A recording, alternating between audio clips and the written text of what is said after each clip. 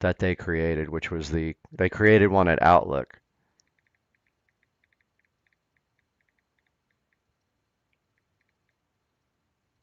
Yeah, so those guys created an email address at outlook.com. They were still sending emails to her friends asking for money. There's nothing you can do about that. All you can do is report abuse. I'm telling her that.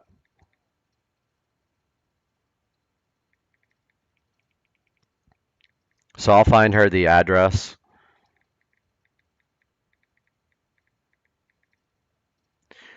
It's like they're sending it from like they put her name and like a 3 after it and did at outlook.com. And so they're sending emails from outlook.com to her friends, and that's what's happening. So I'm telling her we can't stop that.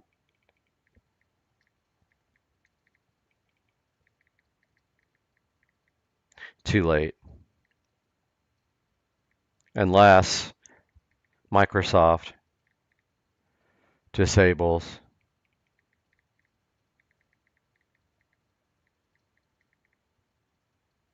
So the best way to deal with this is to find the report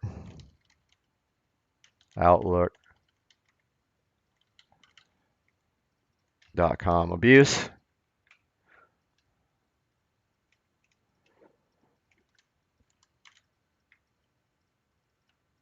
And I think it was Carolyn. Yeah, I think it was the .3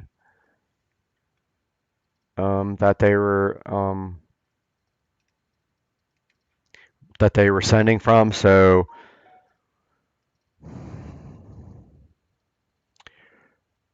what was the email address?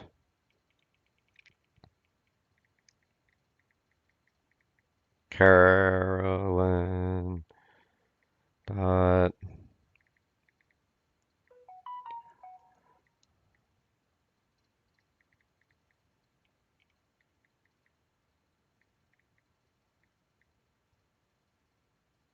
Okay, so I asked her for what the email address is because I'll report it, and hopefully they will take down that email address soon. Um,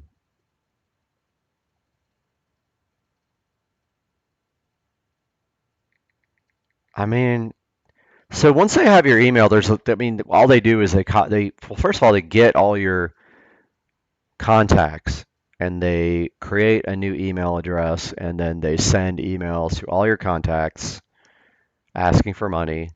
They take over your other accounts, Facebook, and anything else you have. If they can get into your bank account, they'll do that too.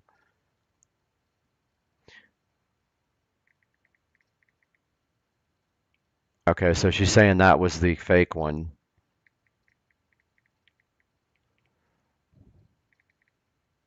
So I'm telling her have everyone report it. Have everyone at report it by emailing abuse at outlook.com, but they'll probably make a new one.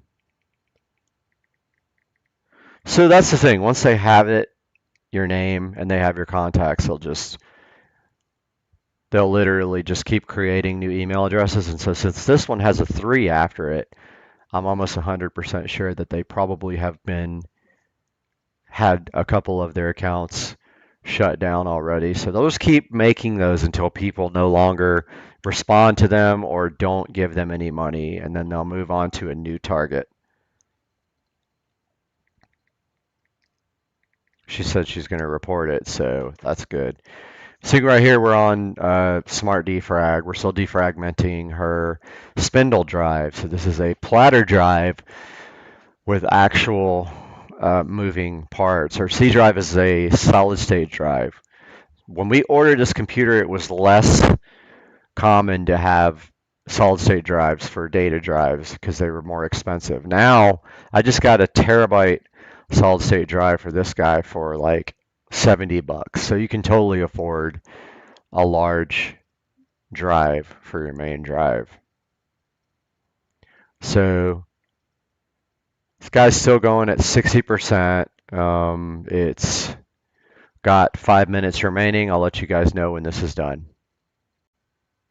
All right, guys, so it said there was 12 minutes left, but it went ahead and finished the D drive, which is the spindle drive. This is her recovery drive. Their E drive is just the Lenovo recovery, and it is done. So, guys, we have upgraded my friend's computer who was hacked to Windows 11. She is good to go. If we type system information now, we will see here that she is on Windows 11 10.0.22,000, build 22,000, Windows 11 Professional on her Lenovo PC. Guys, I forgot to show you when you're done installing Windows, make sure you run disk cleanup here and select system files and make sure that you clean up all the leftover installation files from when Windows 11 is installing, because guys, it goes like gigabytes. It saves your old installation so that you can roll back. And if you're not going to roll back, which most of you will not, then you don't need to save that these like gigabytes of files for sure.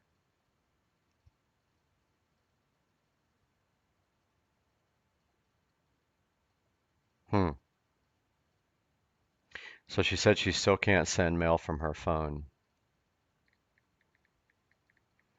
So it's giving a different, it's giving a wrong username and password on her phone, but it's working on the computer. So I don't know why her phone's not taking the new password. So there's the previous Windows installation. It's 19 gigabytes. We're going to go ahead and delete that and the Windows Update cache. 19 gigs of files, guys. So we should see their C drive kind of clear up here. Local drive is 38 gigs free, but it's not done deleting yet. Yes, we're not going back to the old version. Let's see if that frees up any more space.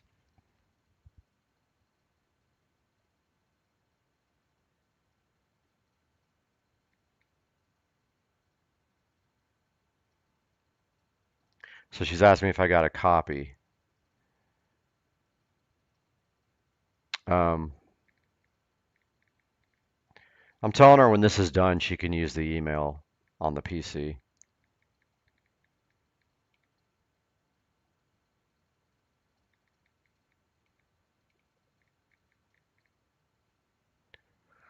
So let's see. So that's 38 gigs. Didn't mean to hit properties. I meant to hit more options and refresh. Still at 38. So this is deleting the previous Windows install. It was 19 gigabytes worth of files, guys. It's a lot.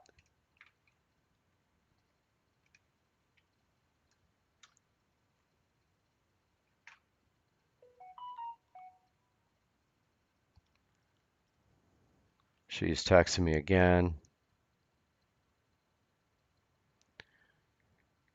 I'm not sure what's going on with her phone because, I mean, you change the password on the phone, it should work.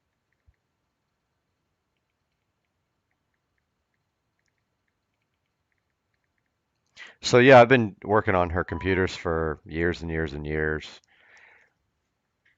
And I like to keep her up on the latest operating systems and stuff. And so we got to figure it out, man.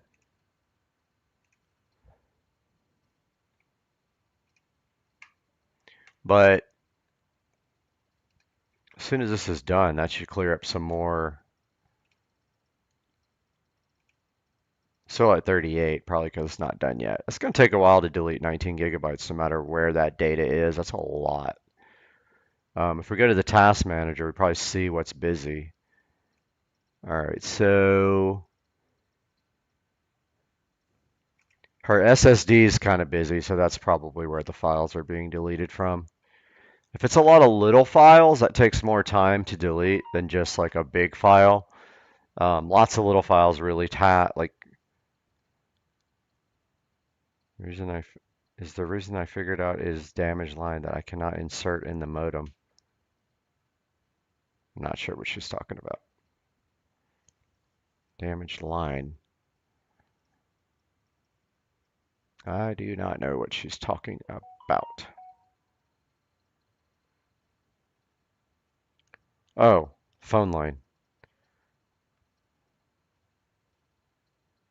She sent me some pictures of damaged like phone cables. She's so funny. She's a cool girl. This is still going, it's chugging away on this deleting the old Windows installation files. So you can see here that the drive is writing at 1415 megabytes per second. CPU's, semi-busy, but when there's thousands of files, it takes a lot longer to delete each individual file. So you'll see that takes some time. But it basically is just frozen here, guys. But wanted to show you that additional step. I'm not going to keep you guys on the hook while this thing deletes forever. But yeah, when this is done, this machine is fully optimized and ready, and she will be good to go for a while. And I hope you guys enjoyed the video, and I hope you subscribe, click the bell. Love you guys. And my phone's going off again. Wow, the water looks crazy.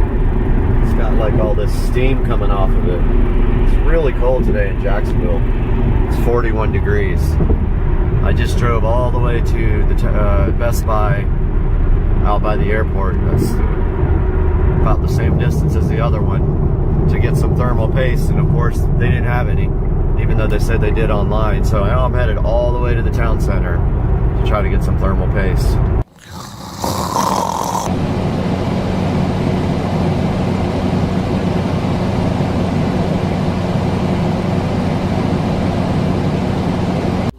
Alright guys, Supercar Street Racing here, and yes, this is the most expensive 9500 BTU air conditioning made for your home.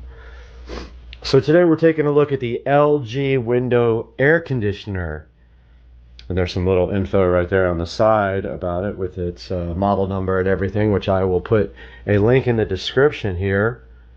And basically, why is this air conditioner so expensive? So there's a couple of reasons why. First of all, take a look at the styling of this thing. So most air conditioning units have vents here on the front. This guy has a nice clean look on the front. No vents at all. And so the vents are on the side right here. So that's the intake vents. Has a nice design, and the best thing about this guy is that it is smart, and I'm going to show you guys a little bit about it today and clean the filter with you guys so you see how to do that, explain how it works, and let you even see what it sounds like. So first of all, this LG window unit works with the LG app called ThinkQ. I think they call it ThinkQ. It used to be called something else, a little bit more complicated, but I think it's ThinkQ, I think. I will put a link to that here, or put a graphic up that shows that. Now I know what you're thinking, you already see this part here. So the reason that I have that there, this is tint. I have that there because it's a little bit too bright at night, so that knocks down the LED lights quite a bit so that it's easier to sleep in here. I do that for most of my devices. Have a difficult time sleeping sometimes So if we take a look at the front here, we can see that we have cool, energy saver, fan, and dry. So it looks like to me, and I'll have to verify this in the manual, that dry just dehumidifies and doesn't cool. Of course, fan is just fan, which I use that a lot during the winter time. Energy saver is a lower energy usage, and it turns the fan off when it turns the compressor off. Cool is your standard cool. Got a little indicator here to tell you to clean your filter. There is a sleep timer. This is how you know if you're connected to Wi-Fi or not. And then last one is just a regular timer. This guy here adjusts your fan speed. And then this guy here, your temperature up and down. So this uses the app, the LG app. And I will kind of show that to you guys after we take a look at the filter, which does need to be cleaned right now. So there's the filter there, and the filter light warning light is on. So let's go ahead and get that cleaned. All right, to get the filter out on this guy, you just kind of like, well, thought I knew how. Take 7, kind of just slides out there. Take that guy to the kitchen sink in here. Give it a nice wash. You can see already it's getting it really clean. And so every couple months, if you use this every day, you're gonna have to clean it, maybe even more than that. But you see the dirt coming off?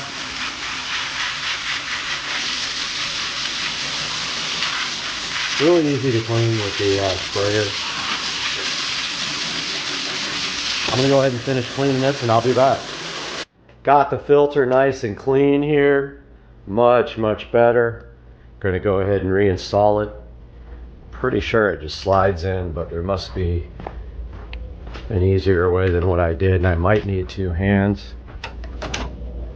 So I think it just, yep, I'm gonna need 2 hands for this because I believe I have to get it to slide into that notch right there. Be back. All right, so we got the filter reinstalled. It bends easily, so it's super simple to install. Here you got your vent controls, up and down, left and right. Go ahead and close the unit up. All right, and then I'll show you guys why this is the most expensive AC. But first, a look at the remote control that comes with this guy. You can see you can do everything from your little handheld remote if you want to. It's got a power, temperature, energy saver, the mode, fan speed, timer, sleep, and clear, just like the front. But I want to show you guys what happens. I don't know if the battery is even still good in this, but I'm going to give it a shot. So I'm going to turn on the AC. Yep, battery in the remote is dead. I don't use that remote, so let's do it from the front panel. All right. So I want you guys to notice there's no sound at all. The only sound is coming from my central heater. It is on fan 3. I'm going to go ahead and let you guys hear how the fan ramps up. So it is on now. Still can't hear it. So there, it's coming up a little bit now. So this is awesome. Why? It doesn't knock you out of the bed like at the beginning of my video. It very slowly brings the fan up to speed so that there's never that jolt. Even when the compressor comes on, you hear like a very low-pitched hum. It does not knock you out of your bed. So there's the fan on. Still ramping up.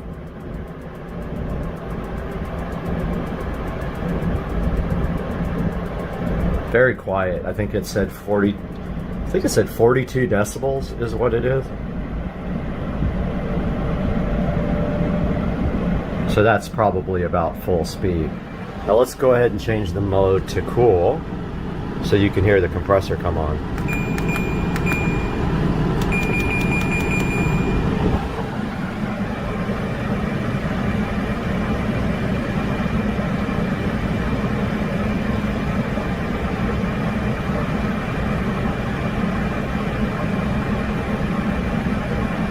So the compressor just kicked on. I saw the lights dim. That's how good this air conditioner is. You don't hear it. It doesn't knock you out of your bed when it goes off and on, like when you're staying in those hotel rooms and the thing like comes on and you're up 45 times a night. So this thing is on cool now. It's set to 60. The air is very cold coming out of it. You can hear the compressor now. It's a kind of a lower frequency, and that is what the dual inverter does. This thing's awesome, by the way. It keeps this room's maybe 150 to 200 square feet. Keeps it absolutely cold at night, which I love. Go ahead and power that off. But that's full volume, full, cool, and you barely hear anything. But I like a little bit of sound. So now, when you turn it off, there you go. So it's completely off now. Now I know you're gonna ask me, why do you have a window unit in your bedroom when you have central AC right there? Well, so long story short, it's about energy savings and comfort. I like it to be cold at night, and I don't want my whole entire house to be cooled to, so I typically keep it between 65 and 67 degrees at night in here, winter and summertime. Now, cooling your whole entire house to 67 degrees is going to be expensive. This little guy is energy efficient, Energy Star, has all the certifications, bells and whistles, all that stuff, and it'll keep my room here at 65 to 67 degrees and will not have to cool my whole house down. Now I do also have a skill set up for good night with Alexa over there. She woke up. Never mind. So I have a skill set up, a routine set up, not a skill. This guy uses a skill to connect to her. I have a routine set up that does multiple things when I say goodnight. It, first of all, turns off the VESA thermostat, which is there in the hallway. It also turns off all the ceiling fans that are connected to Wi-Fi in the house. Then it turns this guy on automatically and sets it to 65 to 67, depending on how I feel. It also turns on this box fan via a smart plug.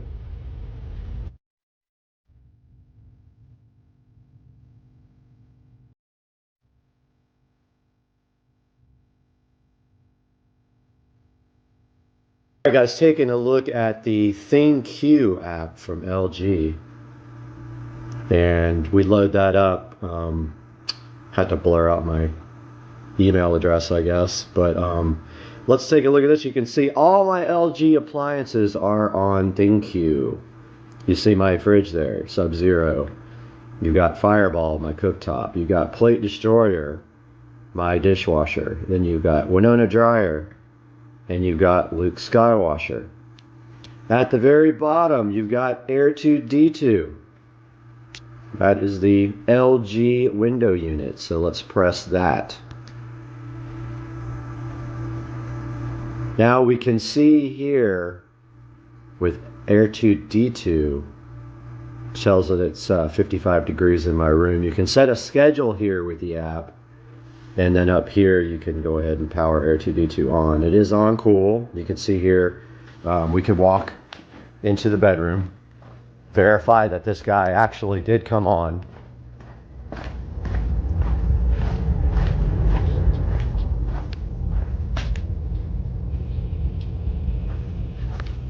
Let's check it out. Yep, it is on now. That did work. So the temperature is set to 60 here, we can see. And you can set the fan speed and the mode by pressing cool. Let's go ahead and switch that off. So now Air2D2 is switched off. So let's take a look at the skill for that. So setting this up with Alexa involves a skill, and you have to have your LG Smart ThinQ or whatever it's called account. This is what this is you're seeing now. But now to get Alexa going with this, you need a skill. So we go to the app, skills and games, search for LG. It's confusing because several of them come up, but here's the ThinQ Basic. You go into, now it's going to be disabled if you've never done this before. You hit enable, and then you have to link your account to it from LG, and then that's how she will find your devices. It'll discover your devices on the next page, which I don't want to go through the setup again. But once it discovers your device, you can then use it for to be turned off and on via smart home. And now let's take a look at routine. So my routines are here. So let's take a look at good night. So here's the skill and the routine.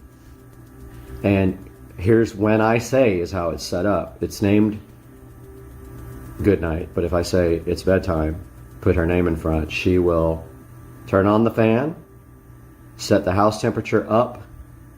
Just be aware if the heat's on, it's going to go up to 80 degrees heat. So it can't turn off and on the system. It can only change the temperature. Then you notice there's Air2D2. It powers that guy on and sets his temperature to 67. Turns off the theater room ceiling. Oh, I'm sorry, that's the bedroom ceiling fan. Yes, it turns that off. Says goodnight to Susie and myself, and then it turns off its own screen by using the command Alexa turn off the screen. And you do it from the device you speak to. So that's a look at the LG air conditioner, dual inverter air conditioner, which is probably the most expensive at that BTU that you can purchase. There'll be a link in the description to buy this guy. And as usual, I really appreciate you guys watching, and please like and comment, subscribe if you can. Supercar Street Racing. See you guys. Guys, welcome back, and you are here once again in the SCSR beautiful bathroom that was remodeled not too long ago, and right in front of us here today, we are taking yet another look at some different types of on shoes. And today, we have the Cloud Go Wide in size 9 male on Supercar Street Racing.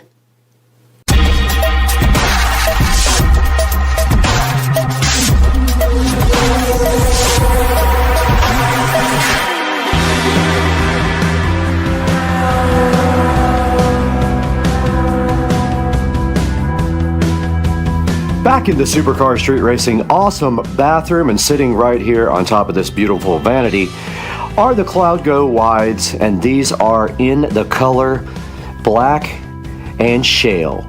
Now these are last year's models, so these are on clearance, so you can pick them up pretty cheap right now. They are about 20% off of their normal price, and all of the last year's models you can get on sale if they do have your size. One of the problems is though that usually my size is not available, so I have been buying these up as I can. But as of right now, these are the Cloud Go Wides for me, and I have not opened them yet, but we're going to do that next, so let's go. Right on top of here is the On logo, which I call the chicken, because to me it looks like a chicken with a beak up in the air. But it is an on, not a chicken, and inside of this box there better not be any chickens, because today we are going to be unboxing the on Cloud Go Wide in size 9 male. And I do need wide shoes. I haven't had issues with any on shoes yet not being wide enough, but these are going to be extra wide, which is what I usually buy in my ASICs for doing actual exercise. My on shoes are not for exercise, these are only for fashion. And let's turn this box around and see what the box looks like on the other side. And there we have the chicken logo again. And a reminder, these boxes are all environmental friendly. They are all made of recycle. The Cloud Go Wide's looking so fresh inside this box, I would almost guarantee it. So let's go ahead and open this guy. And inside we always find the on promise here about the 100% recycled cardboard right there, and only water-based inks, no oil-based inks as well, which is better for the environment. And then we have some recycled paper right here with the on chicken logo all around it, and then we just go and open it just like this, and there is the on, looking so fresh. The Cloud Go Wides, and that is in color black and shale. There weren't many left, and I thought this might be cool, so I went ahead and ordered black and shale Cloud Go Wides. The Cloud Go Wides looking so good in front of you guys today, and that's a little bit what they look like. Now let's get them out of the box here, and then inside of them they do come with a protective shoe condom that keeps them from losing their shape in the box, keeps them fresh in shipping. We'll go ahead and pull that out of the left shoe and go ahead and unbox the right shoe for you and pull off the protective shoe interior shoe condom for you guys, which it is very stuck. Very stuck. All right, yeah, got it. Now we see a good look at the Cloud Go Wides. And you can see on the side right here the Cloud Tech logo. And that is the first look at these, and next we take an in-depth look all the way around the Cloud Go. Starting at the front of the Cloud Go, we can see the on logo in a silverish white right on top of the black, and this is kind of a rubberish black right here. And then on the front they have the on logo again right there in black, which connects to the bottom of the rubber on the soles. And then right here they've got the Cloud Go logo on the top that runs right underneath the laces.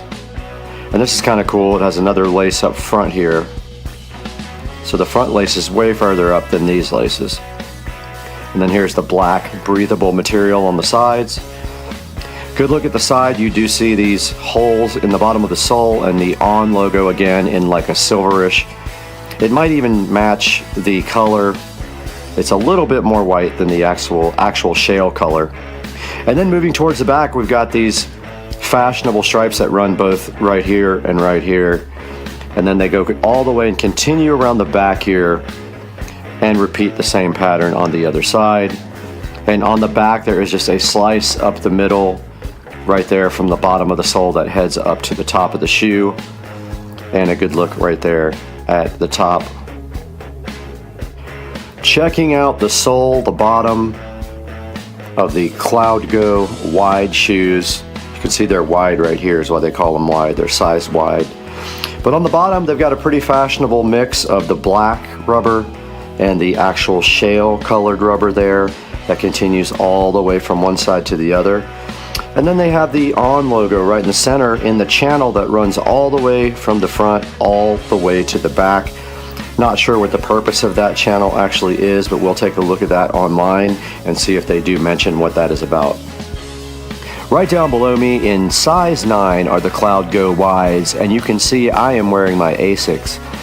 These are my everyday exercise shoes, so I had them on from my treadmill session this morning out there in the Supercar Street Racing sunroom. And now we are going to take off these ASICs and give these Cloud Goes a fitment try. Now I do have pretty bad feet. I have pretty bad bunions and I have flat feet. So I'd rather not show my feet, but I will do it for this. And this is the whole point of having a wide shoe. And you can see those go on nicely, and they are extremely comfortable shoes already. I have some Pumas that I put on and they almost kill me, and I had to manually stretch them. But you can see right here with the low cut ankle white socks on, they look absolutely cool. The Cloud Go. They feel awesome, and next we'll take them for a little spin and see how they feel in action. All right, we got the Cloud Goes on, and immediately I noticed towards the back of the shoe there is a dip down because that's the way the shoes are designed. They roll towards the back. As far as comfort goes, especially on the issues I have with my bunions on the side, no problems at all with that. No problems whatsoever. And they are extremely comfortable. They're actually more comfortable than these ASICs that I just took off right here. Those ASICs are about $45 shoes. These are $150 shoes if you pay full price for them. Very much different price point there. And these are extremely comfortable. And that's the treadmill I usually get on in the morning. But I do wear my ASICs on the treadmill. I will not be wearing the ONs. I guess I could try them, but I am pretty comfortable on the treadmill with my ASICs. But after walking in these for a good couple of minutes, they don't even feel that they will need a break-in. They just feel like very comfortable and ready to go. And I'm sure that you guys would love these if you get them, because I actually love them already. So let's throw them in the Supercar Street Racing studio closet and add them to the collection. Back inside the Supercar Street Racing closet, and you can see here the ON collection is actually full. The only way we can add more to this is to take these hucks and take them down and put them here, or we have space over here with the other boat shoes. Plenty of space right here.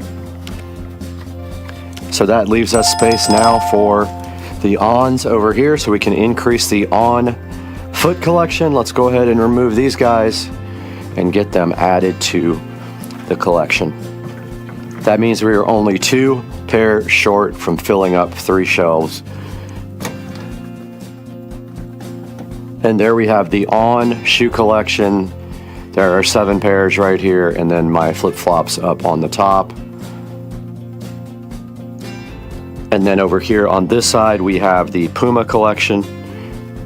All Puma shoes, except for these are Guess. But all the rest are Pumas there. And now let's take it back to the 4K production studio and see what Brad has going on in there with these ON Cloud Go shoes.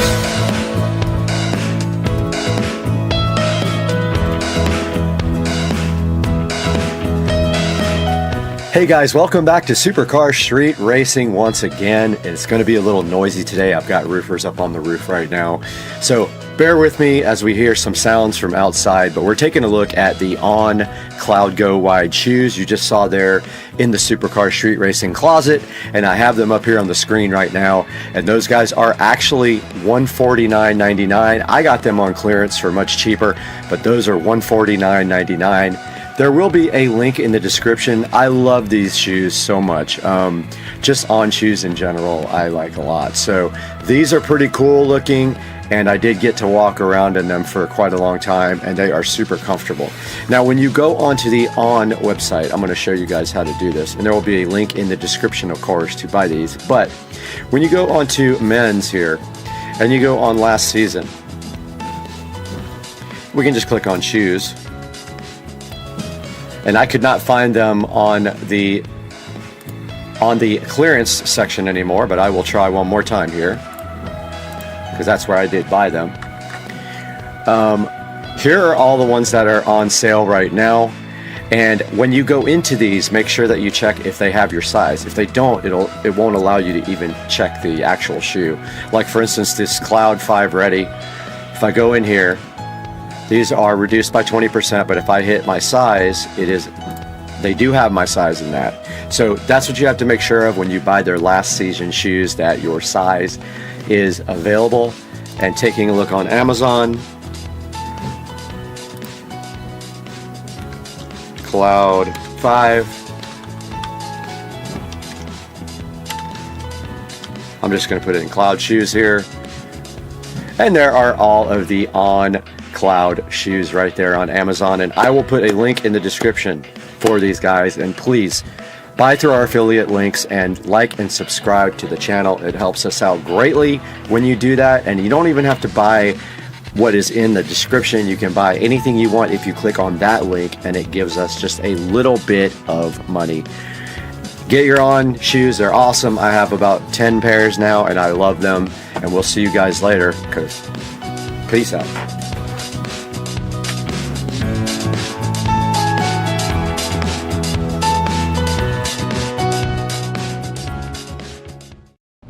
Amazon decided to disable a certain feature of another device I have, and inside this box might be the flagship of all of the devices that Amazon sells. But we're going to open it up today and let you know, because it doesn't have a screen on it, but it does have some other cool features. And inside this box hopefully is the answer to a problem that we have, and I didn't even know it was a problem until a couple of days ago when I got my new 65-inch 4K TV outside on the patio. So what do you guys think? Is this thing going to solve my problems, or just create more and get returned? And also, this is a refurb, so this is from the Amazon refurbished store. Let's get right into it today, guys, on Supercar Street Racing, and get this product unboxed and out on the table and have a look at it.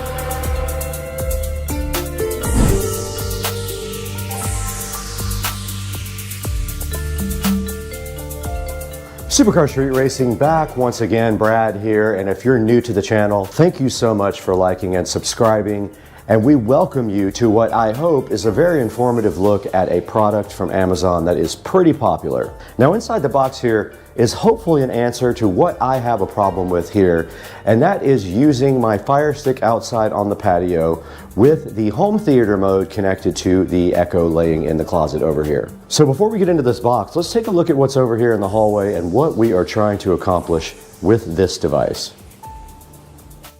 We're right here in the Supercar Street Racing audio closet, where you can see a monitor up here, you can see a switch box, and you can also see my Pioneer amplifier right here, and right above that is my very cool Behringer Ultra Bass Pro EX1200 bass processor. Now this system does feed the entire house audio, and also zone 2 of this device here feeds out to the patio for the pool music. Now running this whole system is this Echo Dot right here. Now this was working fine until about 6 or 7 months ago, and I could never figure out why home theater mode was not working. So what's home theater mode exactly? So that's when you have a Fire Stick that you connect to another device like this Dot, and then you actually play music from the Fire Stick through this Dot, and then on the back of this Dot there is a audio output jack that feeds my whole home audio system. Now that will go out to both zones 1 and 2, or you can play something different on zone 1 than zone 2 using this actual receiver. So Amazon decided to disable the ability to play out of the audio output jack on this Echo Dot. Now from what I read online, the Echo Studio will do that, so we might have an Echo Studio available to test out. I'm not happy about Amazon disabling this feature. It makes zero sense, and the only way I figured out what was going on was I tried to enable it again and got no sound, and I walked in here and audio was playing out of the speaker itself and not out of the output jack, which makes zero sense. I tried unplugging and plugging back in the audio output cable to no avail, and then online I found an article where people were complaining about this, and Amazon decided to disable this feature, most likely to upsell the Studio. Now let's go back into the Supercar Street Racing dining room and see if we can get this thing unboxed. Now that you guys understand exactly what I'm talking about and why this product might help us, let's go ahead and get this thing unboxed and take a look at what's inside. And we won't be using half the features, but let's get it out anyway. That's what we're here for, right? And inside this box, of course, you can see the familiar packaging of the Amazon refurbishment. First of all, it's pretty heavy. You guys will see that here momentarily. And I can tell already I underestimated the size of this guy. I thought it was very small, but I can tell right now it is not small. And we have our SCSR branded scissors to go ahead and take a look at what's inside the box here. And I don't know if we were right side up or upside down. I think we are upside down.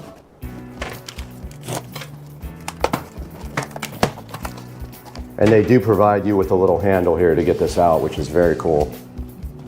That is bigger than I thought, and that might be a huge problem for me.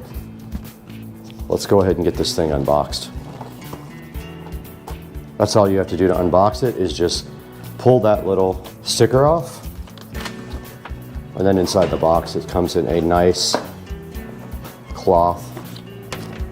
Unlike all the other devices, this has a dedicated power plug. Wow, this thing is massive. Okay guys, so right in front of us here, we do have the Echo Studio. Now, I'm not even going to be using this for most of the features. This is more or less just going to be used for the audio output, if it actually works for that. Now, I do have a problem already that I see. This is absolutely huge. I thought it was a small device. This may not be able to be used, but as you can see here on the back, we do have the proprietary power plug with that appliance looking connector. We do have an audio output jack, and we do have a USB port, which is not used except for maintenance. Now inside of this, supposedly there are two speakers, one subwoofer down here and a regular speaker up top here. And on the top you can see what looks like maybe lights, and then you can see the power button, the plus and minus button, and the mute button sitting right on top here. And this right here is the port for the subwoofer. And then on top you can see the smaller speaker there, which would probably throw audio up for higher frequencies. Now I'm putting the scissors next to this so you can see kind of how big this is. It's about as tall as my pair of standard scissors and about 3/4 as wide as a pair of standard scissors. Now they did also give us this instruction manual with it, and on the first page it shows you exactly what's on top. There is a light ring, there's an action button, volume up, volume down, and microphone off and on right around the top. Right there. So you will need to go ahead and download, gonna wake up everything in my house, but works off the Alexa app. So there's not much else to do at this point except go ahead and get the power cable out. Here's the included power cable. Again, the packaging is done really nicely. And if we look on the back there, it does just have a standard appliance type connector. I forgot what the name of that connector is, what that is called. Okay, we're back in front of the audio closet here, and we have very limited space. It will most likely not fit right here. We can try it. We can try to slide over the receiver, but I don't think that's gonna work. I think we're gonna end up having to put it down here. It also needs its own power plug. So let's move some stuff around in here and get this thing in here and see if it actually does what we bought it to do.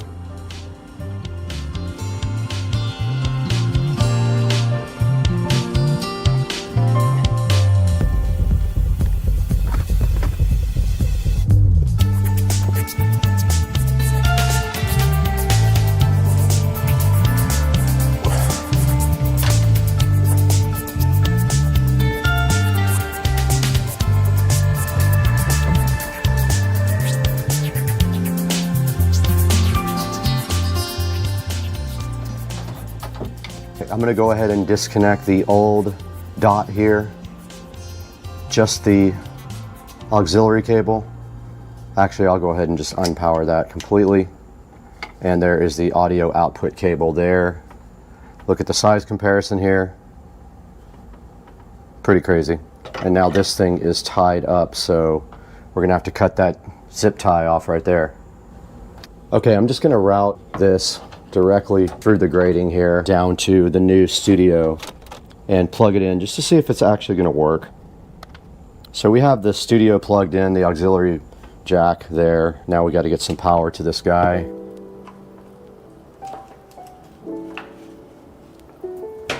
Let's go ahead and plug this in and see what happens. Okay, the light ring has lit up on the top, and it does look like it is starting to try to connect to the internet. Now I pre-set up this on the app. They sent me an email and I was able to get everything set up ahead of time. Let's see what happens when it boots up.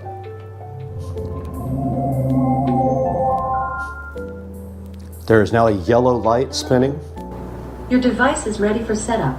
Just follow the instructions in your Alexa app, bringing your device online. Just a moment. To continue setup, go to your Alexa app. Okay, it is asking me to open that up, so let me get the phone out now and start recording on my phone so you have that as well.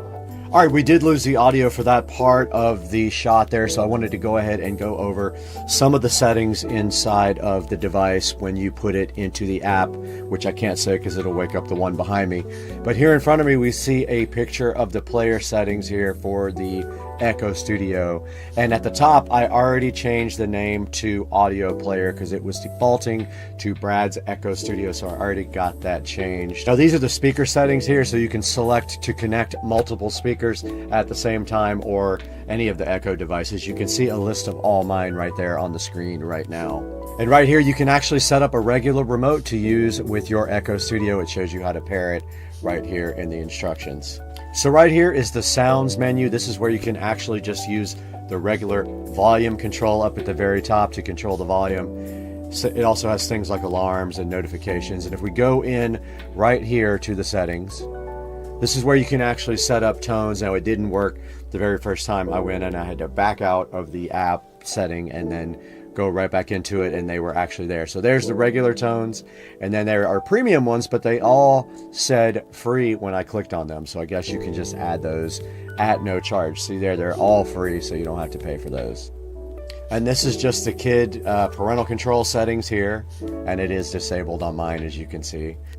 So this is Do Not Disturb. It just lets you pick a schedule or either turn on Do Not Disturb so that the thing doesn't bother you at a certain time of night. And there we got the time zone and the wake word. Now here's where you can choose the voice, so that you can have your pick of American, Australian, British, Canadian, or Indian right there. So you can set your voice however you prefer it. And then you can see adaptive listening and local voice control right below that, English, and then the measurement units. And that's about it for the settings in the Echo Studio. All right, we have gone into complete and absolute fail mode. Apparently this is an audio input. Even though I did my research before, there were conflicting results as to whether that would output audio, and absolutely not, does not output audio whatsoever. So this will not work for my possibilities either. So this is going back to the Amazon refurbished store, and I have to look for something else. And I did just wake it up just now. Now let's go ahead and test the sound quality.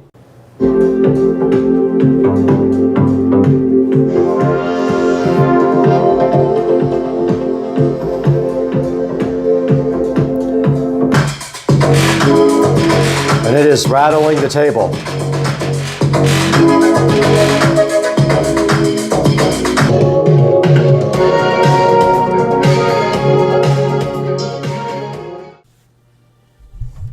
All right, we're back in front of the Echo Studio here, and just some closing thoughts on this before we go any further. This is going back to the manufacturer because it does not have audio outputs. Now, what did I really like about this? I definitely liked the fact that it had pretty good sound. We tried different types of music, and they all sounded pretty good in my living room right there. What did I dislike about it? Well, the size is a little bit too much. You can see here, it's pretty big, and it looks like the old Mac Pro trash can kind of thing. Surprised that they copied that design there. But looking right there, you can see the subwoofer ports at the bottom there. But so the things I liked best were the sound quality and the fact that it meshes in with my existing ecosystem. The things that I did not like about it was its size and its weight, and also the fact that it does not have an audio output, which is just a dead deal breaker for me, guys. It has to have audio out in order to work for me so that I can use it for home theater mode. It did not work for me. It is going back to Amazon, and we'll be packaging this up briefly and getting it back on the road with UPS, guys. And we want to thank you for supporting this channel and watching the reviews and paying attention and buying things through our affiliate links. It really helps us out a lot if you do that. We really appreciate you guys.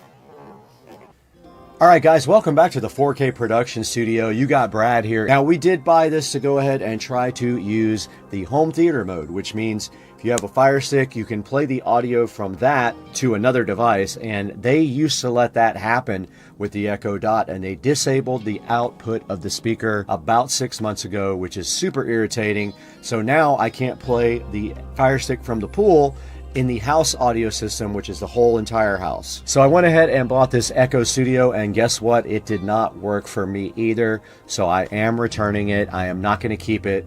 But if you want something like a speaker that sounds really good, this one actually does sound really good. It's got a nice subwoofer inside and then a full range speaker as well. And we had some sound tests for you there that you also heard, so you could see just what that sounded like in my living room. Guys, thank you so much for the support. Go ahead and click through the link in the description if you want to pick up an Echo Studio or any other thing from Amazon. It does help out the channel greatly, and we really do appreciate it. But we got to get out of here because we still don't have sound out by the pool.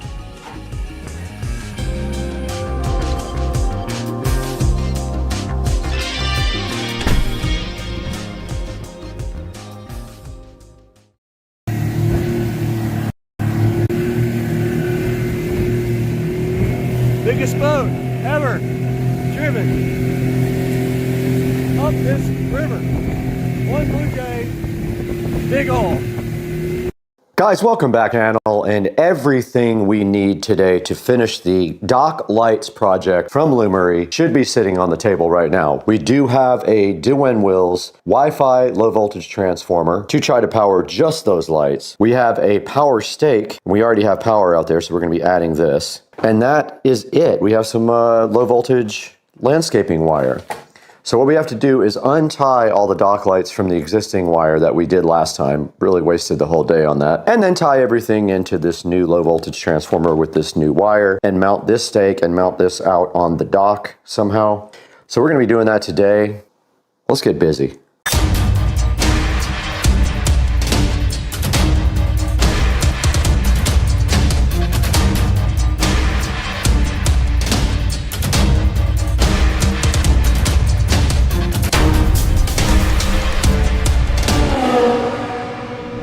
Guys, welcome back to part 2 of the Lumery dock lights video, where we're going to attempt to get these dock lights working now that we do have a independent transformer. They would not work last time when they were tied in with the other lights. So we have all the stuff right here. All we have to do is get everything out to the dock, get our water hose out so if the alligators start harassing us, we can spray them down, and get straight to work getting this stuff installed. So let's go do that now. All right, the first thing we need to do here is get this power stake mounted and this transformer, and we have power right here already. We're going to be mounting the spike right here. So let's go ahead and do that now. And we have the water if the nice alligators decide to come harass us. They're not coming near me. They're getting sprayed if they do. So we're just going to mount the stake right here next to the fence. And we already have power. I'll tape that up later. But you can see right here, we do have power on our meter already. And this is a timer, or it just is off or on. So we're just going to be leaving it on. There's concrete down here somewhere. So that's going to get powered. And then this guy is going to sit on the dock itself, but I'm just going to mount it. I'm not mounting it to the fence. I'm mounting it right here and power it. I'm going to power this like that and then just screw it onto the dock like that. Now I might try to see if I just tie into the first light, if they all start working. They might, not sure. There's an alligator right there.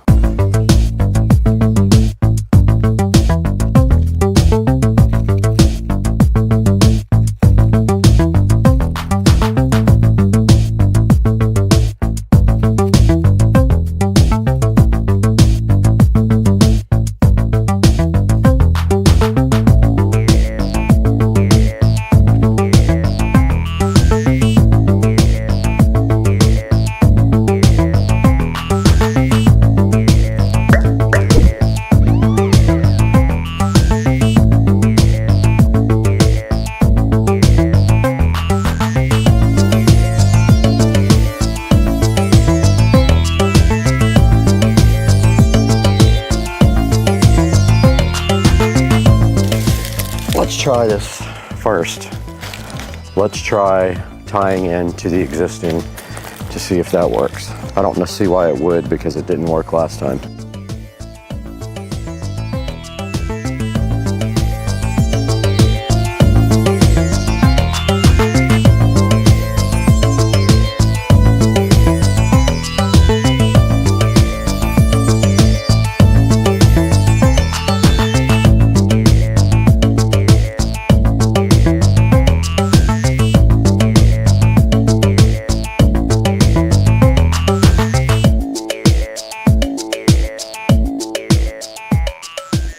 Okay guys, I have completely given up on this. This is the most ridiculous thing ever.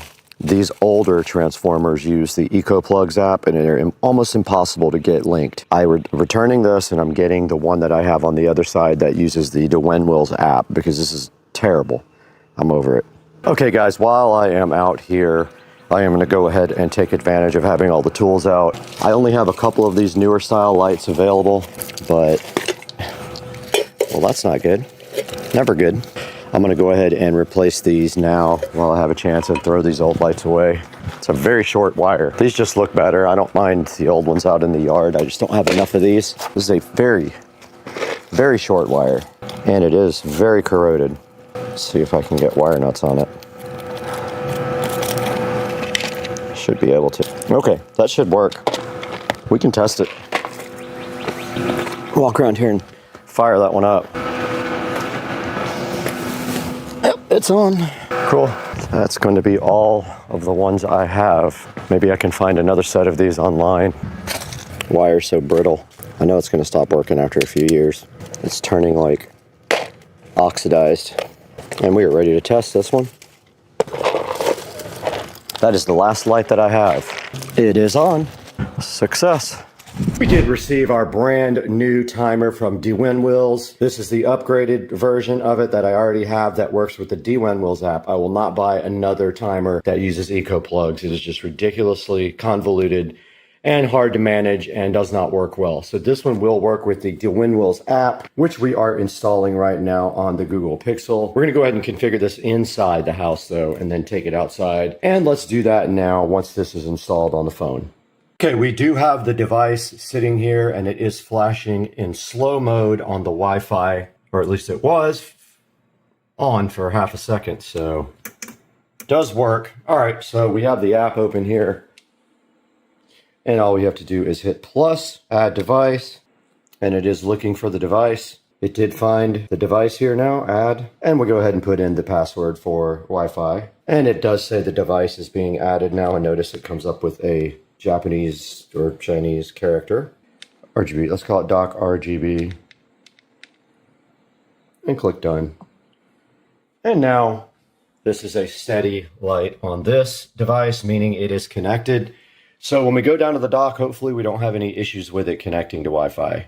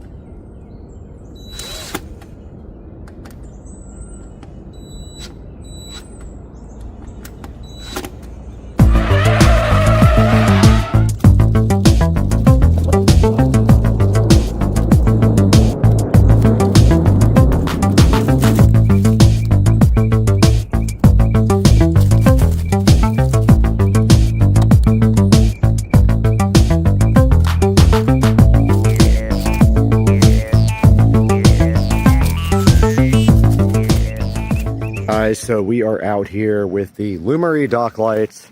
We're going to wrap this project up tonight because I was finally able to get them all added to a group.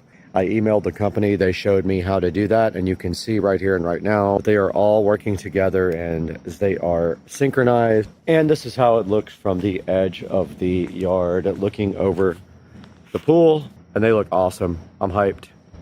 I'll take a couple of pictures, really good high resolution pictures of this. Yeah, guys, I hope you enjoyed this, and please support Lumery. They were so generous to give us their dock lights that are actually on the dock.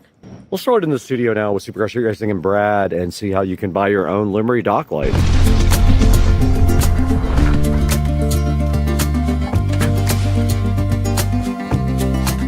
Welcome back to the channel, guys. I am Brad, if you don't know me already, and I'm so happy to have you at the Supercar Street Racing 4K production studio today.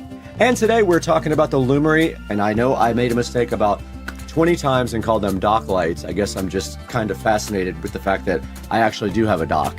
But they're actually called the Lumery Smart Deck Lights. Now when we talk about these, I want you to understand one thing. These are not plug and play into a 110 volt outlet. These are actually low voltage. You will need a low voltage transformer, and everything you need to make this work will be in the description of the video. I also have the hub here to show you guys. Now this hub allows you to do smart Wi-Fi functionality with voice. So buy this hub as well, it will be in the description. And these things are pretty cool. You can mount them on a fence, or you can mount them really to anything. All you need is a low voltage transformer, some low voltage wire, the Lumery deck lights, and the Lumery hub. And I was able to get them all grouped together into the Lumery hub, and then I was able to control them with voice. Guys, check it out here. They have a total of 4.3 star reviews, and they are $139, but there is a 15% coupon. And there's 3 other promotions you can check out right here also. And make sure when you purchase anything from Amazon, doesn't matter what it is, you click through any of my product links. Even if you don't buy this particular item, you don't buy the hub or the dock lights, you still help me out greatly because I get just a little bit of money from the purchase. And that helps keep the channel going. So here's the deck lights right here. They're super easy to mount. They come with a short cable attached to each light. You just screw them on and that's it. And you're ready to go. Add it to the Lumery app or add the BR Mesh hub as well if you want to control all of them via voice, and you are good to go. I did speak with the manufacturer of these, and they were so gracious to provide these to the channel. But we got to go right now. We got to lower our power bill by $1 million.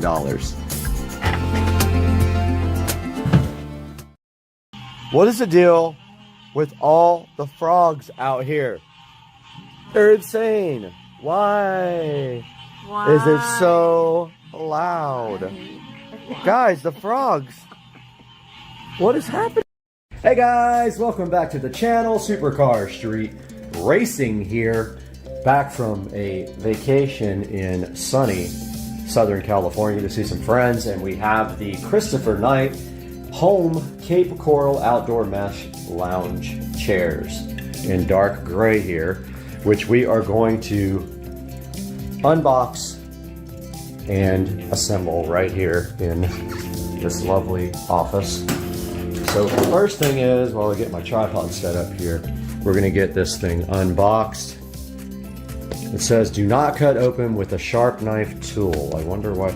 Oh, because they don't want you cutting the mesh on the chair. So let's not cut it open with a sharp knife tool, but let's use sharp scissors.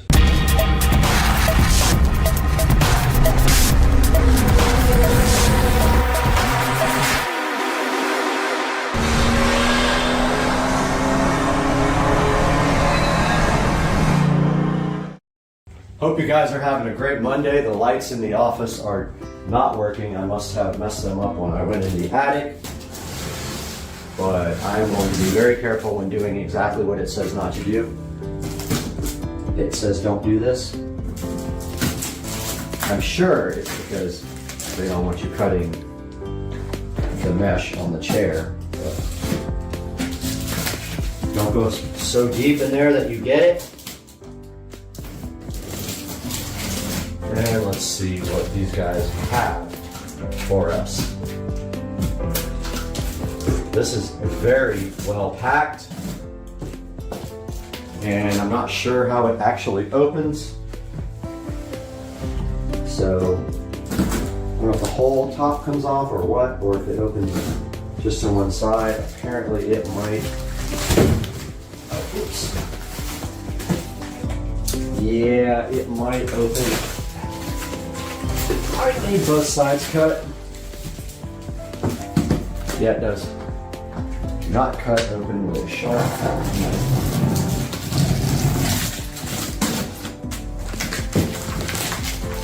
The dish red string is attached to a hardware pouch containing all necessary hardware for assembly. What red string? There is no red string.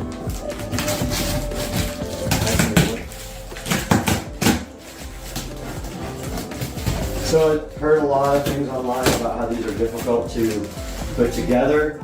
Your best bet for installing these types of things is to keep all the boot bolts really loose when you do it, because sometimes they will not line up if you don't do that. I've put together plenty of these things and it almost caused me and my ex-girlfriend to break up prematurely.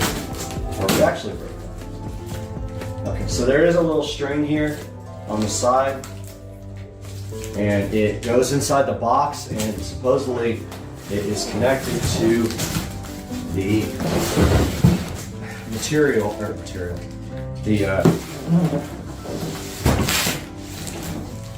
the bolts and nuts and all the hardware you need. Wonderful, like extra taped.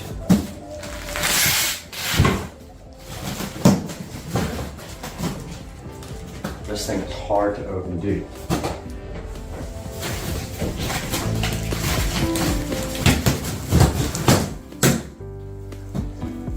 Okay, yep.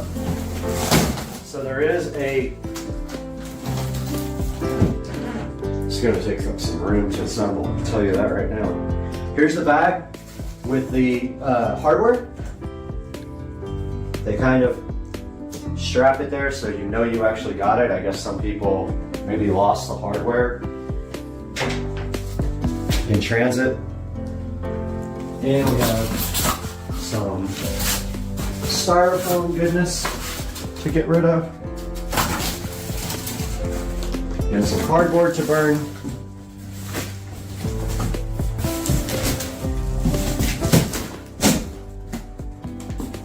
Dude, I would hate to have to return these. I would just drop it at the UPS store and be like, sorry.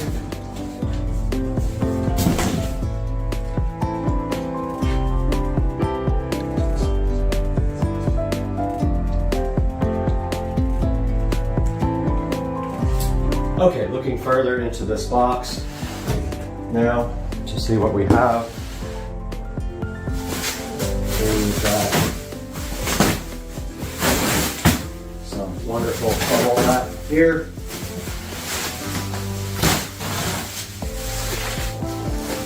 And it looks like they're mostly assembled. That's great. They're labeled with letters.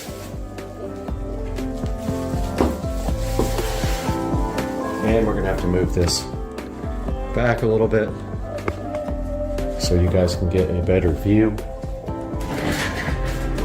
And I'm gonna stop down and get my microphone as well.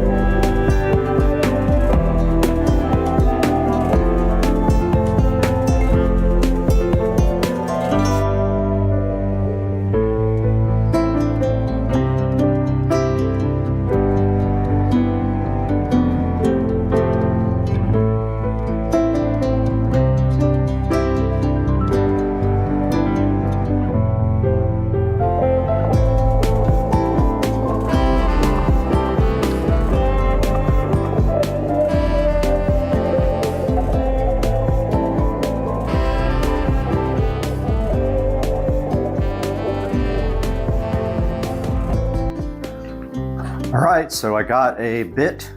Not sure if I'm going to be able to use this or not because it may not afford the space for this. So a lot of people said they had to use a hammer, a mallet to get the legs to line up. We're going to find out.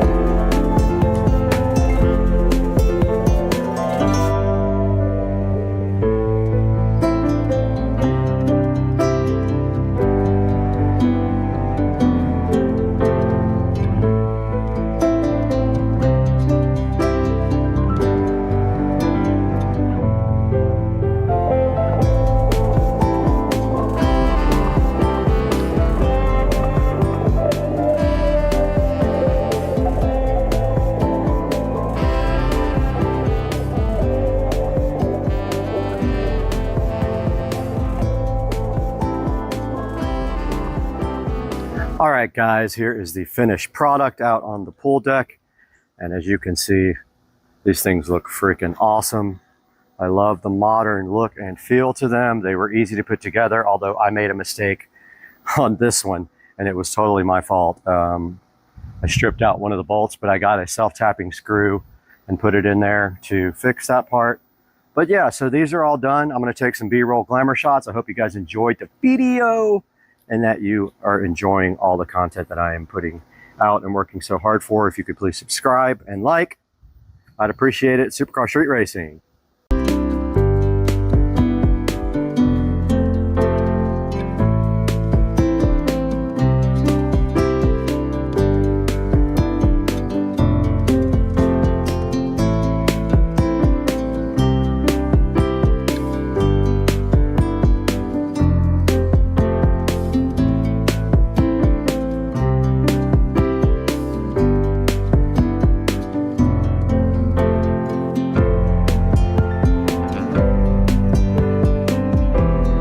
Hey guys, we just got the matching table put together. It took another week for that to get here, but as you can see, it does look like it matches the chairs pretty well. We'll go ahead and take that outside, put it with the chairs.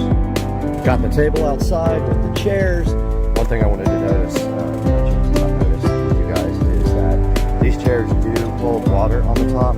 This fabric does not allow the water to seep through.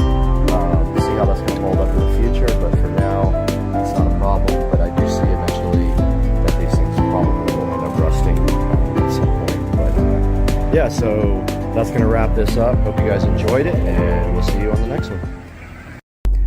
Here we are inside the Tesla, about to watch a video about me buying the Tesla. Pretty crazy, and we are watching it as it premieres on YouTube. I love this car.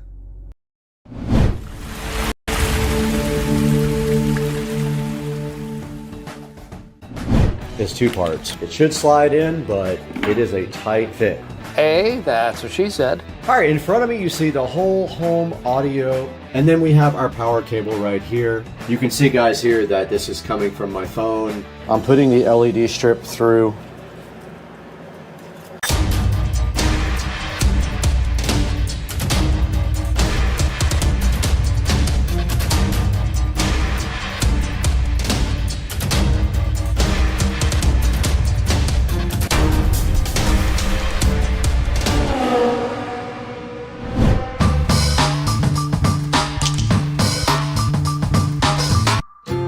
The last piece of the wiring puzzle did come in. Now, this doesn't mean that we can crank it and do everything because our WIM has not arrived yet, and it won't be here until the 24th to the 27th, I think, is the delivery date. We have the wiring ready for that. However, everything else can be wired and hooked up right now. This stuff that came in is two parts. One is for the output of the Behringer Ultra Bass to feed the distribution amplifier to feed sub down to the subwoofer in the closet and also to the subs in the house. So basically, we're gonna come out of the Behringer here. It's got a single output. We got a male mono 1/4 inch phono plug to dual female RCA, but we have male to male RCA couplers right there. So let's get this connected up real quick. On this guy, we basically come out of sub out. All these professional products either have XLR or phono. And then we're really just going up here, literally right there, to audio in. So I don't know if I'm gonna tie it up yet. I'm gonna look real quick. We got our cable plugged in. We do have a zip tie ready to go, and we got our male to male adapters on this. This plugs into our distribution amplifier where it says audio in, and then we'll tie the cable up really nicely right here with this little zip tie that I put in. Okay, we got our cable all connected up. We're coming out of our Behringer Ultra Bass. It's mono here. It splits to dual mono to go into the distribution amp. The distribution amp's going to feed the sub down here and also feed the wall plate to both of the other subs in the living room for whole home subwoofer audio. That part is done. The other two male to males are for feeding the WIM, which then in turn outputs to our Juke multi-zone audio amplifier here via this cable right here. The input to the WIM will be either DOT or any other number of things. It can be anything really. For now, to test the audio, we won't have subwoofer. We don't have our sub out connected yet from the WIM. We can't test the sub. We can connect all of the speakers up though, and we have everything else ready to go. We can put our sub down there, slide everything in, and see if it is going to actually work like it's supposed to. So let's get this thing slid in there.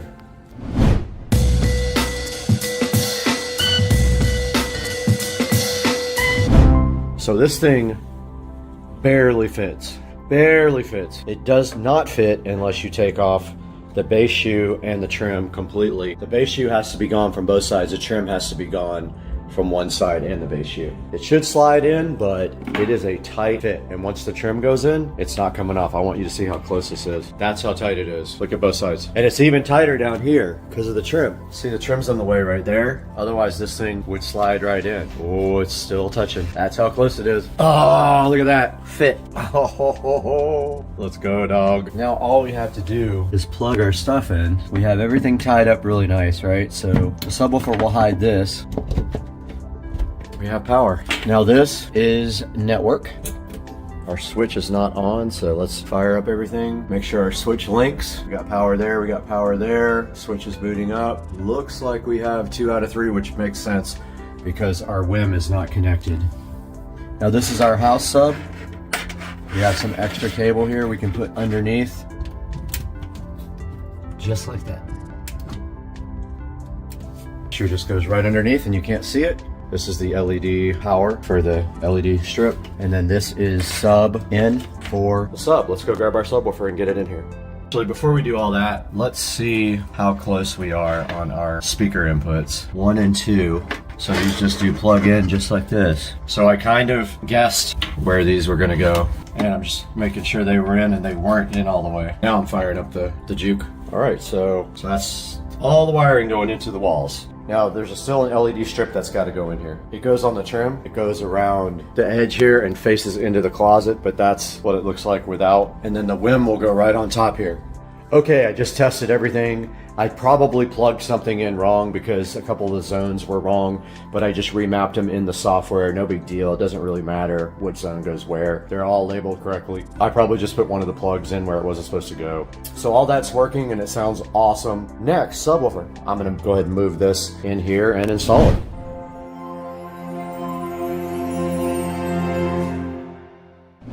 The Polk audio sub installed at the bottom. The only thing I'm worried about is rattling. I don't know what I'm going to do if that happens. Maybe put it on some sort of soft cushion. I had no choice. I didn't want to put the bottom shelf in, but you can't not put the bottom shelf in. You have to put it in. There's absolutely no way around it. It's part of the base, so you can't take it out. Other than that, it's great. Everything looks good. After I test, this thing's ready for action with the WIM, but right now I tested Bluetooth from my phone to the Juke amp and it works perfectly. Looks pretty good too. I like the way it came out. The closet came out awesome. Very clean, white.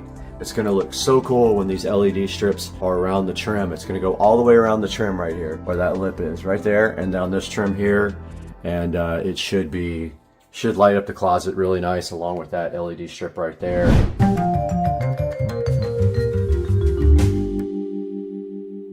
Guys, we got the WIM Ultra in front of me, and I hope it's pronounced WIM. It looks like WIM or WIM.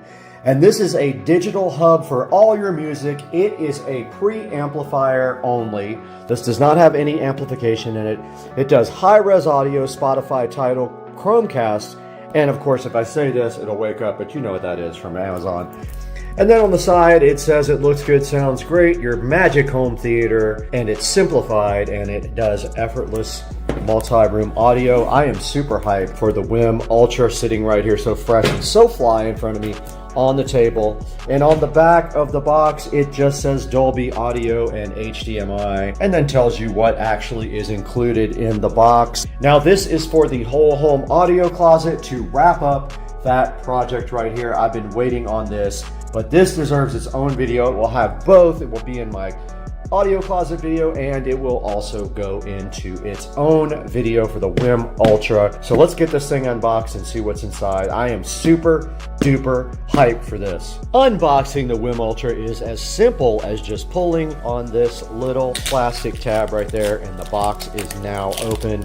Now I have pre-wired everything for this, even power, so that I don't have to pull my audio shelf back out. I will show you that, guys, that momentarily, but this box should just lift off now. Let's see. And now the WIM Ultra is looking so fresh and fly in front of you with no box on top of it. It is completely naked. It is gray, as you can see right here with the peel set.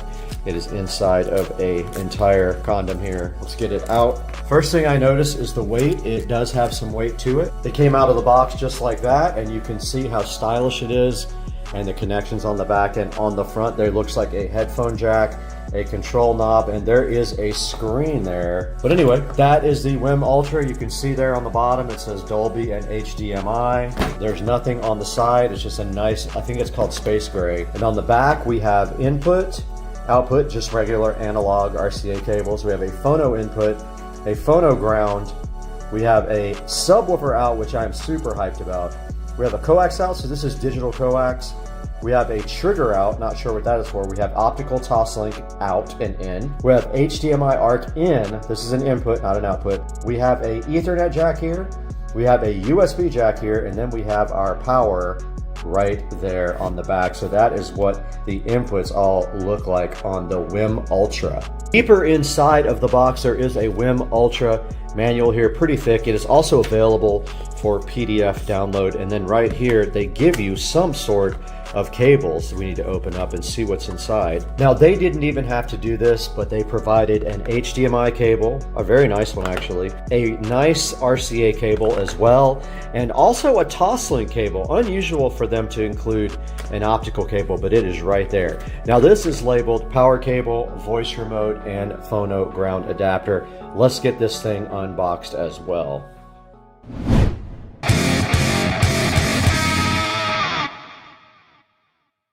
We are here in front of the whole home audio closet. You can see that we are pre-wired here for our brand new WIM. All we have to do is plug it in, and we have everything we need right here for it, sitting so fresh and fly right in front of us. These two little male-to-male RCAs are for our analog adapter on our Juke amplifiers. Those go directly here, and that's the output of the WIM. Let's go grab the WIM and get it set up now.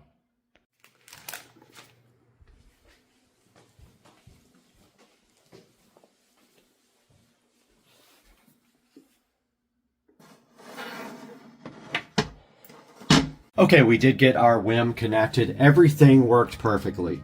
We have our output of our WIM feeding our Juke whole home amplifier. We have our output of our dot here feeding the input of the WIM in case we want to use that.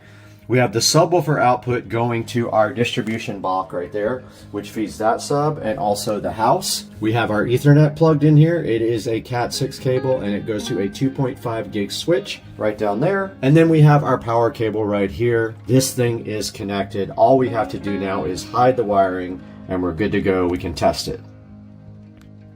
The WIM is fully booted up now. You can see the screen cycling with the nice screensaver in the back. You can see the button lit up there. Look how good it looks. It may not be quite centered there. It's just as deep as the Juke. So there's a good look at the finished product here with my shelf all done. This is the remote for the RGB lights that go there, and once this trim goes back on, there is smart Govee LED strip to go around the trim, which should look fly. But now we need to go into the app and see if we can look at our WIM on the app. All right, we're back in front of the WIM, and you can see right here that we are playing Soma FM Sinfera. And I love this station, but I can't play it for you guys. I will get a copyright notice. So we're listening to Sinfera, and we do have an audio volume control right here. We also have our remote that we can work with to raise the volume and do other things, or command by voice. We could do voice commands if we want to. But yeah, we can't play any of this music because it's copyrighted. We will have to play some no copyright music for you guys. Okay, when I start the video on the camera, it does mute the volume on the playback for Bluetooth, but you can see, guys, here that this is coming from my phone, and it was playing the audio in the house from my phone. So that's how you do Bluetooth, and so far so good. I'm going to show you guys a lot more of the features of the WIM when I have a few more minutes to keep videoing.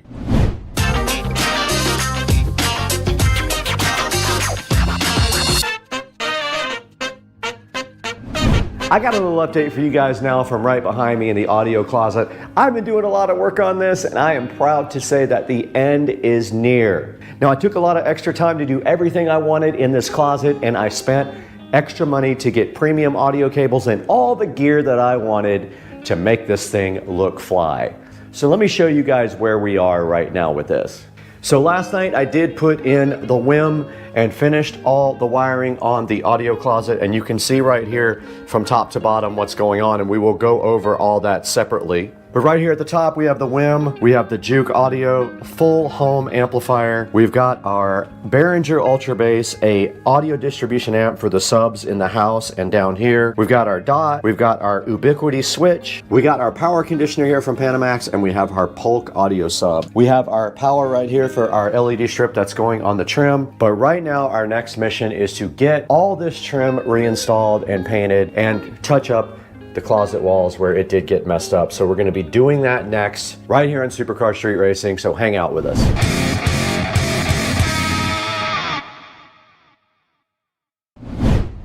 All right, today we have a couple of things to do. The trim is not all the way in. We're going to be putting the trim in. We did mess up the paint on the walls a little bit, so we're going to be patching that. And we have to caulk and paint this trim as well. We're going to go ahead and paint this whole section right here. Since we're going to paint this one, we might as well paint that as well, I think. Go ahead and get this trim reinstalled, get it nailed in with my brand new nailer over there, my finishing nailer, and then see how we touch this up and make it look good again.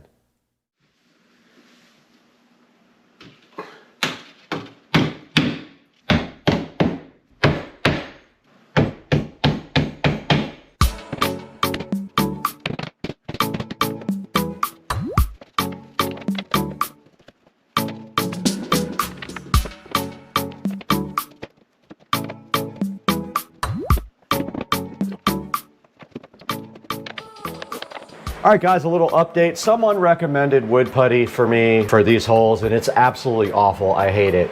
It doesn't dry for 7 to 14 days, by the way. So I went ahead and used caulk, and then I used regular drywall mud on top of that, which I will then try to sand, but I put that putty, painter's putty in there, and it was terrible. I'm gonna let that dry, but while that dries, I'm gonna go ahead and do my Govee LED strip. So the LED strip is gonna go right behind here. So super easy to put in. Let's go ahead and get that, because there's a slip all the way around, and I put power right here.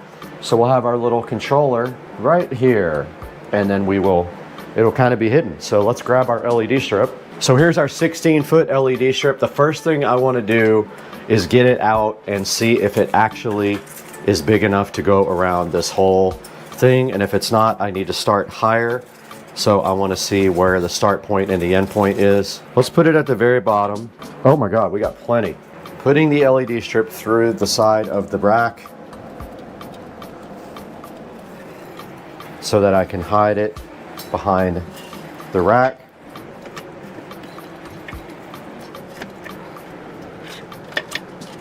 Okay, here's my plan. Power's right here, so strip's on. I'm gonna put the controller at the very bottom, tie the wire up nice behind here.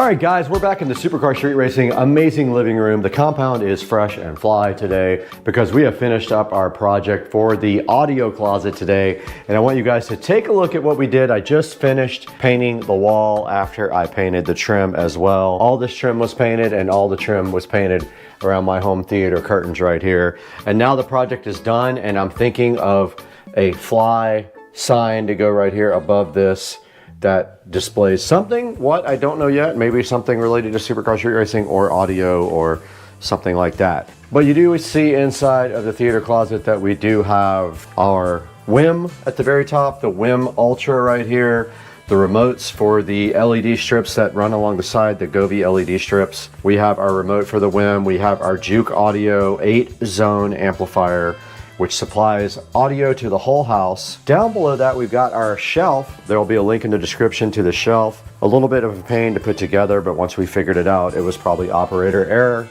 Underneath that, you can see the shelf comes with its own LED strip that is circulating into different colors. We've got the switch right here, the Ubiquiti switch. We've got our dot. I don't want to say the name because it'll wake everything up. We have a 4-port audio splitter for our subwoofer signal. One goes down here and one goes to the rest of the entire house. We've got our Behringer Ultra Bass EX1200. We have our Panamax power system here, though this does do conditioning and keeps the voltage steady and all that. It has some cool lights on the front as well. And we've got our Polk sub down here, and that rounds out our project for the audio closet. It came out awesome. The closet looks so much better. It's so clean. There's room to do, if you wanted another shelf up here, you could do a shelf. There's a lot of room left in here to do whatever you wanted. But I am so thankful to have you guys on Supercar Street Racing. To support our channel, you have to do a couple of things. You need to like and subscribe, and you need to also buy all of your products through our Amazon affiliate links. And there'll be links to all this. Look at this, it's touchscreen. How cool is that? We'll do a whole video on the WIM, but this is awesome. Like, I love this thing. It's a preamp. It's high quality audio. It's very nice. It does Bluetooth and internet streaming and all that stuff. And so you need this in your life ASAP. Guys, please like and subscribe. Buy all your links through us. And we're going to have to get going now. We have a lot of stuff to do today. We got to watch football. Jags are playing today from Las Vegas, but we got to get out of here. We're going to go straight out that front door and just keep walking as far as we can. All right, what's going on, everybody? Supercar Street Racing here. It's my Aerosmith poster right below my guitar. Epic. So, taking a look at an unboxing today, we have the 335i. So that's the E90X. Fits 2007 to 2012, I believe, or 13, not sure. E90X, that's convertible coupe sedan. Now, what we have here is a caliper kit, rotor kit, and pad kit. Pardon me. And so we got everything in this kit from eBay. Now, this is not a big brake kit. It is not it's a performance brake kit, but it's not a bigger brake kit. And I am not a race car driver, so I don't need a bigger kit. But it was almost time to replace the brakes, and I figured that I would do something cool. Now, I wanted black calipers, but these are powder coated in red. But these are freaking awesome looking, aren't they? If I had these out of the bag, I could show you. But yeah, these are the red powder coated calipers. I believe they're remanufactured. I'm not 100% sure. Don't care. But those are the brand new front and rear brake calipers. And then in here we have a little treat for you. If I can get the box open. Oh yes. So here are the vented and slotted disc rotors, front and rear, for the 335i. So This is all from eBay. I paid $550 for this whole kit. 4 rotors, 4 powder coated calipers in red, and 4 sets of brake pads for my 2011 335i convertible. Stay tuned, because I will have a video of the install process, and that will be coming up this weekend. Peace out. Hey guys, welcome back to Mississippi, and we are in the Sister Car Street Racing house with the Keener LED curtain lights. She saw these on the channel and bought some, and so me and Patricia are going to install these today. These are not the ones I have, because these also have Wi-Fi. These do Wi-Fi and Bluetooth. Mine only do Bluetooth, so she wanted the ability to control from her phone. Let's get this opened up and see what's inside, because at some point we have to install these outside in that beautiful backyard. Let's open it right up.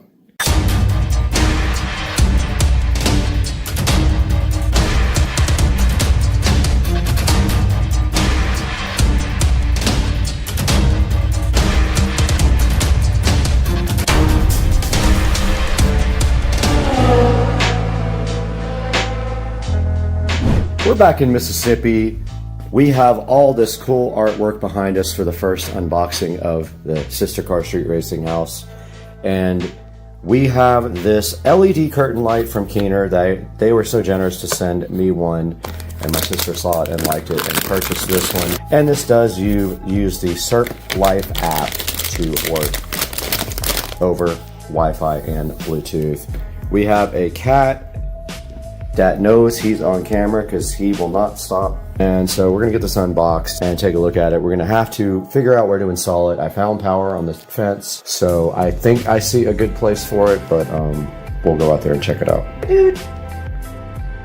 So we got the Keener curtain lights up here on the table, and these are 2 meters, which I believe is 6 point something feet, if you do the translation here. And when you get these out of the box, you're basically going to get a remote control, which that's what I mainly use inside the studio.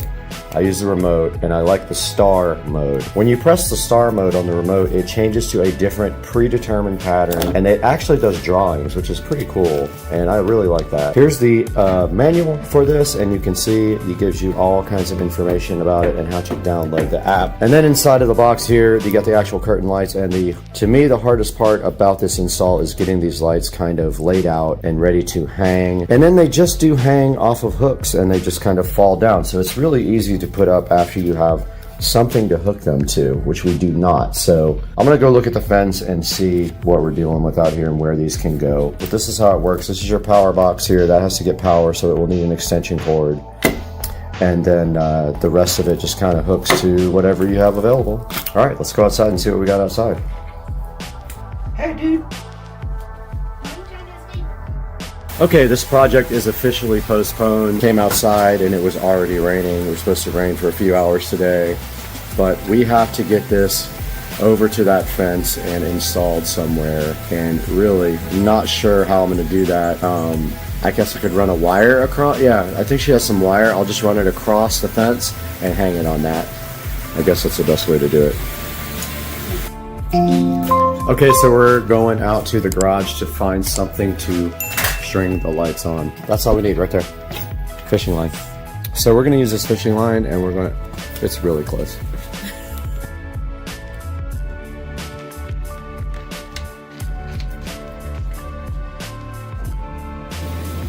Okay, we're out here with Patricia at the pool and the group text, and then we have just this one plant in the way. So I think what we're gonna do is move that plant over here, and then we're going to use this one section of fence because there's power available right here. All we have to do is we could do 2 things. We could take advantage of that string of lights, pull it tight, hang the curtain lights off of that.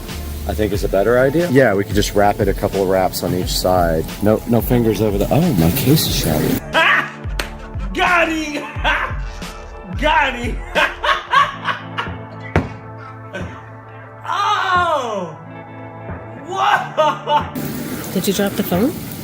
Oh, the phone is broken. Hold on, we gotta check this out. All right, so I'm gonna get the slide kit out and kind of lay it out. But first I'm gonna make this just a little bit tighter on the lights.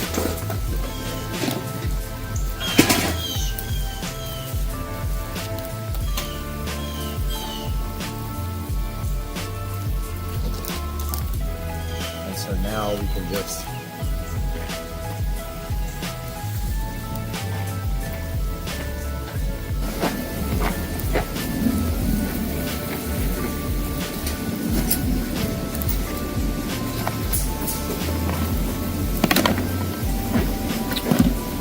power brick is here, so that has to go to power, either directly or from an extension cord from down there.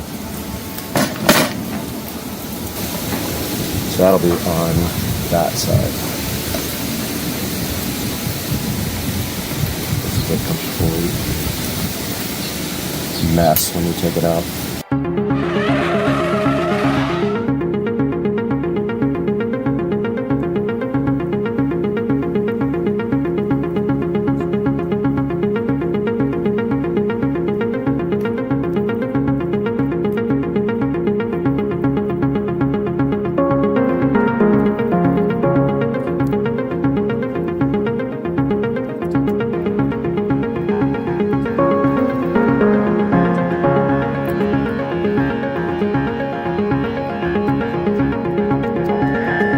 We got all the lights laid out while she went to change, and so everything is ready to go. So if we both grab one end and go up to the fence, we should just be able to hook the ends on after we pull it tight, and then just kind of thread it on. You hold the camera, Okay. and take your end, which is right here. Run them tighter left and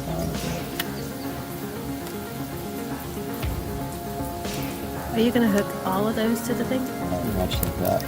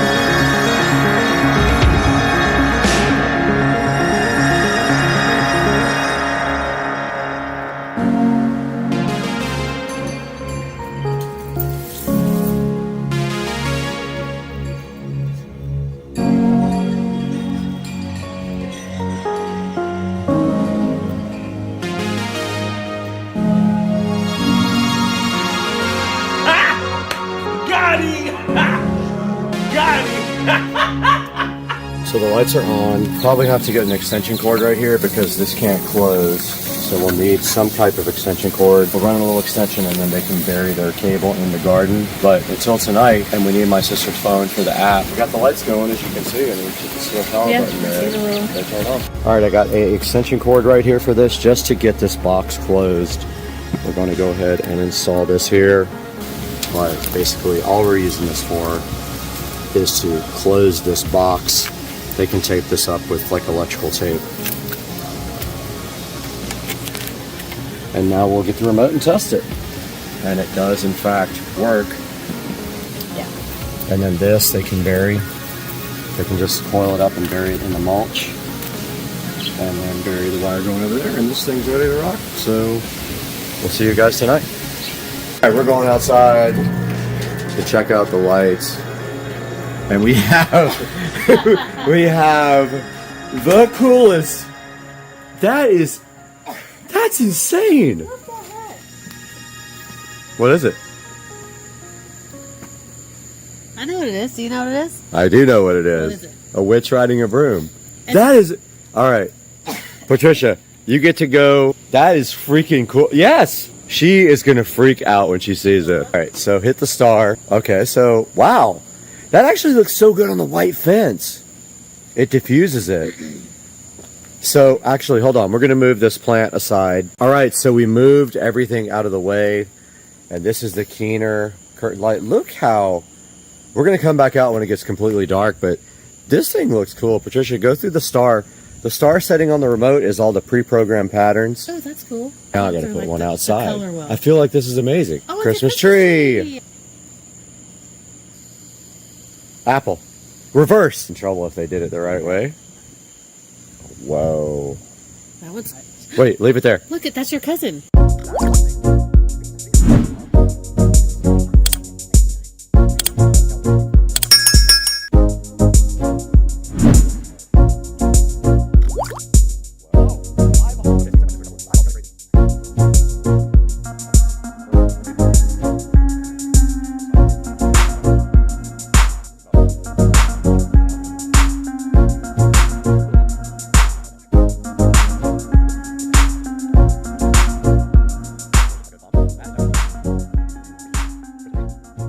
Okay, so we're just going through all the cool patterns, and so this is the star on the remote. If you want to go through the pre-programmed patterns, hearts, that's some kind of Santa something. Claus? There are people dancing in this, and it's so weird because we're so close, you can only really see it on the camera. Yeah, you. I'm have sure to if we look backed through up- the camera. Yeah, and there's a dude. Oh, that was Pac-Man. That's what a we skull. just saw was Pac-Man.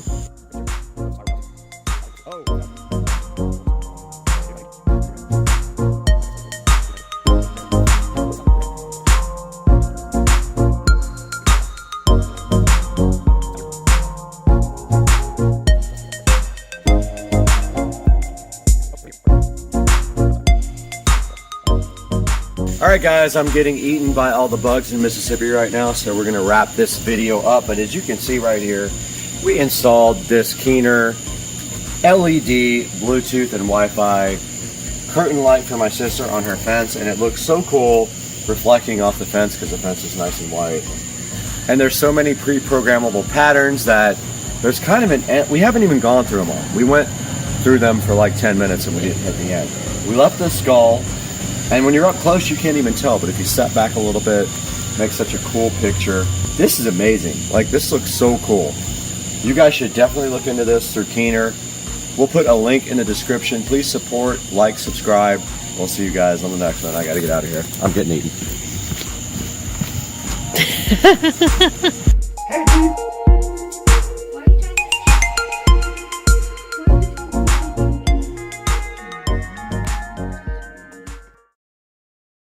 All right, here we're going in the water for the first time.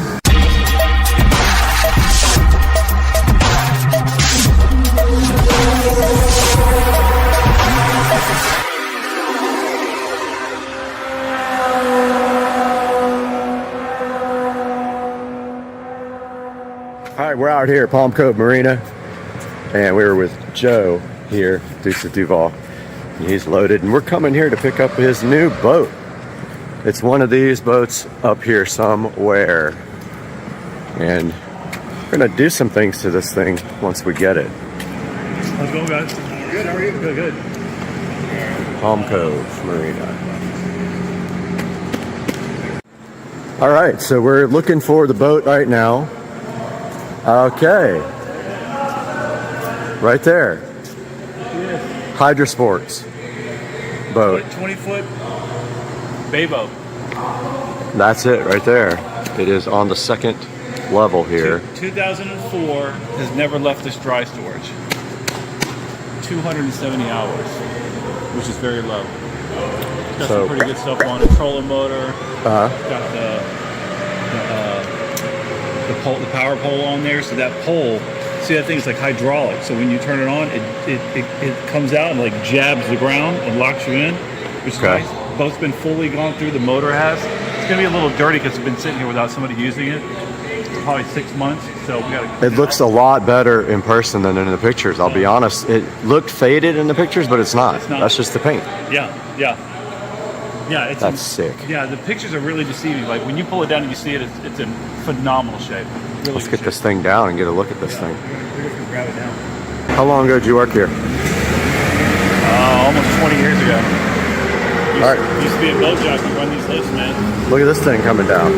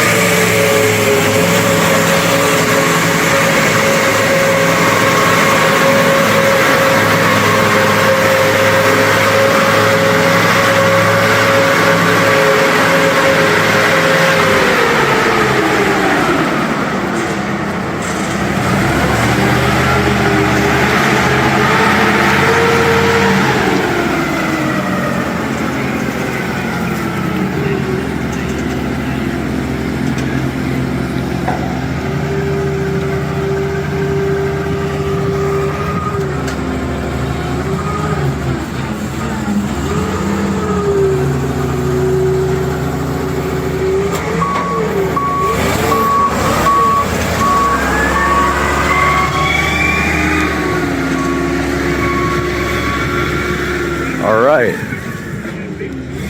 There it is. Joe's new boat.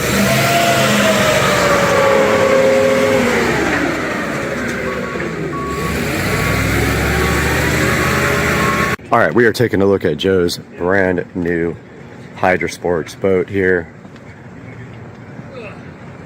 Got the trolling motor, the Minn Kota.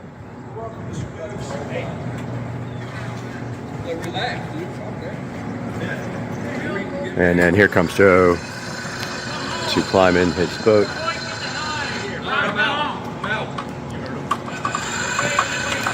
We got to get a thumbnail with you in it.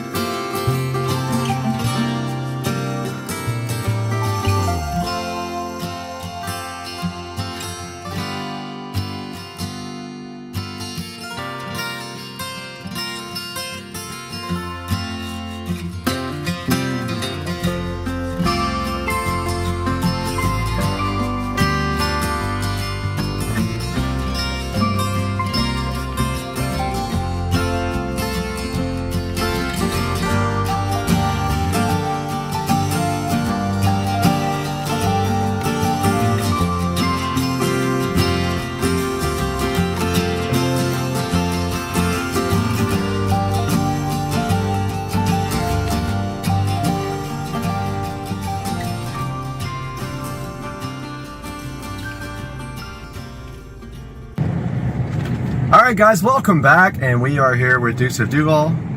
And you guys just saw on this video a few minutes ago, you saw his brand new boat, and we have the kids back here in the back chilling. It's Audrey! That's Audrey back there. Carter. And Carter right there. We're headed to Publix to grab a few things first, and then we're gonna head on over to Palm Coast Marina. Cove.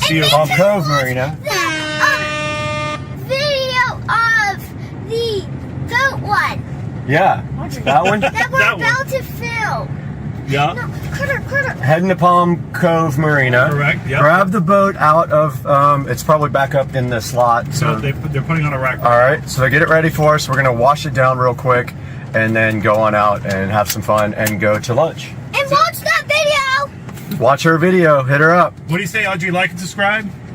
Like and subscribe. Thanks, guys. Okay, here's Audrey at the new boat. Audrey, what do you think about the new boat? Carter, what do you think about the new boat? I love it.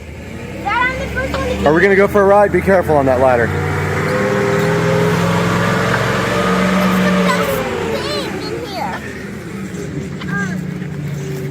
So we're gonna get this thing all cleaned up and then take it for a ride. And we'll update you guys in a moment. Oh, All right, we just gave the boat a complete wash inside and out. quickie wash. Quickie wash, and it's looking fresh to death. Really, really cleaned up. Brush one more time, Brad. Blue brush. Got it. Cleaned up well. Does that stuff under the seat come out? Look. Right there. No, that's just paint. Never mind. Dad, there's fishing gear. I know, there's all kinds of stuff. It's Audrey. There's plugins. This is how the boat looks after a quick wash. And it came out really nice, especially all the white up here that was really dirty around the edge. And me? And Audrey and Carter helped us too. Can I play you guys some music? Nope, can't play music on it. And so we will update you guys on the water. Right, Audrey? Carter, we're ready to put this thing in the water, right? Yeah. Let's go. We're just waiting for the guy to come grab it. And me. Yep, and Audrey. That's good. Make sure you Audrey, subscribe. if you make me drop my phone, you're gonna be in trouble. Yep. Put that on the polishing wheel. The only thing that I wish this boat had that it doesn't is a wash down. What's that? Where it's either a freshwater or saltwater wash down. So like when you're out and you get a bunch of girl on the boat, you at least have like a tank full of water. Where you have the ability to pick up water from there and just rinse it down. When will he get Oh, our got it. boat? So you're gonna come get yours next, probably. All right, here we go. Going in the water for the first time under new ownership.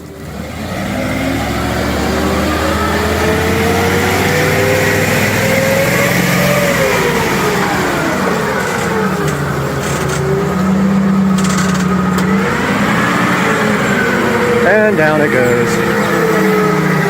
First time. Hey, what channel do you guys stay on?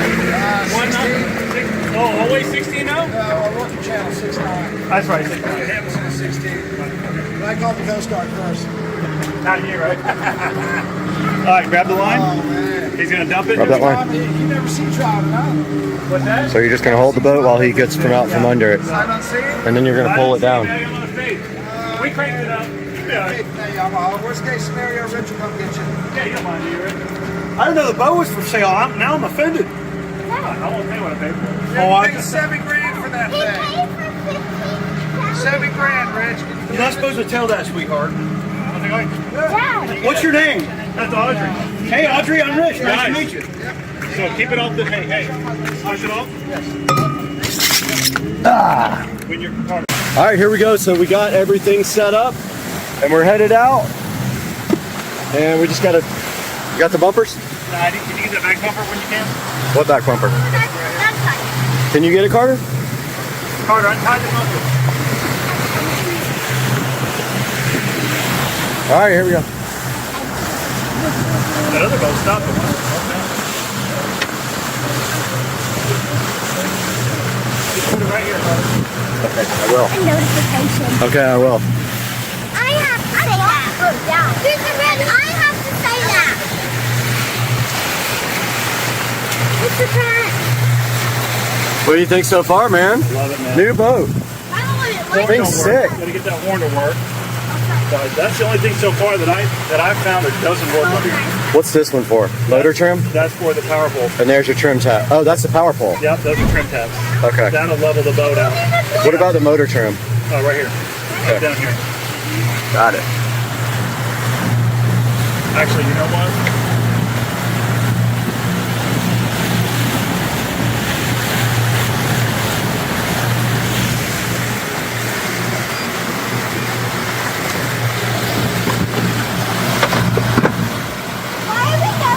Oh man, this thing is so old school. Does it work at all? Yeah, it does. It's just a bottom finder, so there's no GPS. Hey guys! Oh, we do have our phones. But if I take this radio out, Brad, dude, I got plenty of room. Let's flush mount the good one.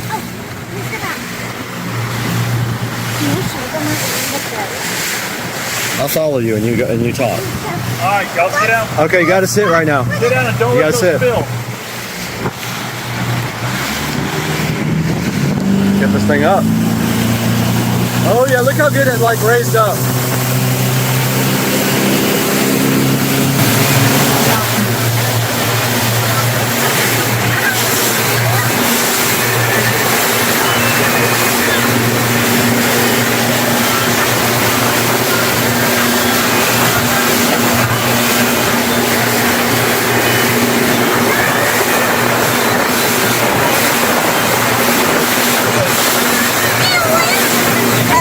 Daddy,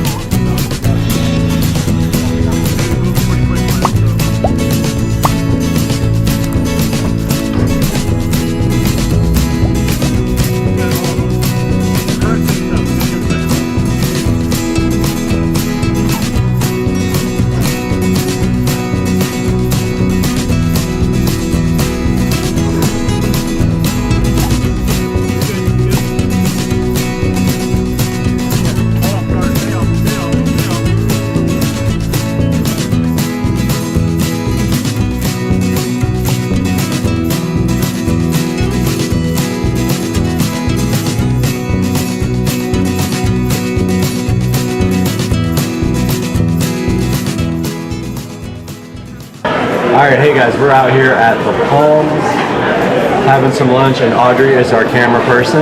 She's doing a great job. And we're just waiting for our server to come, and we're gonna get some delicious food, right? We're gonna get some lemonade, some waters, and some Diet Coke. I'm gonna have a lemonade. Audrey's gonna have a lemonade. Am I in the frame? Make sure it's on me. Yesterday was my birthday. It's Audrey's birthday and it's Father's Day, so we gotta text my dad and say Happy Father's Day. So I'm gonna take a picture of myself and Audrey and send it to my dad and say Happy Father's Day.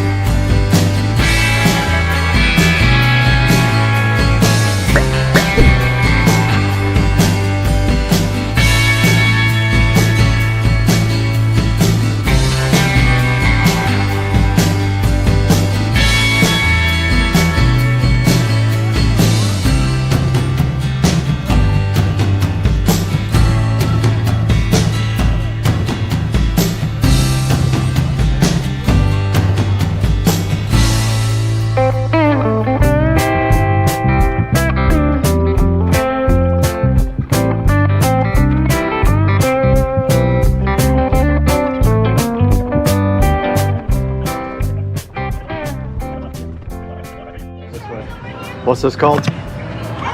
Fort George. Fort George. Fort George? Yeah. Are there sharks back? Heck Pretty yeah. cool. Hopefully so. Wait, right over here? Hey, you'll be fine. Thanks, son. I have a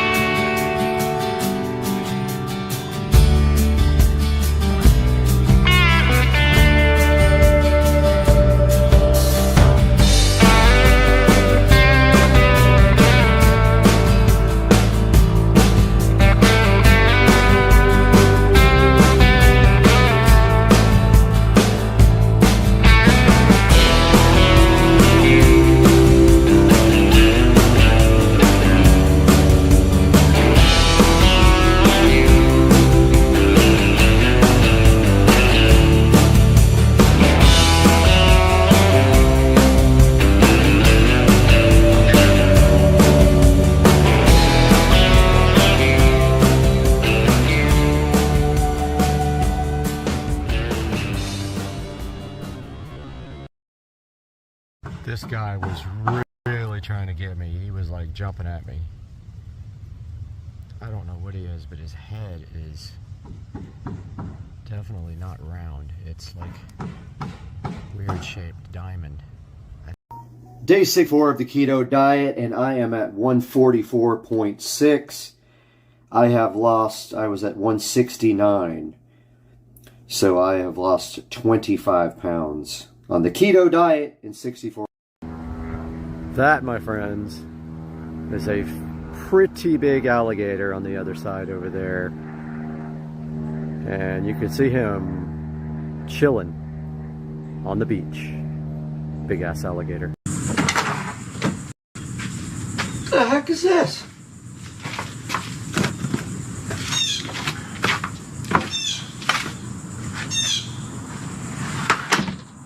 So there you have it, guys. We have just gotten the next level.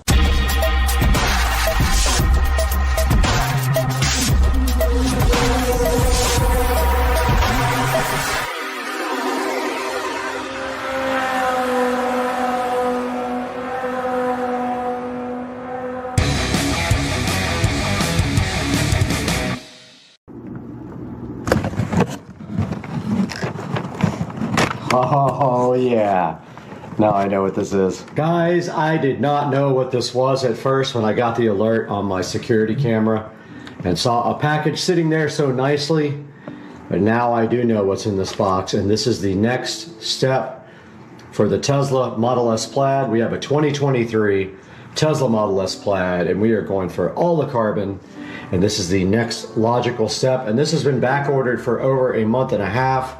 And I might have the first set in the country. Go ahead and open it up. See what's in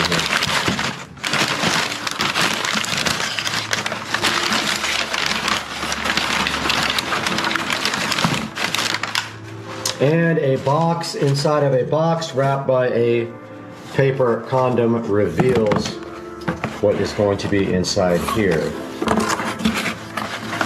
I might have the first ones. I might have the first ones installed here in the next few minutes in the country. Hopefully. Maybe not. But inside of this box we have the carbon fiber camera covers for the Model S Plaid. The 2023 has different cameras, remember. I have hardware 4. My cameras are different. I have only cameras. I have no sensors. And these have been in the works for a while, and this is what they look like, and they look amazing. This is real matte carbon fiber. They weigh literally about 1/4 of an ounce each, and this is how they look underneath the light right here. Good look at the matte carbon. And I can't recall how much these were. I will put a link to them in the description, but these did come from T-Sportline, as you can see on the back here. They have the 3M tape all ready to go. And basically what you do is just peel that off. We're going to test fit them first. Peel off this stuff here, this 3M tape, and then press them right onto the cameras. Carbon fiber, and you can get these in gloss carbon or matte. All the carbon on the Plaid is matte carbon, so I chose to go with matte. And let's get you guys actually in the light here, but that's what they look like. And even better over here, if you get a good view of that in the light, that matte carbon life looks so good, man. I'm hyped. Let's get out there and get these things test fitted on the Plaid and see what that looks like. We're out here in the Supercar Street Racing Magic Garage with the Model S Plaid, and you can see right here the factory cameras there, and these are designed to just fit right over the top, just like that. And you just basically take it off and you can like throw these right on, and that's what they look like, just like that. I don't know if you guys can see that very well with the lighting in here, but that is how they're going to look. That is, I believe they're either side, works on either side. Let's go check. Well, no, that's not possible. Is it? Wait. No, that is not possible. They are made for a particular side. So I'm going to prep this thing really nice and then go ahead and install these things.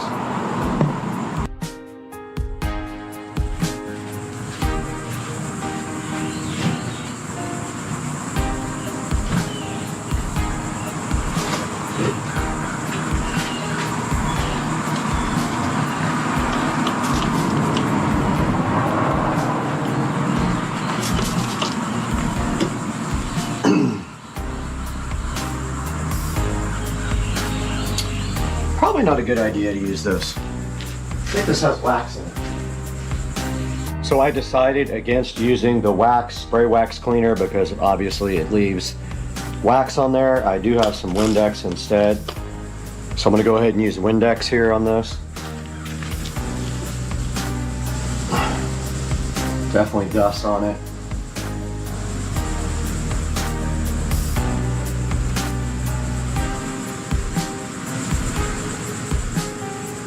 Alright. I'm just going to dry it with the other side now.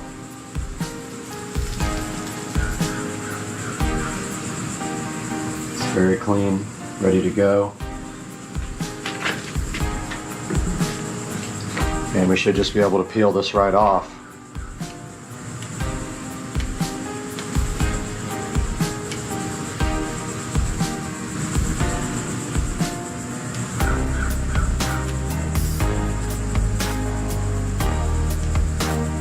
So I'm just peeling off the 3M here. If you guys want some peel satisfaction, key and peel.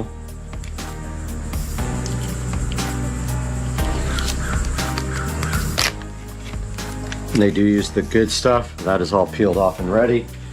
Now all we have to do is install this and just get it right.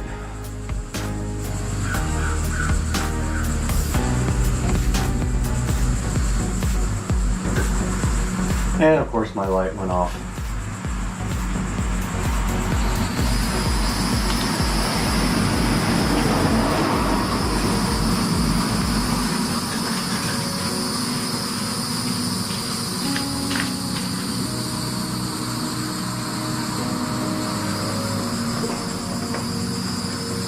Okay, I'm just going to press on this for about 20 seconds.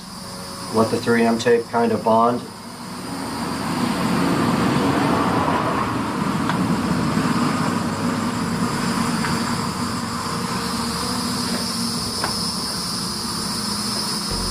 All right, first one is done.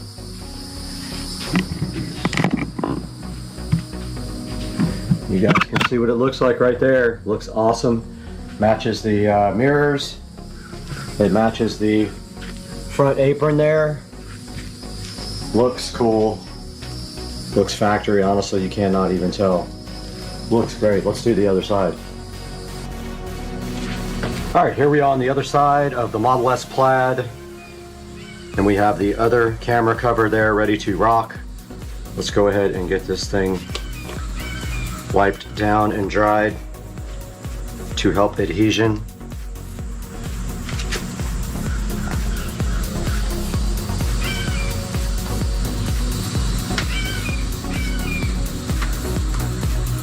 First one went on pretty easy without me having to do much alignment.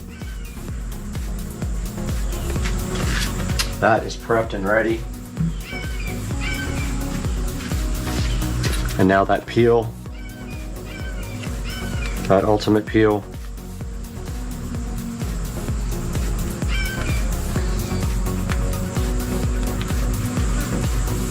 And the bugs are starting to come out as well.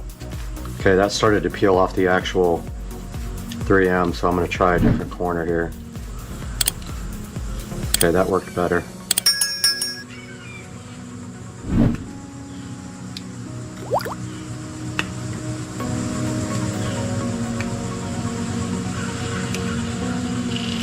that peel. Some of the 3M started to undo from the back of the thing, so I'm just gonna give this a little bit more pressure than the last one when I do it.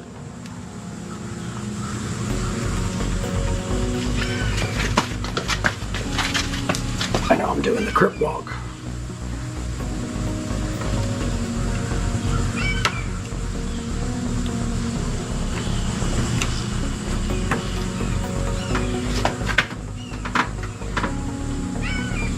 Okay, I'm applying pressure all the way around it evenly. There was 3M tape that was peeling off the actual cover. So I want to make sure that gets good and adhesive, if that's a word, adhered.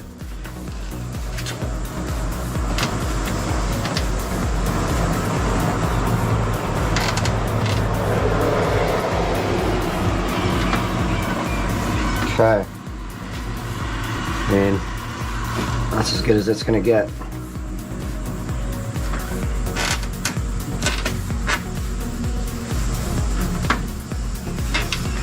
It's on there. There it is installed.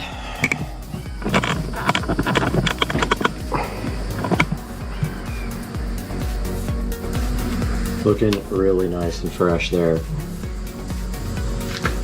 Really stands out with that carbon fiber mirror.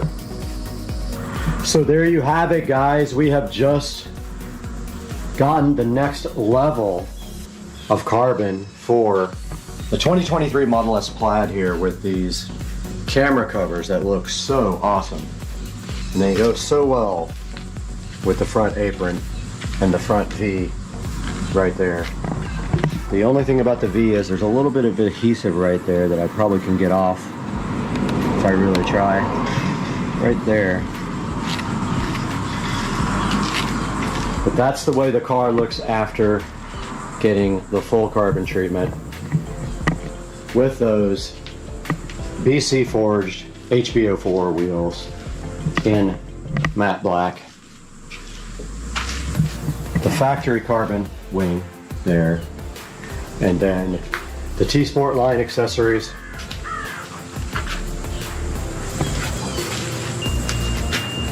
Looking hot and fresh. Guys, welcome back to the 4K production studio at Supercar Street Racing. We just took a look at a new accessory for my 2023 Tesla Model S Plaid, and we are looking at that right here on the screen.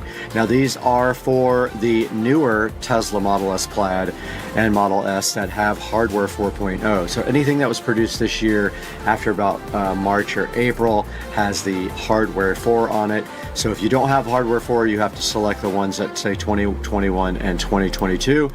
And mine are in matte carbon fiber as well. So if you're going to order these, make sure you order whatever finish you like. If you like the matte better than the gloss, get the matte. And the matte matches the actual matte carbon fiber that comes on the Tesla Model S Plaid anyway. Be sure to visit T-Sport line. Like I said, I'll put a link in a description and tell them that Supercar Street Racing sent you. And we'll see you guys next time on the channel. And don't forget, like, subscribe, and buy all your products through our Amazon links and help the channel out greatly. We'll see you next time. Guys, we are back with another instructional video for the Club Car Precedent, and today we have this Club Car Precedent throttle, pedal, brake, whatever assembly you want to call it. Got this right off of Amazon, so we will hook you guys up with the link for that. But today we're going to be showing you how to install this on Supercar Street Racing.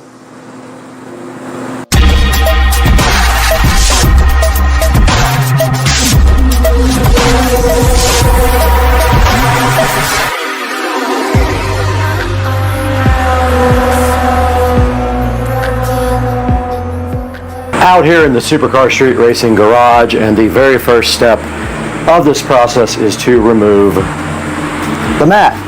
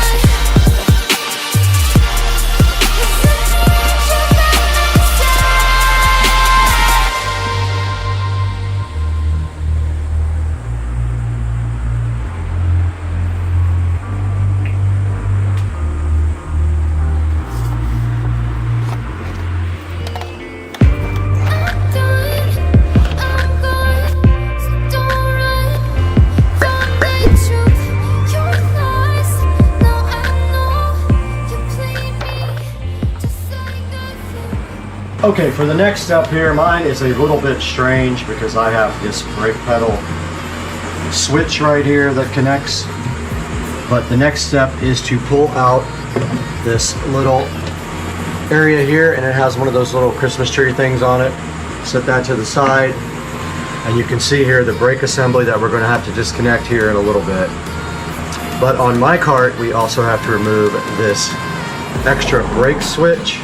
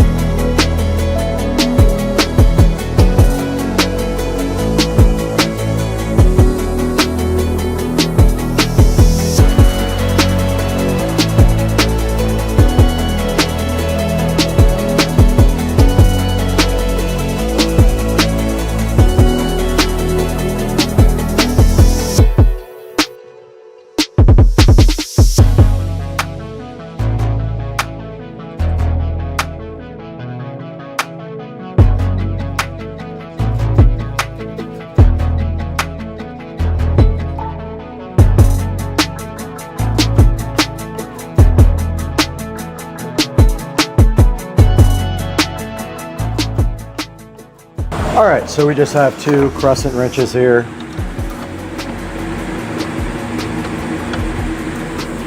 And all we have to do is loosen this guy.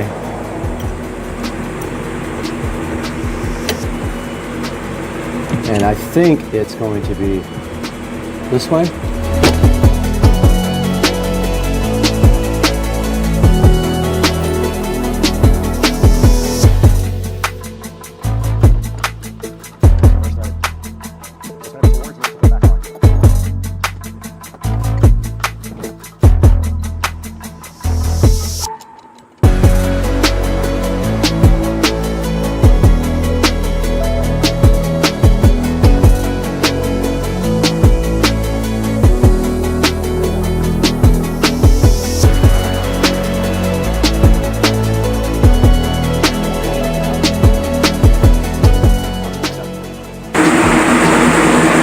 Now that we have the brake disconnected, we can go ahead and remove the pedal assembly from the cart.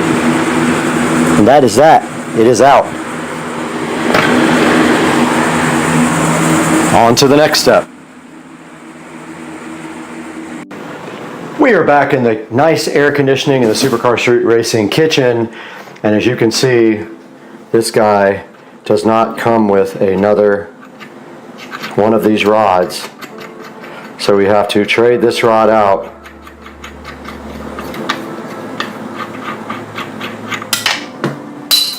And we don't want to lose that, but I saw where it fell. So we're literally just going to take out this old one here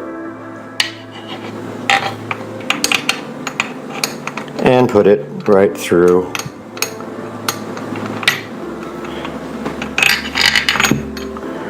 Yeah, easier said than done because I dropped the nut.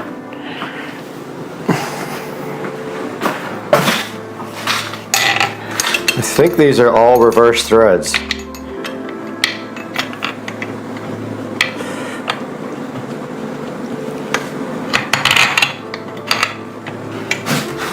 So that would usually be tight. It is reverse threaded.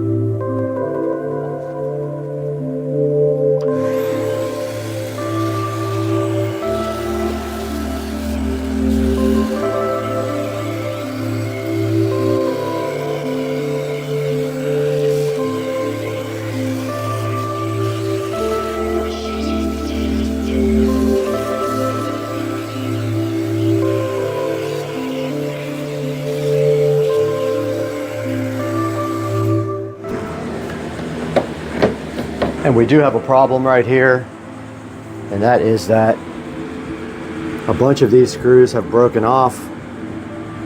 So when we put this back in, we're going to have to actually drill and probably use some self-tapping screws right there to get this thing done. But we are ready to put the new assembly right back in.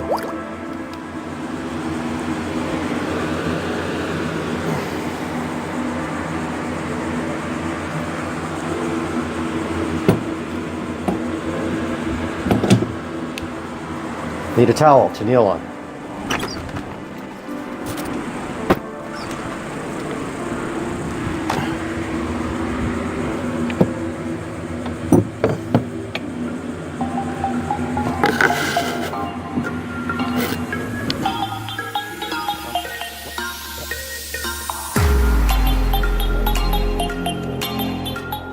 This does not come with a new rheostat, so we have to remove this one with a Torx. Or is it a... oh, forgot to put the Torx head on there. That would help, huh?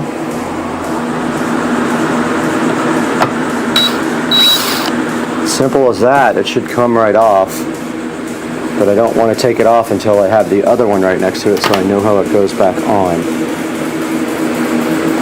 I don't know if there's another connection to something here, but I see it clearly on the other one.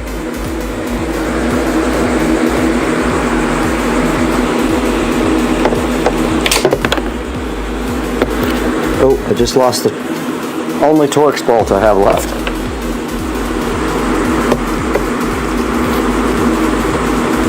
Okay, I can't tell how this comes off.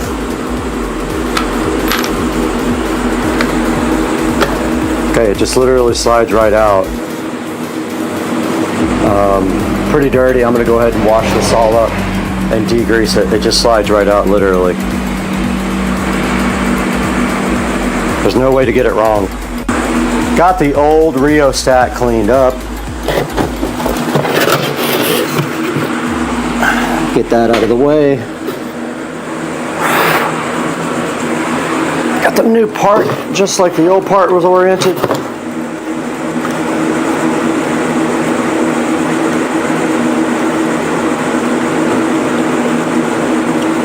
I think.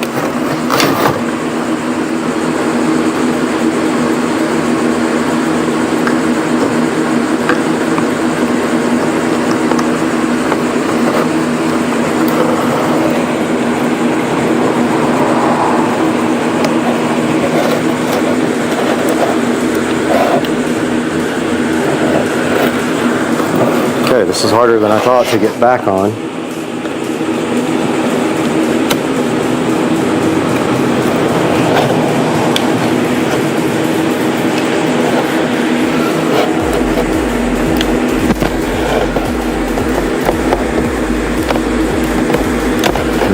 I think it's in there.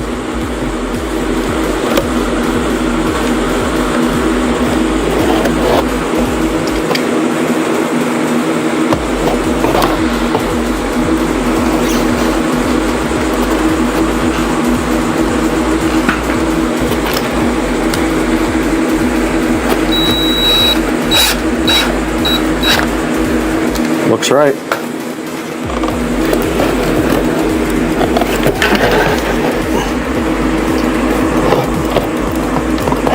Can't tell if it's turning or not, but I think that's right. Okay, now we have our rheostat reconnected and transferred over. And these can only go in one way.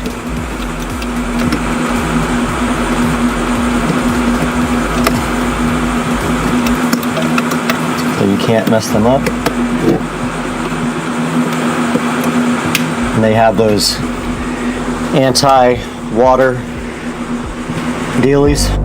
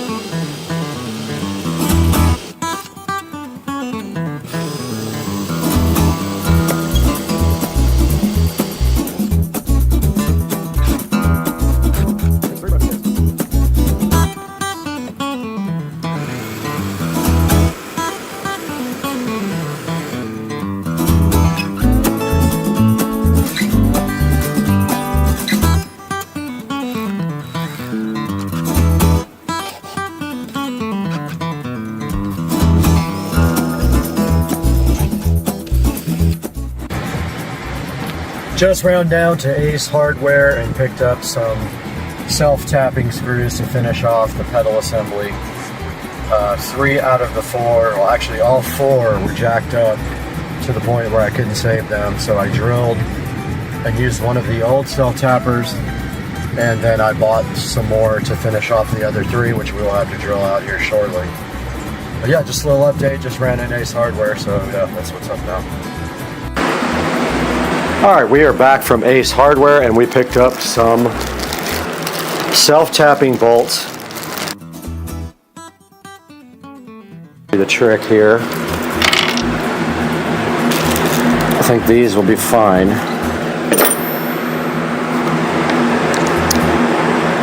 They have the same head as the other ones. Let's see if those will go in.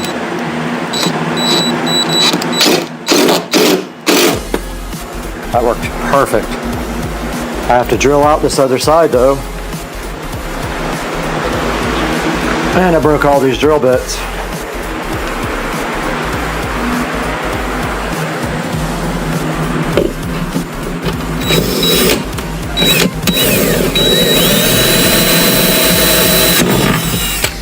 Oh, it's just plastic. It's just plastic, or either there is metal down below there. Yeah, I think there's metal below it.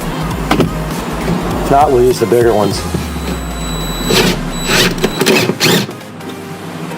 Yeah, didn't do anything. That one won't either. We might have to use the big ones on this. Oh. They sold me one of the wrong one.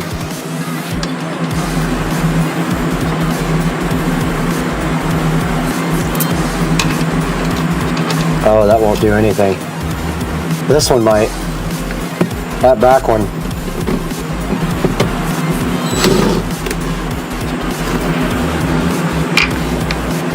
This one might go in. That back one is not going in. It's a way bigger hole.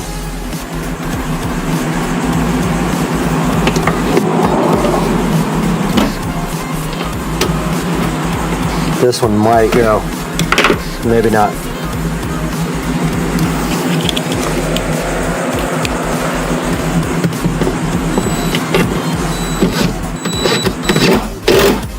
That one went. That back one's not going in. It's way too stripped out. But that's not going anywhere.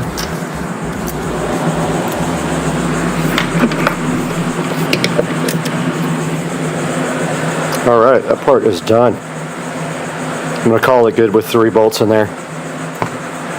Guys, we got our new brake pedal in, and it fits right over the old one after I was so dumb and couldn't figure out that you have to take the old plastic thing off. But I don't like the way the wire is going to be showing here. So I think what I'm going to do is notch out this little cover plate here, so that the wire can run under that and down through. And of course my light goes off every time I come out here. Ugh! What I was saying is I don't want my wire showing here, so I think this little plastic plate under here, if I just pull it off and notch it out, the wire can run behind it because there's a space back there, I think. Yeah, there is a space back there. So I'm gonna just take this off real quick and notch it out, and hopefully it can go back on and the wire will run behind it instead of like over the top here. You guys will see once I get a better idea of how I'm gonna do this. Okay, I think what I'm gonna do is drill a hole right through there, literally right where my finger is, and pass the wire right through and behind, if I can. Yeah, and then underneath it. I think that's what I'm gonna do. I'm gonna work on getting that done now. Okay, I did find a way to route the cable behind the pedal and underneath. I will have to extend it though, I'm pretty sure. So I am gonna go ahead and mark off right here and drill a hole right there. And I'm going to have to go through both the plastic and the metal.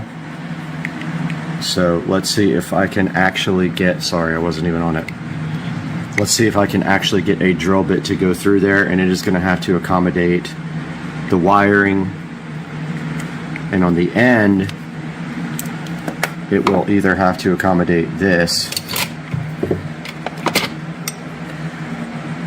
I think I can get these through there one at a time, hopefully. Yeah, it looks like I can. So it's got to be at least that wide to get through there. So let's grab a drill bit and get to drilling.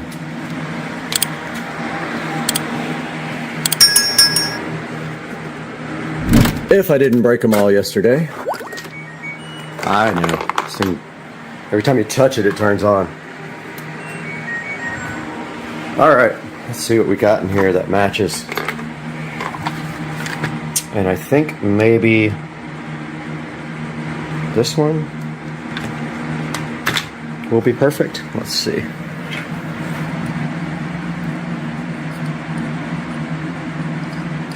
Either that or we just cut the wire and put new ends on it. Probably the best thing to do is just cut it and re-solder and heat shrink ends on it afterwards. Like go ahead and extend it right now, probably the best thing to do. And then we don't have to really put a super thick wire through the hole. We can drill it out smaller. So let me see what I got for wiring. All right, my plan right here and right now is to just cut off the ends of this and then extend it with this cheap little speaker wire that I have. The problem being the speaker wire is very thin, so I'm going to probably have to double up the ends in order to get our T-Con shrink wrap, not shrink wrap, solder connectors on it. I brought everything I need in here to do this connection. So what I'm going to do from the very beginning is cut off these worthless. You don't need bullet connectors. You're not going to be taking off your brake pedal. I don't know why they do it like that. I guess if you ever have to service it, I don't know.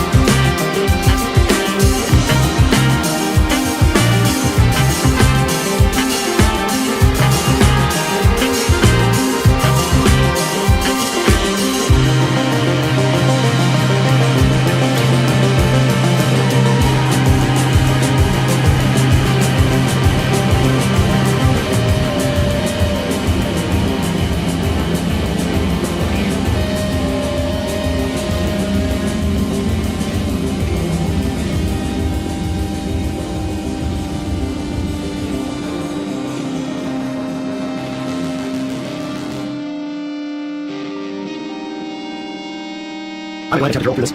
Wait, come. See that right back? Oh, I can't do that. Nope. That's right, it's plastic. Okay, that's not gonna work. Okay, that's gonna work. That's it, wait, send it back there. Yeah, no. Shoot, it's right on the edge of it. That sucks.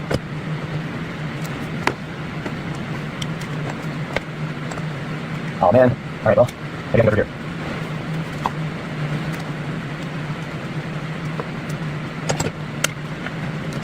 Break this thing.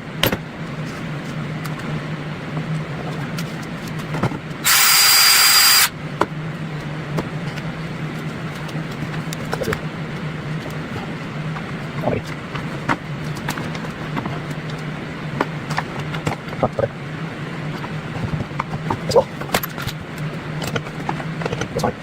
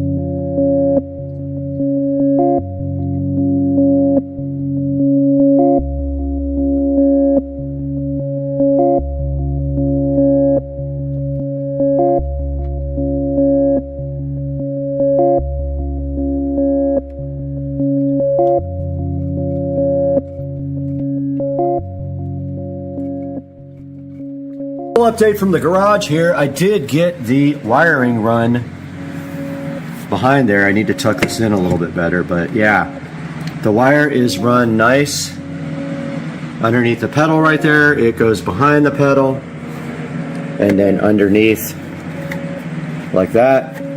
And then what we will do now is just tie this up really nice to the brake pedal and leave a little slack so we can move, and then get this tied in right there. So that's next on the list. Alright guys, a little update from out here in the garage. I got the brake wire ran to the back and underneath, and I might have already done this update, but the next step is to actually zip tie the brake wire line to the actual brake thingy here, whatever it's called. Give a little slack right there, and then do the connection. So I'm going to do that now.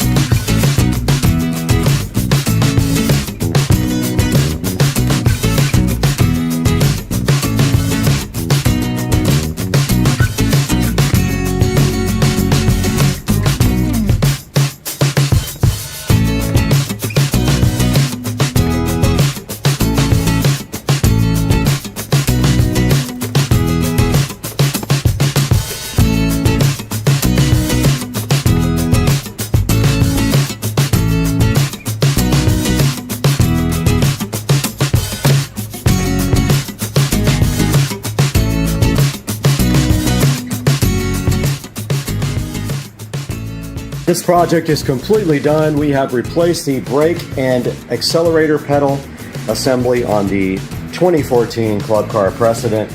Looking so fresh and fly, and then we wiped it down and it looks great, and now the actual parking brake works again. I hope you guys enjoyed the video. Please thumbs up, subscribe, buy from our affiliate links in the description, and we will see you guys on the next one.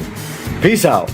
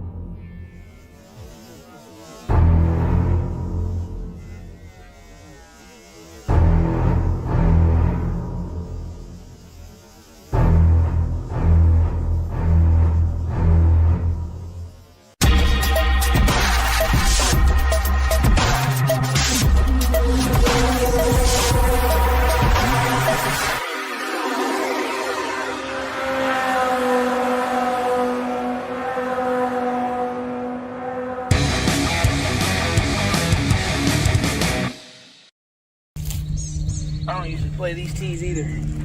I'll take it. I want you to don't film me, please. All right, buddy, make it happen for video. No pressure, right? Nope, no pressure at all. Live, Zero. right? Yeah, we're live. We're streaming live. That's not loud. Sure we.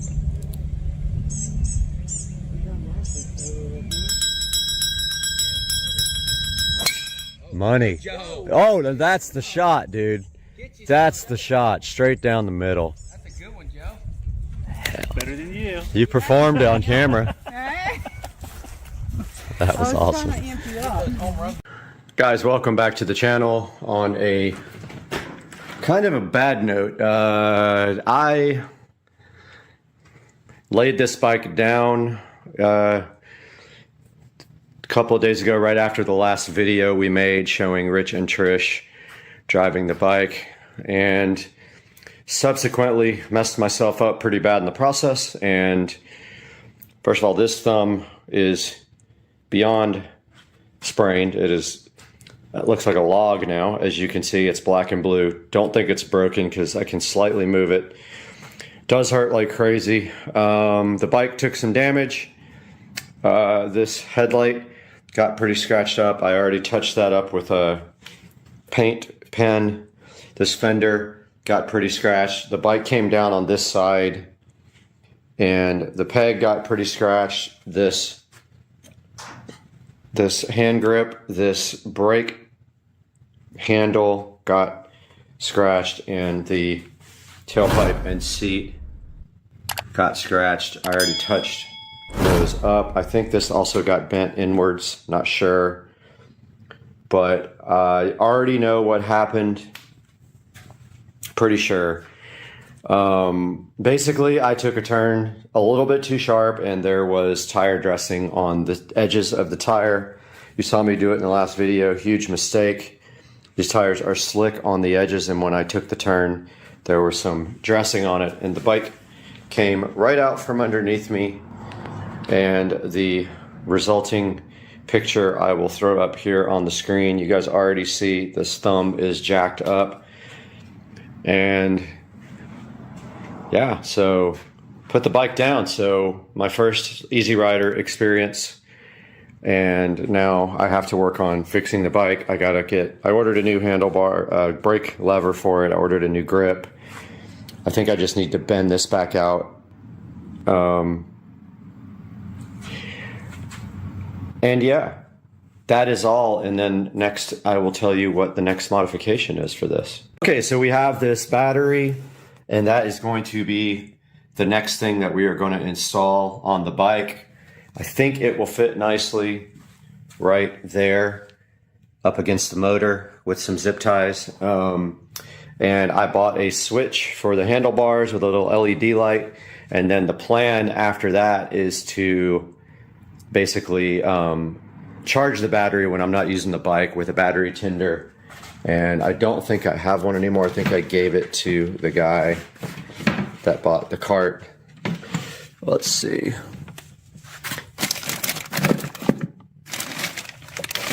Yeah, I did. I got to order another battery tender, so we will charge the battery constantly with a battery tender. This thing does have a generator on it, but I don't know if the little LED light on the switch is going to run the battery down when we're not using it, so we'll just charge the battery when we're not using it, and that should prevent the light from flickering, but we will find out. Guys, this is going to be a short video because I am injured and I can't really work on the bike right now. My thumb is pretty messed up. And as soon as we have updates for you guys, we will get back on this. But I hope you enjoyed it. Don't do what I did. Do not armor all your tires and then take a turn too sharp as the bike slides right out from under you. This is how you get stuffed olives when they don't have any. They bring you the stuff and you do it your yourself. own olives with blue cheese. Best way to have a martini. Right? Amazing. Hey everybody, Supercar Street Racing here. How's it going today? Wanted to take a few minutes to show you guys my whole home audio system, and I'm gonna do that now. So look around. So when I bought the house, I started on the whole home audio immediately. I knew it was going to be a lot of work, but I went ahead and got up in the attic and ran all the wiring and everything. I kind of want to show you guys this before I show you the smart home stuff in a different video.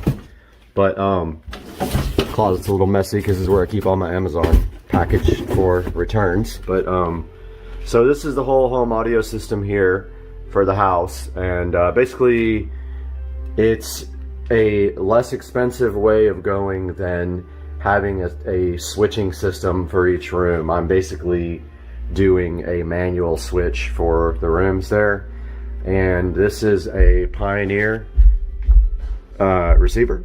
This is a VSX 1124K, and it is actually my leftover receiver from when I got a new receiver for my home theater, which you guys will see here shortly as part of the home audio. Now this monitor up here is strictly for the receiver to be able to look at the setup menu, because without that some of the features are not available. Like, it's very hard to find them on the remote. So if we just press home here, we should see, yeah, see how now we can see the well, it still says no signal, but may have come unplugged, but that's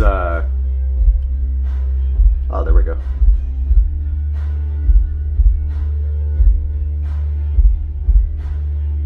Well, I'm not sure, but that's supposed to be the menu for the receiver there, like when you press that home button. Oh, there it goes. Okay. So that's how you set up the receiver, all the speaker modes and everything on it. So that's why I have this monitor here. Right below that, you can see that there is a speaker selector switch for each room. Generally, I leave all the speakers on all the time. They are not individually level controllable. That's the only thing about this. There are selector switches that do that, but they don't have this many rooms available. Oh, also, computer, turn on the audio closet light. So I probably should have done that first, huh? So I have a smart home plug in here with the with a fluorescent light back in the back. All my wiring goes up through the walls into the attic up through there behind the speaker selector box. And this is my Behringer Ultra Bass Pro. So this is a subharmonic synthesizer, or what this does is it enhances bass. It actually creates lower, fuller bass, and it has several settings. There's a DBX unit that's similar. I think it's the 120 or something like that. But basically you can adjust the amount of you know, synthesized bass you want. It's got a frequency adjustment for how low you want the bass to be, the frequency wise, a dynamic punch, and then it's got a subharmonic or an ultra bass. Then you can select ultra low or punch. You can adjust. I've got it right in the center. And then, sorry, the camera wasn't even on there the whole time. You've got a bass limiter if you want it, and then this section over here is to send bass to your satellite speakers, which I do not use that part. I've got my satellites in the ceilings all running full range because some rooms don't have subwoofers. Most do, but some don't. There is a JBL 10-inch subwoofer here in the closet as well. That handles bass for this side of the house very well. And the main source of music here is this Audio Echo Dot. See the music just stop, but there's some more playing now. It's supposed to be royalty free so I don't get copyright struck. But basically the way this works is from any room, and I'm gonna do a smart home tour another time. From any room I can tell, you know, if I say it now she's gonna wake up, but if I say, you know, the smart home thing and play something on this device here, like what kind of music I want, it will start playing in the house.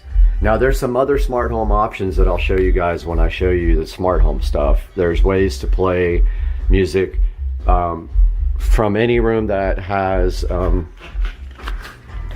Echo Show or a Fire Stick. You can create music groups and then you can play in various other rooms. So this is the audio closet. This is the amplifier section that feeds the whole house. And really like the ability to just have the dot right there.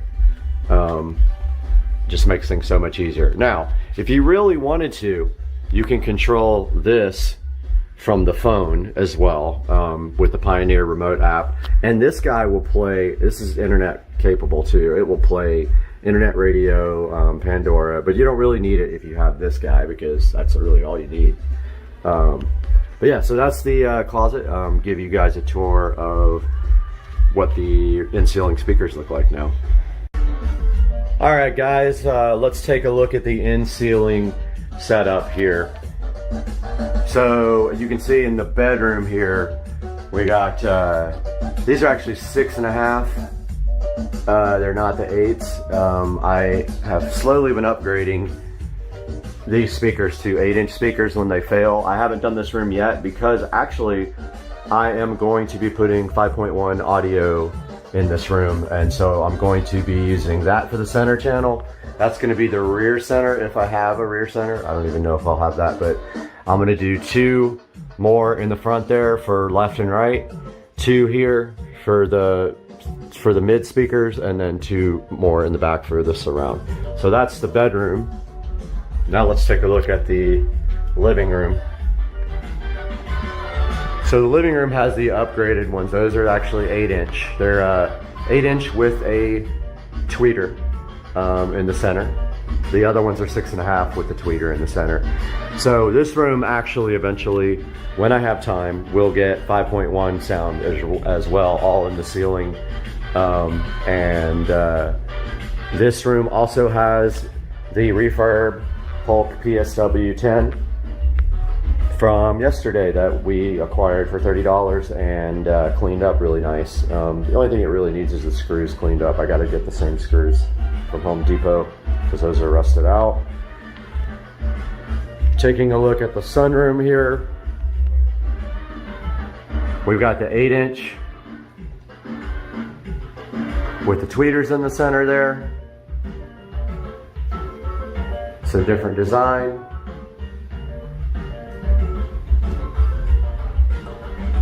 See how those, you can't see the tweeter? the ones on the sunroom. You can. Kitchen. Got the 8-inch there with the tweeter in the middle that's covered with the grills.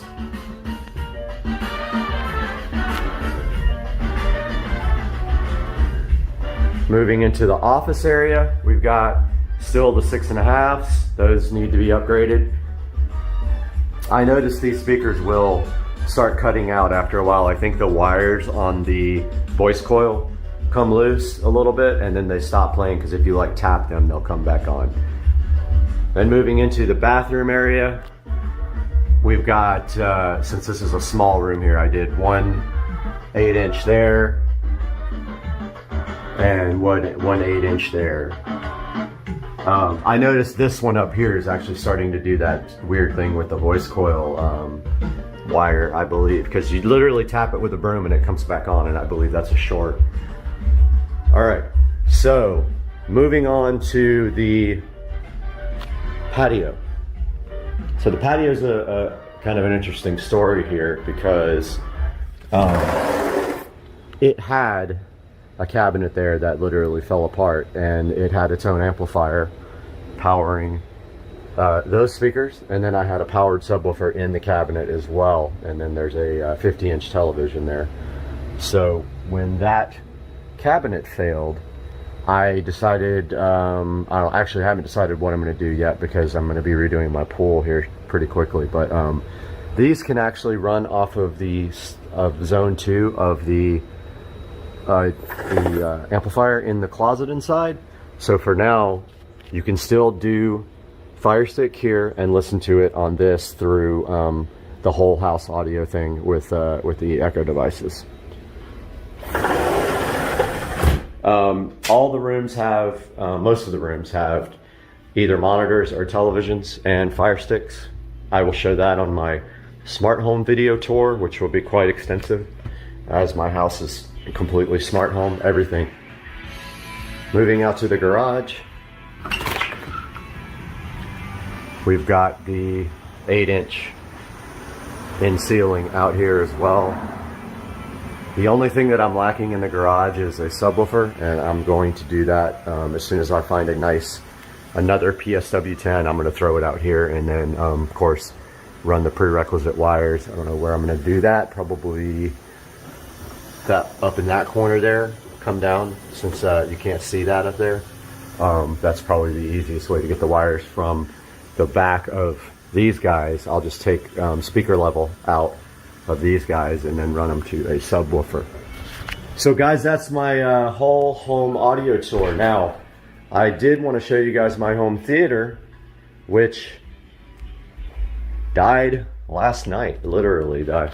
I think the bulb in my projector finally gave out after about 7 years, but this is my theater room, which I will do a full tour on as soon as I get a new bulb for my projector. I think that's what happened. Now, the bulb lasted a long time because I run it in eco mode, and like ever since I got the projector, I've run it in eco mode, and I've just got it strapped up on a glass shelf up there underneath, and it's a 120-inch screen. We have a Pioneer receiver, JBL front speakers, and then I did the surround sound 6.5s for the surround sound, and I have a Advent center channel. The screen is made by me. It is paint. It's called home theater screen paint. You can get it at Lowe's. I framed out the screen myself and painted and sanded the wall, and it came out amazing. I ran all the wire. I did pretty much everything in this room myself. I did the paint, I did all the electrical work, I did the audio cabling. So the cables go to wall plates behind the receiver. They go up through the ceiling there to the speakers, and also HDMI to the projector, which is a really, really nice Epson. It's not 4K. Don't think I'm going to be doing that anytime soon because they're really expensive for a true 4K. But it does do 1080p, and it's very bright. And I highly recommend it. I don't remember the model number. I'll have to get it and put it in the description. But yeah, so this is the home theater room. Of course, that light's usually off. I got my art there, my projector up there, and reclining couch there, and a futon there. 120-inch screen. It's actually capable of going wider. That's just as far back as I can go without the door. If you want to get an idea of how big the screen is, there's the door. So that's as big as it can go without taking the door off, literally, which I thought about doing that, but I did not do it. But anyway, that's going to do it for today's video. Wanted to do a quick tour and show you guys the home audio system. I hope you guys liked it. If you have any questions or need advice on anything home audio related, please don't hesitate to put it down in the comment section. Have a good day. Okay, I could not figure out how to get this for the life of me, but it looks like you're supposed to use a spacer because the short screws don't fit it. The long screws fit if you use a spacer. It came with like another O-ring thing with a spacer. This nut is really close to the actual throttle body.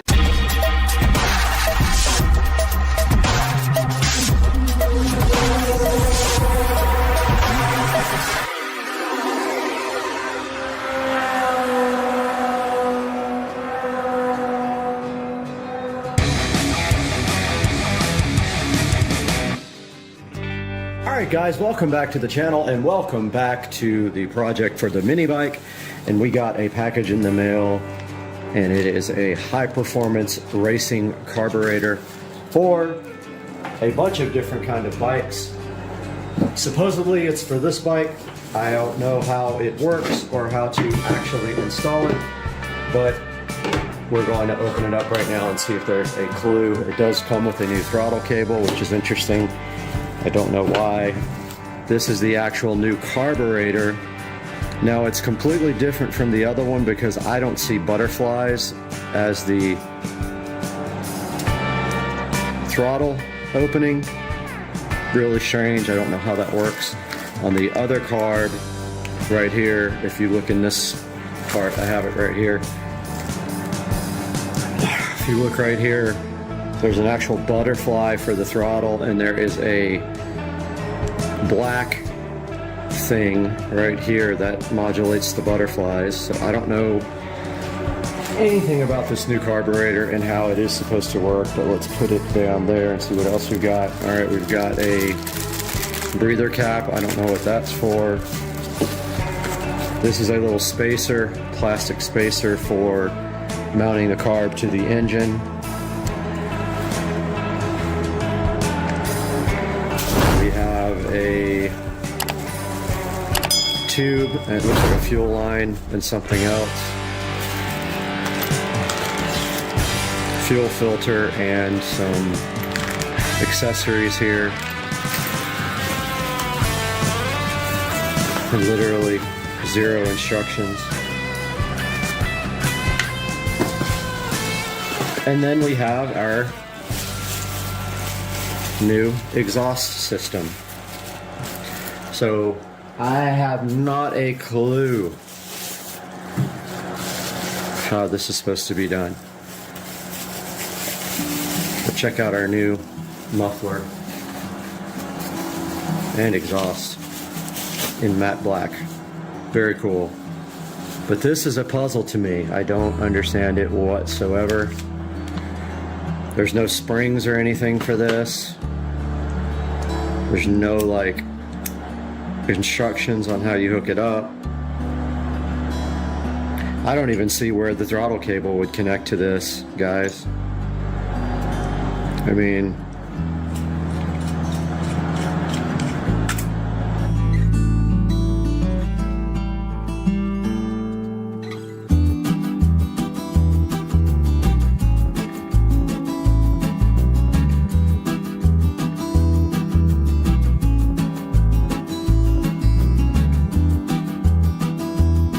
okay, we're looking at all of our components here with our upgrade kit for the bike, and we have the Mikuni MK22 carburetor here. And so the first thing you want to have handy is a small screwdriver like this, and you want to take this idle adjustment, you want to tighten it all the way hand tight Just hand tighten it till it's all the way to the right, and then take it and back it off at least 1/2 to 3/4 of a turn, and that is going to be kind of where you're going to want to be on that guy right there. And then the next step is to go ahead and mount the MK22 to the actual bike. But before that, you want to take these 4 screws and open that up. And inside there, you've got your float. Open these 4 screws up, make sure your float, hold your carburetor level, make sure your float is also level, and then put your 4 screws back on and be sure not to over torque those. Okay, we are taking a look at this carburetor install now. This is our actual spark plug wire. Needs to be degreased actually. It did not come with a new spark plug. I'm going to grab some gloves.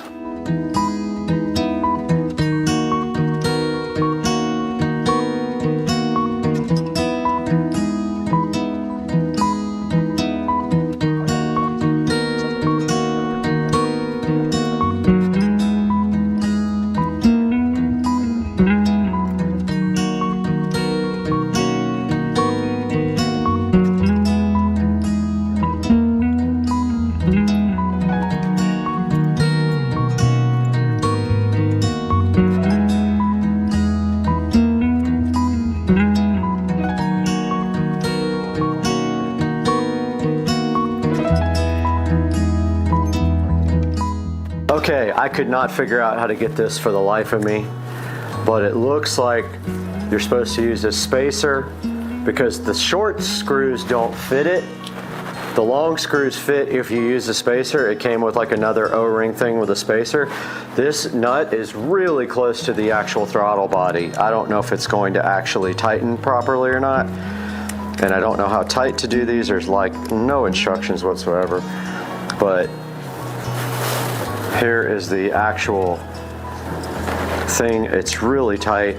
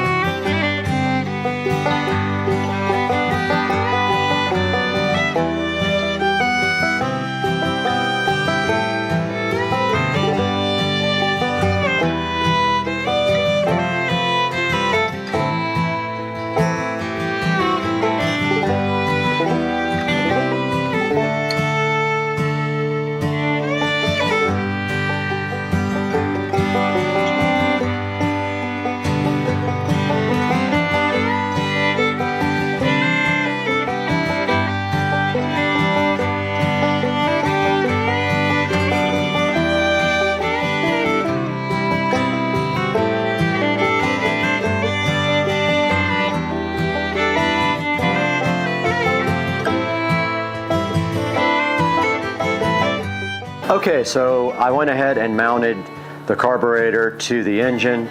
So what you do is you put the gasket in between and then you tighten them by hand. Then you tighten it with a wrench and you alternate from side to side and you just snug it up on both sides. Okay, so we got the inside of the carburetor out, and it has a little clip inside there with a needle. And to hook up the throttle cable, you run it through the cap here. Don't lose the gasket. Through the spring, like that. And then I think you put it down the side here. I'm watching a video right now on how to do that. But I think it goes, oh, well, we lost it already. Keeps falling back in. Okay, so you run your cable through the hole in the slide at the bottom. Like that. Make sure your gasket's still in place here. Don't forget your black cap like I did. I didn't see it in the kit, honestly.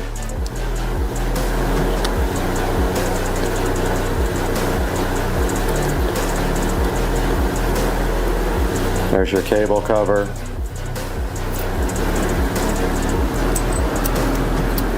Your spring. Grab your float. Goes under like that. And then everything goes back in. It should drop all the way to the bottom. If it doesn't, it's not in there right. Ah, I had it in there backwards. It dropped that time. Okay, it's in there now. Assuming you just zip tie it up like that. Maybe through this little, oh man, was I supposed to go through that? What the heck, man? Well, it's getting zip tied.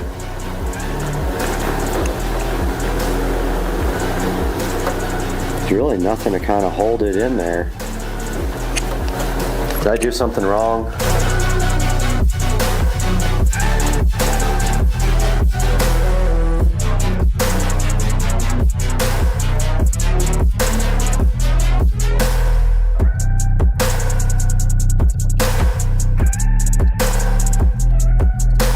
Alright, we got our air filter on there now. Just needs to be tightened up.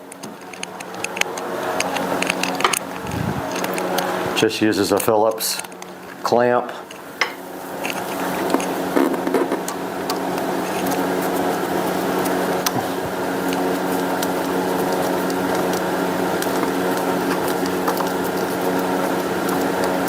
Just like that.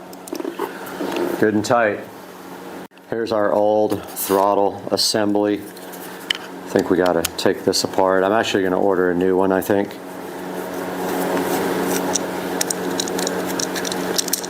It's got 2 screws on it.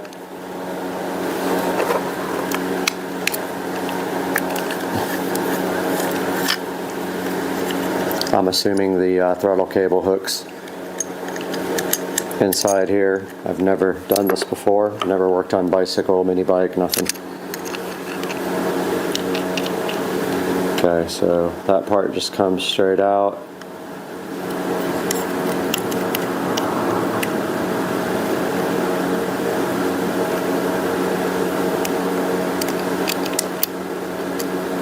Okay, apparently this part comes out somehow.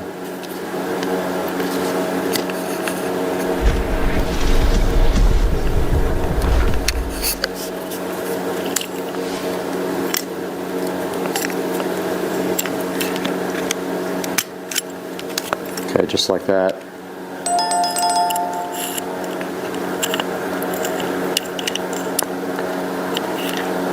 Okay, I do not want to forget how this piece goes in there. Goes in just like that.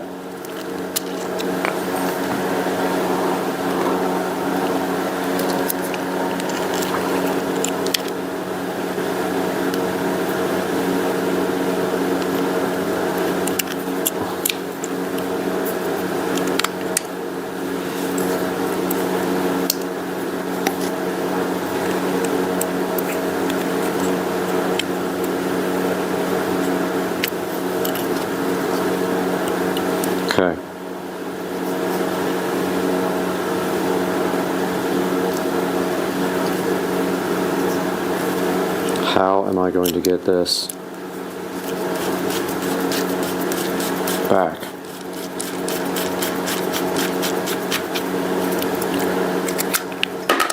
Shit.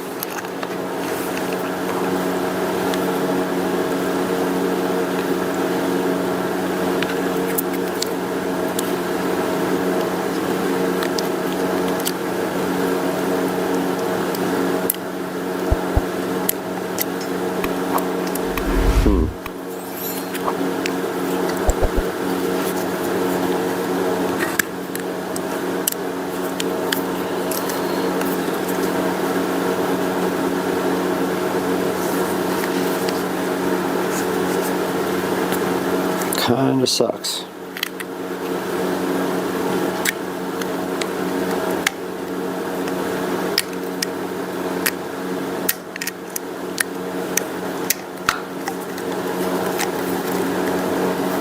Okay, I think that's it.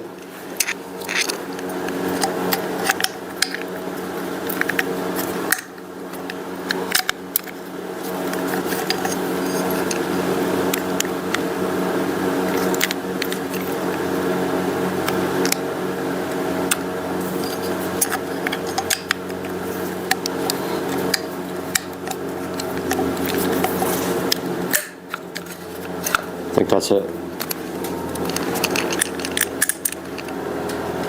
Let's see. Yeah, I want to order a new one of these anyway.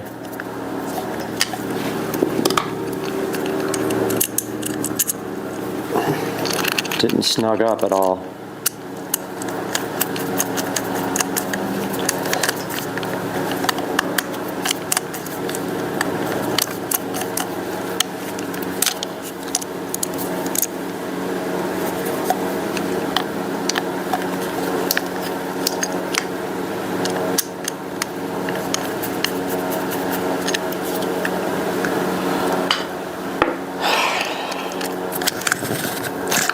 That feels like it, but we got to put the handlebars back on before we can do that part.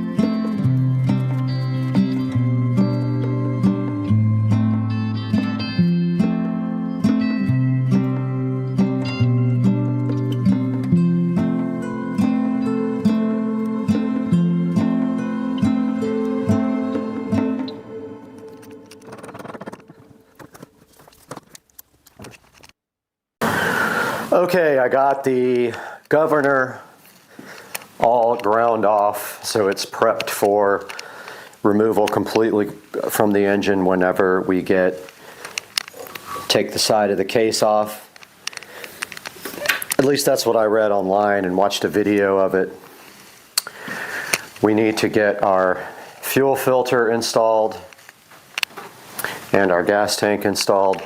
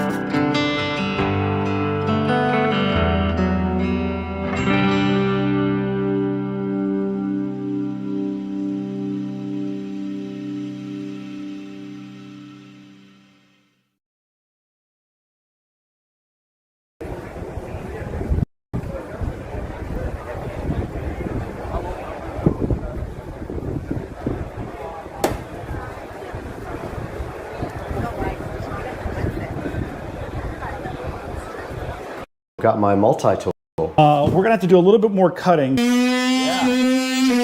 to overheat, initiated.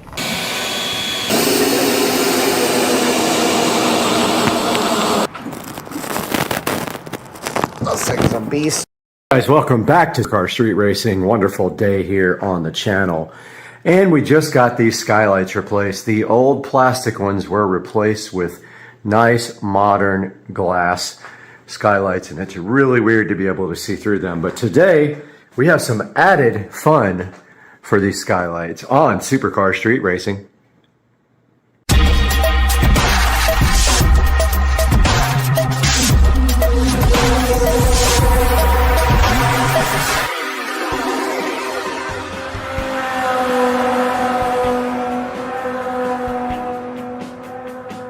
Guys, today on the channel, we are going to get the skylight insert, these, whatever this is called, the inserts where the skylights go up to the ceiling. We're going to get those painted if we have enough paint. Hopefully we do. We have just a little bit left. And also, we are going to be adding LED lighting to the top of these. We have a couple of Govee smart strips. So we need to get that ladder out, get up there, and see what is up there. So we're going to be doing that next. Let's grab that ladder.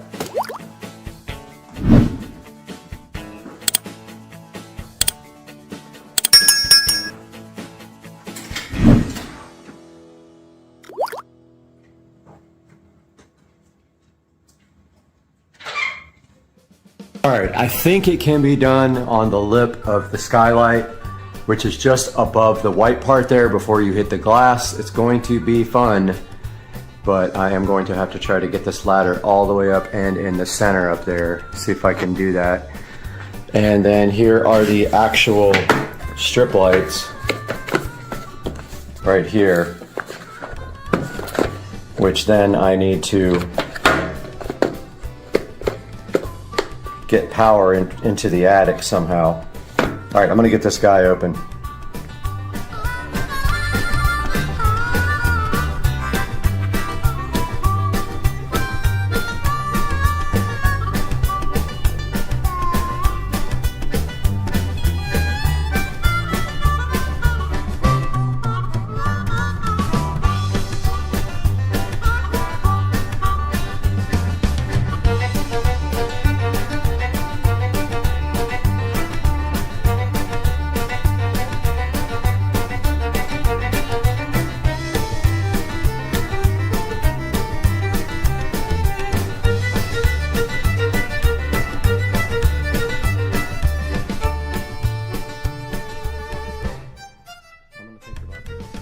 Okay, so I have to get at least this part through the wall up there into the attic to get power to these things. So I'm thinking the lowest part up there is the best place to do it, so I'm going to shoot for that. I'm going to go ahead and just start running these LEDs, I guess. Okay, I'm not 100% sure if I got the wire actually to where I can get it in the attic. That means I have to get in the hot attic. This is gonna suck big time.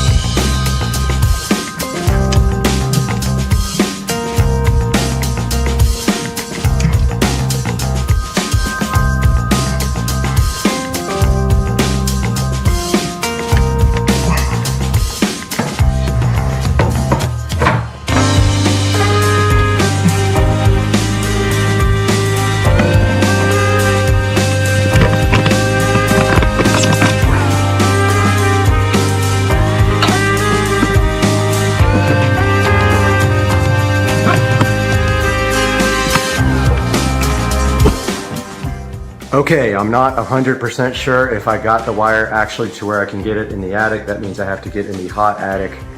This is gonna suck big time. All right, the first LED light is connected in the attic. We just need some long extension cords in the attic to connect it to power, but I did good. However, this time I don't need to drill such big of a hole.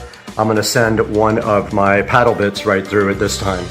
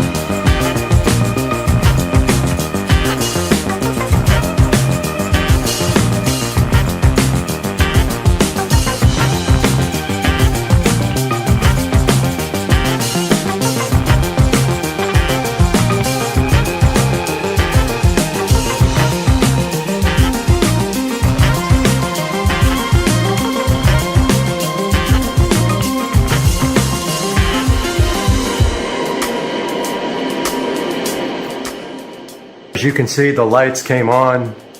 I have power in the attic now. And I think they are set to microphone. They are. All right, let's get them hooked up to the Gobi app. Guys, we are back in the Supercar Street Racing living room where I've been working hard to finish this project of these refurbished skylights. And as you can see right here, right now, we have replaced these skylights with glass, and you can see how clear and good they are. And then we did some work afterwards, and we are about to witness that now. We installed some special Gobi LED lights, smart lights, into these skylights, and also painted the skylights for the first time since I've owned the house.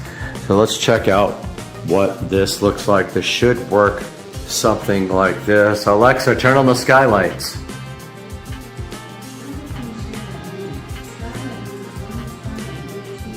Alexa, turn on skylight number 1. Alexa, turn on skylight number 2. And there we have it. For the first time at night, we are checking out the Supercar Street Racing enhanced skylight action here. And this is quite a sight to see. Look how good that looks, guys. The Supercar Street Racing skylights in action. We have taken these skylights from just a normal skylight, which you couldn't see through, to something special. Now let's get a thumbnail for the Supercar Street Racing channel. And there we have it, guys, the Supercar Street Racing enhanced skylight experience in the living room, looking oh so fresh to death. And these are the Govee 16-foot LED strip lights, looking so fresh. And we will see you guys next time. Please like and subscribe and click through our links to buy anything on Amazon, not just what's in the description. Anything. Click our links in the description, buy anything you want. We get a few dollars here and there. But as you can see, we have installed LEDs and painted the skylights and replaced the skylights with modern glass. And it looks oh so fresh to death on Supercar Street Racing. See you guys. Welcome back to the channel, and we are here in the Supercar Street Racing office with another on shoe to look at. And you guys know I love these on shoes, and today we have the On Cloud Flyer in Glacier and Flame to check out, so let's get going.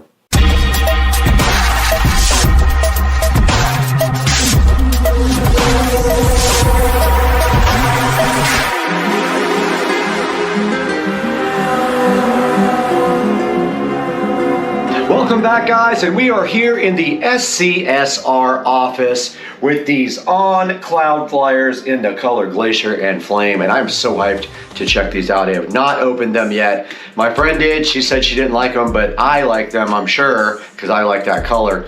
So the color for the Flame is kind of an orangish, reddish color, but I'm super hyped to get these things opened up, try them on, see if they're comfortable, walk around in them for you guys, and then give you a little look at that on Amazon. So let's do that now. Yet another On product here in front of us on Supercar Street Racing, and today we have ordered the Cloud Flyer in Glacier and Flame. And you can see here the box is made of recycled material with the On chicken logo, like I call it, because I think it looks like a beak. It's actually O-N, On, which is confusing for some people, but it just spells On up and down like that. The Cloud Flyer in Glacier, which is an orangish color, and the Flame. The Glacier is like a grayish, and the Flame is the orangish red color, and these are size 9 male, and I have not opened them up, so let's take a look at that now as we open up the Cloud Flyers. Let's go ahead and unbox the On Cloud Flyers now and see if they are as fly as I think they should be, because I am hyped about these. All right, so always you get the logo notice thingy here that says this box is recycled 100%, so they do recycle it. And they use water-based inks too, which makes a big difference on the actual impact on the environment. And then inside you always have this little tissue thing here covering it. Wow. Dang, these things are fly. Look at the On Cloud Flyer. It's kind of a silverish color with kind of an orangish color there under the tissue paper. And there's the other. And wow, these look awesome. I knew I would like these. My friend, she opened them and said she wasn't that big of a fan of them. But let's get these things out of the box now and see what they look like in detail. All right, you guys just saw the unboxing of these On Cloud Flyers. So now let's take a closer look at how they look at some of the details and the colors, and see what we think about that. The On Cloud Flyers in Glacier and Frame are right in front of me, and if you look at this shoe, it does come with some packing inside. Now that is to keep the shoe from getting crushed and deformed in shipping, but it pulls right out like this. And they do have like a little shoe cardboard thing. And they have this paper.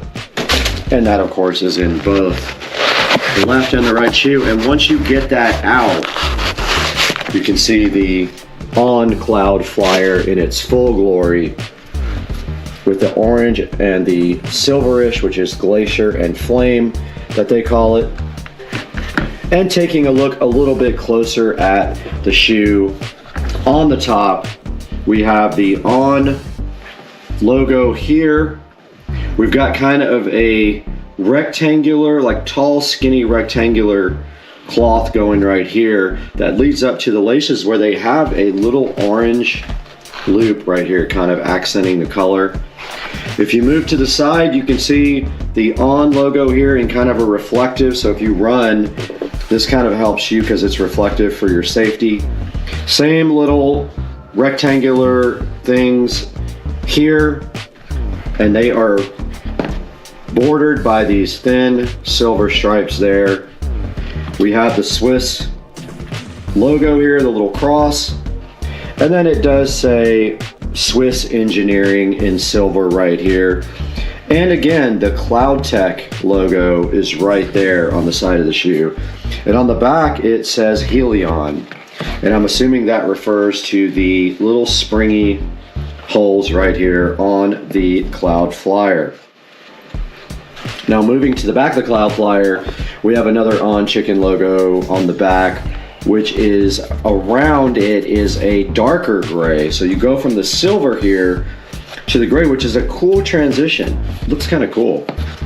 And then on top, we have the On logo in silver with the flame on the tongue. And inside of the shoe here, you do have the orange flame material again, moving into the actual inside of the shoe. Nothing particularly interesting on the back, just a little slit here for the Helion, as they call it, on the bottom. We have an On logo there. It probably has 20 On logos on the shoe, which is kind of overkill, but that's fine. They love their products. And back on the other side of the On Cloud Flyer, it literally just repeats itself all the way through. And you have this silver strips here with some tiny little silver cross fabric here, which is more, this is more of like a heavier, stiffer fabric. This is more like cloth. So this is a more durable fabric there. Same little stuff moving to the back here. This is between this stiffness and this stiffness, but still a stiffer fabric there on the On Cloud Flyers. Now that we've had a good close-up look at the details on the On Cloud Flyer here, we're gonna actually try these on, walk around in them, see how comfortable they are, and give you a final decision before we take it to Brad in the studio for some more details. We're in the SCSR living room now with the On Cloud Flyers, and as always when we get these shoes, I'm gonna give you my honest review. I have massive bunion problems right here, and I'm pretty self-conscious about even showing that, but it is true. I got bunions here, and I also have really flat feet, so buying shoes that fit me well, I usually have to buy wides, but I haven't had a problem with the Ons yet. They have seemed to been like the perfect shoe for me. So let's go ahead and throw these guys on, get it on, and we'll go ahead and walk around. And once again, very, very comfortable. And you can see where my bunions are pushing against the fabric, but luckily the fabric right here is soft, so it is not causing me any pain. I'm in general pain when I walk, but this is not causing me any problems whatsoever. And wow, they are super comfortable, just like the last pair. Now let's go ahead and take a walk around in the On Cloud Flyers. And they feel really good. And here's the treadmill that I usually work out on in the beautiful Supercar Street Racing compound backyard. But walking around and test driving these On Cloud Flyers, let's see how they feel. Very comfortable. Like, I can compare these to my ASICs, and they are definitely more comfortable. They don't hurt my bunions at all, even though you can see right here clearly my bunions are pushing up against the shoe. It's soft enough where it's not giving me any issues whatsoever. I'm just test driving these around the house now. Don't hit the vacuum.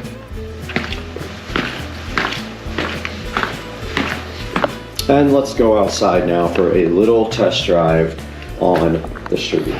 We've arrived outside the Supercar Street Racing compound, and we have the On Cloud Flyers on, and they're actually feeling very comfortable. I could see putting, you know, 3 or 4 miles on these without any issues whatsoever. Now these are actually my shoes for fashion, not for exercise, but I wanted to take them outside and do maybe a couple of minutes in them and see how they feel. So I'm just gonna go here, turn around and come back and let you know if I feel any weird issues with the shoes.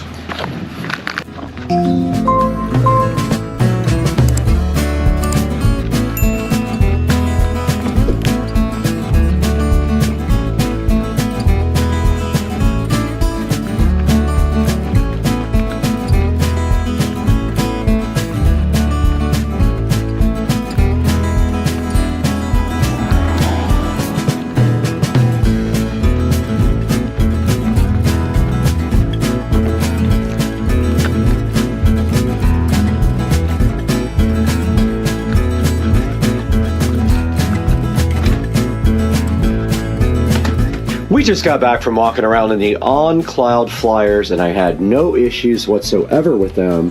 Actually, very comfortable shoes. I'm super happy with them. And we did move a pair of our flip-flops from up here down to the shoe rack so that now we make room for our On Cloud Flyers to go in the On shoe collection. And they fit so nice up there in the existing collection that now there's only one pair away from filling up our 9-pair shoe rack. You guys just saw me take these On Cloud Flyers for a nice little test drive. I gave you my opinion about them, so now you know, if you order some, how I feel about them and how they feel on my feet. But now let's go into the Supercar Street Racing studio. Brad's waiting in there to tell us all about these On Cloud Flyers and how you can order your own. Hey guys, once again, you're in the Supercar Street Racing 4K production studio, and my name is Brad. I welcome you to the channel. I'm so glad you're here. If you could do me a huge favor and like and subscribe, that would help the channel out tremendously. And make sure you buy everything through any of our affiliate links, anything you want on Amazon. Click any of our links and then buy it, and that will give us a few little dollars to help keep the channel going. But today we're concentrating on these On Cloud Flyers, another fantastic On product. I think that they honestly make the best shoes on the planet Earth. They're the most comfortable for me. They are more comfortable than my ASICs that I wear to work out. And on the screen right here and right now, we have the On website. Now, when you get to the On website, if you want to look for the ones that are last season and on sale, I've got it up on the screen right here where it says last season. You click that. Once that pops up, you can click shoes and kind of filter that down a little bit. And we're looking for the Cloud Flyer. And if you don't see it right away, you can also just click on it. So here are all the shoes that are available from last season. And let's say you want the Cloud Flyer. Here is a Cloud Flyer 4. Here's the Cloud Flyer that I have, the actual shoe. Now, when you get into this is the color I have, Glacier and Flame. You have to click on your size, and they still have size 9 available. The ones that are grayed out here, you cannot get those. They are not available. Now, this style here is available, and that would be, I'm not sure what color that is. I don't see it on here. Oh yeah, Midnight Rust. So that is the Midnight and Rust color right there. You see it, and it is not available in my size. So basically, on the Cloud website, the On website, you just click on the shoe that you want to buy, and if you go to the last season, they'll have sale shoes, reduced by 20, 30% sometimes. And let's say you want the Cloud Flyer 4 here. You click on that. And then you go down here and you go to men's, and then they do have a size 9 available in metal and lapis, whatever lapis is. And these are actually really cool. They are reduced by 20%, and you can go ahead and order your shoes on the On website. I will have a link in the description to order some of these from Amazon. Please do me a favor if you buy them and buy through my affiliate links. And we got to get out of here because I've got to go try on some more shoes. So peace out.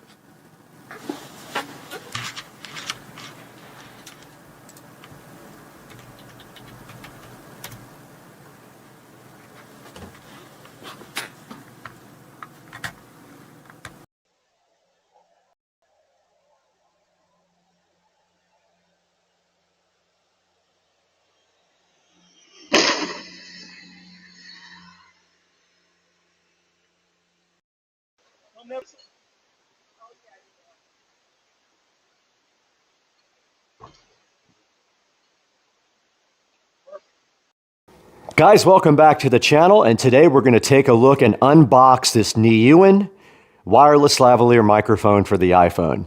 So stay with us.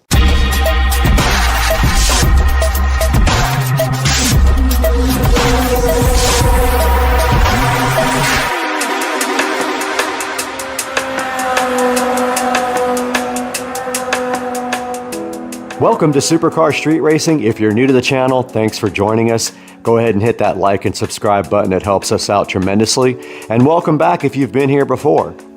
Today on the channel, we're taking a look at the Nylon wireless lavalier microphone for the Apple.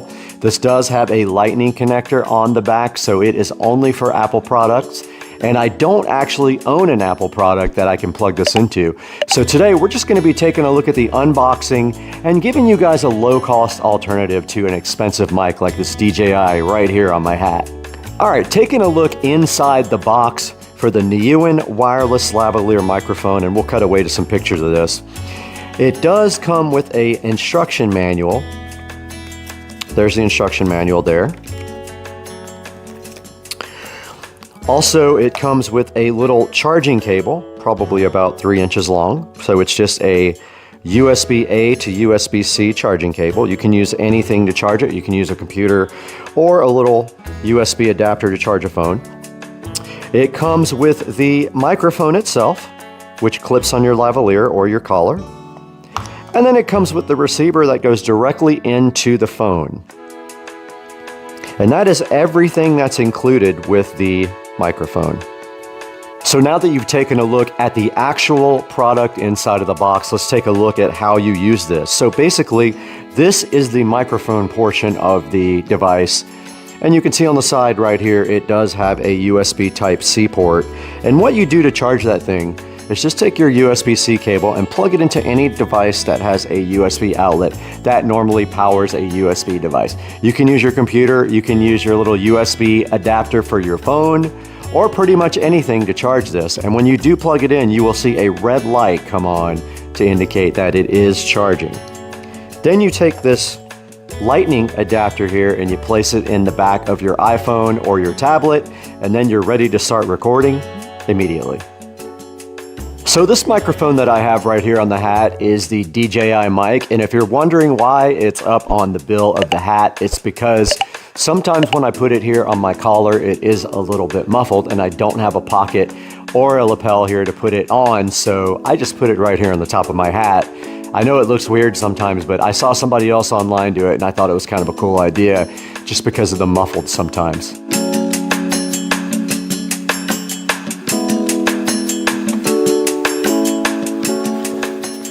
Welcome back to Supercar Street Racing. We are here in the beautiful 4K production studio once again to be with you guys to talk to you a little bit about this wireless microphone from Nylon.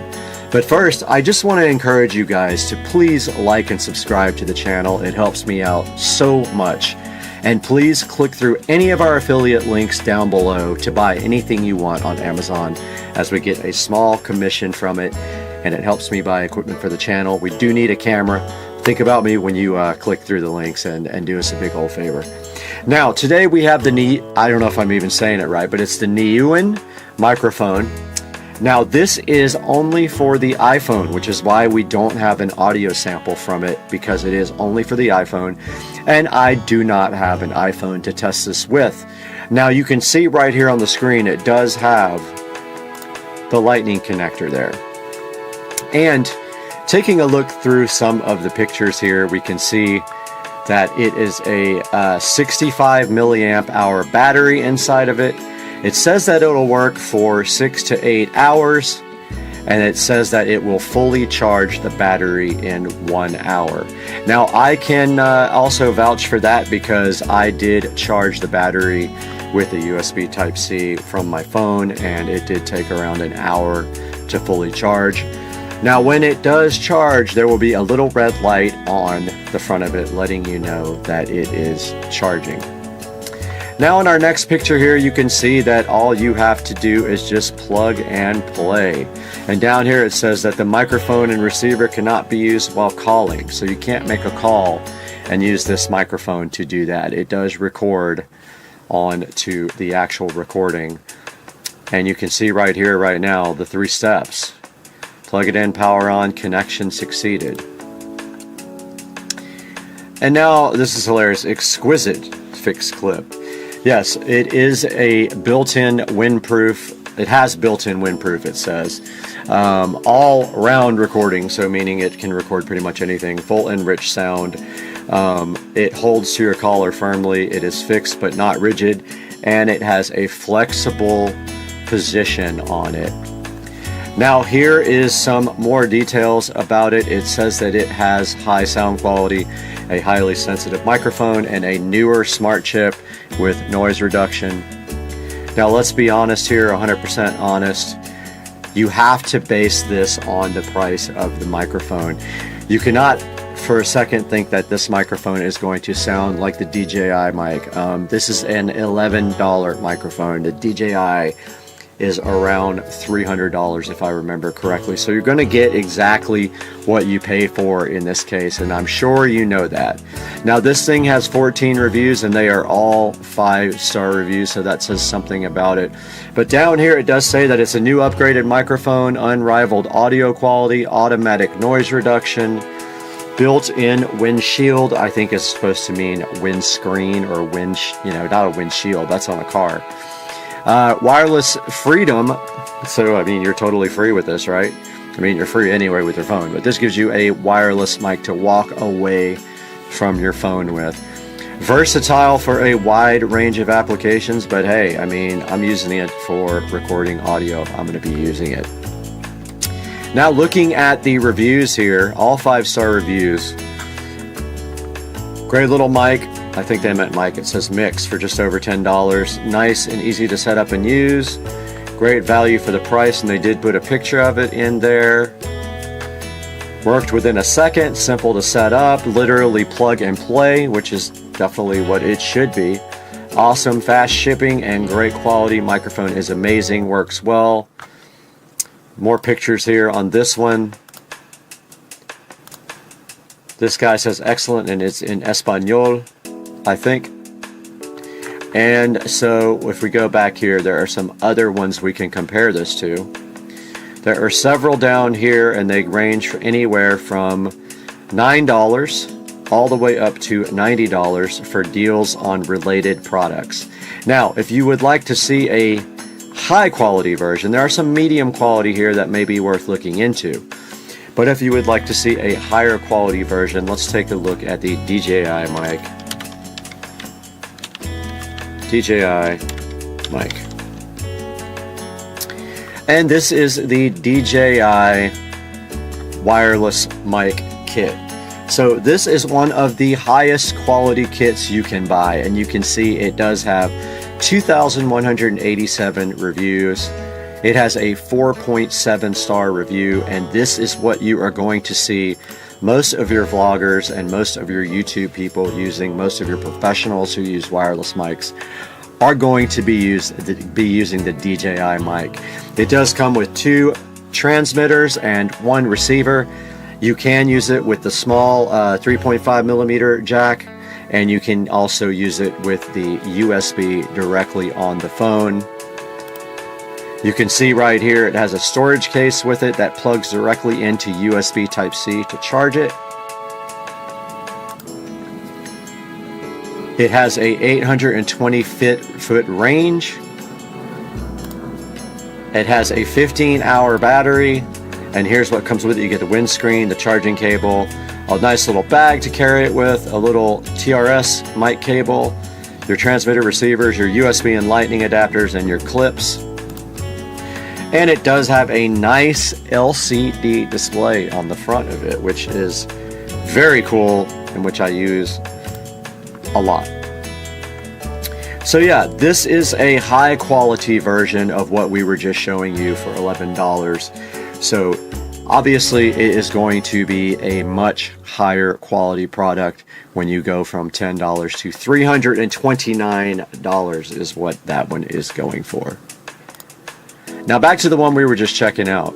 There are no videos for this yet, so I was going to play a video for you and thinking maybe they might have someone that has a video review, but there is not one. So at some point we will take and get an iPhone and we will make a better review for you guys, but as of right now, this is all we have on this because we can't actually plug it in and listen to the sound quality.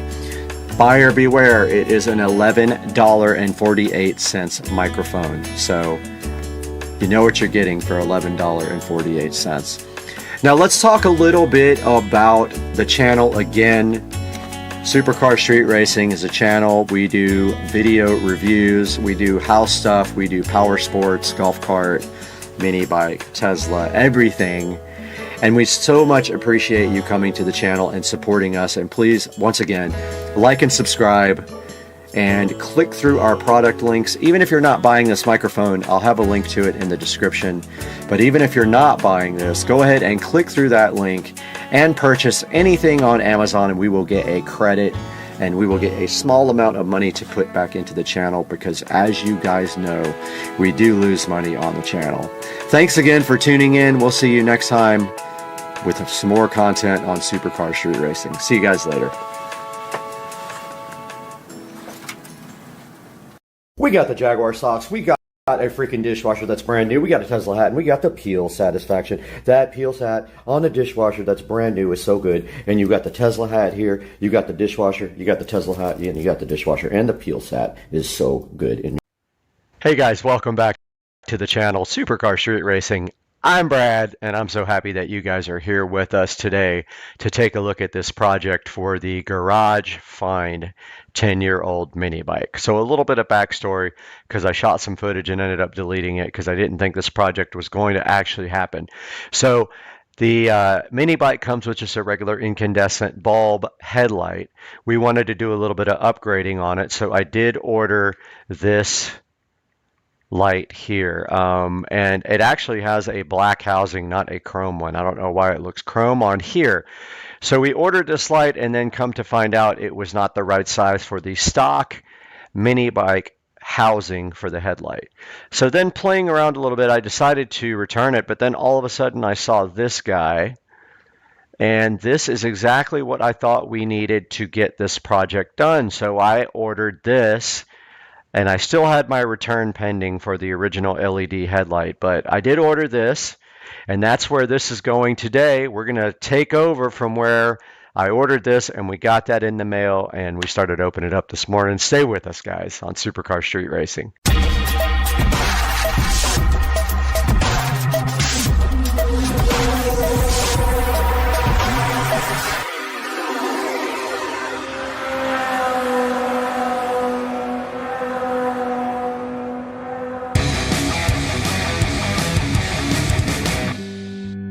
Okay, we got our brand new housing for our light, and did I already lose the nut that goes with it? I might have already, oh there it is.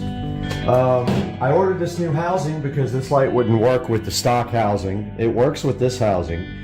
We have our very dangerous, and do not try this at home, power supply, 12 volt power supply. We have our connector here, and I know that when it's like this, from the pictures, that's negative over here, and that is positive. So we're going to turn on our very dangerous, do not try this at home, 12 volt power supply, if it will reach. Never do this. This is, I don't have a real 12 volt power supply, so we're using battery charger.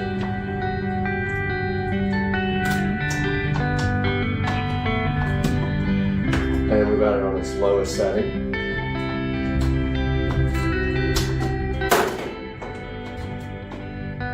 So now we just, that did nothing. That did nothing. That did nothing. Why?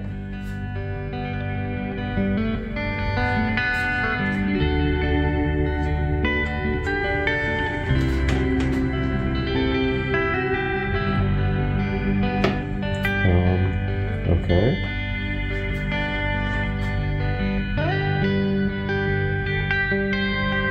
Okay. So that works. They're very bright. Okay, so that's negative. There. Okay. So this is negative on the left. Make sure. Yeah, this is positive. So this is negative. All right. Very bright, and then those are the running lights. So our goal is to get all three going at one time. If we can't, we'll just do the high beams. Let's go ahead and unplug this. So we got our battery charger unplugged now, everything's safe. And then we can mark negative and positive on this connector. So let's just go ahead and put a minus there. And now we need to test this on the actual motorcycle. Let's do that. I'm not putting this back on, so I'm just going to go ahead and cut this here. That's the old bulb connector there. And we don't need the bulb sheath condom. And now we just need to kind of strip off this outer.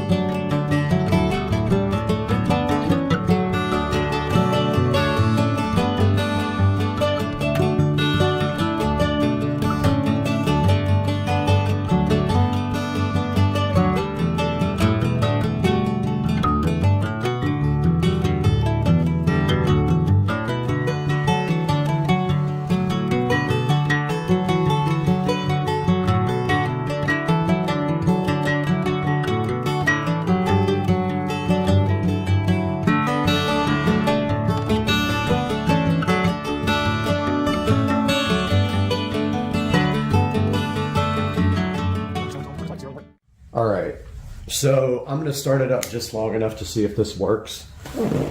This bike is still not 100% together, but just want to try it, see what happens.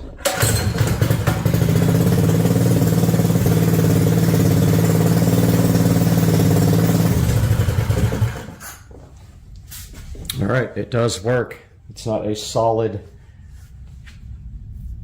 light, but it probably gets brighter when you move, so that is totally fine with me. I don't care. It's going to be better than the stock one.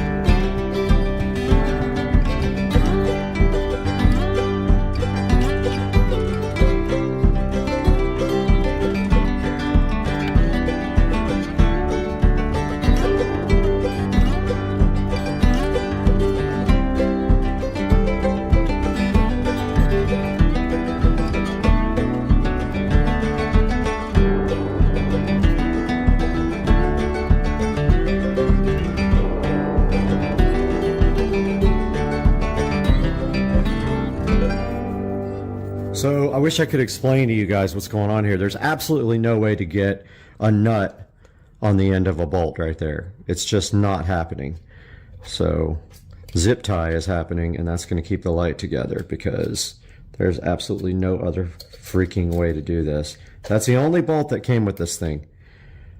If they expect you to use that, there's no way without serious modification to this housing, and that means dremeling it out or cutting it or something, because that's not going to stick, dude. There ain't no way.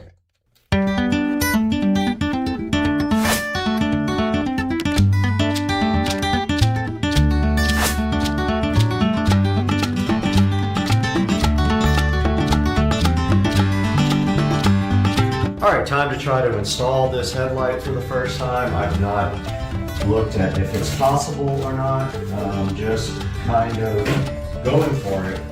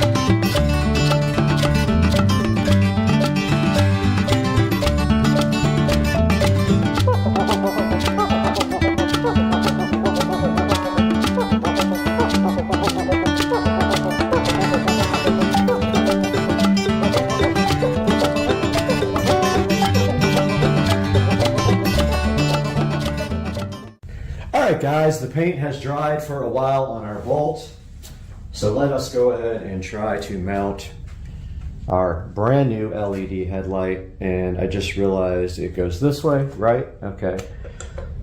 So it looks weird on the top bracket. I'm going to mount it on the bottom bracket.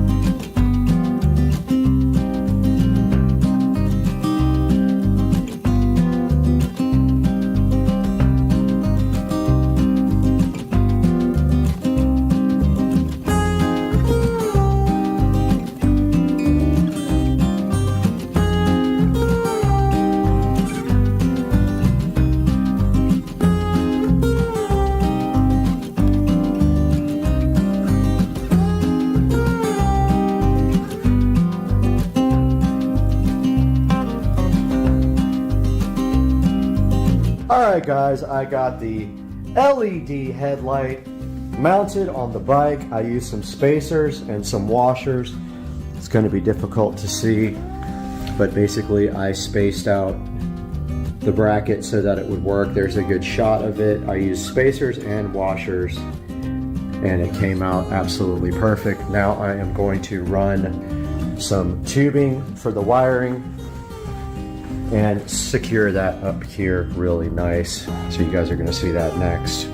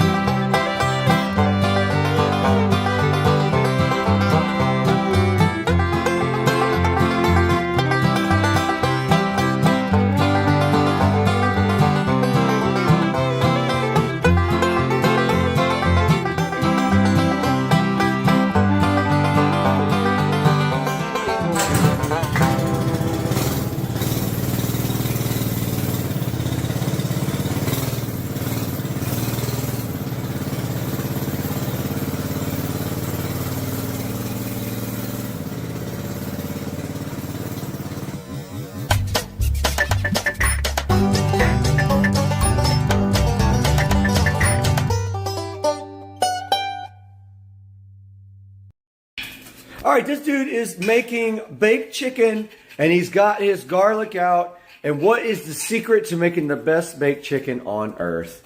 425 roasted, baby. That's it. I thought you were just going to say, I cook it. Bubba loves Cat TV. He can't stop watching it. Right, Bubba? It's Cat TV. Look at the tail going. He loves Cat TV. It's going to be hot today.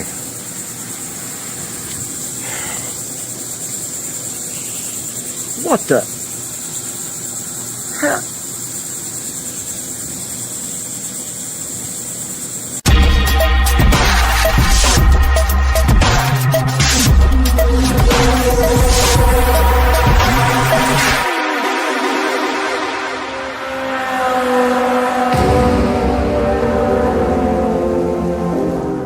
Guys, welcome back to the channel, and you can see today it is going to be hot. As a matter of fact, we have a heat index warning for today in Florida.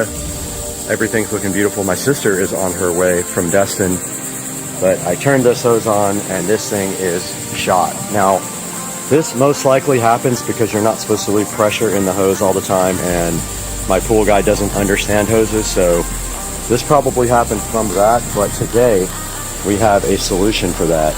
Now, the company that made this other one is no longer selling it, of course, and they're not answering any warranty emails. So today we have this generic expandable garden hose, 100 feet, and we're going to be showing you that and unboxing it today on Supercar Street Racing. All right, we got the expandable garden hose here. We're going to be opening up, see what's inside the box. And it is a lovely blue, but this is not what I thought it was.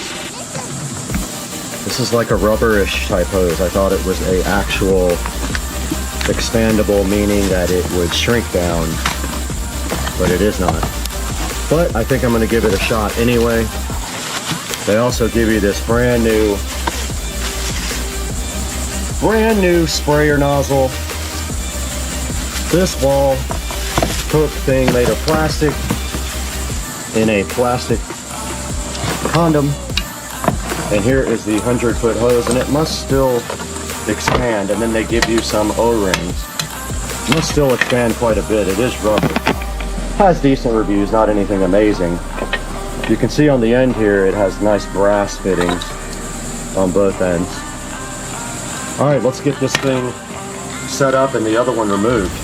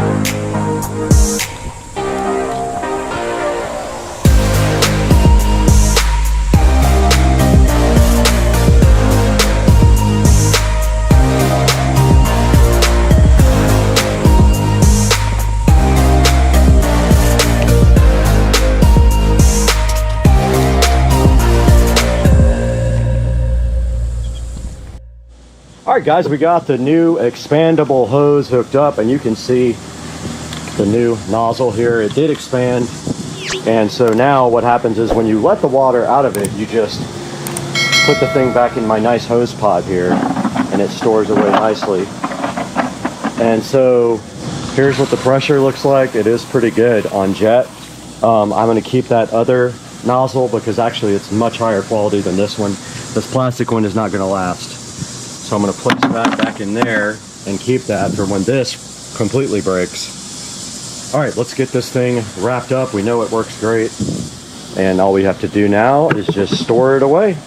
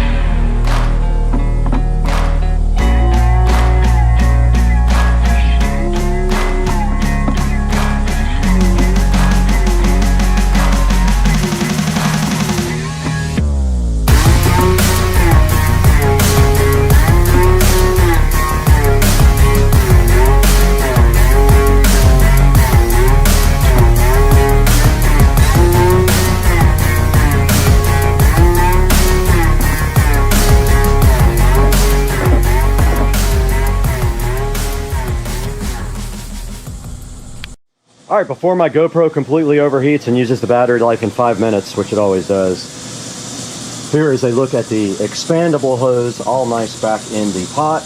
It is not what I thought it was. I thought it was the ones that that use the more flexible cloth stuff. This is actually rubber, and I'm hoping that it lasts longer. And there is a look at it stored nice and fresh in the hose pod reel. And I really like the blue color as well. I forgot to mention that I got blue on purpose just to go with the blue pool. And so, yeah, so the expandable hose, so far so good. Came with some extra washers there. Don't forget to put those in, those O-rings. And it also came with this nice hook, which I don't need, so I'll probably trash. But it comes with this nice plastic hook and hose clamp, which you can double as a hair tie. And it is 10 o'clock and almost time to go hit up the thrift store and Cliff's and get some groceries because my sister is coming in today. But after this, we're going to show you some options online for expandable hoses and how to get this one here. Guys, welcome back to the beautiful 4K production studio at Supercar Street Racing, and we are so glad to have you guys with us today. We're so grateful for the support you guys show the channel and buying everything through our links. Even if you don't need to buy this hose, click through the link anyway and buy anything you want from Amazon, and we get a small amount of revenue from that. But what we are here today for is this 100-foot garden hose that you see right here on the screen. It is $45, so it is 8% off right now for the blue one, and it is available on Prime today. And if you see right here right now, it has 10 different spray patterns on this included little nozzle here, and also here it shows you that it has a 3-layer construction, and it has a what is it called? Burating resistant outer layer, whatever that means. Water resistant middle layer and a natural inner layer. And then here it shows you that it expands to 2 times its length when it does have water in it, and we verified that. It has really nice brass fittings on the end with a little on-off thing there, valve. And it shows you that it's tangle free, and it says 4.1 pounds for the whole thing. It is multi-purpose, you know, I mean, like you needed a graphic to see that it was multi-purpose. You can use your hose, whatever you want to use your hose for, please use it for. But yeah, that's just this type of hose is a rubberized hose that expands, and there are ones that are cloth, and I did lose 3 of those out of the 4 that I have, so those did not last, and the lifetime warranty is absolutely rubbish because they have not replied at all to my emails. But if we go up here and we look for some other expandable hose, expandable garden hose, we can take a look at some of those. And you see here there are some metal ones, and this is kind of what I had before but from a different company, and this one is flexible and cloth, so it's a little bit different on how this works. And this particular brand I did not have. It's got a 4.2 rating. Mine are completely gone. They don't even make them anymore or sell them. Mine are the Fit Life, and I do not see those, but I see the metal ones from the Fit Life now. So you can spend anywhere from like $40 all the way up to $100 on your garden hose, but you can get these for $45 right now, and I would say as of right now that is a pretty good deal for this hose. You can see by the video there we have it right out back by the pool, and we have another hose on the side of the house that has not burst yet, but we hardly ever use that one, and I have a feeling that one day when we start using it, it probably will burst. So guys, I really appreciate you tuning in today. We appreciate you clicking through our links and enjoying all our videos. Please like and subscribe. It helps the channel greatly. And we will see you guys next time on Supercar Street Racing.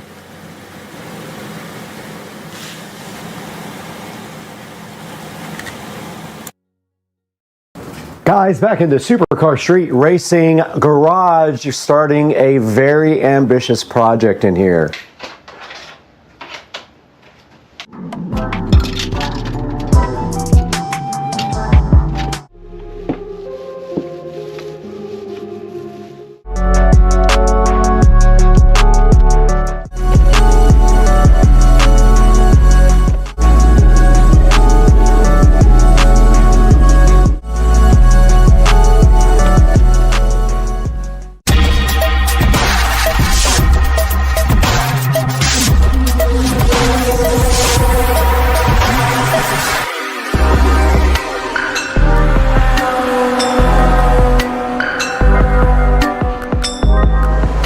Guys, part one of the garage remodel project is done, and it came out amazing.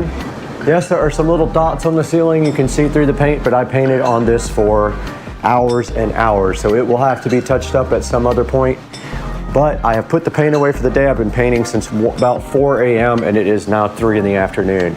We painted everything black. The walls are black, the ceiling is black, and then what we will do next is we're going to paint a red stripe right across the top there, which ends right at the black right there. It's going to go as wide as that bulkhead right there. Now what we need to do is get this place cleaned up and get the car back in. And I have already decided to keep this garage as clean of a look as possible, so I'm going to move as much as I can out to the shed and clean up this place massively. Now let's get to work and get this place clean.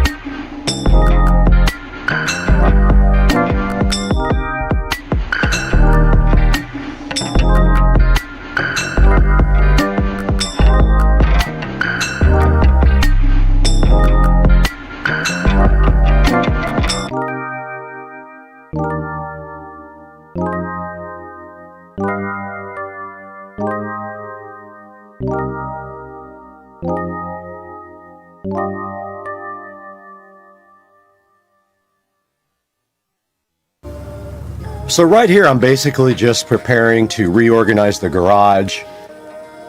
I had a plan to just get my toolbox all in shape and get my cabinets all in shape and try to move as much stuff from the toolbox and the walls up into the cabinets and just get some reorganization going.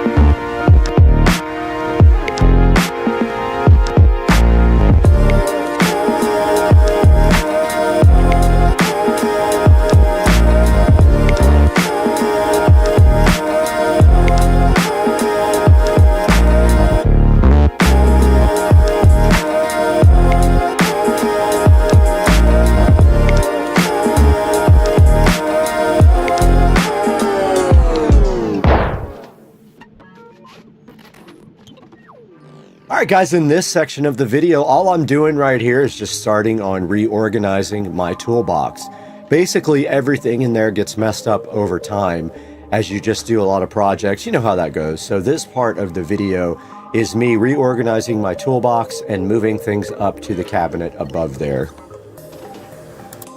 Now you can also see here in the upper right hand corner of the screen, and I'll zoom in here, that I have already started labeling and organizing the cabinets above the washer and dryer.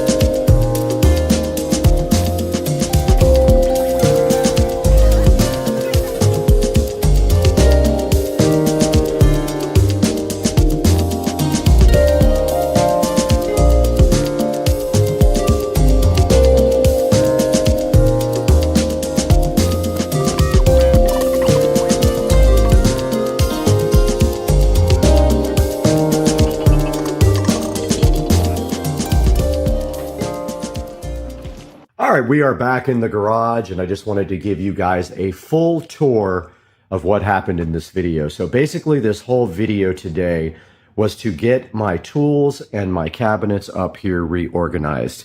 So what we did from the very start was we took every bit of the tools out of this toolbox, put them all out, laid them out all nicely, figured out how we were going to reorganize the toolbox. And then what we did is we went ahead and moved things into the appropriate drawers. And for example, like on the front of this, you can see that this is screwdrivers, vice grips, and files and things like that. It's just kind of an overview of what is actually in the top. And you can see I have all my files there, my chisels, my small screwdrivers, my big screwdrivers, my vice grips, and a whole bag here of Allen wrenches. And I have it kind of labeled right there for the next drawer, which is Allen wrenches, measuring tape, wrenches, and sockets. Actually, this is for the top drawer. This is for this drawer. So it's a little bit different. There's not room to put anything right there. So this is for the top. This is for the top. And then this is for the second drawer. And so we have all of our wrenches and sockets in this drawer all organized really nice and laid out pretty cool. And moving on to the next drawer, we have the pliers in here. So anything to do with pliers, electrical pliers, those big vice grips and anything goes in this drawer. And my wire strippers are somewhere else now, but they were in this drawer. I moved them out because it was too crowded. You can see right there, there's just too much going on. And in the next drawer, we got the electrical and the stud finder. All the electrical stuff is there, including the strippers, the crimp tool, my meter tester, my electrical tape and solder and things like that, and my stud finder. That's all labeled pretty nice right there. And the bottom drawer, looks like our label is coming off, but this is where I keep all my miscellaneous screws and nails. I also have my laser level, my label maker, my drywall saw, and a few other little things in there. And now moving up to the cabinets, this is where I needed a lot of work. Over the years, things just get messy in there, and I wanted to redo this whole thing and get as much off of that wall as I could because I had everything on pegs there. So I reorganized everything really nice up in this cabinet. So you can see right here, right now, we got like all our switches and wall plates are right there. Our electrical boxes are right up here. We've got smart devices. There aren't any in there right now, but I know I'll be using that. We've got LED bulbs and landscape lights right there. Anything to do with fasteners and screws, electrical connectors, and drywall anchors, all labeled out really nicely and sitting so fly in this cabinet. On top of this cabinet, I have storage. So I just put some old boxes from various things that I wanted to save above. And then also up there, well, oops, I turned on the washing machine. Also up there is the, for the garage, the amplifier and the subwoofer for the garage. And now on this side of the cabinet is where we have more heavy tools. So we have our jigsaw, our heat gun, our levels, our Dremel, and anything to do with drilling and screwing, I put right up there.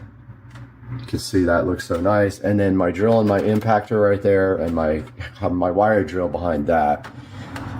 Cutting accessories here like saw blades and all that. And then of course, when I put these cabinets up, I hung power in the back, and all my charging for my DeWalt stuff is sitting right there. So nice. And guys, that is going to do it for part 2 of the garage remodel. We'll be back with part 3 very, very soon. And I hope you guys enjoyed the video.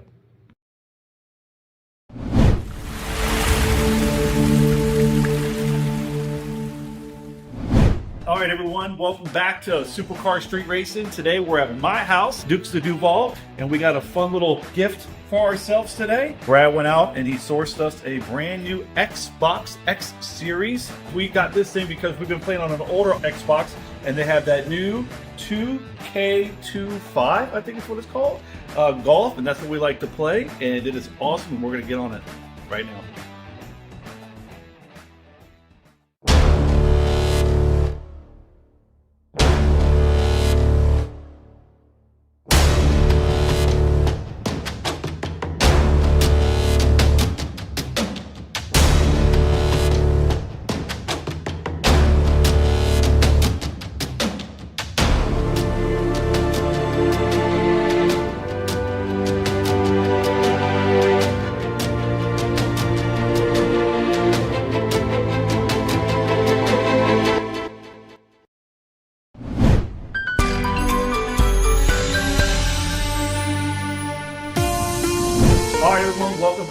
Supercar Street Racing. Today we got myself and Brad behind the camera, and we have this nice little Xbox X series that we just picked up. Brad and I, on our fun time, like to play Xbox, and we have a golf game that we play, which is the 2K23 PGA.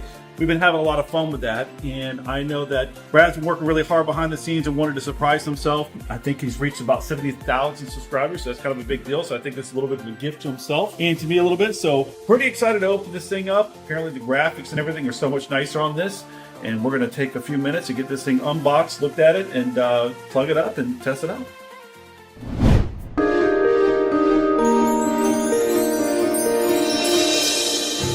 All right, everyone, so now we're going to go ahead and dive into this thing. And we were looking at buying a used one just to see if there's a little bit of a cost savings. And honestly, the price between what we could buy a used one and a new one, we just made the decision today to just run up to Walmart real fast. They have one in stock. We're able to go to the drive-thru and pick it up in a matter of minutes. So it worked out really well. So Look at this. Boxing on this. This is sick. Man. Wow. All right. This is sick. First level there. Dang. All right. We got another. Oh. I think this is just packaging to keep it tight, most likely. I can't imagine there's anything in there. Let's see. We're going to double check though. Oh, that looks like just packaging. Okay. Double check that later. Oh man, this is. That's the actual. It fits perfect. Like inside there. Oh, that's the base there. Okay, so that's the actual device. Oh, look at that, dude. Oh my Sick, god. huh? That thing is so sick. All right, so this is the front, Mm-hmm. and this is the rear. All right, let's see what we got on the rear. Huh? All right, pretty straightforward, huh? Looks like we got a couple of USB 3 super speed ports. We got a HDMI, Yeah. Ethernet, and it looks like this is a storage expansion slot. So I don't know if this is for additional storage. most yeah. likely. So But it comes with 1 terabyte, right? Has 1 terabyte inside, and then here's your HDMI out. And that's power right there. That is power. Imagine that everything else that we need, which can't be much, is inside of this box. See, there better be a controller in there somewhere. So we didn't get any extra controllers. We looked to ChatGPT to see whether or not the controllers that we currently have will work, and they say that they will work no problem. Oh man, feel the grip on that thing. That's nice. Is that better? Yeah, it's got like a. Oh wow! They even gave us batteries. Let's see. Are these the best batteries you can get? Better be. Duracell, baby. Duracell. Yeah, let's go. Standard. I forgot what kind of cable that's called. It's an appliance cable. Yep, easy enough, right? Mhm. Set up And here. then HDMI cable. Yep, nice HDMI that came with it. And then just That's it. There's really not much more that you need. what's the that green manual over there for that green thing? About as easy as it gets, guys. You know. Yeah, there's not really much to it. You know, there's an application that you can download on your phone if need be, but put the batteries in, plug it in the wall, plug it in the back, get your HDMI hooked up, and easy enough. So, And so apparently this is the fan. So if we look down in that little slot, you can actually see oh yeah, the cooling mechanism. this thing must be working pretty hard. Power button there, a little USB 3 port, and then what's that, a reset button? Well, we got this will be quick, so we can go ahead and hook it up, and then we can come back and crank it up. Yeah, let's do it. Let's hook it up.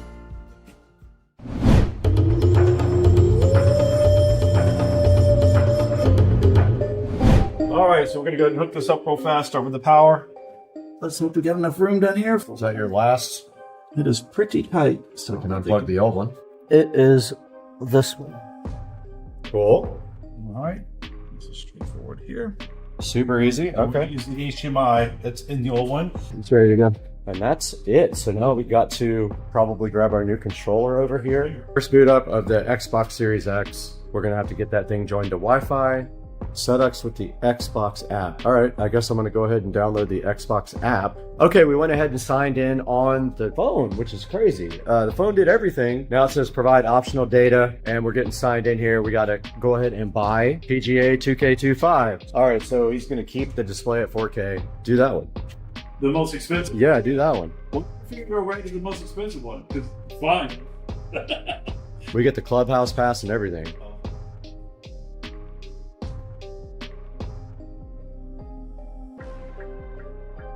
Work. 70,000 people might potentially watch this. Boom. Installing.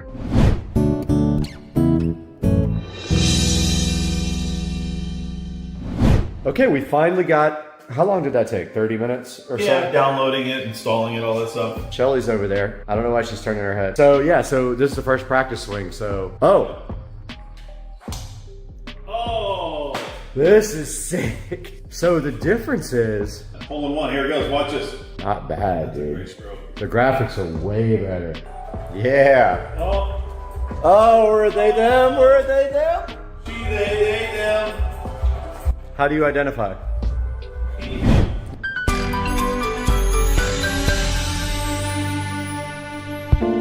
Alright guys, this is the part of the video where I beg you for subscription. So what I do in this part of the video is just basically say, please subscribe to the channel, because we are getting cross-posted on plenty of platforms. We're getting clipped a lot and we are getting subscribers. So I love that. So I'm trying to do a lot of shorts every day and figure out a way to get us more subscribers. I am looking for that magical silver play button, and part of that is going to be doing 3 or 4 shorts a day, even if it just means we're going to be highlighting this nice e-paper from Veeb Projects, which are my best friends.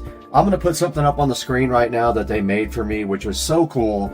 They decided to go ahead and give me a gift even before I got up to the 100,000 subscriber mark. And this means so much to me. It's so cool to have our sponsors doing nice things for us, and we hope that you do nice things for them. When you do see links in the description of our videos, that means you can buy anything from Amazon. Doesn't have to be that exact product. Get whatever you want, and we do get a small commission as long as you click through our links. And it means so much to us because, as you know, we make a few $100s a month on the channel, and we definitely lose money with all of the expenses that we have to put out to keep the channel going. But as you see right now, guys, we are at 74,900 subscribers, and we did put this nice little lamp in here, by the way, to front light our Supercar Street Racing e-paper V Projects subscriber pad. And you can see that we have 1,585 videos and 3,202,387 views as of the making of this video. Please like, please subscribe, support Supercar Street Racing,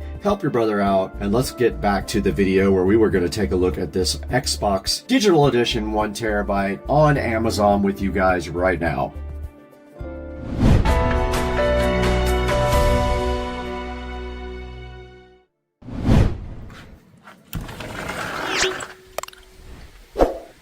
It is 60 degrees right now in Florida, and this pool is definitely full of leaves. This is not a good time for my pool guy when they want to come and clean my pool. Yeah, 60 degrees, and it is very, very pretty outside right now. The wind is blowing all the chairs down like crazy, and you can see out in the distance there, we do have some alligator action way back in the back there in the pond there, and also over here, if we take a little walk around the corner right here, check this out, guys. There's an alligator chilling in my neighbor's yard.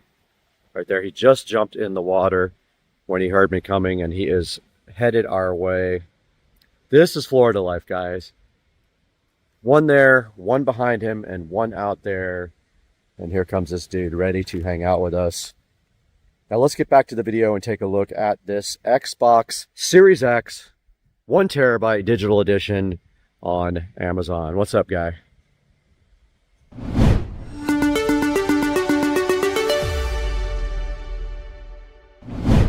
Guys, we're back inside Supercar Street Racing Studio B trying to wrap up this video, but I did want to get in here and show you guys the Xbox Series X 1TB digital edition here. This is actually the same amount that you will pay from Walmart. I paid about exactly the same. With tax, it was around $450, $455. You can see right here, it's $427, and it also is 1 day shipping, but you are gonna have to pay tax. And I did get it with a controller, so it's the same here. You can get it with a blue controller, and it is unavailable at this time. So go ahead and pick up your Xbox Series X digital edition from Amazon.com, but there is also another big available option here that I will show you right now. Okay, we're on Walmart.com. You can see right here it is $4.98 right now if you go ahead and buy it off Walmart.com. You can go ahead and pick it up from your local store. There is no shipping available. I'll throw a screenshot up of that as well right now.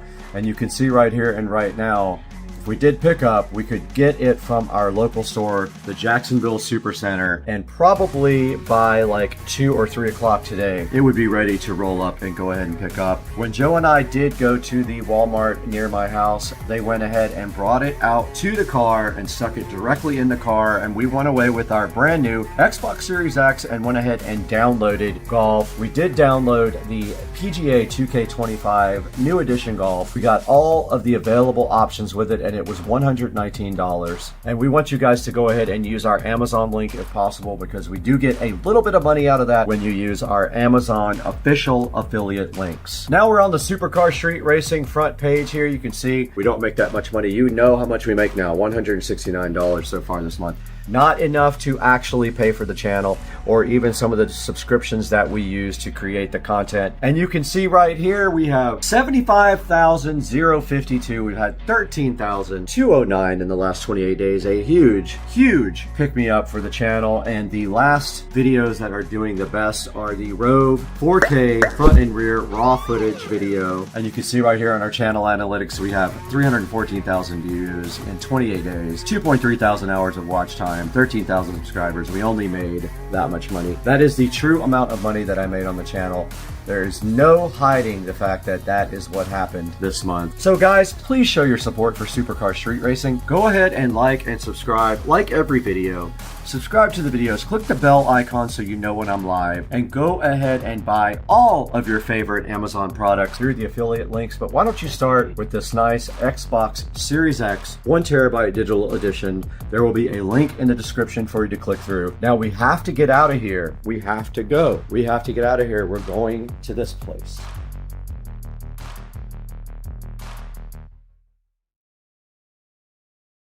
Guys, today we've the Bauer 12-inch white RGB ring light kit that I scored from the thrift store, brand new, for $20, and it does RGB and lighting for doing YouTubing. So let's take a look at this today on Supercar Street Racing.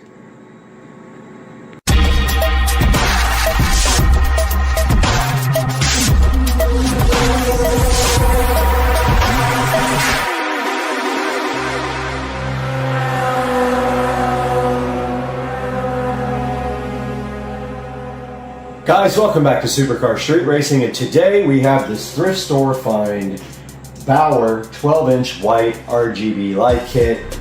Now this guy is designed to be an extendable tripod with RGB and LED white and like warm and cool white lighting, and also switches back and forth to RGB LED. You mount your phone right on the thing, and it is actually on right now, and I am talking to you through this device right now. So let's take a look at what this thing can do. Taking a little deeper look at this Bauer 12-inch RGB ring light kit. Basically it has a 360-degree head and a 62-inch tripod system that comes with it. And the cool thing about this guy is that it has a remote, and you can see on the back here, you can go through 12 different RGB colors with the ring. You can go through 7 RGB special effects. Now I already saw one and it was pretty cool. And also you have white light mode. There is a white, a natural, and a warm light mode. This is the actual phone clip, so this is designed, you can rotate it, turn it, and it also stretches out so it will fit my phone, and mine's an S23 Ultra 5G. And also this is the ball head for the actual light itself, and that moves.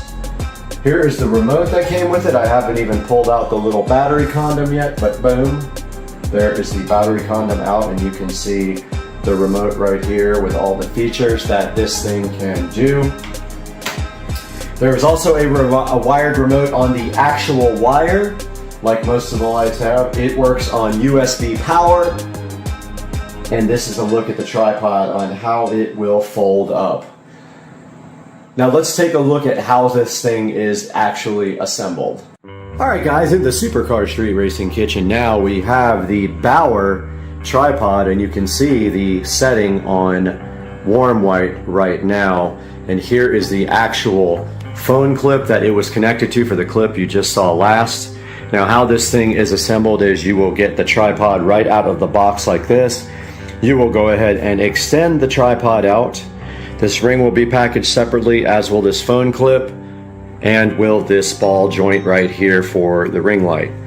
So you basically put the ball joint onto the top of the tripod first. Then you screw the ring light onto this ball joint here and tighten this little disc. Then screw the phone clip mount inside of the ring of the Bauer tripod system. And you can see right here, right now on the remote, that it does have all the controls here. And if we hit this control here, that changes, it says right here, mode. That changes the actual color temperature of the white light. So there are 3 different settings: white, warm, and natural. And this bottom button here, when we press it, we get this awesome LED effect, which is great for like a background shot if you need like background effects. There's the next color effect, and the next one. This thing is very cool. And then we got flashing, of course, fading. That looks like it's like dissolving between colors. And then there's your little ring effect. This thing is very cool. This thing might end up on the wall in the studio, or I might buy another one because that's awesome. And I'm just here going through these lights. RGB effects, those look like solid. And there is back to the beginning of the RGB lighting effects. And then also on this remote, you can control the brightness with the up and down button. And maybe you can't do it when it is on this effect here, but that is for solid colors, or maybe the white light. Let's see. Yep, that's for the white light only. You can't do it when it is in RGB mode. Alright, taking a look at the instructions here and the remote up close. There is the remote control, and we can take a look at how this remote operates here. And if we look right here, the middle button does not do anything. Okay, so the remote doesn't work at all. I take that. The remote doesn't work at all. The battery must be dead. Got the battery out of the remote, and it just so happens that I have a CR2032. I can't even believe I have this battery, but I do. I have one left right here. And it is in the hardest package in the world to get out. Got the CR2032 finally out of its protective condom, and I'm putting the brand new one in here like this. And then it just proceeds to slide directly in like this. And then we will see if this actually works or not. Let's try it. Does not work. Interesting. Very interesting. Alright, so I got one with a broken remote apparently. And I don't know, just does not work. Oh, that's okay though, because we have the wired remote for this thing, I guess. So yes, the remote is not working on my thrift store found Bauer ring light. Got this all figured out. Basically it is infrared, and there is the infrared sensor. So that's why it wasn't working. Now if we press RGB, it works just perfectly. Awesome. Working fine. So stepping through some of the light things from the remote. Do we have white? We do have, oh, that's purple. Okay. Let's see. That's purple.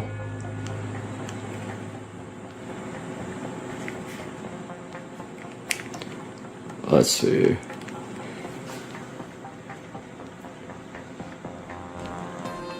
That's red. And then the center button steps through all the colors. How do we get back to white?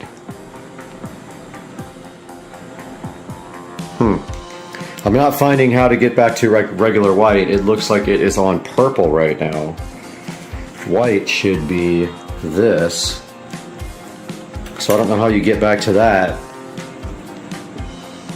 When I push W on the remote, it goes to purple.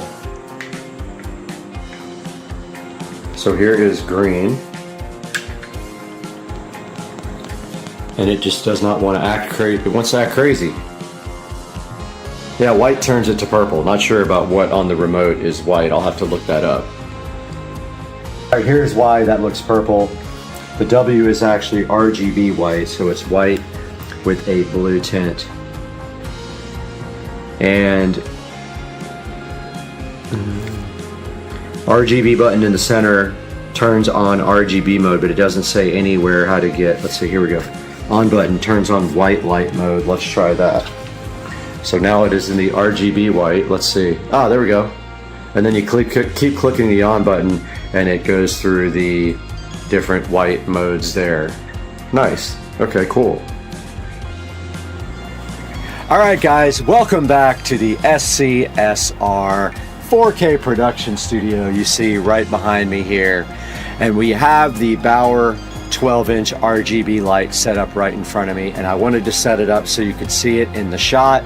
It is currently lighting me on the warm white mode, and now we're going to take a look at what we can find on Amazon about this light.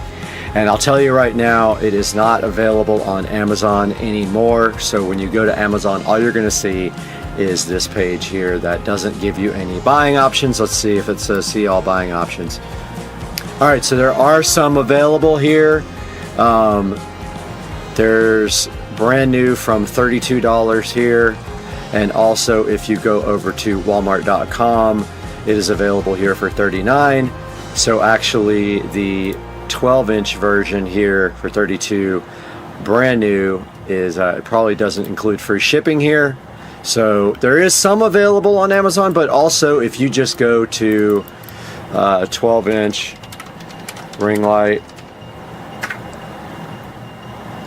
there are some here that aren't RGB, but here is one that is RGB for $36. So it is available from other companies, and this one does have really good reviews. So $36, and it's got a $5 coupon as well. So that might actually be a better deal than you can get on Amazon. And clicking on here, this is the Toady. I'll put this in the link. Toady, I love the names on Amazon. Sometimes they're just hilarious.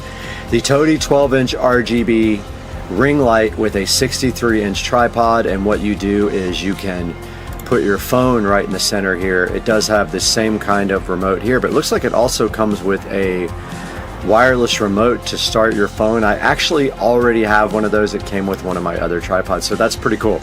It just allows you to start and stop your recording on your phone. You can see right here, you can put the RGB LED ring into RGB mode behind you. And there's kind of the white light mode for the RGB LED ring light. And I'm sure that all these ring lights are actually made by the same company, and they're rebranded and put back on the internet.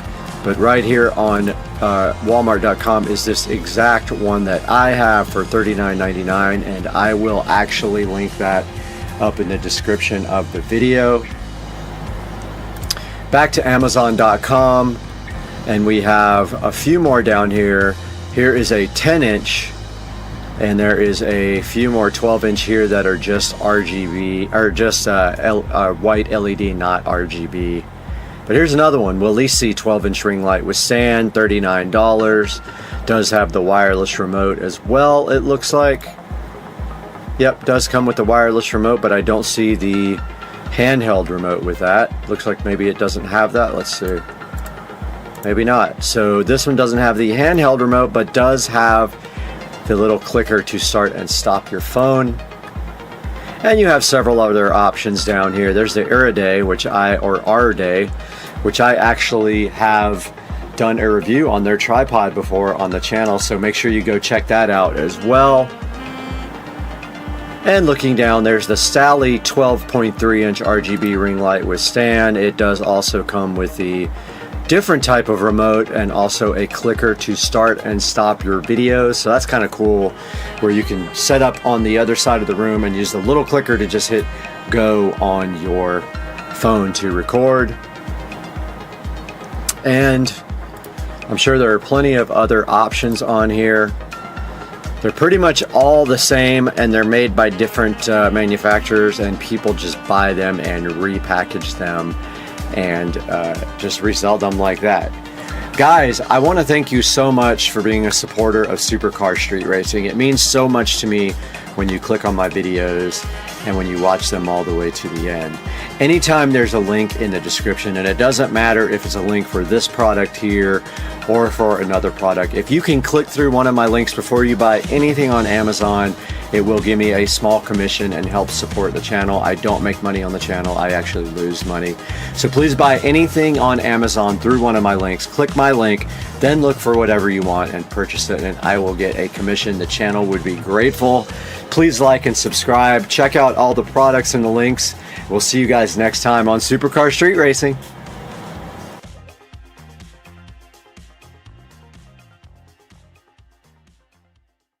Guys, I might have figured this out, and I think we're going to be able to install this now. It was a process, but I am about to try it.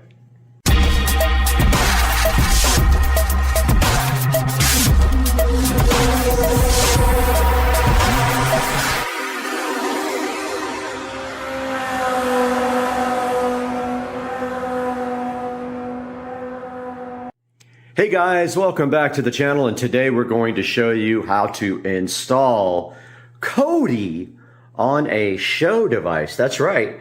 You didn't think it was possible. You thought you were locked down, but guess what? If you got one of these, you can put it on there. Back in front of the Show 15 now, where we're going to show you guys how to install Kodi on this device. So the first thing you have to do this is a Show 15. I'm not going to say the name because it will wake up. Once you have the Show 15, you will get a prompt that asks you if you'd like to upgrade your experience to the Fire TV experience. You go ahead and upgrade this device to the Fire TV experience, where you will come back and you will see this little dot right here. See that? Right there. Once you have that, then you're well on your way to getting Kodi. All right, let's quickly go over what you have to do to install Kodi on your Echo Show 15. First, you go into the Fire TV. You go ahead and go to Find, and you search for the developer menu. Developer tools menu there. Here it is. Go ahead and open that. It pops up this little window. You can just hit the back button on your remote or either on the display remote. You're going to have Toolless installed as well. So go ahead and do that, and you're going to have File Explorer installed as well. When you press on them, you should be able to install them. Now let's go get Kodi TV. So we can hit back button here or back on the remote. So we will need the downloader for that. So back to the home screen. Go to Find.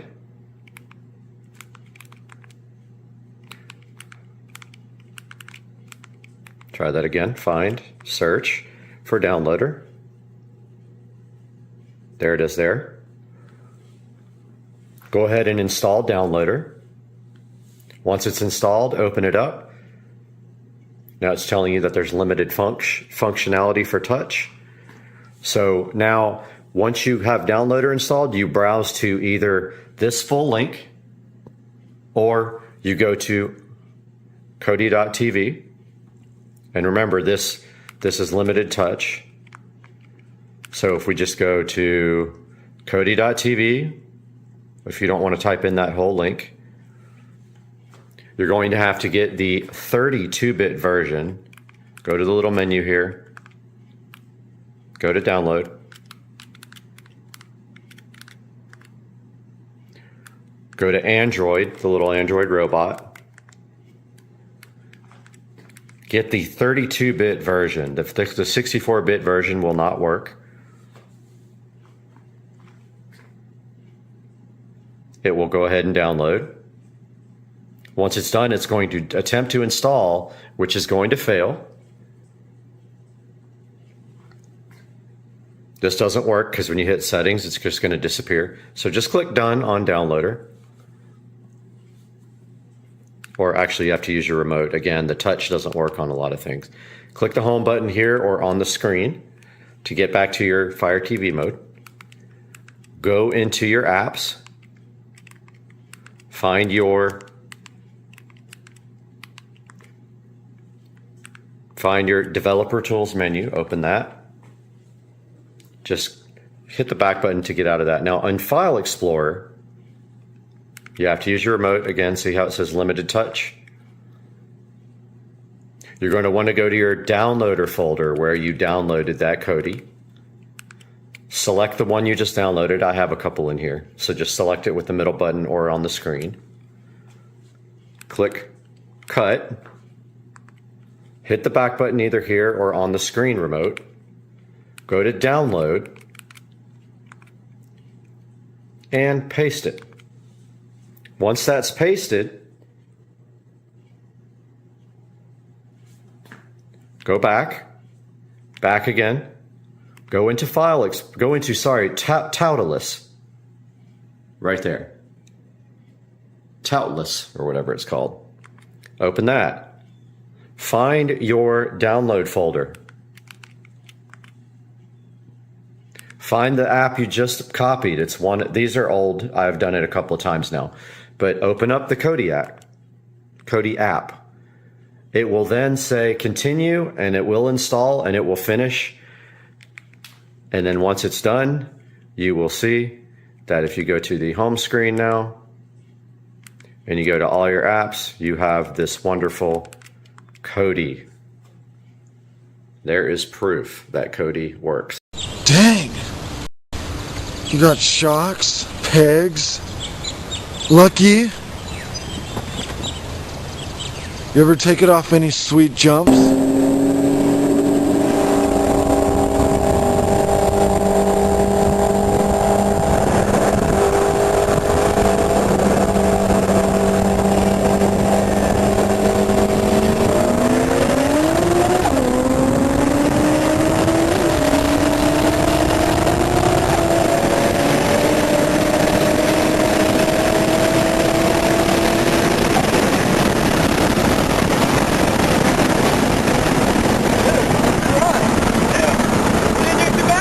You got like 3 feet of air that time.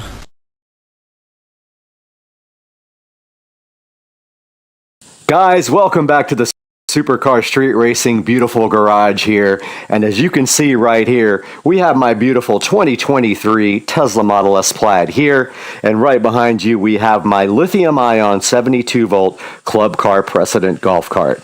Today, we're going to be working on both of these. We're going to take this to another step with the Shine Armor graphene ceramic coating. And we're going to do the wheels on this thing and on that thing. So stay with us.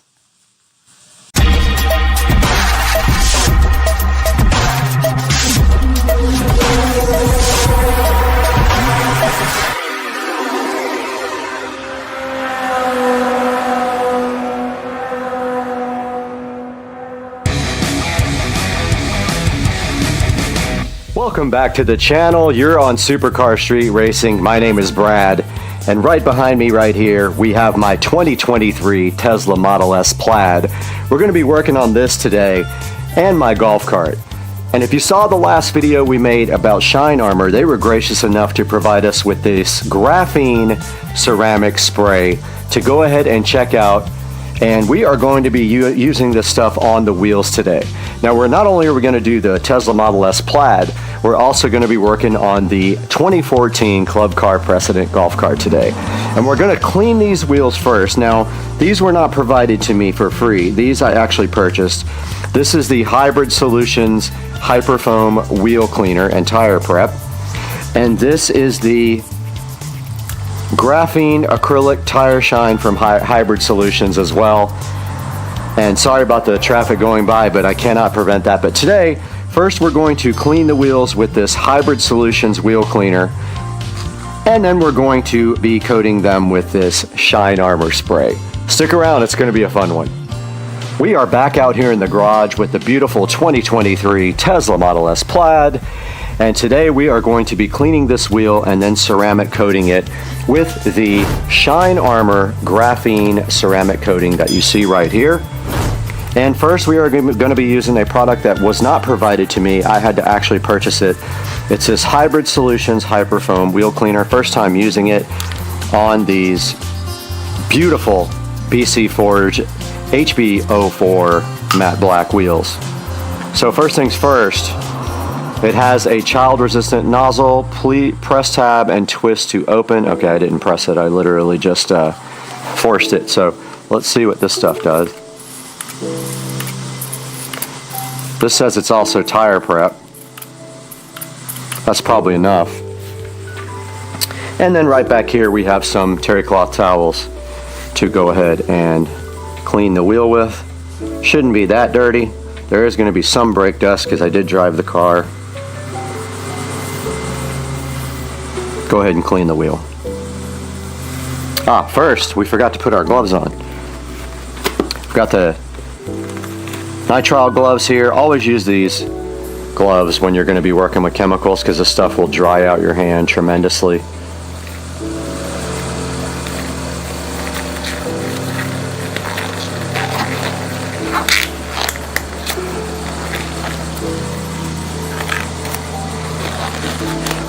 And what you want to do is just spray enough on there just to get it clean. Don't spray way too much on there if you can help it. And yes, I'm preparing to do surgery on someone, or cavity search. All right, now we're ready. Let's get these wheels cleaned.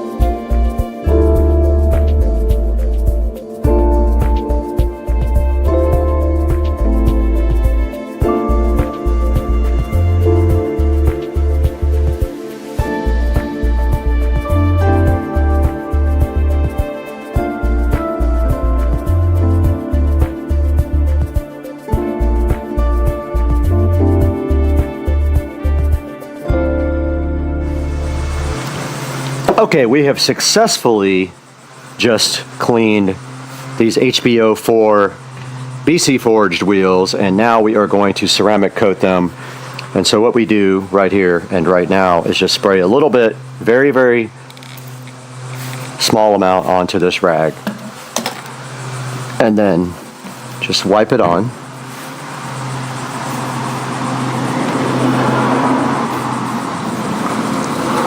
We'll get the face first.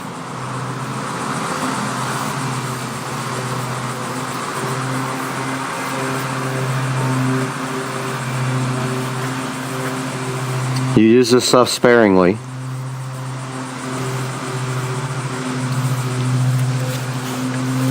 So just a little bit.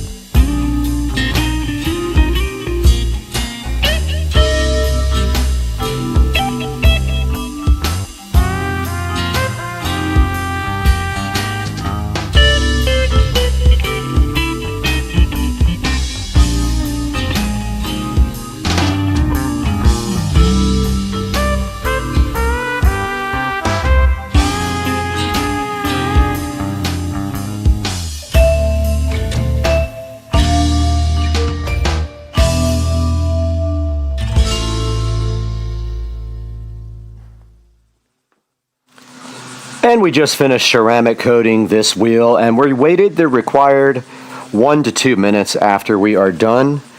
And now your next step is you want to get a fresh, clean terry cloth towel and buff the ceramic coating to a shine. So that's what we're doing now.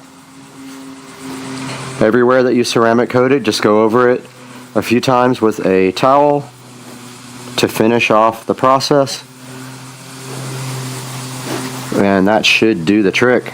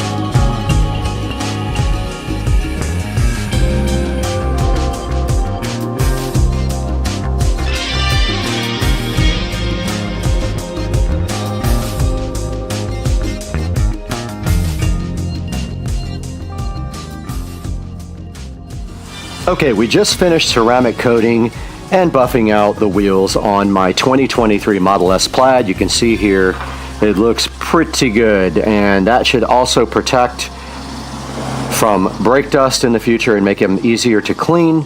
And now we have this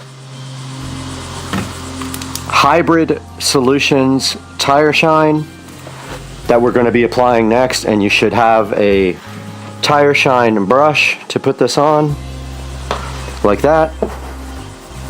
And let's see what the directions say. Thoroughly wash, scrub and rinse dry tires, shake, spray evenly onto the tire surface. I'm actually going to put it on the actual brush, not the tires. So I'm going to go ahead and apply this to my tire brush and go ahead and put it on now.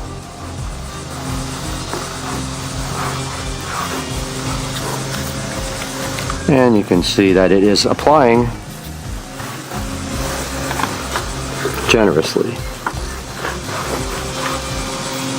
And then the tires have this little edge. I think it's to protect your wheels from like curb rash. Kind of hard to get into. Yeah, this brush is not getting into that at all.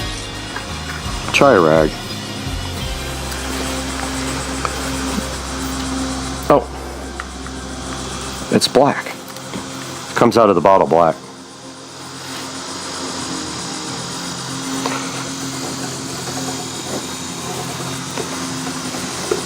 Yeah, that worked better for that. And there we have the tire, nice and shined up. And there is our final result of the ceramic coating and tire shine on the 2023 Tesla Model S Plaid. Now let's move over to the Club Car Precedent. Okay, we are in front of the 2014 Club Car Precedent, looking at the wheels and tires here, and you can see already the tires have been scuffed up a little bit on the rim protector just from being out on the regular streets. They do take a little bit of a beating out there. But we're going to go ahead and clean these first, and we're going to use this hybrid wheel cleaner and tire prep again. And then just take a terry cloth towel and go ahead and clean these wheels completely.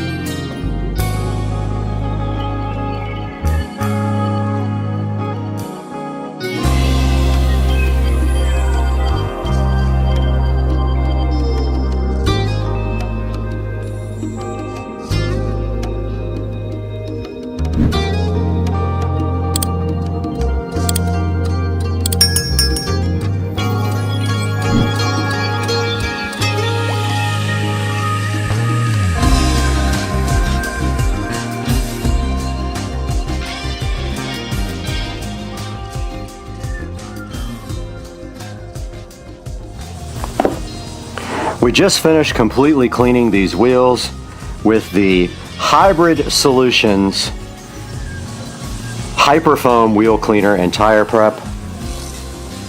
That is the first step, and now the second step of this is the ceramic coating with the Shine Armor Graphene Ceramic Spray.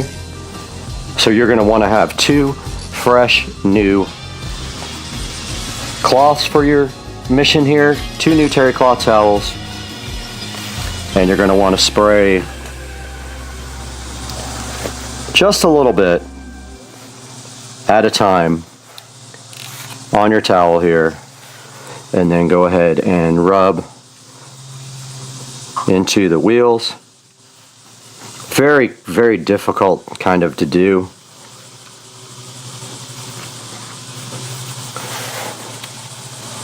Generous is not necessary on this stuff. You go light.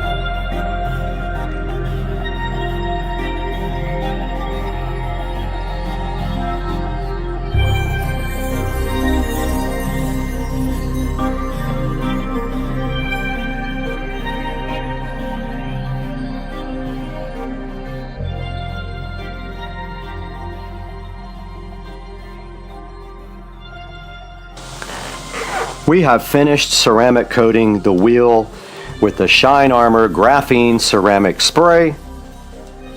And then right here and right now, we are going to be buffing it out. So you take a clean microfiber towel and then just go over the wheel completely one more time to buff this ceramic coating in.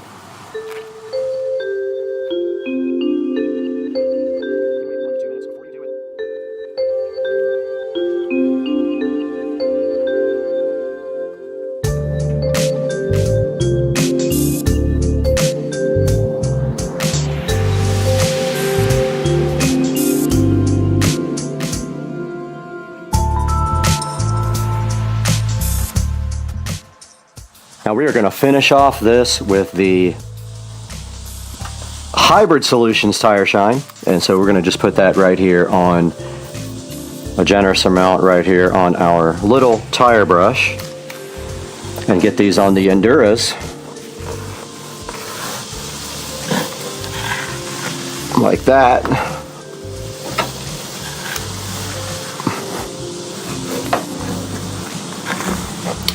Same thing on this one. There is a little tire wheel protector here. We're going to go ahead and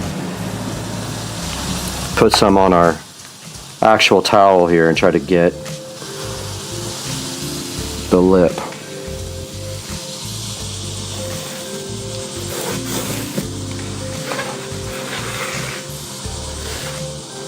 And there we have the finished result of the 2014 Club Car Precedent. Now ceramic coated this wheel and it is ready to go and be protected from the elements and be easier to clean next time we have to do this.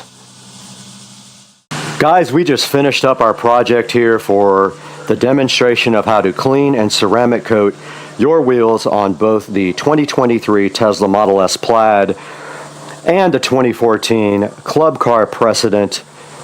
And the products we used here are the Shine Armor Graphene Ceramic Spray. Shine Armor is a proud sponsor of Supercar Street Racing. We use the Hybrid Solutions Hyperfoam Wheel Cleaner and Prep, and we use the Hybrid Solutions Graphene Acrylic Tire Shine. These were not provided to me by the manufacturer. I did pay full price for them. Now let's take it into the Supercar Street Racing studios and wrap up this informative video about ceramic coating your wheels. Hey guys, welcome back to Supercar Street Racing. We're out here in the 4K production studio and we just completed this project about ceramic coating your wheels. And right here on the screen, we have Shine Armor, who is a proud sponsor of Supercar Street Racing. And we just want to show you their graphene spray here, which is what we used on the wheels. Same thing we used on the exterior of the Tesla Model S Plaid. We used the same stuff right here on the wheels on both the Model S Plaid and on the 2014 Club Car Precedent golf cart. You saw how good that came out. This stuff will protect your wheels from the rain, the snow, and then with the brake dust too. And then when you go to clean your wheels, it'll be much easier to get all the dust off of them. We highly encourage you to buy from our sponsors and also click through the links in any of our products in the description and buy from our Amazon affiliate links as well. And we really appreciate you guys supporting the channel. It means everything to me. The channel wouldn't be what it is without you guys. So we'll see you next time. Make sure you get your Shine Armor Graphene Ceramic Spray and like and subscribe. And we'll see you guys next time on Supercar Street Racing.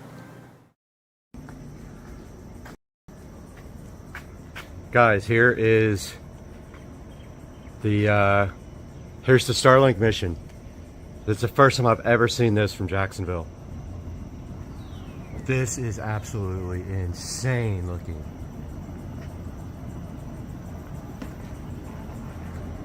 Oh, I see stage one. There's stage one coming home. Oh man, it went behind the trees. Do you see it? Oh, this is epic. This looks crazy.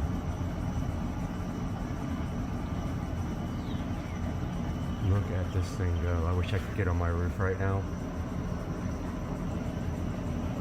Wow. I have never seen anything that looks that crazy at night.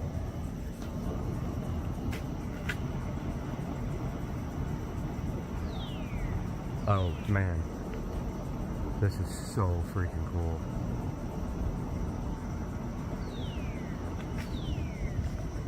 Alright, let me step back. It's going behind the tree.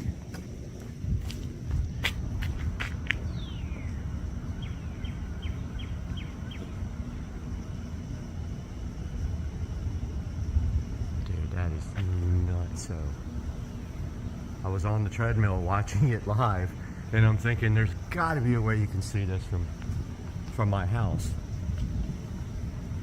I think it's heading kind of downward. We're gonna lose it here in a second. Yep, we're gonna lose it. That's a bummer. Now I know though that it comes, I mean, you can see, look at the trail. It's just we couldn't see the landing.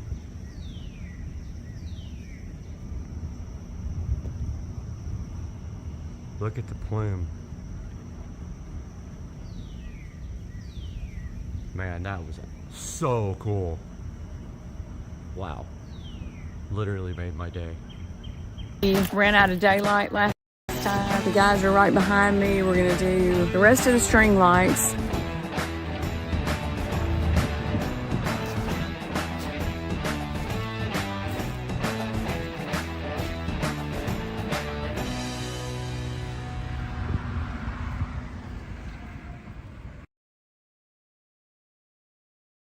Hey there, we are starting the project again to do the rest of it. We ran out of daylight last time and everything that we have done has turned out great, looks amazing. So right now we're starting part 2 and we're gonna be getting set up here in just a minute. And tonight I will come back out and show you how it all looks, how great it is. It was really a fun project, not hard at all, especially with the great guys I had helping me.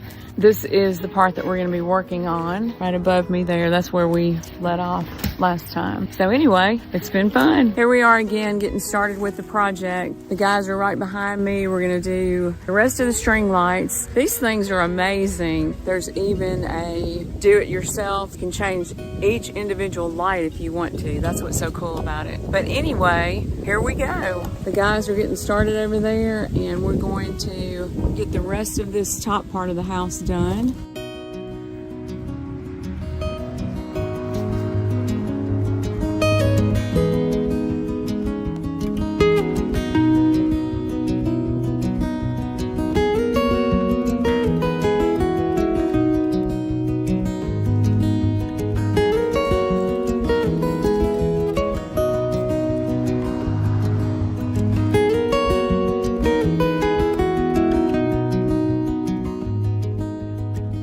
All we've got left to do is that top part, and hopefully we're going to have enough to finish. Not quite sure about that.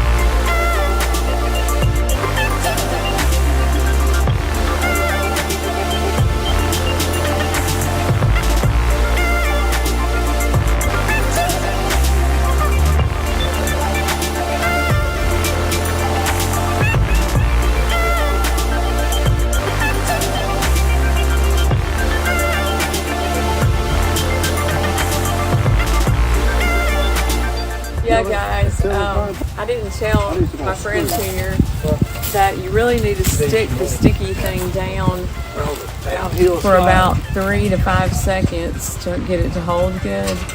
And I didn't tell him that until way into the project, so he's never gonna let me hear the end of that one.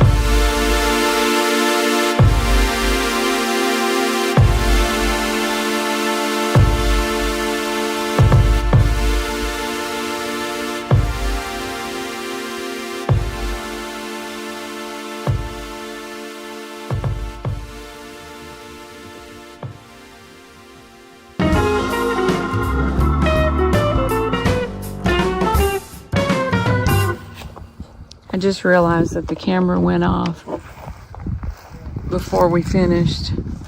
So I'm going to show you what all he did.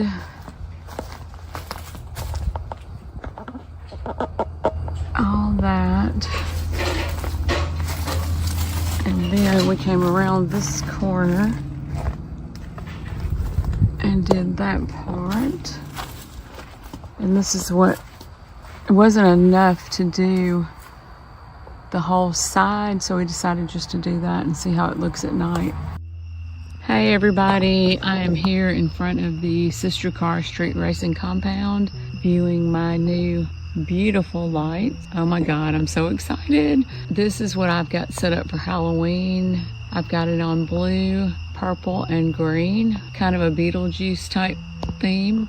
I'm a weirdo, whatever. I'm going to show y'all some different things. This is what I did.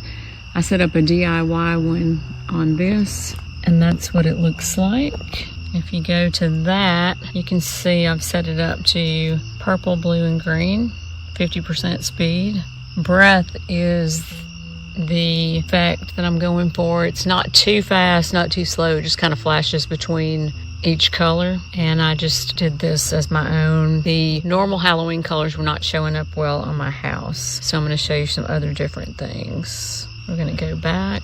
Okay, this is where you can set it to your own custom color, kind of a yellow color.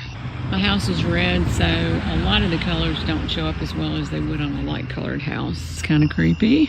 You can go up here to scenery. You have all different kinds of things. Willow, Glacier Express, speed, your own colors, whatever you can possibly think of. Let's try this. I haven't tried this one before, Dream. Okay, it is like a meteor. Let's try early spring. It takes it a second to change over.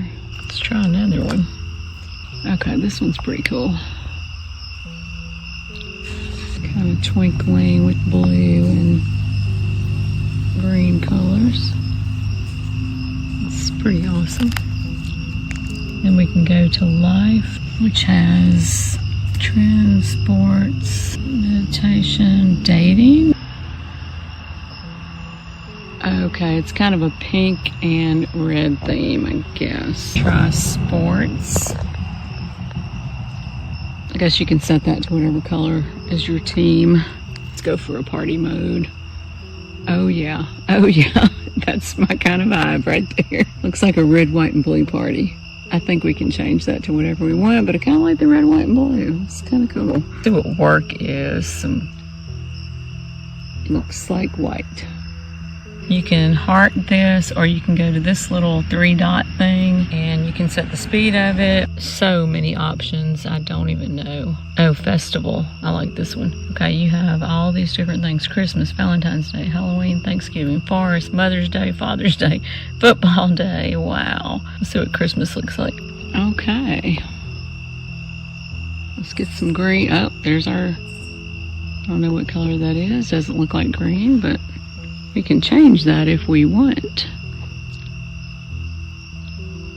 Okay, for Christmas, it's doing all these colors. But if I wanted to, I could just delete any one of these right here. Just click on it, delete it. And then I can add whatever colors I want my Christmas to be. I love it. Love it, love it, love it. It's too cool. Okay, we're going for Valentine's Day. Kind of looks like the dating one. Like that. Let's see what Thanksgiving Day looks like. Okay, this is our colors for Thanksgiving Day. And you can do that speed however you want, if you want it to be faster or slower, or... Oh, Neon World. I love that. Well, kind of looks like it's about as fast. This is it, and I could go on and on all night, and I probably will stay out here for a while. Supercar street racing. I was so excited to show you guys these carbon fiber seat rails, and then this happened.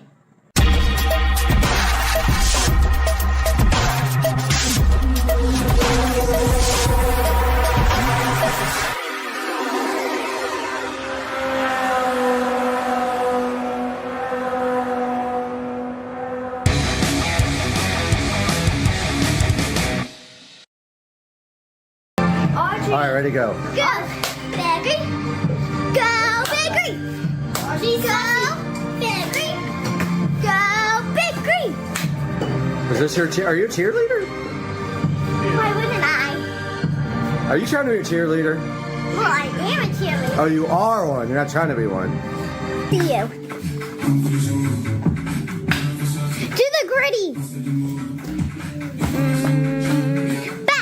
Okay guys, it is the next day and they have shipped me out a brand new set of seat rail covers, and here they are right out of the box, looking much better than the last set.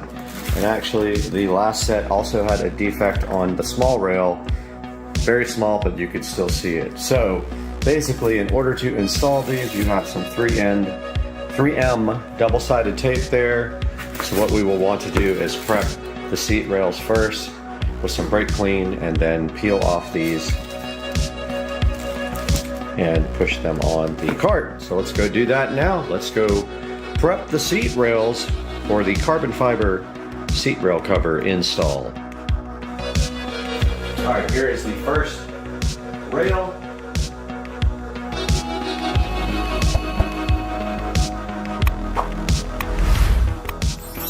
We got our brake cleaner right here. Put it on a rag.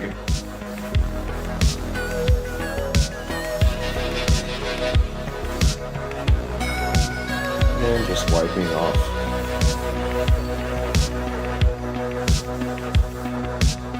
whatever possible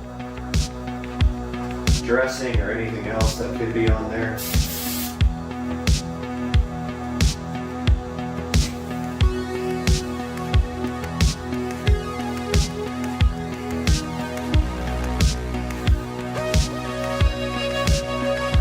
That's simple.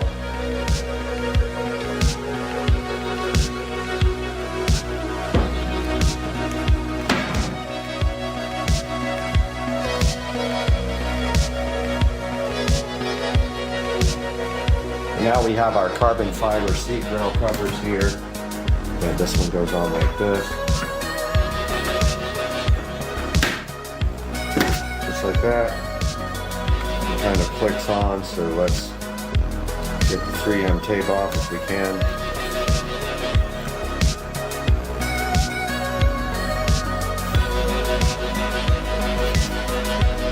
bit difficult.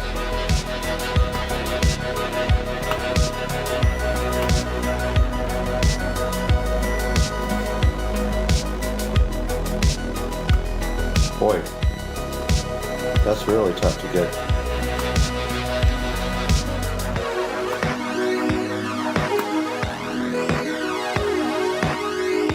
Dang, that is really hard.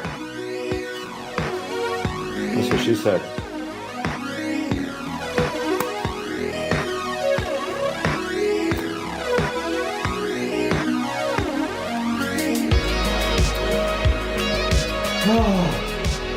It's so difficult these days.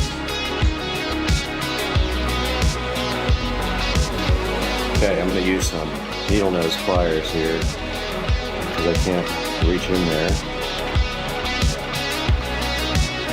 I can't even use needle nose pliers.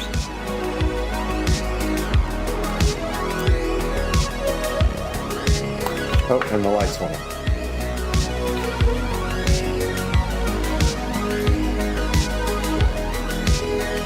Guys, this thing is being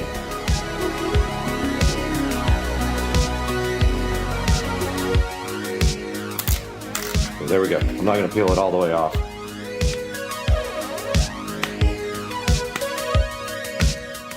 But it is hard to get off.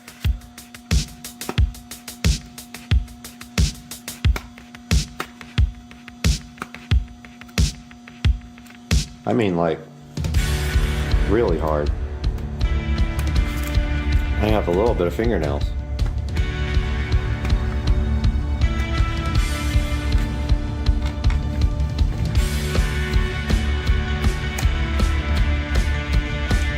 Doesn't help that these are trashed.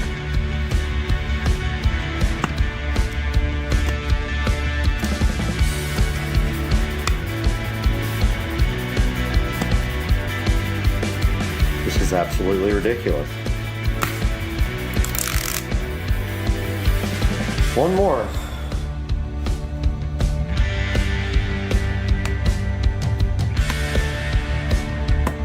Why don't they have the ones that split down the middle? Alright, that one was a little easier. Alright, now we've got the sticky tape off, finally. Oh man, that sucked. And so we are just going to pop this on there. Push it.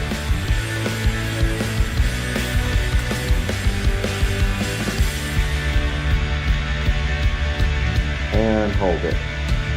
Keep some pressure on it for a minute.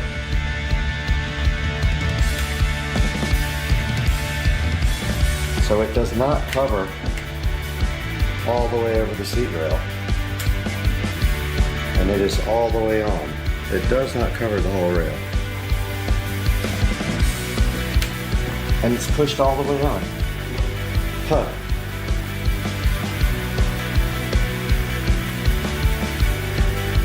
This side is a little bit gnarled up too. So yeah, so that's what it looks like installed. It does not cover the whole plastic. So if you're expecting it to, too bad. It's not wide enough to cover the seat.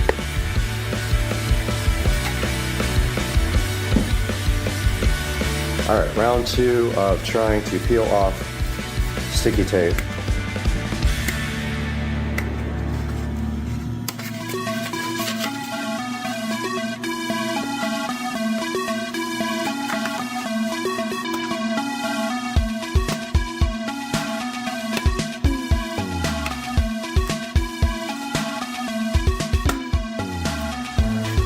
Oh man, this stuff is going to drive me insane.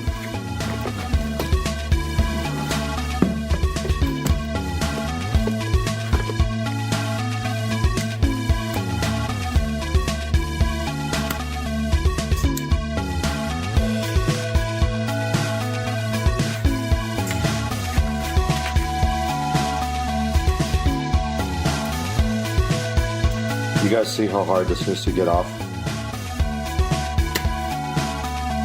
It is literally kicking my butt.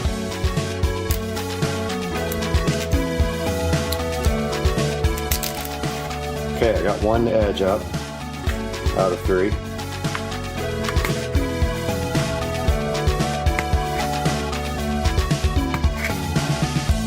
Please somebody tell me I'm doing this wrong.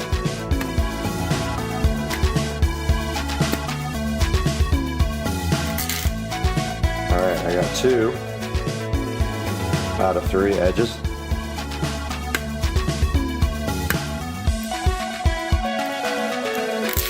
Oh, that one was forgiving to me. Okay, here goes the other one.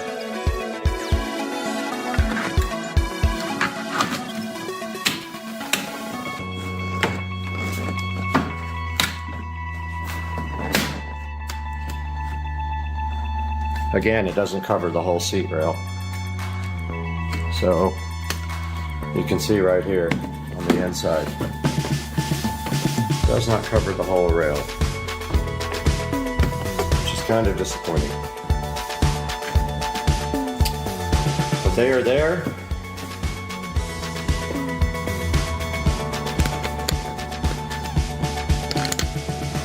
So yeah, overall, they're okay, but that, you see that? It doesn't cover most of the rail. Does on top, but not on bottom. All they had to do was make that a little bit wider. Hey guys, welcome back, and I wanted to just go over with you guys my Amazon shopping cart here for the upcoming audio install on the cart. And starting at the top of the list here in the shopping cart, we have the Invertec 500 watt power inverter. Now what this is going to do is going to allow me to actually hardwire a AC from DC to AC converter into the cart, and then have outlets available to plug in standard 110 volt items. And what I'll end up doing is probably mounting a actual house receptacle, like ones in the walls, on the actual cart, and run the power from these plugs here. So that is part of the list. Next up on the list, we have polyfill. Now this is actually for the inside of the speaker enclosure, and this dampens the speaker enclosure, and it's also going to go in the dash behind the 6.5-inch component speakers. Next we have some Velcro here for holding various things on, like the Bluetooth adapter I'm going to be using to feed the amplifier, and I will show you that Bluetooth adapter separately. I already own it, so it's not in my shopping cart at this point. Probably don't need this anymore because the inverter has a USB outlet on it, but this was going to be to power the Bluetooth adapter for receiving Bluetooth audio from the tablet in the cart. So what this is for is these two RCA splitters connect to the output of the, I'll go ahead and show you the Bluetooth adapter. So Bluetooth adapter, and it's actually this one. Now if you notice here, it's got RCA outputs. We're feeding both a front channel full range, and we're going to feed a subwoofer input as well. So we're going to come off of this Bluetooth adapter with these Y adapters here and feed the inputs to the amplifier, one set to the front channel, one set to the subwoofer channels. Here we have some crimping tool with some heat shrink connectors. I will need plenty of those for the power connections to 12 volts. Now these are terminal blocks for distributing power. Once we go from 48 volts, which the golf cart batteries produce, and we drop that down to 12 volts for all of our equipment in the cart, we will want a place to connect power and ground, and that's what all these are for. This will connect to the output of the 12 volt down converter, so to speak. Voltage reducer is what it's actually called. Now we have our front speakers. These are the Infinity Reference 6530CX, and they look like this. These will go in the front on the dash, in the speaker pods on the dash, and they have little tweeters here that I'm going to attempt to flush mount if I can find someplace big enough to put them. If not, they will surface mount somewhere. Let's hope. I haven't taken a good look at the dash, but we should have enough area available. Now we have our box. So this box is actually going to fit in the back of the golf cart between, so where people sit in the back and hang their feet down, there's a spot there for just storage, and this seems to fit perfectly. It will just hang over a couple of inches, but that's okay. It's not going to get in the way of anything. It'll hang over towards the back of the cart, but it won't get in people's way. It's going to hold a single 12-inch woofer, and we will stuff that with polyfill that I showed you earlier. Here we have our woofer. This is the SCAR audio, and this is a dual 4 ohm voice coil woofer, so meaning it has 2 voice coils. You can see 1 voice coil there, 1 voice coil there. Those are 4 ohms. When you parallel these 2 voice coils, you get a 2 ohm load on the amplifier, and that is what we want. We have a mono channel on the amplifier, so we're going to load it with 2 ohms, which it is safe at 2 ohms. Here is our voltage reducer. This is going to take our 48 volts from the golf cart batteries, and it is going to produce 12 volts. And the only bad thing about these are they are not switched, so I am using a master on-off switch, which is in the list somewhere. Here is a good collection of wire connectors for connecting to the battery. So they have the copper connectors, and they have the heat shrink tubing to go over them, and then you crimp the end on or solder it in. I don't have a torch to be soldering, so I will most likely crimp and then heat shrink the ends on. Here's our battery disconnect switch. I'm going to use this from the output of the 48 volt to 12 volt reducer. I'm going to be able to switch off our 12 volt accessories with this one switch. So this will actually go before the 12 volt reducer, and we'll switch off 48 volts into the 48 volt to 12 volt reducer. Then out of the reducer we'll feed our terminals here. This is just cable loom, so this will dress up all the cabling and make it look really nice. So we have 2 sets of those here, one 1-inch wide and 1 1/2 inch wide. I'm not sure if that will work, but that is what we have now.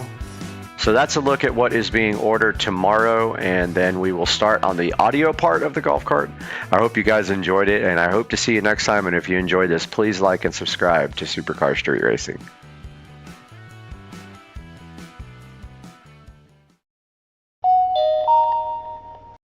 Video mode. Recording started. Wi-Fi is on.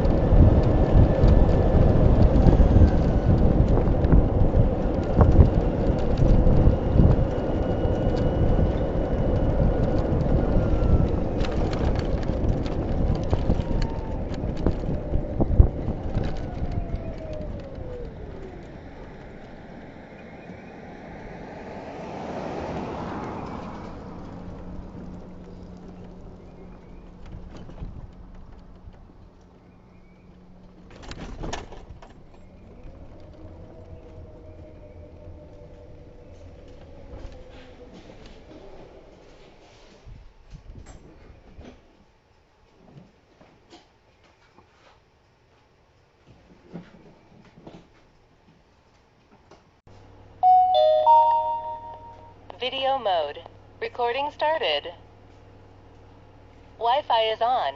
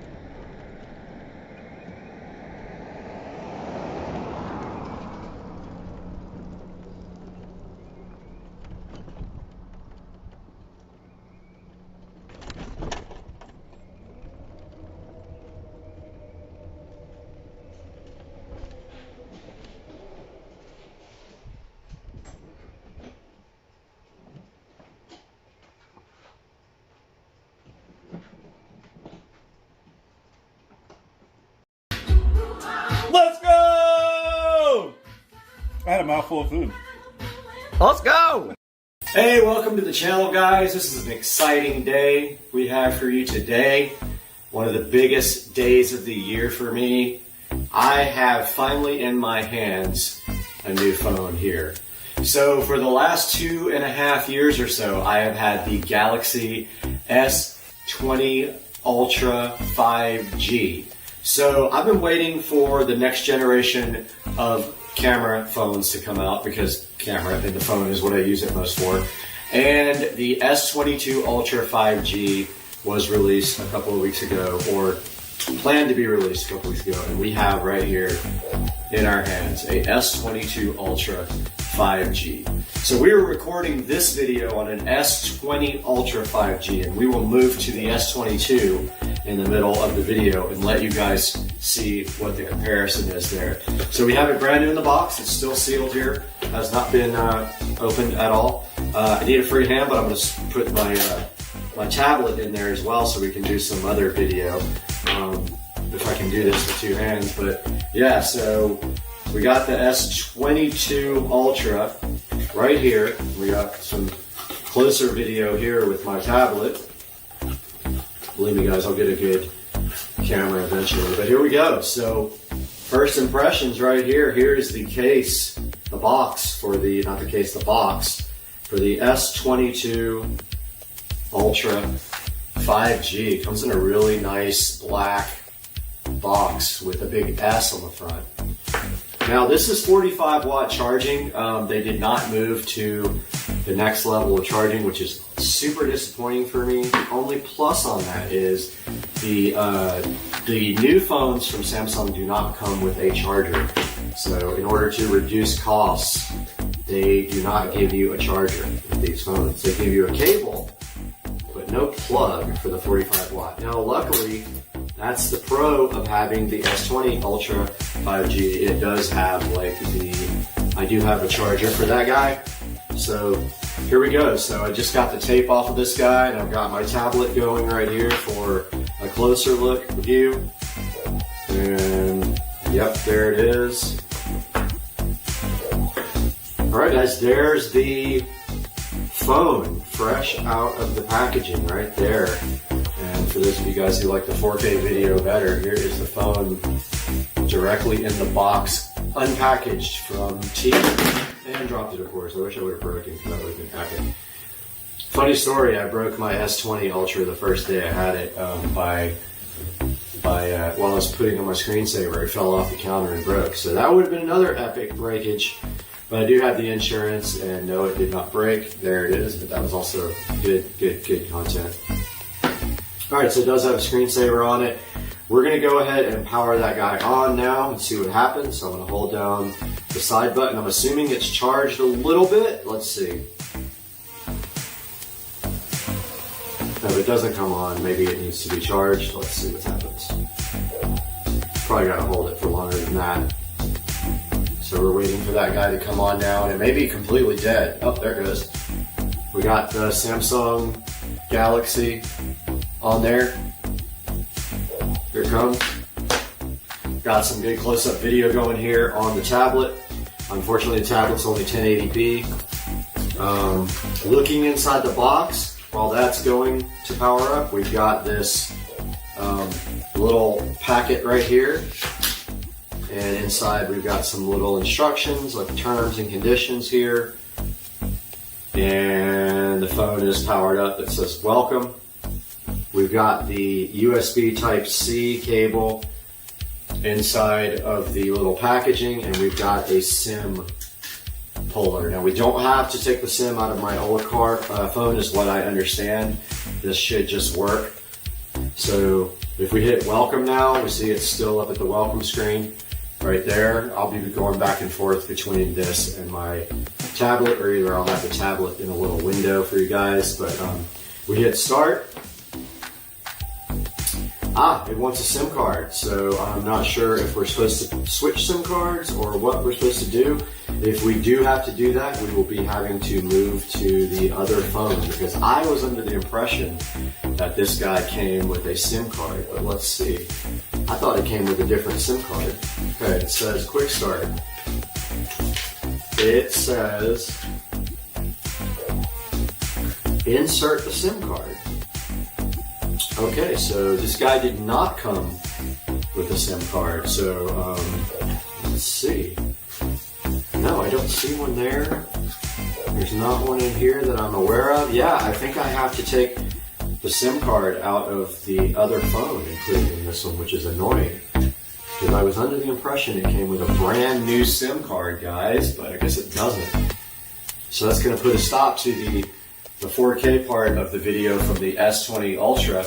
Once I get this phone up and running, I guess, well, I guess I could still film from that phone without a SIM card. Let me get that SIM card out, and then I will be back with you guys. Alright guys, so I got the SIM card out of the old phone. You would have laughed so hard. The SD card there went flying across the room. And by the way, there is no SD card slot in the new phone.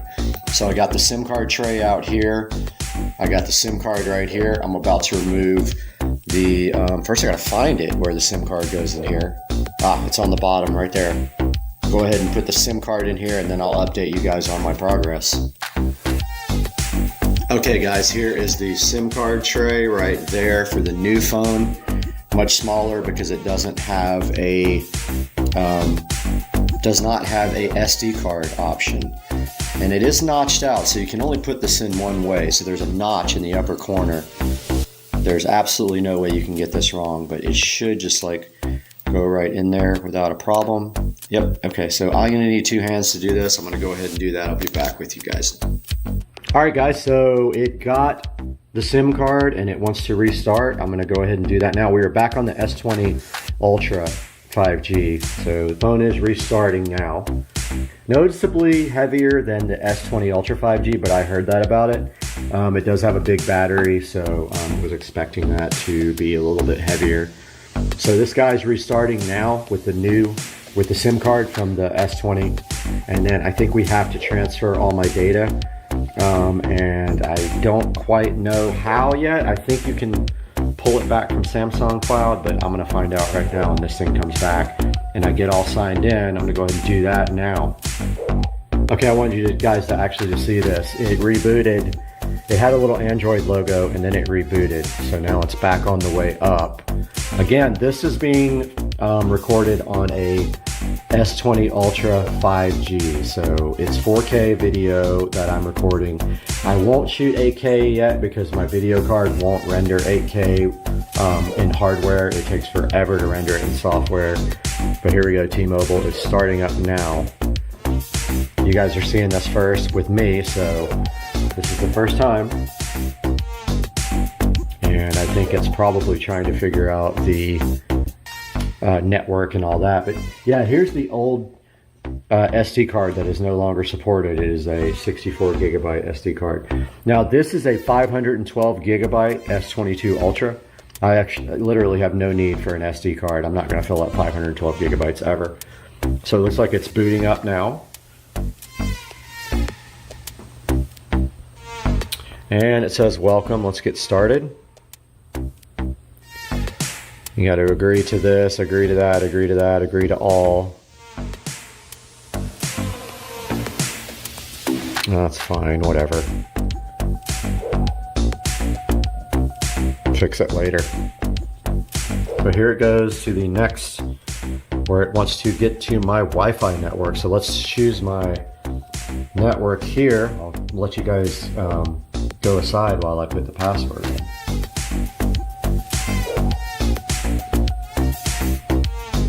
Alright, it says connected. Alright, it's connected to my Wi-Fi network. That's good. Been having Wi-Fi issues lately, so it's looking for updates. It may find some stuff to do here. It says it's getting my phone ready. It's supposed to be a really fast phone, so I'm curious to see like what the difference is in CPU speed here. But it is getting ready.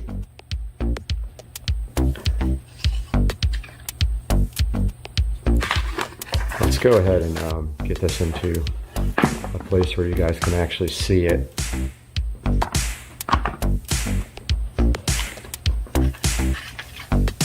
It says scan the code with your old device for more information on how to switch. So it gives you data on how to switch. I believe you just use a smart switch to do it, Samsung or I'm not sure. I did it on my last phone. It was really easy. I'm gonna do it on the fly with you guys though. Still says getting ready. We'll be back when it says that we are ready for the next step.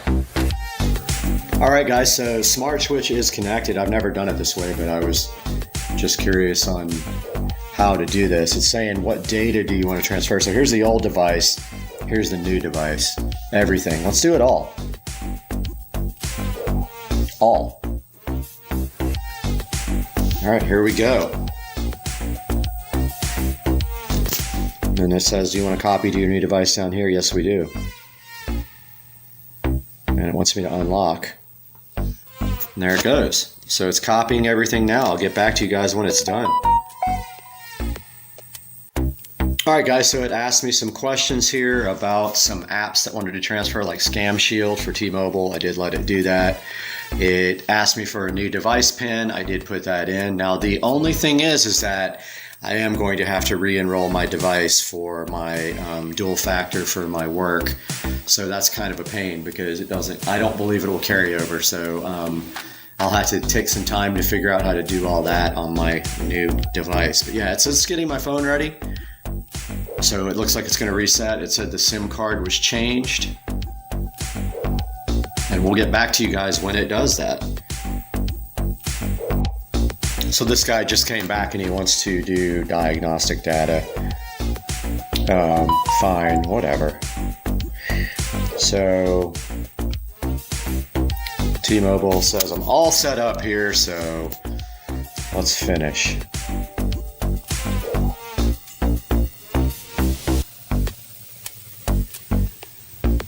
All right, so interesting. This is how it came up. This one's still going though. I'm not sure what that's about because it says it's done.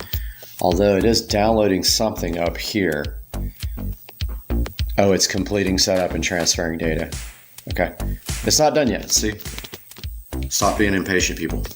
Stop it. All right, I'll let you guys know when this is done transferring data. All right, guys, so this is definitely a process. It's been going for about 20 minutes now.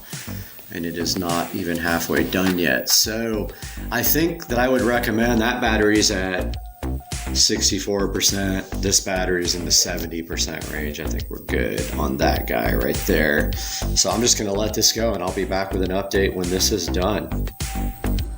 All right, guys, so welcome back to the channel. You are now in S22 Ultra 4K 60 frames per second, and I wanted you guys to be able to do a back-to-back to the other phone, which is actually right here. So here's the S20 Ultra.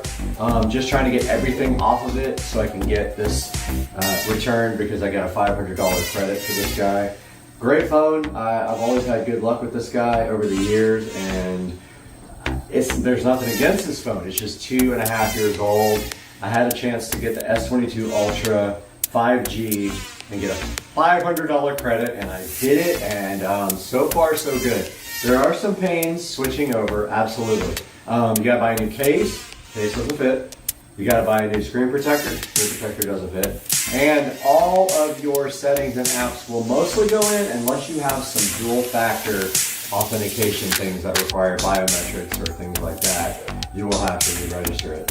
So overall, I would so far recommend this. I wanted to get this out to you on the first day, so I got to start editing, figuring out where all my footage is. It's on 3 different devices, and then you guys will probably see this tomorrow. All right, I love you guys. Have a good night. Super Sugar everything. Peace out. All right, guys. So we are on February 8th here, doing our weigh-in. Let's see what happens. Don't look at my weird feet, please. All right, we're at 151. I actually said 150 earlier today, but I did drink some water. So we're at 151 on day 38. How much ice do I put? I'll do the like 6 or 7 cubes. apple cinnamon. It reminds me of my DEA days, making methamphetamine. I'll do the apple cinnamon. Apple cinnamon. Okay, apple cinnamon. All right. This is going to be amazing. Here you go. So what is it? What's in there? 1 billion views. Just regular old Jack Daniels. Okay. So just one JD right there. A little bit of simple syrup. Yeah, you can get this stuff at Publix too. I buy it all the time. Nothing but sugar water. Yep. A little bit of bitters. The doctor of all goodness. It's true. It is doctor. It's a surgery. Dr. Feel Good over there. You actually should get. Cheers. What are the other cherries, honey? I got the wrong cherries here, but. No one can have the wrong cherries. The dark cherries. Yeah, I don't have the dark cherries. What? Dark cherries. Nah, I can't remember the names of them. I don't know. I got nothing. I don't know. That was a question I couldn't answer. I don't know. Put that. This is the best part. Okay, Oh, Mike. yeah. When you get fire involved and in we anything, selected Apple cinnamon. apple cinnamon. Yep. He's a freak for apple cinnamon. I haven't really watched him do this either. Well, It's pretty fascinating. Like, it had me. Wait till this gets 1 million views. And we can finally retire. Young. This is like we're doing something illegal over here. Well, I know. it's much feels- different than a cold cook or a heat source cook. Yes. We're not making math here, folks. You who are making meth will figure that out. This is the old-fashioned doctor. This is the best. Chris is the only young person here. We're all just like his grandparents. Blowtorch. Anything with fire is good. I know, that's what I'm Absolutely. saying. Absolutely. I think that's why I always liked creme brulee. That's why we like that movie Fresh. Oh my god. Oh my god. That movie's crazy. Oh, jeez. This is amazing. But you see, I mean, the viewers can see that, like, there's actually, like, a black something going over the drink inside there. It actually turns black. Smoke. Oh. Yeah, it turns it, like, charred. Because of this thing. Doctor of all drinkage. Good smoke. Did it get in there? I'm not seeing any smoke. You know what? I don't see any either. Do we have another torch? Is your torch all, is maybe. it petered out? It may be. Okay. Oh, it's running trouble. Oh, yeah, it's working. Phone's melting, but that's cool. That's all right. I'll buy a new phone. The top's about to catch on fire. Maybe the holes are plugged up. It didn't really do what mine did. It didn't. No, Yours is mine. kind of like right, so let's- waterfall down into it. Mine Need totally Need turned to dark. clean it? Yep. Yeah. It stopped That up. might be plugged up. Yeah. That's The hole's how it plugged. Catch on fire? Your hole's plugged up. Can't have a plugged hole. No, Hell no. Nobody's got time for that. no. It's like prison shit. Unplug your hole. Oh yeah, finger it. Oh, gee. Okay, we can't put this on YouTube if you guys get dirty. Don't get dirty. We're going back with. Apple cinnamon. Apple cinnamon. Where is it? Where? Oh. Okay. Bartender's a little buzzed. That's okay. There's no doubt about that. This is gonna be the best video ever. This is better than axe. No. We had axe throwing. It'll probably get more views. Yeah, it might. Alcohol Because fire. okay, so what do we title Oh, this? there it goes. Yeah, the whole. What's our clickbait? Yes, there it is. There How you to go. make the perfect old fashioned Old fashioned. with Byron. Yeah, now Game of it's- Thrones. Game of Thrones. Dude, that's so sick. Where you buy them little things? Oh, look at it. It's cool. The wood. Amazon. Amazon. Are we getting smoke in there captured? It's hard to There tell. was I think for a there was minute, some. Mine was way better though. I don't know. Oh, there it is. Look it. Look it. Look it. Look it. Look it. Look it. Do you see it? Look Oh, it. yeah. We have Look smoke. at that. Yes, smoke it. Smokage. Okay, that was cool. It looks so cool on the camera though. For real. Yeah, it did. Get them, my friend. Oh, yes. Chris? Thank you, sir. All right, so you got to taste it and tell Cheers. 1 million people what it tastes like. I can smell the smoke. Is it good? Yeah, I like it. Excellent. Bartender is amazing, right? Thank you. Thank you. Okay, Thank you, 1 gentlemen. billion views later. 1 We're billion. gonna have to views cut later. him some, cash from our YouTube revenue. $22 a month. Doctor. Guys. I need a new 22-liter beaker. Yeah, you do. Okay, so there's a lot of different flavors though, by the way. You're Walter White? Is that what you're saying? Walter White. Jesse, let's cook. No, you just watched this. You just watched this yesterday. I've never seen it. Jesse, let's cook. I don't know what. And then we have this. 6 episodes of that yesterday. And then we have the Now, torch, the cherries. I love that. I had to. I like squirt, but this is all right. Oh, I have the fever. It's with an F.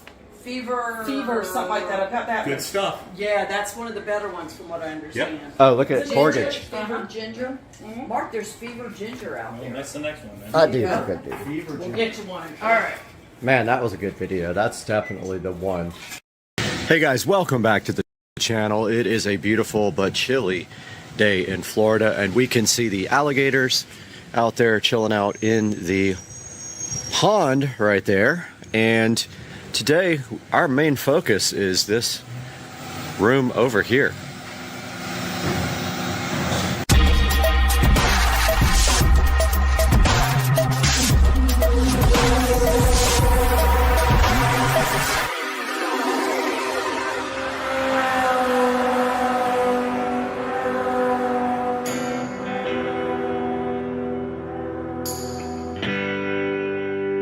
Guys, we are over here on the side, and the neighbor's dog is barking at me like crazy, but I am opening up this area for you. You can hear the dog going crazy.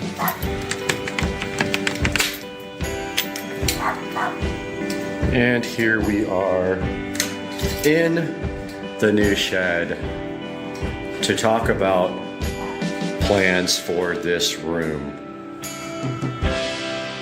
Hey guys, welcome back to Supercar Street Racing. I hope you're having a great day today, and I'm so happy that you joined me to take a look at what we're going to do out in the shed, which is now becoming my studio. We have run out of places to record here. I need a bigger space with lighting and microphones and everything, and I cannot do that in my current master bedroom, which you are seeing right behind me here.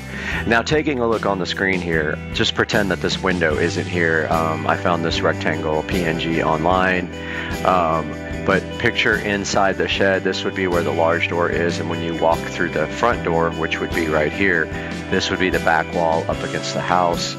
So basically right here we have the house wall,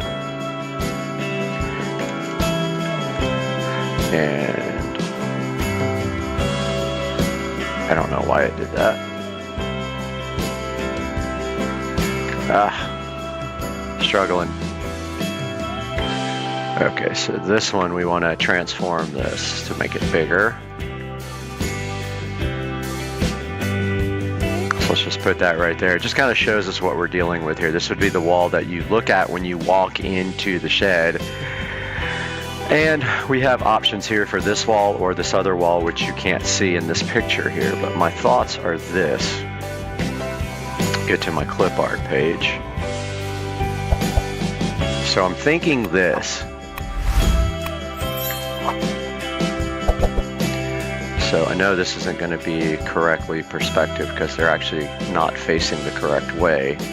But imagine if this TV was facing this way instead of being I might be able to skew it that way. Let's see.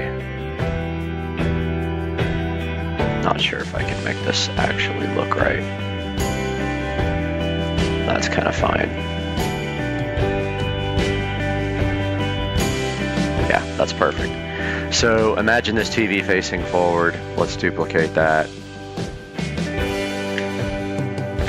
And drag. Whoops, didn't mean to do that. What did I do? Okay. That's not working. Keeps going back to the other. Won't let me drag the television.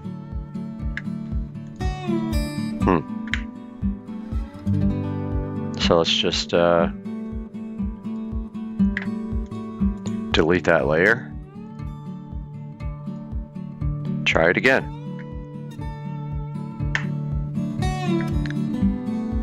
It is not letting me drag that.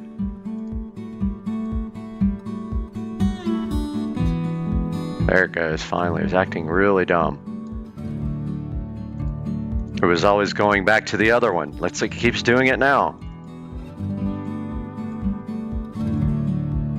Ah, the stupid thing. Alright, fine. Won't let me drag that one no matter what I do. Okay, so after that frustrating, you can see where we have the two TVs. They'll actually be spaced out more than that. They're actually smaller. Let's see, transform, scale. This is just a rough estimation. And we'll do the same thing here. Edit, transform, and scale.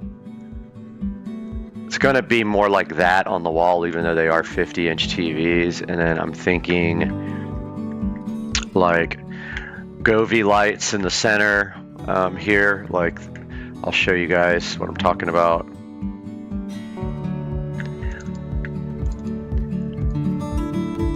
Govee lights, LED.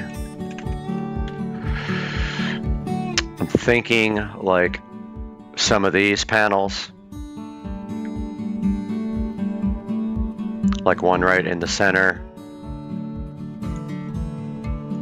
Let me save that. See if there's any way I can put that on the wall here, but I'm thinking right in the middle there would look cool. Like right in here.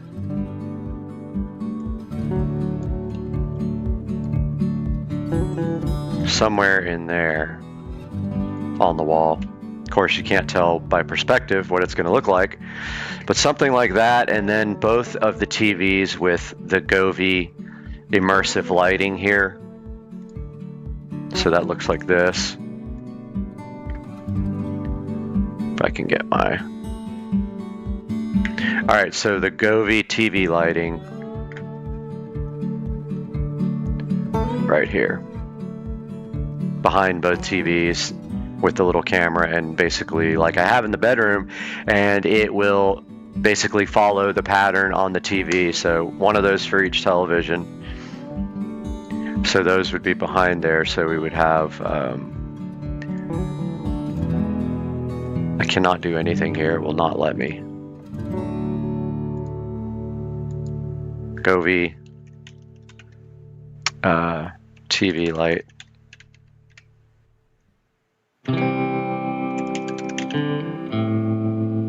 And edit, transform, scale.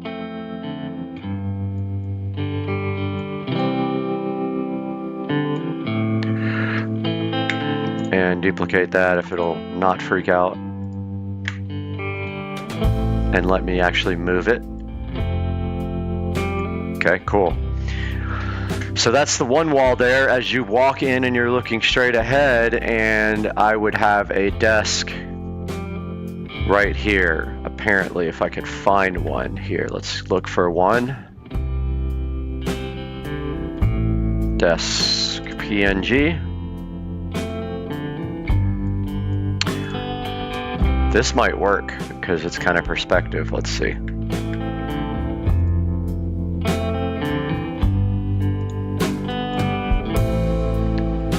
Okay, wrong place. Clip art. Alright, so here's our desk. Let's take a look at that in clip art.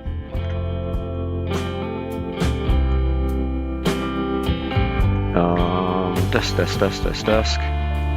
Found it. We'll have to flip this around. So edit, transform, rotate 180. Nope, that's not it. Undo. Edit, transform, rotate clockwise. No. Flip. Edit, transform, flip horizontal. Yep. All right. Again, not going to be perfect, but I'm thinking desk here. And desk here. And that would make up that part of the room. And then we could actually shoot on this part of the room. Let's save this. So let's do projects and let's make a new folder here for it. New studio.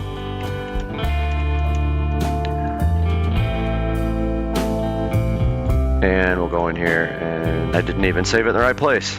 File, save as. Oh yeah, I did. Okay. All right, so that's actually the first wall. So remember, this is the big door right here. I don't know if I can draw it. Let's see.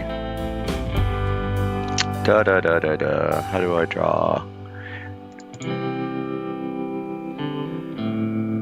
Oh well, you guys get the picture. Picture the big door here. And let's do file new.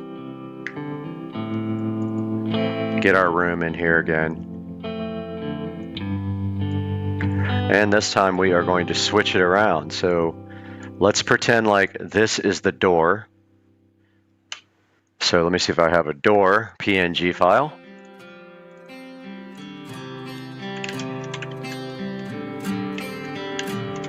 I don't have one. Let's grab one real quick.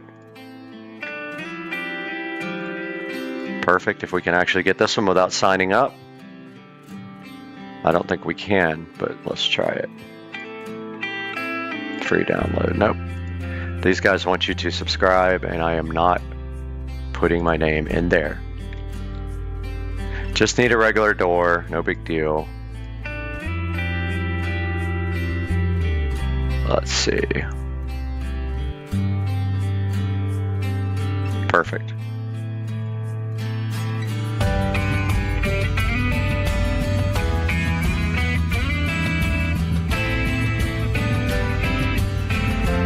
Download.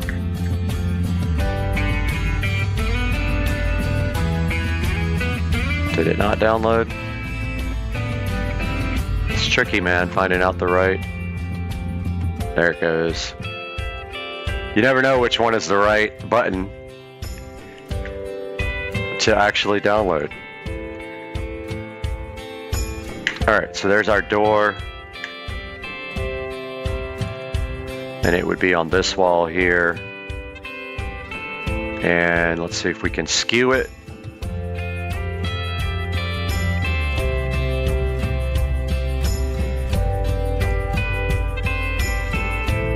Just like that. Perfect. So there's our door entering into the shed, our small door. Forget these windows, they are not there. Let's do this. Let's layer merge visible. Let's take a little section here. Actually, we can do a section here. Copy. And paste. And move it.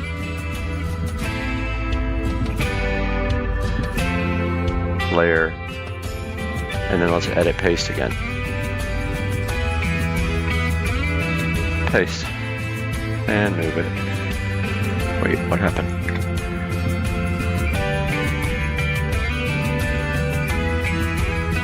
Edit. Paste. Move it. Dude, Photoshop is being dumb right now. Promise it's not me. Alright, so let's merge that down. Now we don't have our windows. Pretty cool, huh? Alright, so I'm thinking on this wall, maybe is where we actually do shoots.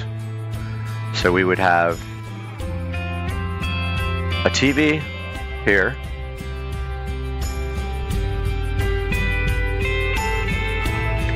With Govee lighting behind it.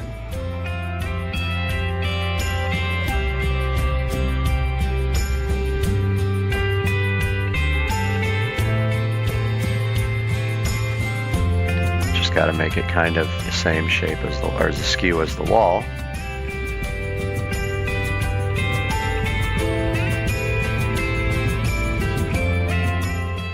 All right, so my recording got cut off right in the middle of designing, but here is the finished product here of that wall. And then, of course, this wall where the door is will not have anything on it except just be drywalled and maybe some lighting, like some regular lighting. I'm not sure yet. Maybe some wall sconces, since I have the ability to do power before I do anything else. But yeah, now let's go back out into the shed and take a look at what's going on in there. All right, guys, we are out here in the new room built on the side of the house, which originally was going to be a shed, but I have decided to make this into my office and our new studio. And I do have a plan for this, guys, and that is that we are going to insulate, drywall, and then make this into a actual room. So our plan is right here. There's a 2x4 up there running the top. We will put another one at the bottom and then run studs up and down so that there is something for the drywall to attach to. You have to have that. Not sure what we're going to do here about this outlet. Hopefully we can just leave it where it is and maybe even run another run down here so we have power all the way down this wall.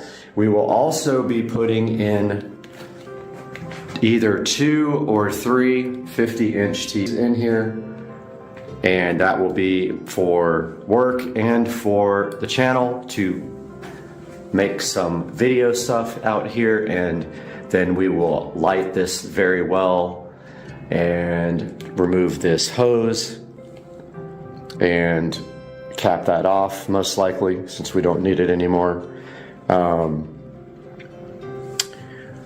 That is the current plan. Now, so what we're gonna do here is we will be drywalling everything. Hopefully we don't have issues with water coming in anymore. I did have problems, but I got gutters installed. You guys have not seen that, but I did get gutters right here, and they drop right here. And that pulls the water away from the shed where it was leaking in here, because the guy who built my shed, I told him not to, but he built it directly on the ground. Now, this door needs weather stripping around it, all the way around it, so that it is sealed up completely. I don't know how exactly I'm going to do that yet. I really wish the door wasn't here now. The original plan was to park the golf cart in here. That is no longer the plan. It will stay in the garage.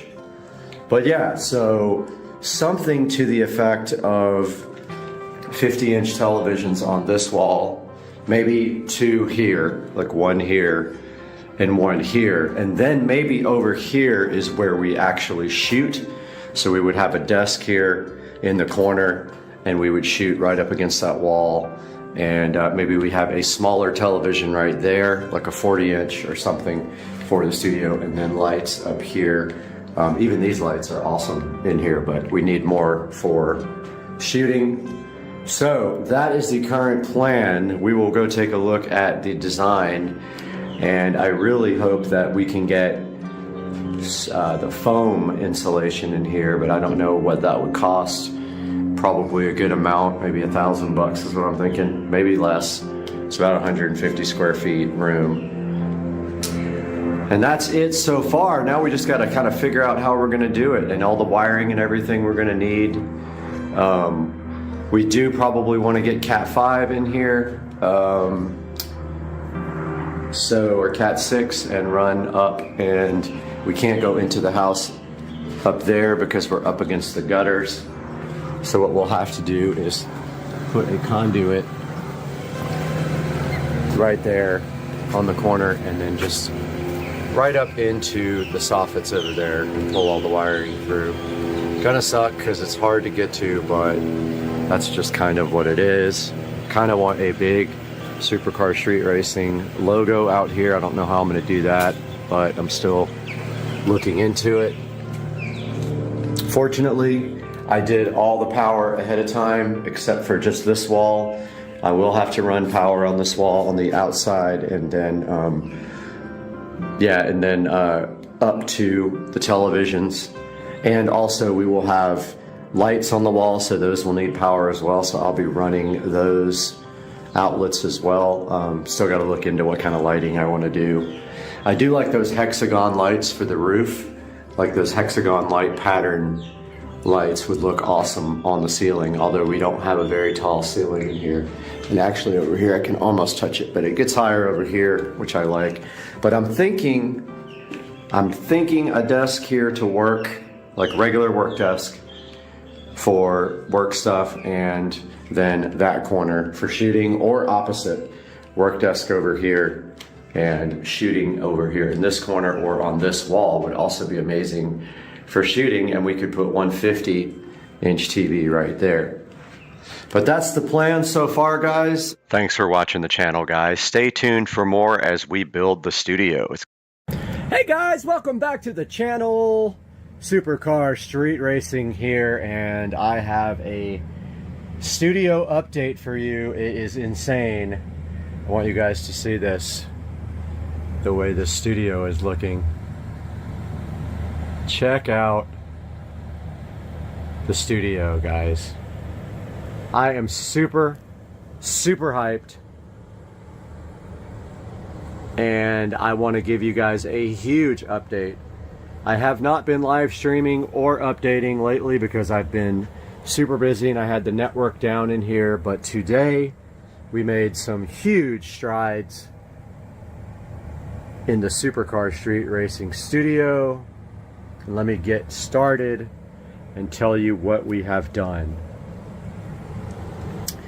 First things first, but not the biggest, the Harbinger's powered studio monitors are mounted and they are flying from chains right there. Got that done today all by myself. I don't know how, but there is the other one. Alexa, set the office lamps to 100%. There is the other Harbinger flying from the chain and angled down at you for goodness. On top of the Harbinger. I haven't quite figured out how or what I'm going to do with this, but this is my 20 something whatever port. I don't forget how many ports it has. Netgear switch, and you can see the Ethernet connections all labeled and going into the wall, and up there we have a Wi-Fi extender hotspot thingy, and that is connected to Ethernet, and then it has a Supercar Street Racing Wi-Fi signal. So I got to still figure out what I'm going to do up in this corner, how I'm going to organize it, if I'm going to do a little shelf or what I'm going to do. Not that important right now. The biggest thing is I got the Ethernet connected. Secondly, huge. I got the 4K Fire TVs mounted, and literally luck that they can swing out and touch each other like that. It is absolutely perfect. I couldn't have done it any better if I meant to, and I didn't mean to. And they are on these, they're not horizontal like usual plates or mounting plates, they're vertical, and they swing out and they are tilted down at you, and you can see right now they are playing 4K video from YouTube. Visual Dawn, one of my favorite up here too. Visual Dawn with the 3D animation Spacescapes. So we got the 50s mounted. I ran out of Ethernet cables, or they would all be connected to Ethernet. This one is connected to hardwired Ethernet, Wi-Fi. This one doesn't have an Ethernet jack. That one's connected to Ethernet. I ran out of patch cables. Next, we got the Marantz NR1711 receiver in. This guy is a high-end receiver, and the reason I bought it is it has front preamp outputs to feed our powered studio monitors there, and our 1711 chilling. We got our wall plates all done mostly. I've got two more to put in here. One of them is for the front speakers. It'll be RCA. The other one is a dual Ethernet jack. One for this and one for the PC. So there is the home theater wall plate, and that little thing coming out of the corner is the USB. You don't want to do a USB extension. It's already extended twice and it's already going to be an issue, so I just drilled a little hole in the corner and ran it straight through. We got all the other wall plates done. They're not exactly on the same level, but they'll all be under the desk. We got all the power done. The only thing I have to do over here is connect the subwoofer plate for the sub that is going to go somewhere over here. I'm not quite sure yet because there's not much room right here. And we got all of the wall plates done behind the Fire TVs. This HDMI wall plate here feeds down here. So if you want to connect a laptop or a tablet or anything else to that guy here, you can do it right there. I have not connected the HDMI here to the TV yet, but that will be next. Same thing over here. This HDMI wall plate feeds this guy here. There's also network down there, so if you want to plug a laptop in and work on this 50-inch, you may do that via that port right there, HDMI.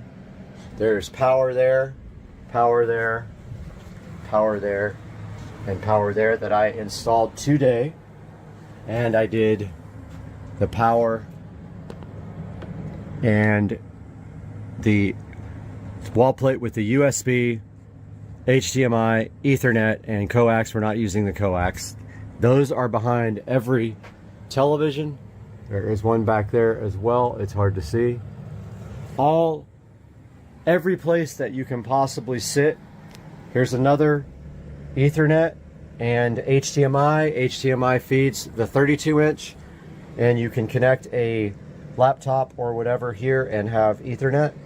Every place has Ethernet. 1, 2, 3, 4, 5, 6. There's another jack there for just straight Ethernet. If you want to work right here on the couch, you may connect your laptop to Ethernet. If you want to work right here, you can connect your laptop to the 43-inch and you have Ethernet. We've got the Echo Show 15 chilling flush mounted. Completely flush mounted into the wall. First one I've done like that. So this is not a completed tour. When I am done, I will give a completed tour. I wanted to do a little update. Oh, also got the Govee recessed lighting installed. All of it. And it is all controlled by Alexa. Set the studio switch lights to purple. And there we go. They are purple. And I have power there stubbed out and power there stubbed out. It is permanently on power, and that is for lighting for shooting videos. Most likely we'll have a light pointing down here at the desk and one up there pointing down here at the desk, and I just don't know yet quite how I'm going to do it, but that is an update from Supercar Street Racing Studios. Big update. I'm so hyped to start doing videos here. We'll see you guys soon.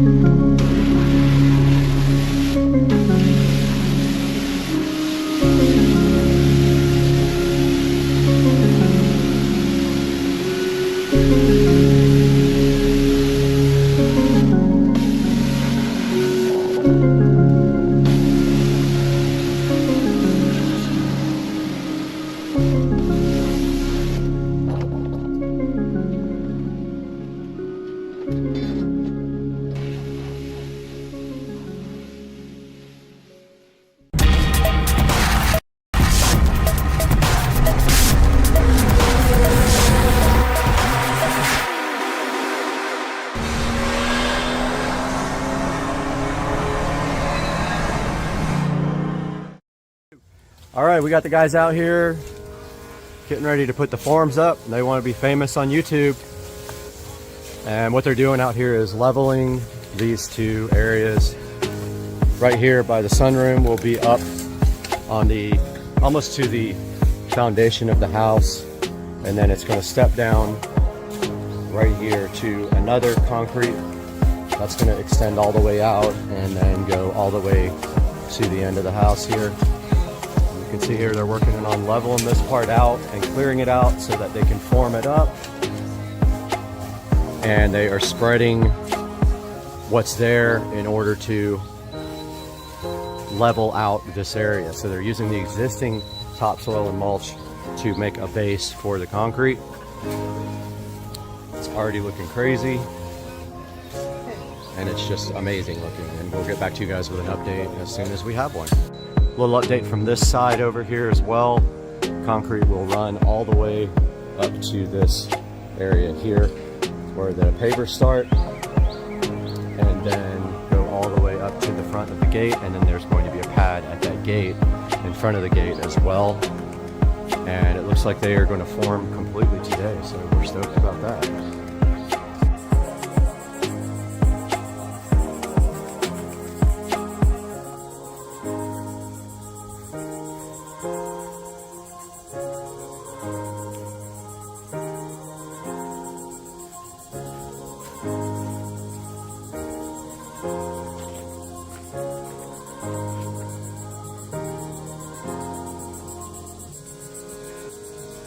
Alright, so they are out here forming, getting everything ready on both sides. You could see the form for the step-up patio, and then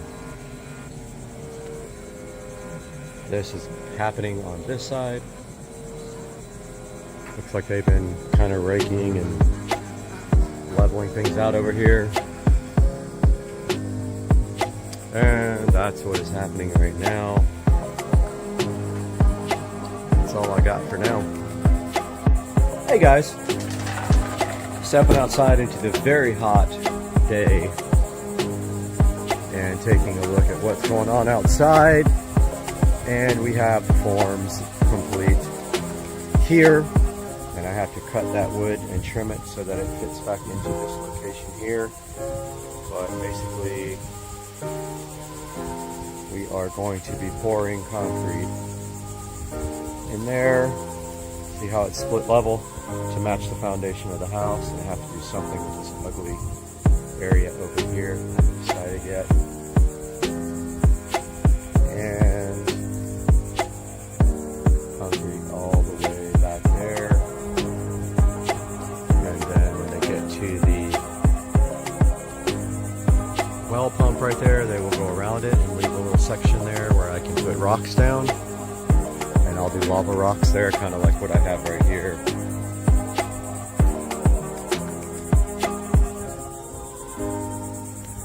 And then over here, I think they went to lunch right now.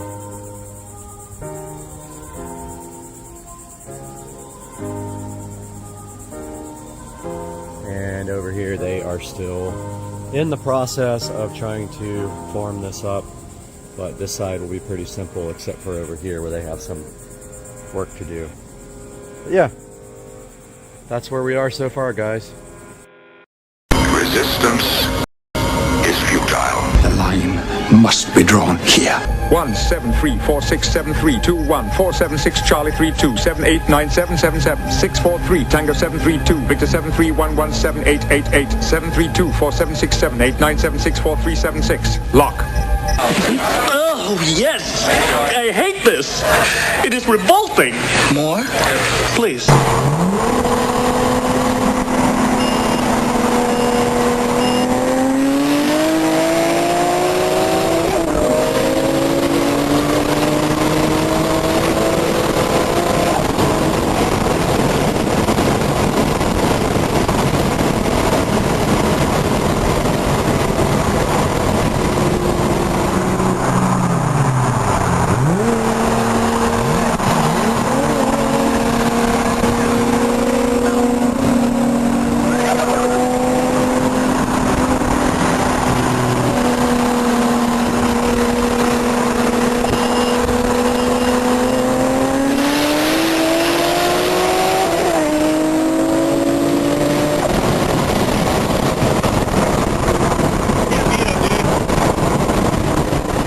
Judging by the pollution content of the atmosphere, I believe we have arrived at the latter half of the 20th century. Welcome to part 3 of the Avon E90X install video. We were just talking about File Manager, but I was just going to show you guys that this has an SD card slot right there, right on the side there, right there. You can see the kind of the reflection of it. Does have an SD card slot, and mine has a 128 gigabyte SD card in it, which is very nice. Yes, you can move applications to the SD card. That was my biggest thing, being able to move apps. So file manager is ES File Explorer. Let's go to car info. No, let's not. Actually, car info is your factory navigation system. If you want to go to that, you hold down menu for 3 seconds and it switches over to your factory nav where everything works like it did before. So we hold down nav or menu 3 seconds again, we go back to Android. Let's look at some more of these settings here. Browser is basically, I believe, Chrome. And you can see here I had a bunch of malware installed, but we got rid of that finally. But yeah, so that's Chrome. And let's go back to the menu. The next set of menus. So this is video. This is a video player. DVR, so you can record your dash cam and either your front or your rear view camera. Settings takes you to a settings menu that looks like the BMW settings, but this is actually the settings for the unit, and this is where you set up what navigation app you want, your language, and by the way, the iDrive control works. The time, by the way, use original time and set it up in your Android settings. This is how you set the volume levels. This is how you set up your rear view and front camera. This settings actually takes you to the Android settings, just like an Android phone, and then this takes you to the nav screen where you can then, the nav setting screen, the actual unit, where you can go into factory setup by hitting 13, 14. Okay. Inside here are the settings to the navigation system, and this you use your finger. Now this is important here. Car type. The only way I could get this looking correct when you switch to BMW is to put it on this. So if you have an E90X, you can try all these settings until you get the one where the resolution looks right when you switch back to BMW.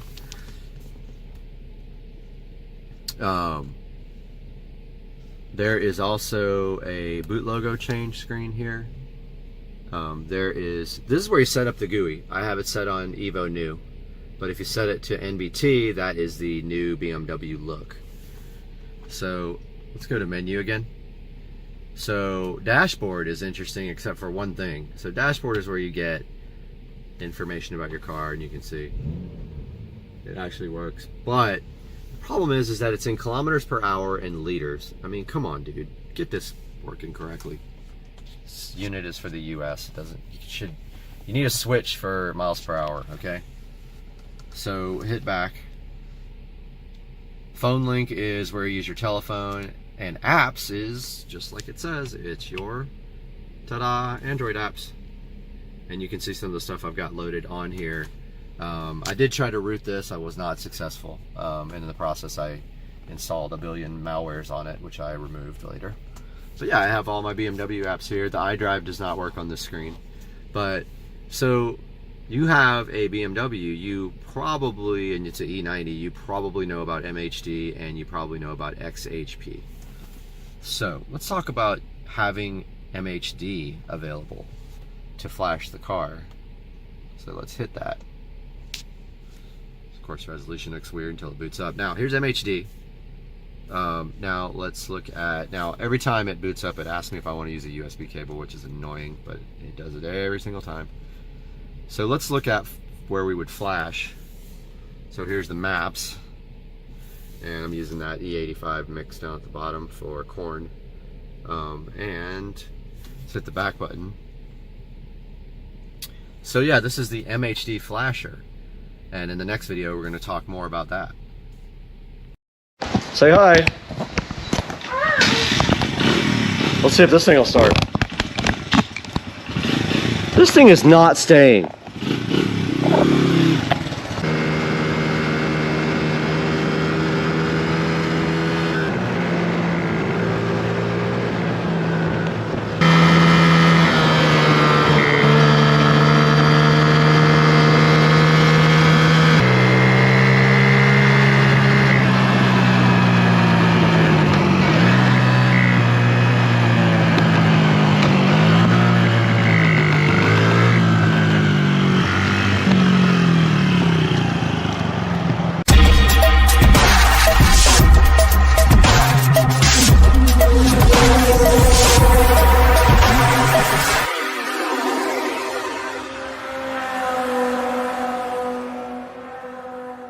Say hi.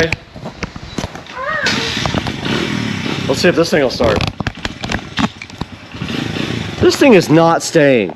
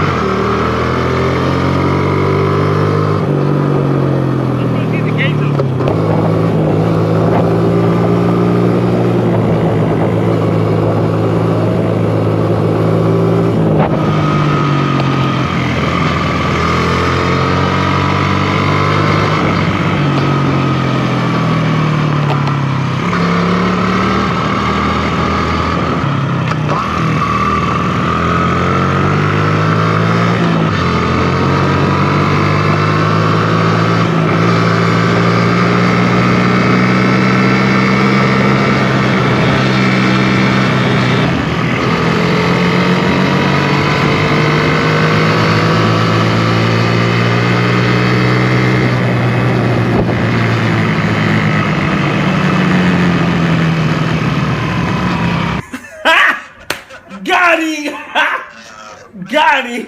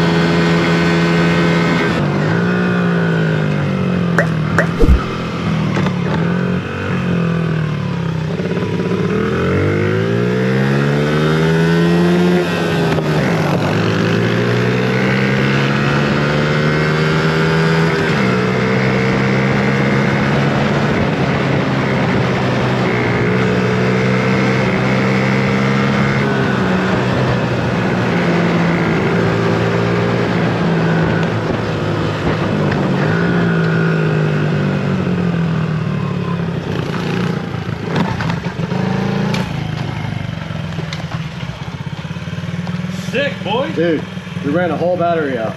All right, guys, Supercar Street Racing, welcome to the channel for a quick video about upgrading the firmware on the ID4 digital cluster for E92 cars. We are here at id4motion.shop and we go to support and then firmware. Looks like there was a new one released that I didn't even know about, June 9th. And we're going to download that.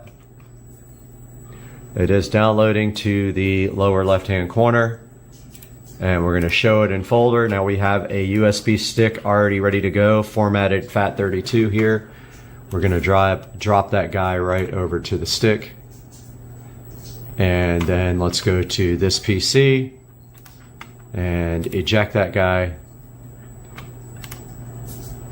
And the next step is out in the car. Let's grab our USB stick here and I'll meet you guys out in the car. All right, guys, we're out in the garage. Here is the E93. And if you guys remember properly, we have installed a USB stick adapter under here. I can find it somewhere. Right. Where'd it go? So right there. Where is it? Of course now I can't find it and I put it in. So it's right here.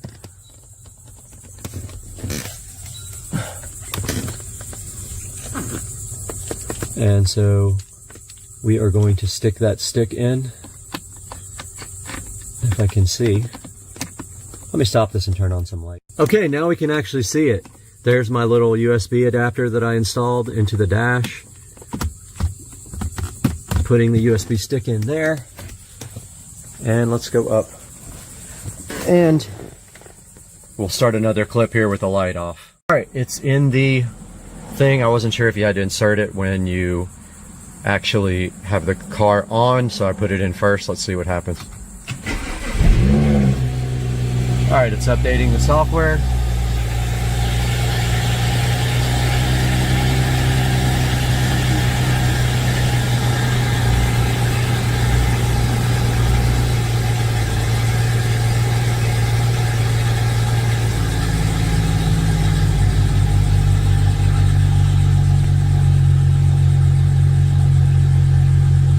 There we go. Dang it, it keeps on like going back to the old settings for my... It's got a long extraction going down at the bottom. As you can see that line moving from left to right. So I was on 2.02.00 and it's installing 02.02.02, which probably won't fix any of the issues because I still have battery drain, I still have issues with cruise control being off, and I still have issues with the fuel warning indicator coming on constantly. When you get on low fuel, it turns off, and then it starts chiming again, and then it turns off, and then it starts chiming again, just over and over. So we're going to stop until this is done. I'll be back. This is now done. I don't know if it restarts by itself or what. It does. Okay, cool. There goes the reboot.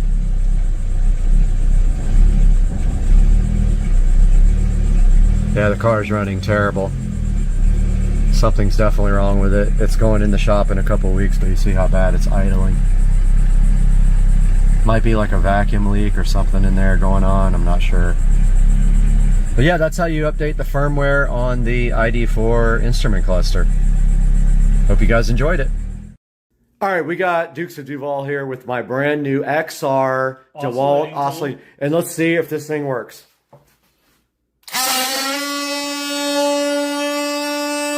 Doesn't work. Yeah, so my Tesla's just driving me home. It's cool. It's whatever. Drive me home. Thank you. Love you.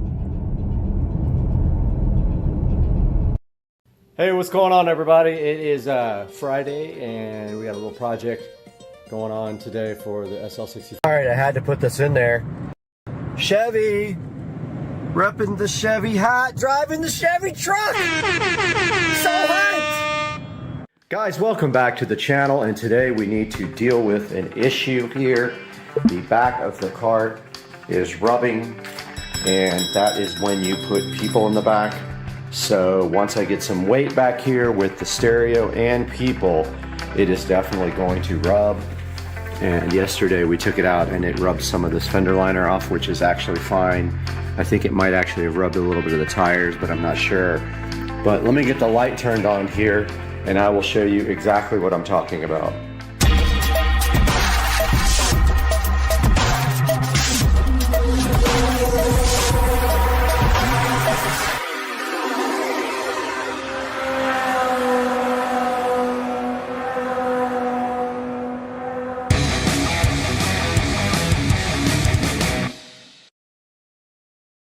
Alright, checking out the back of the cart here where the leaf spring hooks. We have a couple of shackles there on each side with bushings in the center. And what we are going to do today with Joe is buy a piece of stock that is going to allow us to raise this. We are going to create our own plates on the end and make them longer. And then we just jack the cart up and reconnect the plates and they will be lowered. So next step is heading on over to Joe's house and we will take out one of these plates and go to Home Depot and grab some stock that we can create our own. Alright guys, we are headed over to Joe's house. And what we are going to do is take one of these rear shackles off and run down to Home Depot and get new shackles stock so that we can make our own. And we will raise the rear of this cart up about an inch probably. I noticed these seat rails don't stay on. I might have to glue them. Very foggy today in Florida. Very unusual, but not cold. 63 degrees. Which is not bad.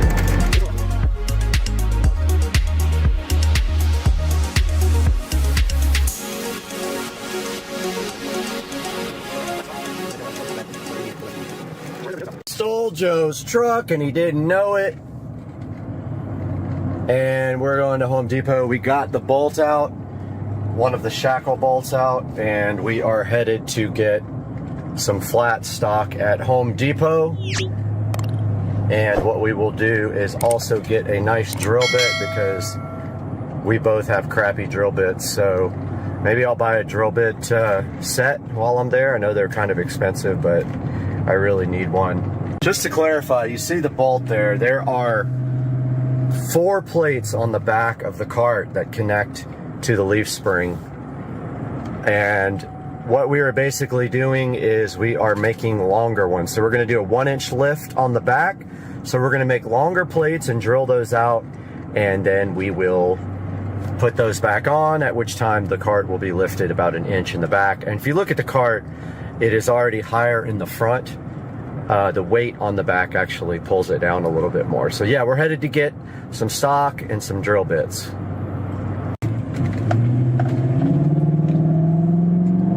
Viper swap!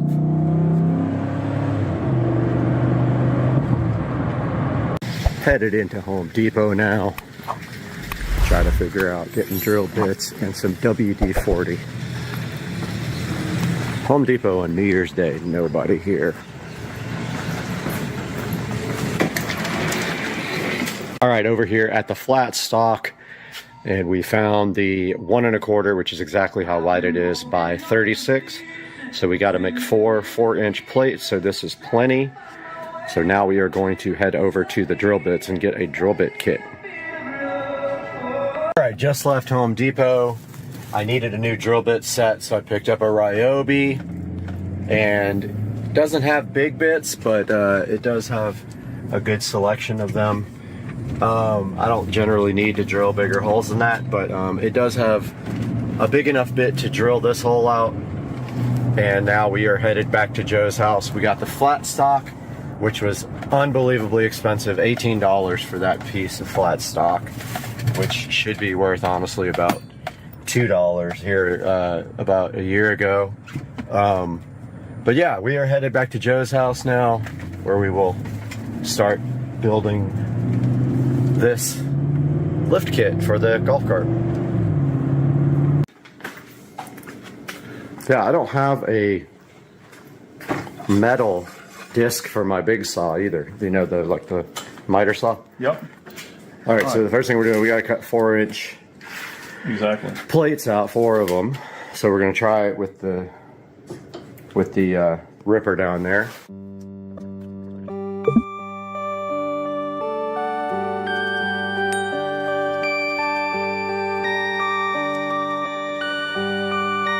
Perfect.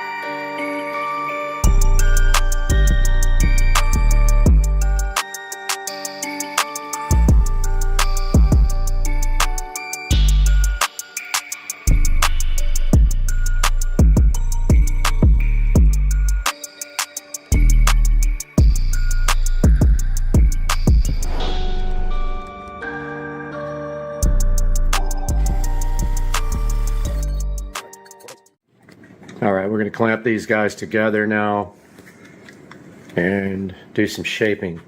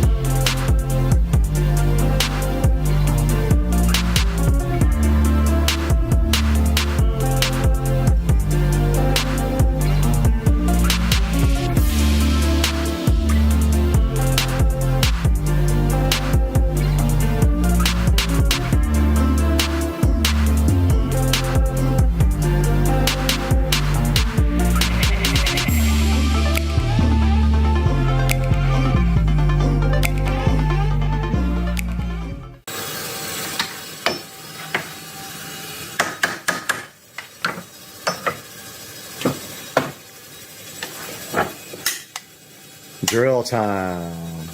We're gonna do all at once? Yep. Nice. They're all the same. Let's see how those Ryobi drill bits perform.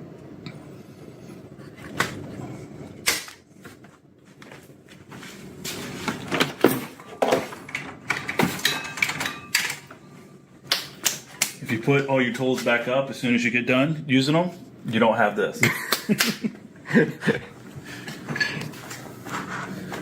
So it's just mildly organized, is what it's called.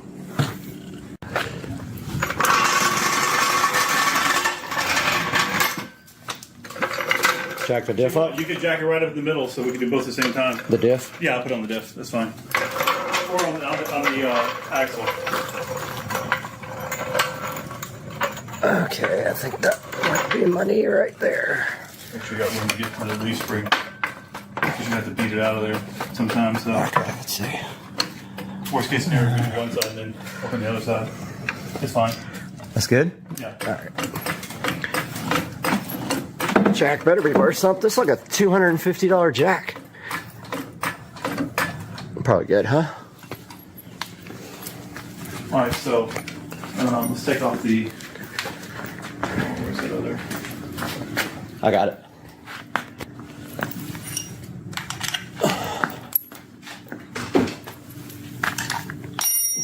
don't you? Or you Yeah, want me- yeah.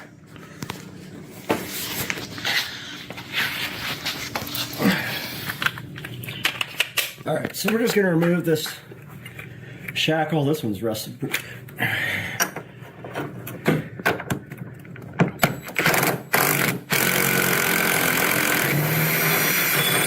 Not an impact can't handle. There it be. All right. There it be.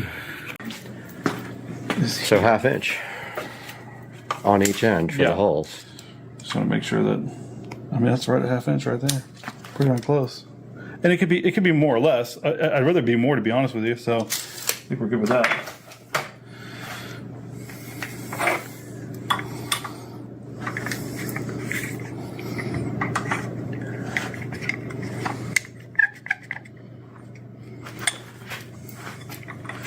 Well, is Our sock's slightly bigger. Yep, sock is slightly bigger. So the only way to do that would be to Open up the bit, open up the vise, and clamp it next to it. clamp it. Yep, that's what we're gonna do. And I just got them all lined up too. Yeah.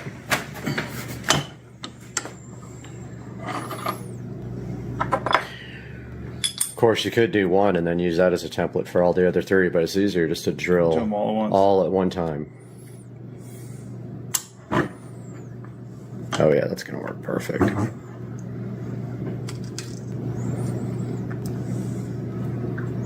Yeah, and we'll just do the same on the other side. So this way, it's pretty much flush on there. Yep, close.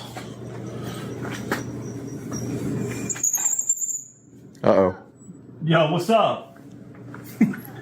What's happening? Got some gangsters in the neighborhood.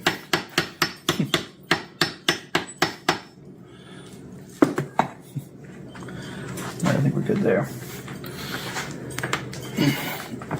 Put a lot of pressure on it. So.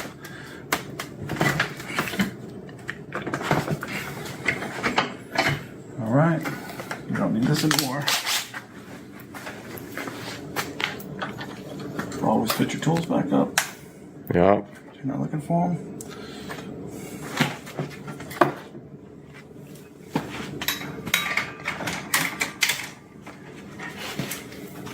All right, so you're gonna have to lube this up. I got you. Start with some. Hold on one second.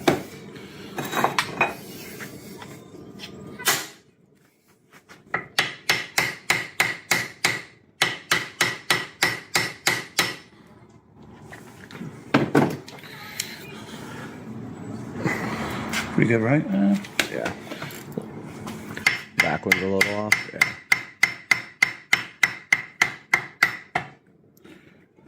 It's gonna be all right. Close enough. Maybe I can give it a lube.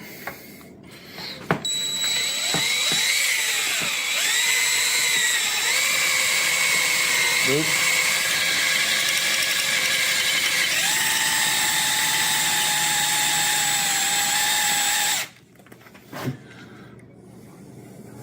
What you looking for? Just Oh. there are some. I'm gonna hide behind the camera.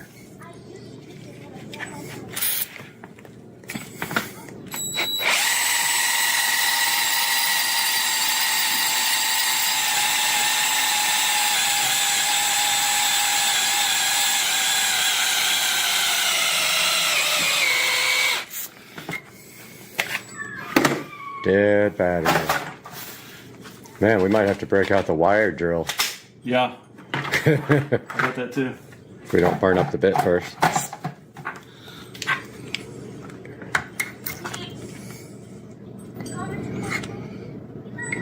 Oh, it's going good. Okay, cool. All right, spritz it.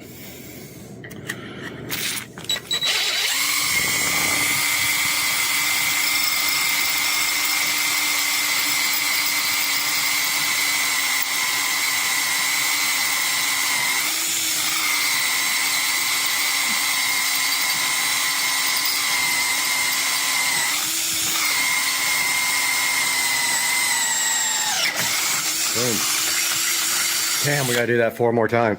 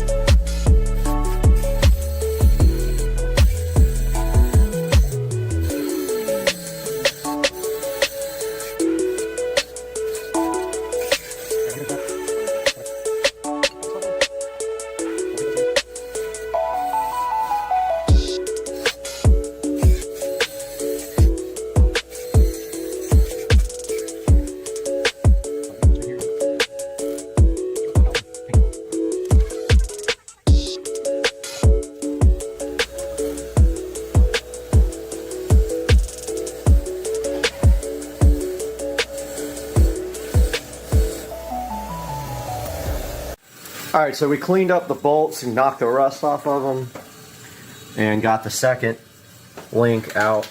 You can see the bushings there. There's some rust on the leaf springs and on the bushings. Probably normal. And Joe's got the raising links over here already painted nice with black paint. We're just going to wait for those to dry. Well, there's the brand right there, Challenger HD, whatever that is. Whatever the heck that is. That's a good one. Tell your fan base that's a good. Challenger HD, not sponsored. Hey, all right, so it took a 10-foot 2x4 pry bars and everything, but yeah, we got this back on. We had to literally manhandle it back together. Then when it was just barely threaded, we took the impact gun, and now you can see there when we let the pressure off the cart. Dude, they make some cool fender flares for this too. That 3-inch, and then you could just cut the fender and let them. But yeah, this is gonna be good. All right, we're gonna do the other side. All right, we just got done with the lower raising links, and now look at the, so before the fender was sitting on the tire. Now if you look here, you record this while I sit on the back. So before, with me on the back and 2 passengers, this rubbed fenders. That's me. It didn't even move. Didn't move. Okay, so once we put another person and then 100 pounds of stereo equipment, that should be good to go. And if we look underneath here, Pounds? It'd probably be like 25 pounds. I think the woofer itself is like 20. The amp is like another 10. But there's the raising links. I'm gonna hit them with some spray paint real quick, and then wrap it up. All right, I hit those with some paint, and looks factory fresh. Now, cleanup effort begins. What's happening, everybody? It's Friday morning, having a little breakfast, watching car videos on the home theater screen, playing a little guitar, and working at the same time. But today, we should be in for a good surprise. 4 wheels, 4 tires, out for delivery. If they make it in time today, we're getting wheels and tires put on, we're getting the fenders rolled, and that's all happening today. Hopefully. Stay tuned. What's up, guys? Friday. Got a little project to do today, and that is this grill. We're going to keep on blacking out the vehicle now. This is the last chrome item on the car. So today we're going to pull this grill off, plasti dip it. Here's the factory Mercedes grill. They make an aftermarket grill for this on eBay. It's 3 instead of 4. And it's all matte black, and I think I'm going to do that. Well, main reason because the tabs are all broken on the top of this. When we lift the hood up, this thing will come out by itself. There's literally nothing holding it. I'm going to go ahead and take this out, and then we'll continue after that. Taking your grill out of an R230 is these bolts. Every bolt is broken on mine. There's literally nothing holding this grill on.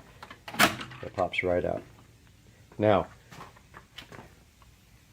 coming up in a project soon, right here, will be aftermarket air intakes.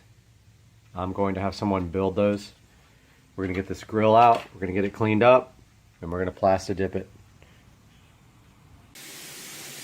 Now this video is only for educational purposes because clearly this grill is broken, the tabs are off. So if we're going to do this temporarily, I am going to order that other grill on eBay. So we're going to go ahead and clean this right now. Going to use this instant detailer and this little cloth, and I'll be right back. Got the grill all cleaned up.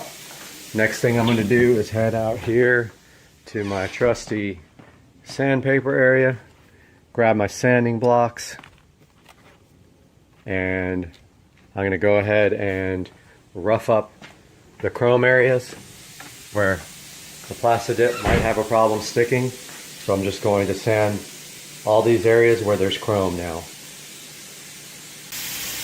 Warming up the Plastidip can here, getting it up to temperature. You always want to do that before you spray Plastidip. Helps the Plastidip come out a little bit more uniform out of the sprayer. Don't forget also to take off any Plastidip. See how there's Plastidip on the tip here? Just peel that off real quick, and then you're going to spray like a sample little test spray on something also to clear out the nozzle. Make sure you shake this can up really good. The can is up to temperature. So I hit all these chrome spots with my sanding block just for a little bit more adhesion. It probably will stick without it, but I just roughed that up a little bit to give it a chance to stick better. Now we're going to go outside and hit it with coat 1. Got the grill all set up outside. Spray a little bit here to clear the nozzle. And now this first coat's going to be 50% or less. One thing about this plastic is though, if the wind blows, it will get on the Plastidip, so I'm going to grab something else to put this on.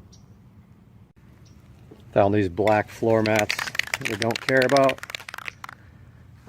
Just making sure the plastic here in the corners isn't going to fly up and get underneath the, get on the paint or the Plastidip. Now I'm going to start this light coat.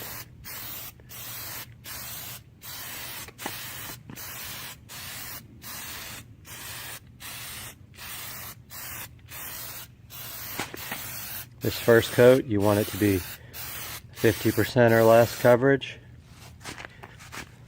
Don't forget, you got to get from all angles.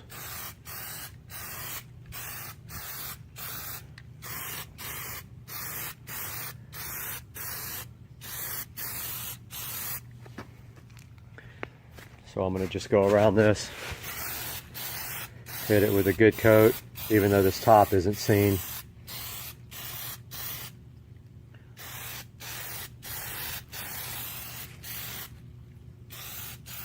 Got a few splatters right there.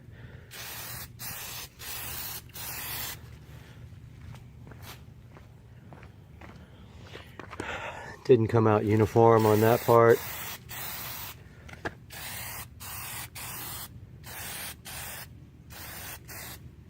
That's okay, we'll fix that later.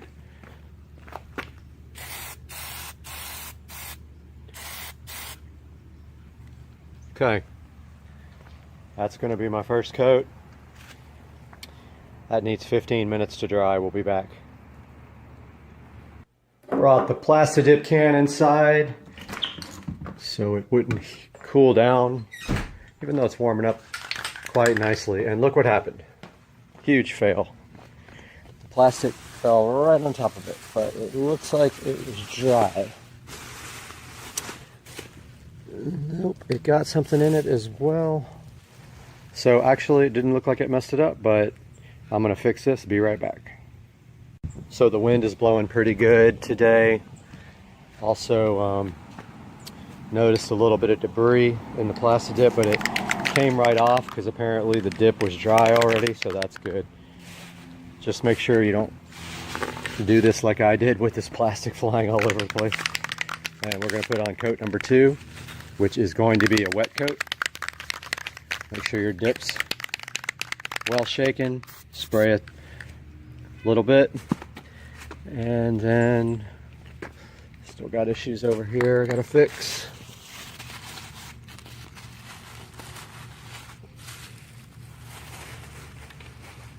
Don't care about it getting on the driveway, it comes right up. Looks like I missed this side. But here comes coat number 2. This is going to be a wet coat. Twice as much as the first coat.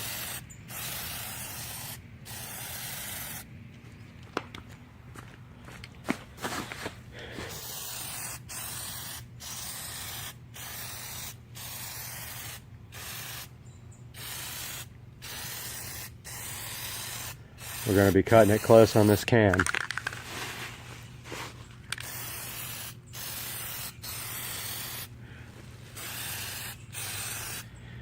But it might work.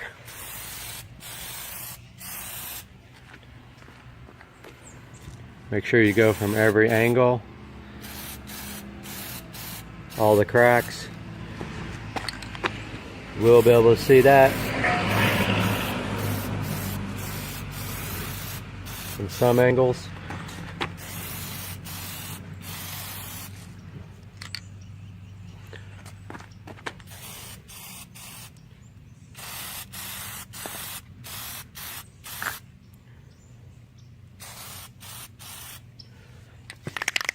Can is almost empty. We might have enough for 2 more coats.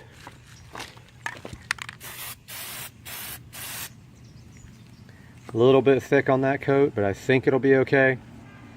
The second coat, you can go a little bit thicker than the first coat. Just remember that first coat, you want 50% or less.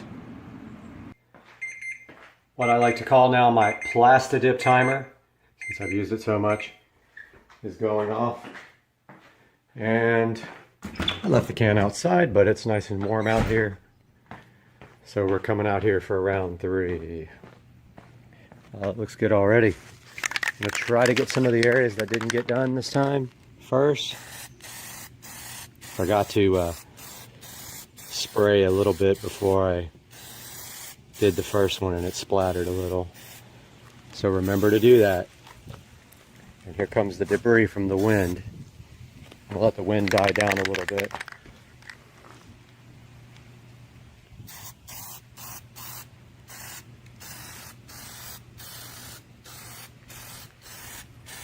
Third coat is going on kind of thick.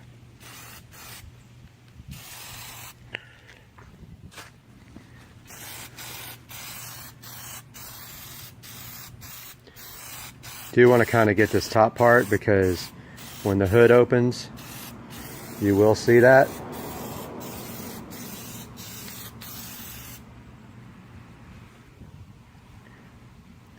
Don't want to go any thicker. It looks like it's starting to drip.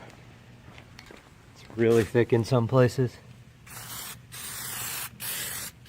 but I didn't get it underneath there.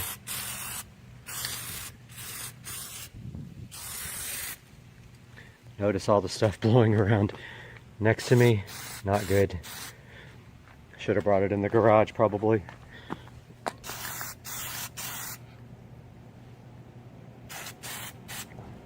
And that's going to be all for this coat. One more coat and we'll be done. Timer just went off, so it is time for the last coat, at which point we're going to let this dry for about 30 minutes. I did take the opportunity while the front grill was off to thoroughly clean this area. This is where the custom cold air intake is going to be going, right in that area there, 2 4-inch filters. So I cleaned and armor-alled that up real good. Time for the last coat. One good wet final coat. Start over here. Oh, I shouldn't have. Yep, it splattered really good there. That was my mistake again. I might have to do another coat on top of that because I forgot to spray one little bit before I started and it splattered right out.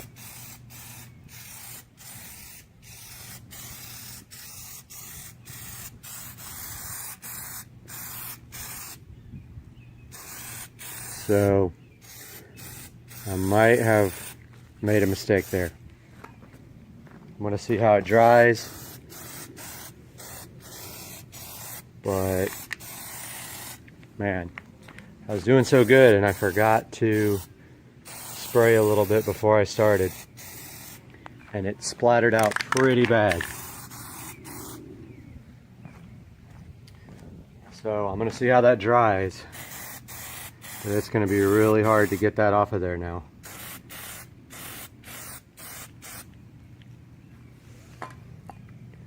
We have a little dot right there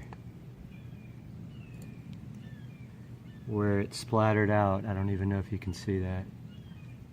And totally my fault. So I'm gonna let that dry for about 30 minutes. Probably live with that little dot. And keep that on there temporarily until I buy a brand new grill that's already matte black.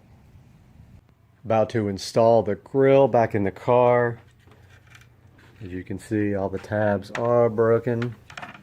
At some point I might try to super glue these tabs back on, but I am getting a new grill, so it's probably not worth it. I'm going to stop the camera and install the grill. Alright, I got the new grill installed. I say installed, it just kind of sits in there, but that's what it looks like. It came out really good.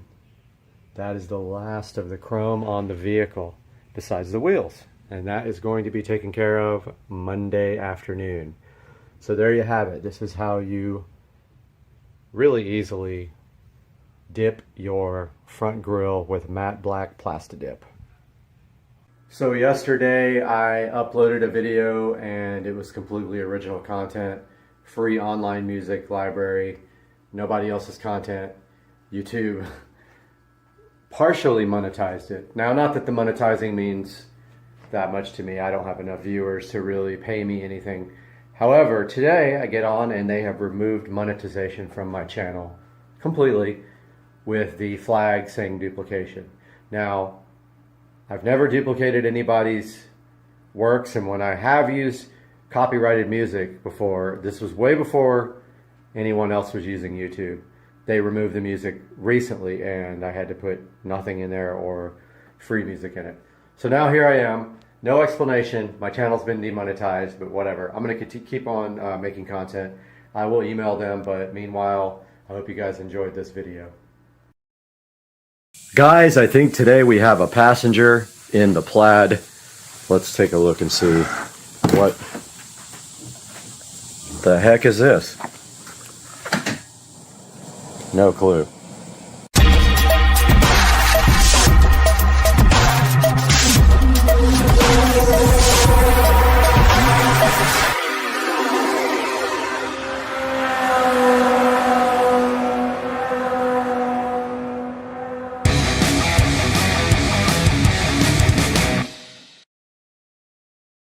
Guys, welcome back to the channel, and today we have something exciting, and that is the Plaid is headed back to All Set Auto, and today we have this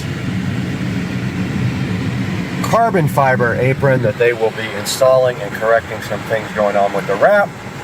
So we are headed over to All Set Auto this morning on a Thursday. We will update you guys as we get to All Set Auto. Alright guys, we are pulling up at All Set Auto in Jacksonville, Florida, and we are going to go in and see how those guys have been doing and deliver the car to them and see what they're going to do to it next. It might be a surprise right here next to me. And that might be, I don't know who that was, that might be Julie. Let's go find out. Everybody, we are back at All Set Auto in Jacksonville, and we're taking a look at what they're doing now, and they are incredibly busy in here. And back here on the table, they have the carbon fiber front apron from T-Sport line, and they're going to be putting that on for me as a favor, and then taking a look at some of the things on the wrap that we need to get corrected. So we will update you guys with some live video from getting the front apron installed at All Set Auto.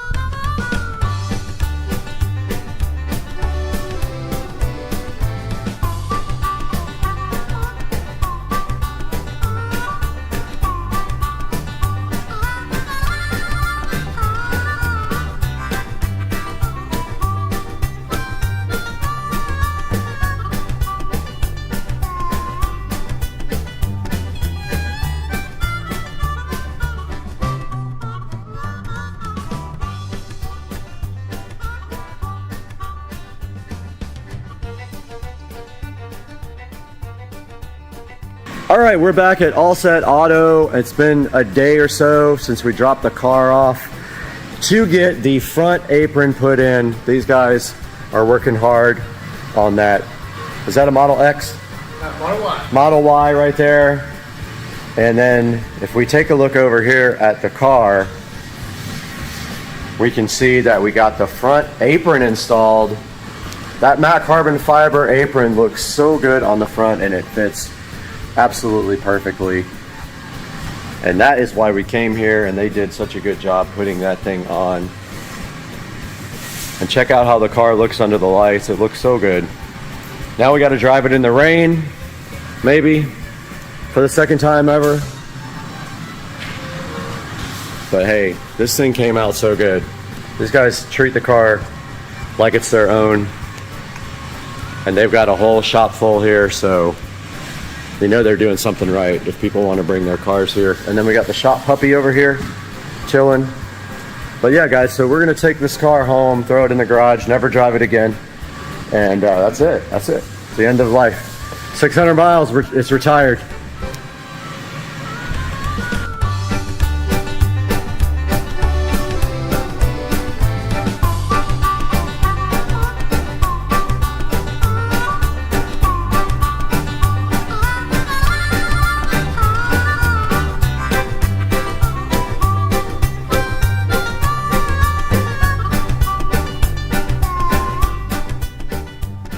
Guys, we just picked up the car from All Set Auto in Jacksonville. Now turn right onto Phillips Highway. I'm about to, girl.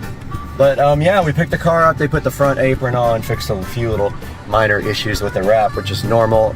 We did our 2-week checkup, and now we are headed home with the car. Once we get there, we will give a little bit of a final view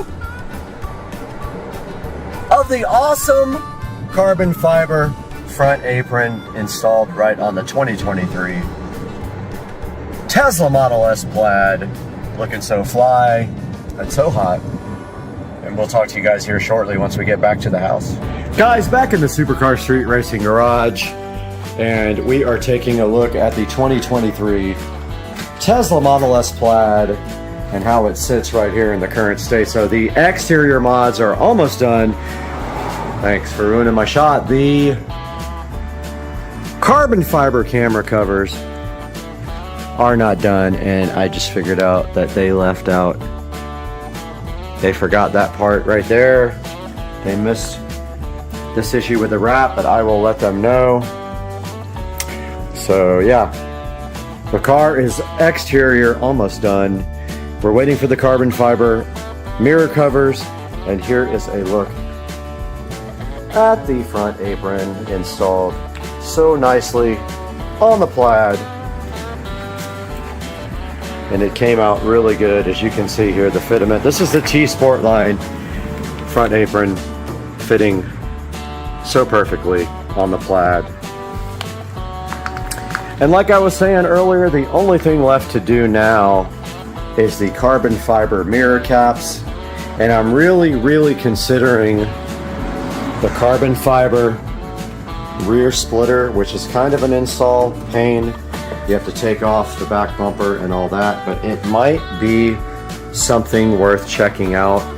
And it looks like the car is charging right now, and it's at 79% and still going. 2 hours left. But guys, I hope you enjoyed the channel today with the carbon fiber apron, guys. So hyped. Hype train was loaded and ready to go today for Supercar Street Racing.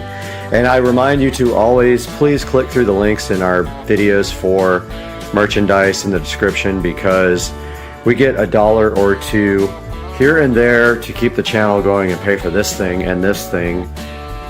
And it doesn't have to be what you're actually buying. You can buy anything through any of my links. I'm having trouble talking.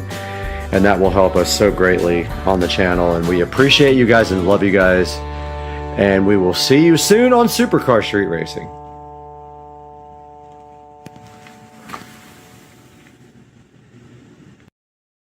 Right here in front of me, I do have the second part of the equation of the Kimimoto generous donation to the channel. We're going to get this thing opened up, and this is going to help us fix something on the golf cart that has been broken for a minute. So let's get this thing opened up now.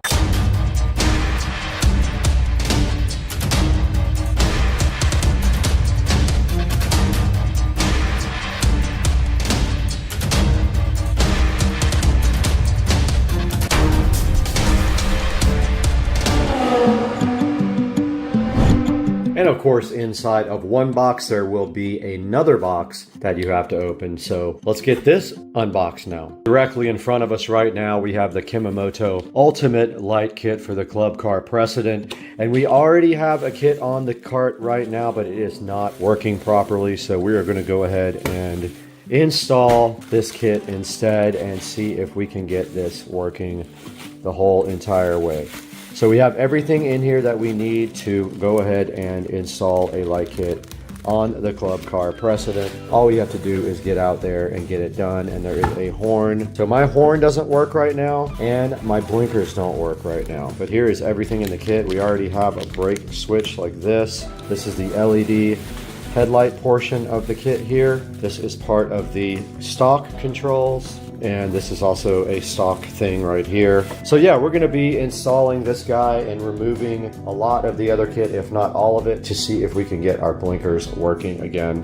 And our taillights don't work either, I don't think, but we gotta check that. Definitely our horn doesn't work anymore and our blinkers don't work anymore. Our headlights do work, but we gotta get this thing out and installed on the Club Car Precedent, so let's do that.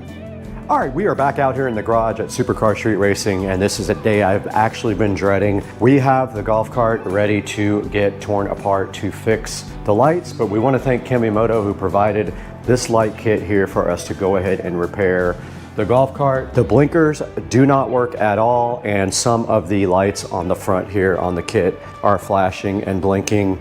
Don't know what's going on with the blinkers, or not sure if the control box has died or what, but as you can see, we are ready to start working. We have the correct star bit on our drill here to pull off this dashboard, and we should be able to pull it out enough to work. It is kind of a pain, but we do have to replace this stock, this little wire protector, and then rewire the lights in. Hopefully, we can use the same taillights. I do not want to get into that mess of redoing the taillights because they do work. The brake lights work as well, but the blinkers do not work. So I'm thinking maybe the control box died. So we know one thing, when we do have the switch on, the lights only work when the switch is on, so it is wired to ignition somehow. Once we get this dash out, we'll be able to see exactly what I did, and we can just unhook this kit and hook the kit up that we just got. So it's a lot of work. We're gonna have to get going pretty soon. So let's get busy, let's get to work, and let's get this dash off.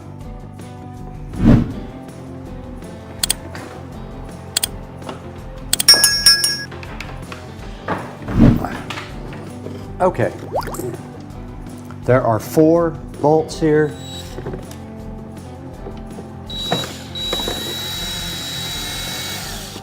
I'm gonna try to put these somewhere where I don't lose them. I don't have any more of these, so I'm gonna grab a plastic bag to put these in, or a Tupperware container. Got a nice Tupperware container here now. This should just lift right out, no problem.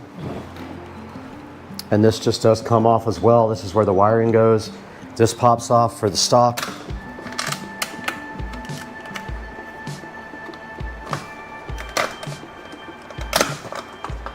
Just like that. This pops right off. There's the wiring underneath. We have all new of that. Basically, this just comes right off now, this top ring. And now this thing is kind of hard to get off. It kind of sucks. This is why I didn't want to do this. It fits up underneath this lip and over the carpet. Getting out is not fun. I always think it's gonna break.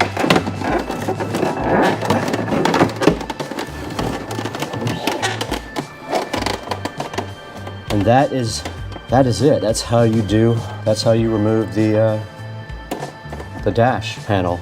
Now you guys can see inside the dash, I did do a nice wiring terminal right there for anything 12 volts. If we needed to add anything, all we have to do is just basically go right to that double terminal set right there. I got ground and hot. So what we're gonna do now is we gotta get this old kit out and watch closely where it is wired to.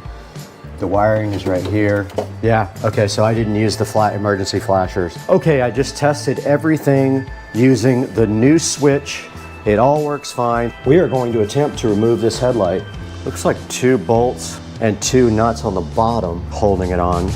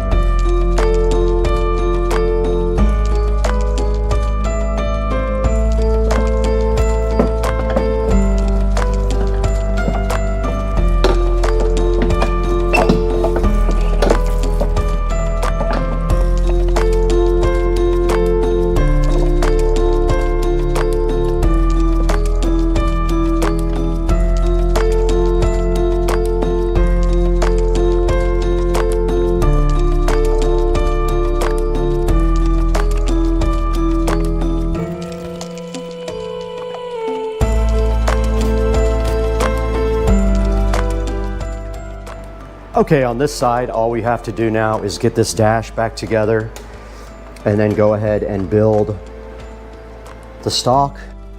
Of course, the camera keeps overheating, which is par for the course, but I have everything going back together now. Stock's gonna go back on. So I push the wires through there, the connectors, and then just goes on like this. It looks like you have to loosen this side some more. So they give you very long screws, and you just put the other screw in like that and tighten it back down. There's little clamps that go over your steering column, so you just want to make them even. Same tightness on both sides. Make sure you tighten it good because this will move when you go to grab the blinker. But it is plastic, so don't strip it out. Okay, I got my new wiring cover here. Just goes on the bottom of your steering column and covers up all the wires.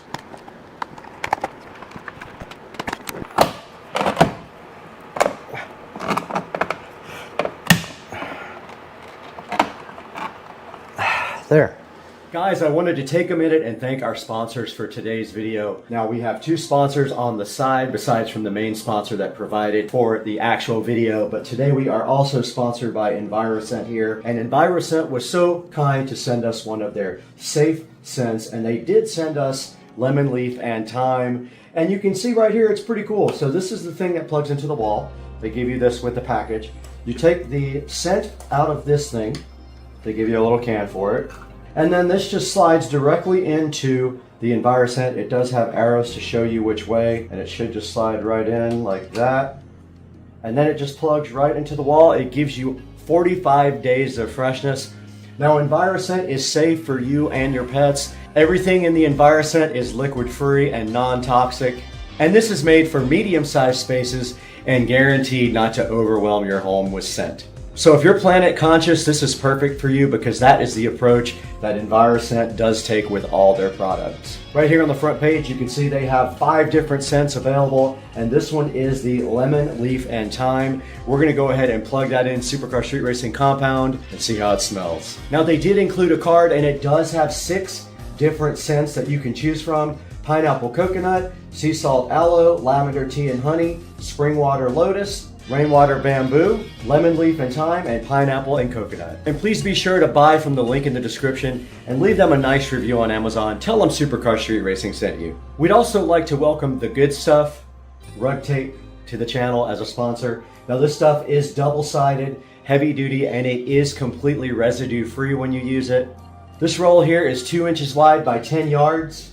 And checking out here on the Amazon page, you can get 10 yards, 30 yards, or 100 yards, all by 2 inches. So it's a well-known fact that a lot of people are injured every year because their rugs do slip out from underneath them. It says right here, over 40,000 people are injured because of that. So this stuff is super easy to install and reposition. It's got an easy tear backing and a no-slip rub gripper tape. You can effortlessly tear it to any desired length. And on any type of carpet or rug, this stuff is designed to last.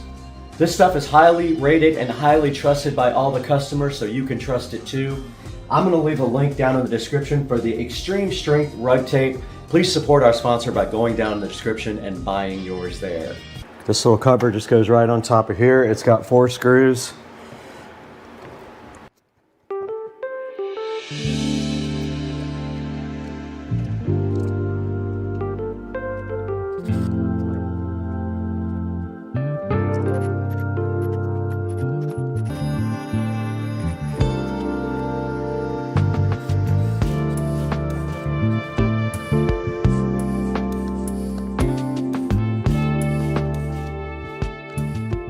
All right, guys, we're back out here with the golf cart. Now, we didn't show you a lot of the install process. We did get the Kimimoto kit installed. It is not that difficult. All you have to do is follow the diagrams in the instructions and you can get this installed. We did go ahead and replace all the wiring in the golf cart after all, but the camera kept overheating, so we did not get good shots of that. We have just shots of the front being replaced. And then, of course, we did go ahead and put the new stock mount on here. We did not use the switch that mounts on the dash, but you can see right here, our lights do work fine. We do have good headlights. And if we look at the blinkers, we have a blinker right there, and we have a blinker right there, and a blinker right there. And the other one does work as well. We kept our old taillights because they are smoked. There are plenty of videos to install this kit online, so I'm not making a video of front to back install. It is not difficult. You can see right here the new stock. We do have a brake light now. The brake pad goes right over your old existing brake pedal. And of course, we have a horn installed as well. And so that is the Kimimoto kit. Look at the lights for now. We're done in here. We just got to clean up.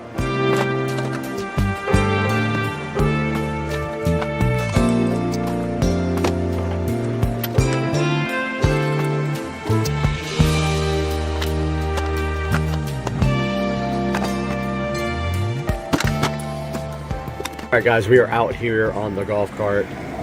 Give you a little bit of a sense of what the lights are like. So that's what they look like at night.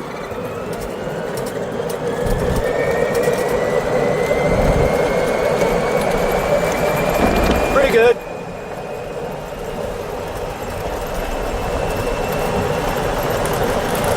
We're moving. I'm going the back way. So this is the light kit at night. Does a good job of lighting up the road.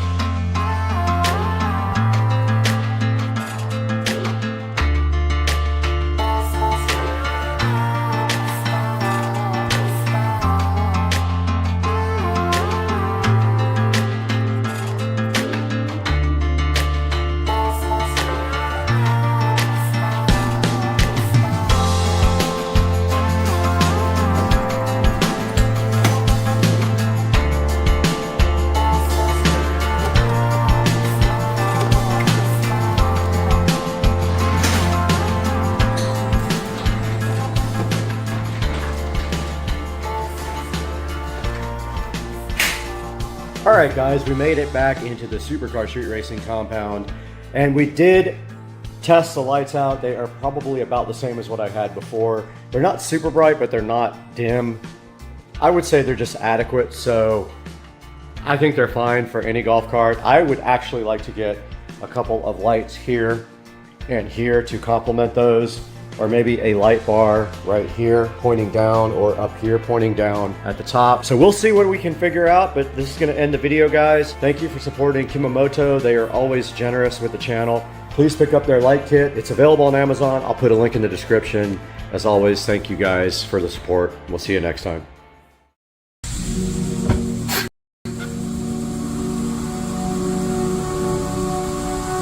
Guys, we got to do something about this old sprinkler controller here. Check this thing out, the old technology, the Rainbird. We're gonna do something about this today.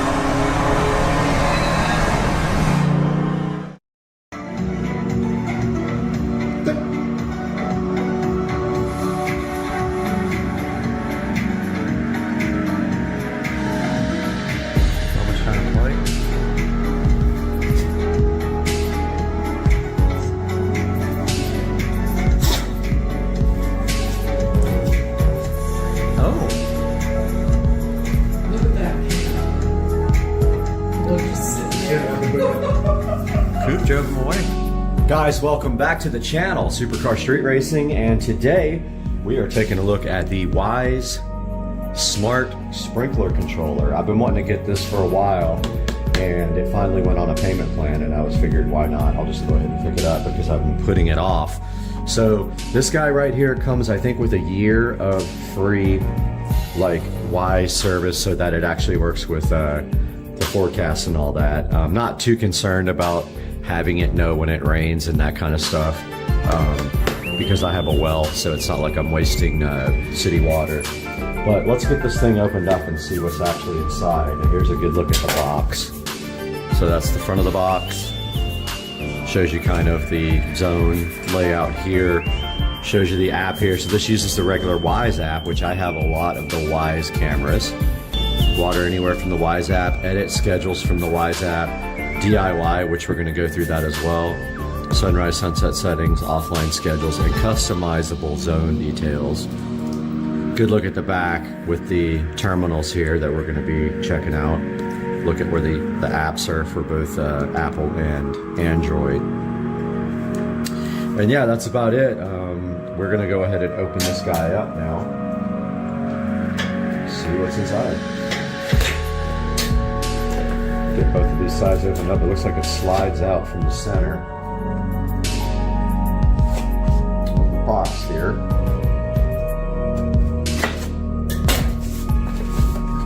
Yep, it does slide out from the center, and then inside the box we have this lovely green box, which is also the color of grass, if you didn't know it. Take a look at the green box. Got the presentation here. There is the Wyze sprinkler controller with this nice peel back. How fulfilling was that? And then take a look how sleek this is compared to the old Rainbird. And then on the back here we have real easy push terminals for doing wiring. So that is the actual control box. Here is the mounting plate for the Wyze Smart Sprinkler System. Looks like it goes this way and clips on somehow like this. Apparently, yeah, you just kind of mount this to the wall. We'll show you all this when we do the installation, and then this pushes on to that. I also ordered another smart landscape lighting transformer, so that's going to go next to this guy inside of the garage and do the, if you're facing the house, it'll be the left half of the landscape lighting. If you're looking away from the house, it's the right half There's the beefy, chunky power brick, pretty heavy, probably 3 or 4 pounds power brick. The standard, I forgot what these are called, connector. We've got some drywall inserts, which we won't need. We're putting it on pegboard. And it looks like we have, I don't know, Velcro maybe? Some kind of wire management. We have a little free year worth of sprinkler. A little quick setup guide here for our new guy. And it looks like we have a little sheet here for putting decals on your wires when you disconnect them so you don't get confused. There is actually a quick setup guide inside of the app. So we're going to start that process next, and we will start recording on our tablet and our phone at the same time. Phone does the video, tablet's going to be doing the app, and we will see that next on the channel. Alright guys, we are here outside in the garage with the old school Rainbird controller. We've also got some recording going on our tablet. And so you guys can see this installation progress. And clearing the bench off here a little bit, make some room for the install procedure. And let's go into the tablet now. Click the plus. Let's add device, home, Y sprinkler, mounting. Okay, first steps. I think we got everything we need here to do this. Drill bits, screws, anchors, power adapter, all here. And I've unplugged the power to my existing controller. I have not unplugged the power to my existing controller because it is, it's behind so much stuff that I can't get out. Okay, we're gonna have to pause here while I figure this out. Alright, it took me a minute to clear some stuff away, and I got the power undone on the existing Rainbird controller. Here it is. So we are back in the app now, and it says I've unplugged the power. I have, so I'm going to click begin. Take a picture of your current wiring. Not a bad idea. Let's do that here. Allow.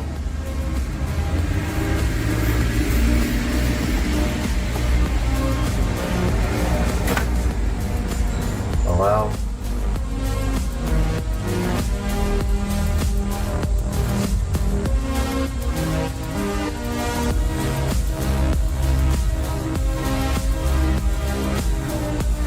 Share a photo with Y? Sure, why not? Select the terminal wire, terminals with wires connected. Okay. COM. I'm trying to understand how you do this. Common.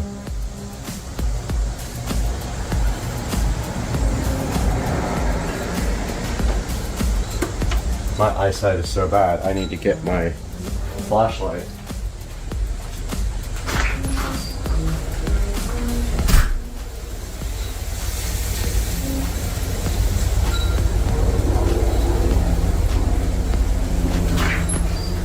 Got the flashlight. Okay, it looks like we have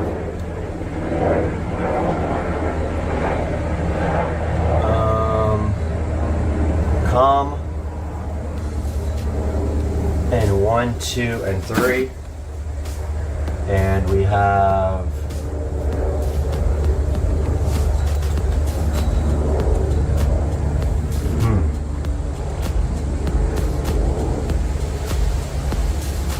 Alright, well obviously this is powered. So red and blue are powered. Master valve or pump. Master valve is not connected. C or COM is connected. And we have 1, 2, and 3 connected for 3 zones. I don't know what. Let's see.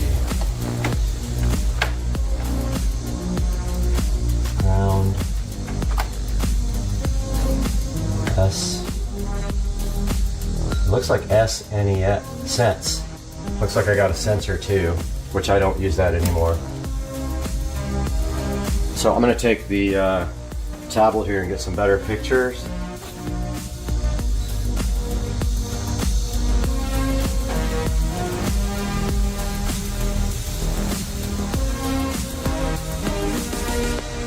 No, I don't want. Tablet's trying to do video.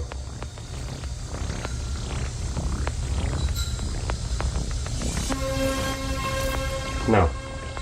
I just took a bunch of pictures with my phone, and I think that's good enough. Continue to mounting guide. Label your wires with the included stickers. So we need to take off these gloves. Get our screwdriver out.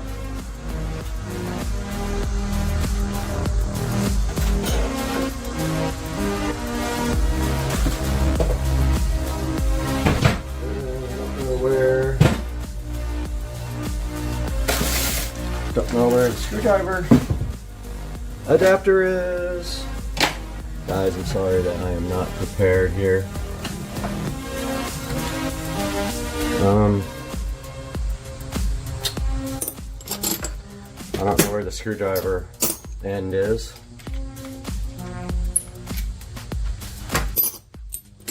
I know, this is ridiculous, dude. Whoa, almost knocked the camera down. That makes for good video, though.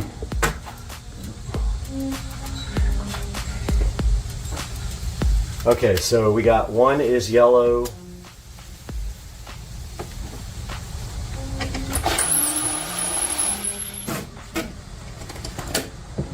And we need the label. So basically one is probably zone 1.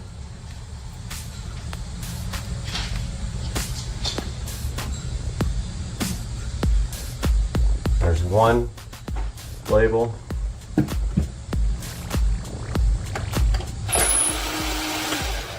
Blue is 2. These are the zones, so these are the valves.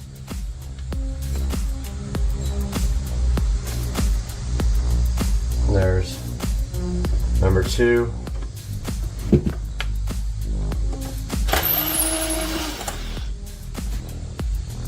These are all the positives for the valves, and then the white is the common, which would be the negative.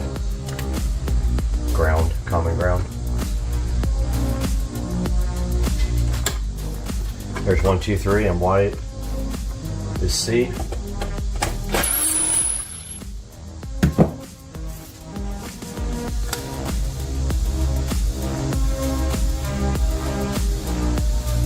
Probably all standard colors like the standard ones.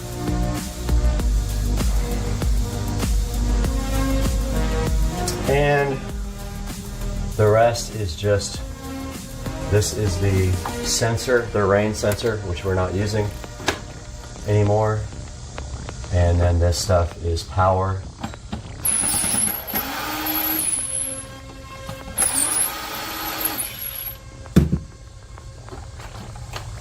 And ground. Actual wall power and ground are right here. They run down here and down over the wall. This is all coming out. I'm going to run the new wire down the back of the pipe to hide it. So it says click next. Disconnect and remove your own controller. All we have here is 2 screws holding this up to the wall.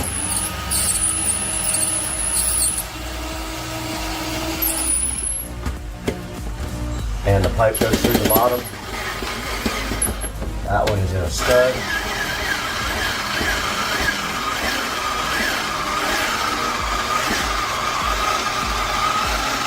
This screwdriver is so good. We won't use the same screw going back in because I believe I just stripped it out. And that is fine.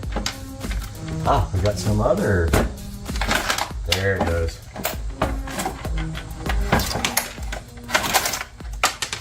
That is that, my friends. The old controller is removed. New controller. Next thing in the instructions says, hold the mounting plate to the wall and mount the hole. So I'm going to line it up with these existing holes. So that's how I'm going to get it straight, and then I'll use the level. So it looks like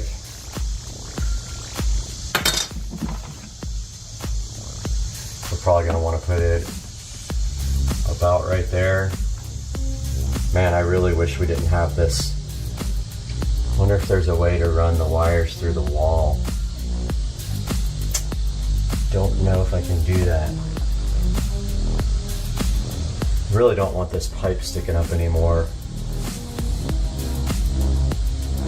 I think that's going to take a lot more than I can do today. I think that's a project for another time, but we kind of want it right there, with the wires running behind it. So we want this controller to sit about right there, level. So this is the row.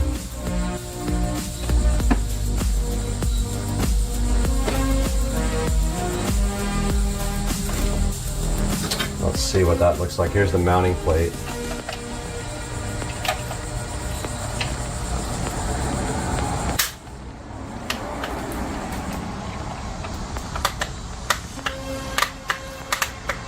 Man, how does that thing go in? Oh, it's upside down.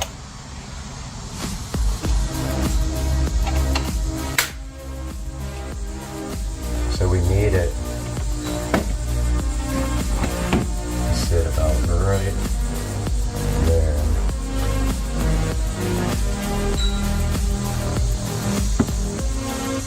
So it hides the wires.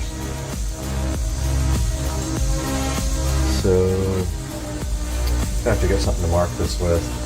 I really want to get this away from, I want to get this,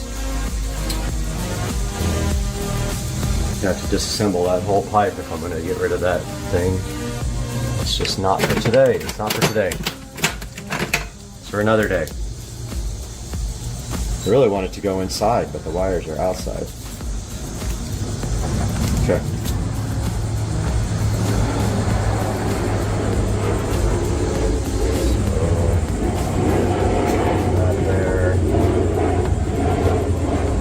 There.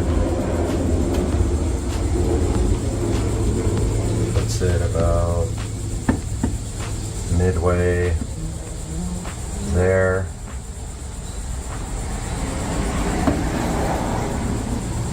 Is that even close to being level?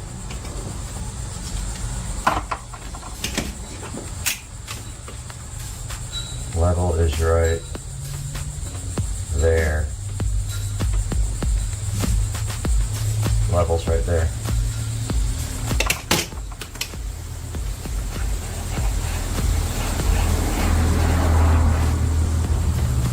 Okay, so top of the mounting plate needs to go there, and then hopefully I can get the screws in.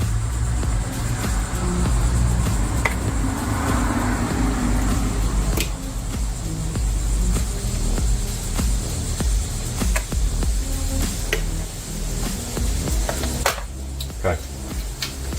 So it's got a word on it that shows you which way it goes up, and this is kind of what we're going for. Right there. And hopefully that, well, neither one of those are in.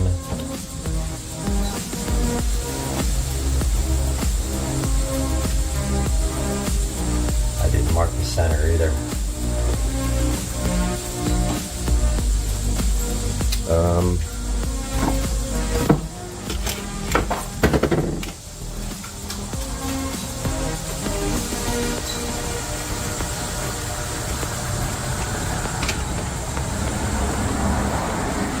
That's actually level right there, which means the pipe looks crooked.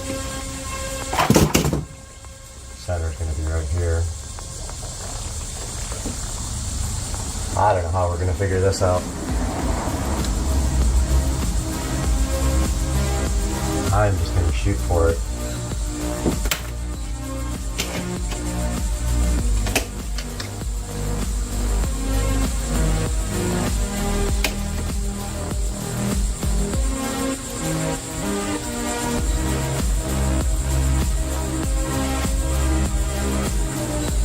leveling it out right now, and then I'm going to put a screw in.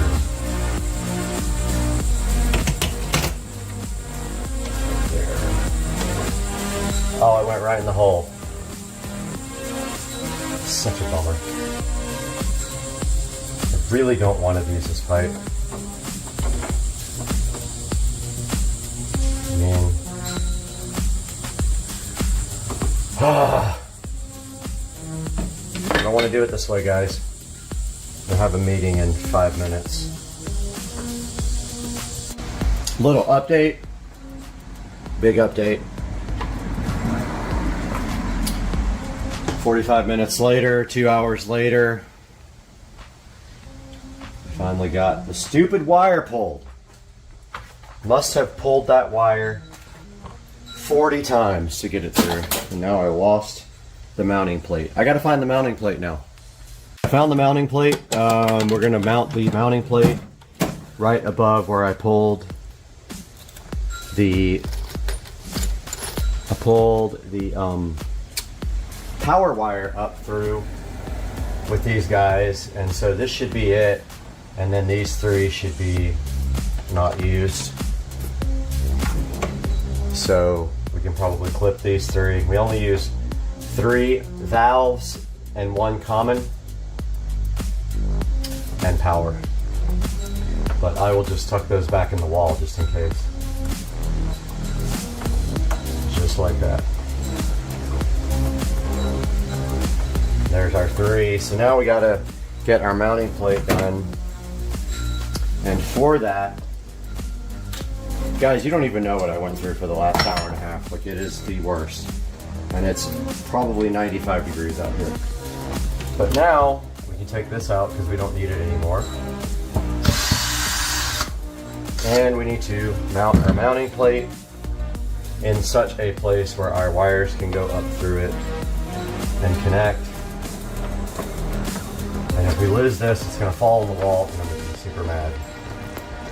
But I think right there is good. And so we will get one done and then level it with the other one. And we are going to do this the best we can, people. Hopefully that screw will work.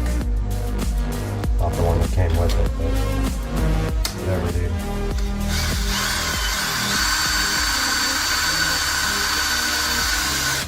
Okay. So now what we're going to do is level this guy off. Then put the other screw in. Way off.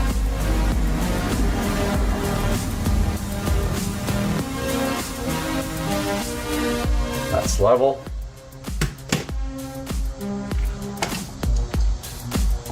Let's get our other screw. Hopefully these screws will work. They do kind of have like bulging out. Okay, we were on the tablet about to mount and wire up the Wise sprinkler controller. The instructions here tell you how to mount the wall plate. We did that already. We already did this part with the anchors. We already screwed it in. Now we have to connect the wires.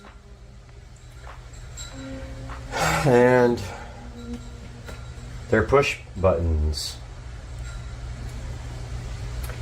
So there's 2 C terminals here, which I see one. Get it? C? Okay. So basically the white is the C. So we just, either one of these, we just push back. And then clearly marked 1, 2, 3. 1 is yellow. You push the little retainer clip back. 2 is blue. Push it back. All the way. Oh, wrong one. Too much vodka. And 3. And then the last thing is the power wire. Now let's hope, actually let's run that back around this way. Let's hope that this thing goes mounting without having to do anything else weird. But we do need to get these wires back in the wall. Okay, so it just kind of sits on this back plate and then pushes up.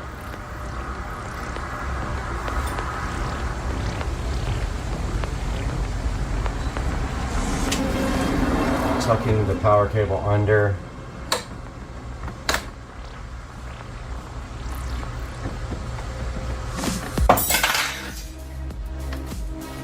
So there's a catch on the top of it, up here, that has to catch. So it goes underneath the whole unit, and then you rotate it up. It just doesn't like to catch as good as it is when it isn't on the wall. But yeah, there's tabs that catch.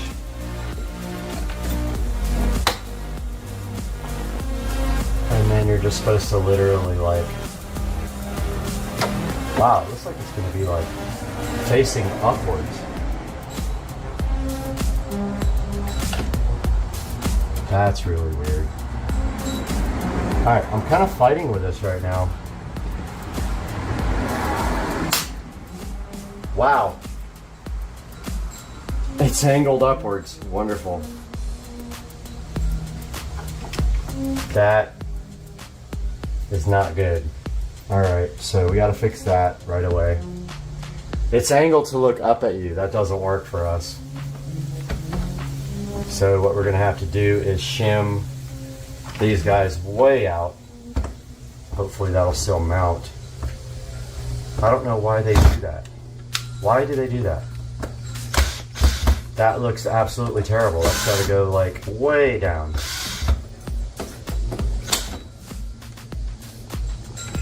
Why on earth do they have it facing upwards like that? That just makes no sense at all.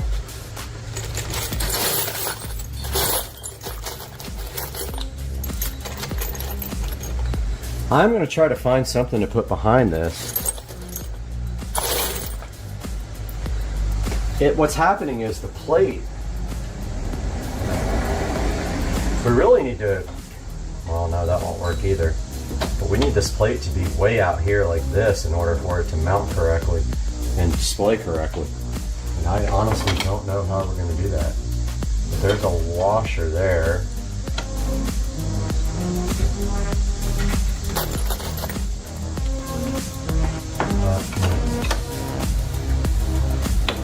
Oh, that's too thick. That is just insane, guys. It's not a great way to mount this thing.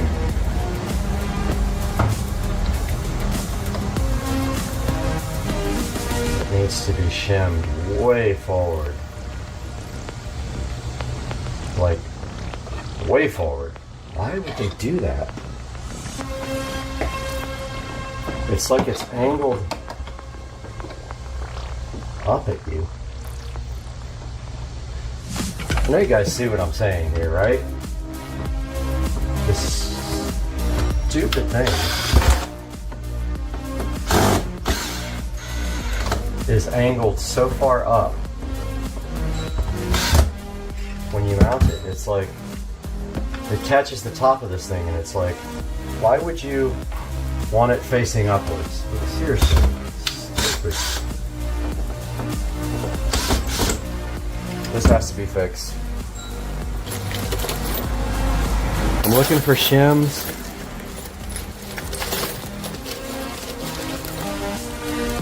I found like 2 or 3 washers that I can use.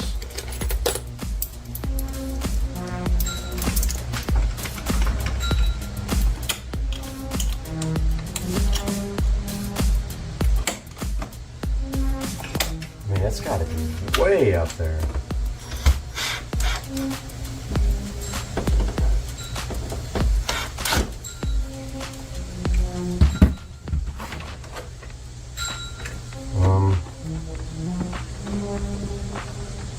Let's see what that does. Why would they want it like...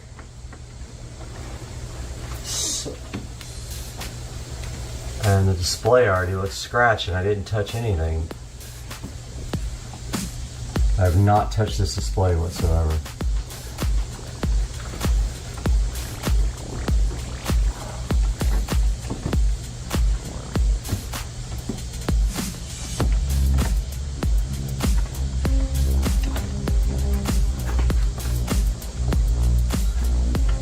That won't even go. Yeah, that won't count.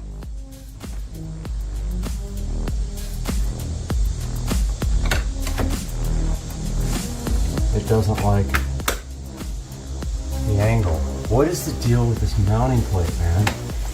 Alright guys, I settled for it facing the ceiling because fuck it. At this point I'm fed up with this crap and I don't want to mess with it anymore. And I have a scratched display and I just don't care. And I've shimmed it and shimmed it and shimmed it and it is not going to get any better. It faces upwards. If you guys buy this, no, you better mount it down here, which I would have. Now I got a hole in my pegboard. So here we are on the tablet. I've connected everything. I plugged the sprinkler in. Now we have to provide power for it. I'm doing that now. Here comes power. And as you can see, it lit up. It's blinking. It's on the mounting plate. It's in pairing mode, as the app says. It wants us to begin and turn on location. It is on. It is on.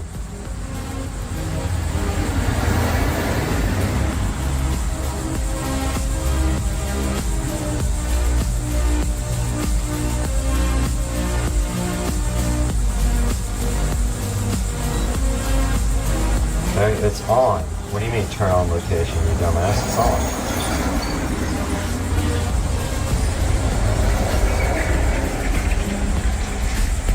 Do we have to have Bluetooth? I think we do.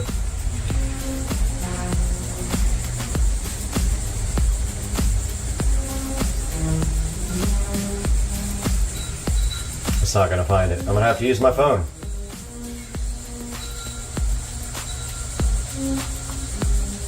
Dude, this is stupid. Alright, still struggling with this thing. It just says place the bottom of the device. It does say in the video it's supposed to be angled up, but I think that that's stupid. I don't understand why the hell they would do that.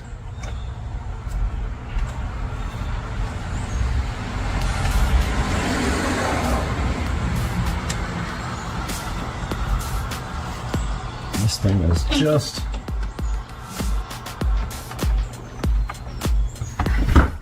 Ooh.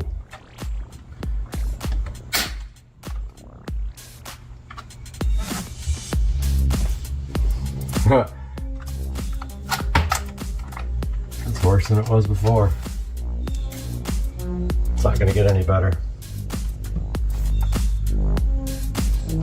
Well, I'm disappointed in that design. I'm not understanding, unless it's supposed to be way down here, which I would have mounted it lower. Yeah. It sticks out, man. It sticks out. All you can do is like put some stuff behind there to keep it from flexing back, but that's the way it's going to be, guys. It's angled upward. All right, guys, taking a look at the Wise Sprinkler app now. While this other footage copies over to the computer for editing, we can see here we got our sprinkler at the top. We can hit that guy. Now, if you look at the very top, those are our 3 zones. And if we go inside the actual zone, it has some details about the schedule and the soil moisture, and I'm not sure how accurate that is without an actual sensor for that, but there's the front. And what is cool is you can actually take a picture of the zone, which I have not done yet. I think I am going to go do that right now and then come back and continue this video. Alright guys, so I was not successful in taking pictures of the zones. There's something about the tablet that the app doesn't really like the way the camera is, so I will have to probably do it on my phone. But as you can see there, I tried to take a picture of it and it's absolutely goofy looking. You can go into each zone here and look at this. Look at the current status of the zone. Looks like there's a little indicator here that shows you how far through the cycle it got. This is the mailbox side of the house and how much it watered. Shows you the weather forecast here. You get a year of free Sprinkler Plus service with Wise for this guy. And then if you go up in here, you can see right there, Sprinkler Plus is activated. I think it's like $10 a year after that or something. It's not super expensive. There's the name. You can get notifications for it that are pushed to the phone. If you look at schedules here, I'm on the default schedule and the name is default. Zones, all zones are on. I have them all set to 30 minutes and to end by sunrise. So here are the days of the week that they're watering. And you can tell it to skip on temperature, wind, rain, and saturation. This is supposed to use weather to, like the weather forecast, so that it doesn't water when there's rain expected. You can share this with other people in your house or other households. So there's how you set your skips. If it gets below 32 degrees, it's not going to water. If it's going to be more than 0.125 inches of rain or 100% saturation.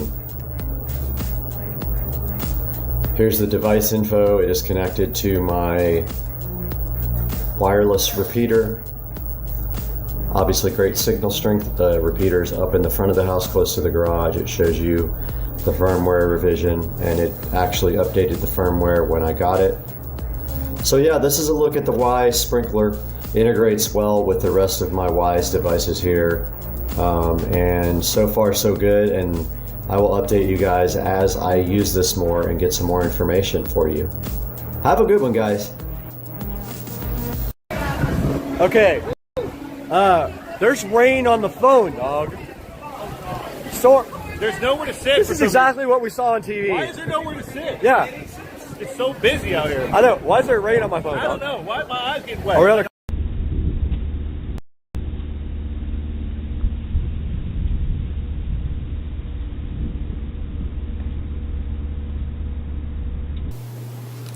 We're here once again in the Supercar Street Racing office preparing for the hurricane. You can see I brought everything in. It may not be necessary, but it took about 10 minutes to bring all the furniture up. And today we're looking at this amazing Haza PR 800 wild camera, which was so gracefully supplied to us from the manufacturer to check out. Let's get this thing opened up, see what's inside, and have some fun on the channel. I'm hyped.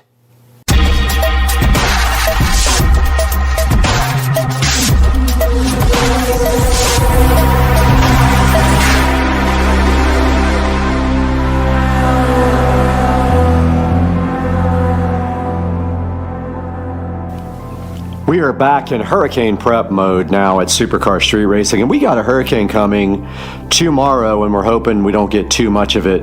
There's a little bit of wind out there right now, but nothing major. Today we get to open up the Haza PR 800 Wildcam, which was so gracefully provided to us from the manufacturer to check out.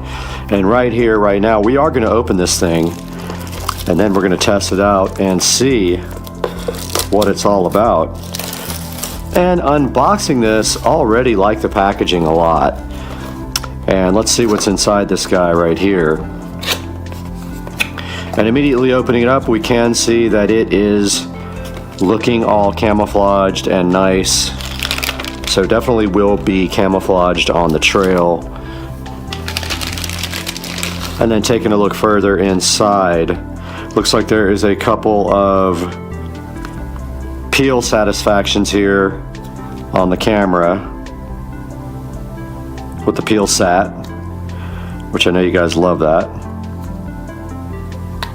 Except I failed on that one. The other one just fell off.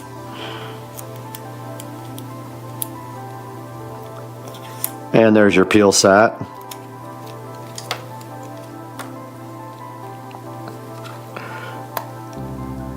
And this one is going to be a royal pain for me to peel, ruining everything. And we finally got off the peel satisfaction there. And looking further into this thing, it looks like it's got 2 clamps here. Now keep in mind, oh, there's some more peel. I love it when they do that. They don't even tell you to remove this one, but there it is, guys, the peel sat for you. And opening up this trail cam, it looks like, oh wow, nice. It's got an LCD display right here. And I'm checking out, all right, down here it looks like there is a 6-volt power adapter hole there. Very nice. It's got a little LCD screen with some peel sat. That peel sat, oh, I messed it all up for you guys. That peel sat is so good. All right, we got everything peeled on this guy, and you can see right here, right now, it closes like that and clamps shut, weatherproof, just like that. Looking further into the package as we dig deeper into the trail cam, the PR800, looks like we have some kind of strap right there. Maybe it's to carry it around your neck, I'm not sure. Be pretty cool. And then digging deeper here, we have a USB, and I forgot what type of USB that's called. It's not USB-C. It's like micro USB or something like that. And even further here, it looks like we might have a charger right here for a USB. And inside here is the hunting and trail manual with kind of an overview of everything. And it says use the 6-volt power cable in the camera. Since there's no built-in battery, the camera will power off when unplugged. Okay, so it looks like here it has to be powered all the time.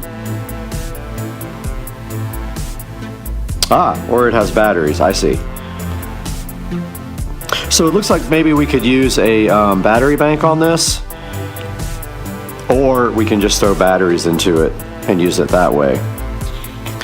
And I guess it opens up in order for you to install the batteries right here, looks like.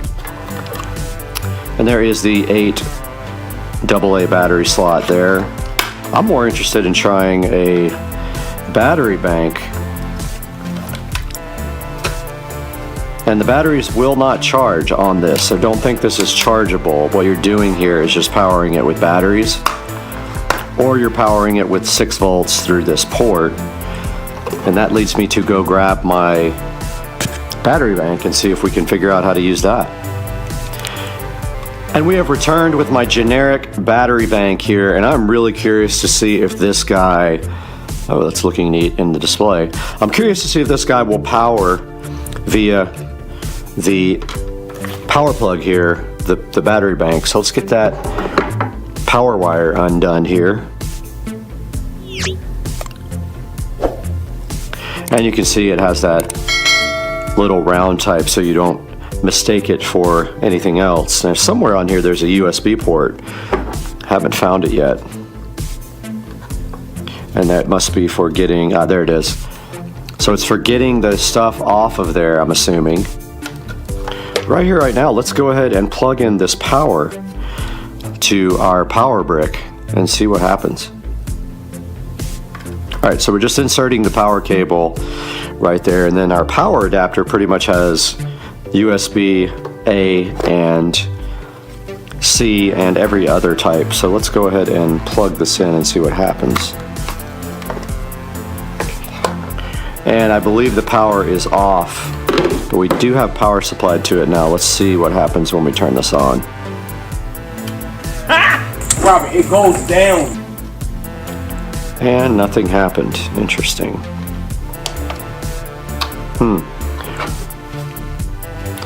Curious if I have to power my power bank on. That says power. Alright, I'm going to see if I can figure this out and get back to you guys. Alright, I did some experimenting here, and interestingly enough, when I plugged it into my Samsung charger, it did come on.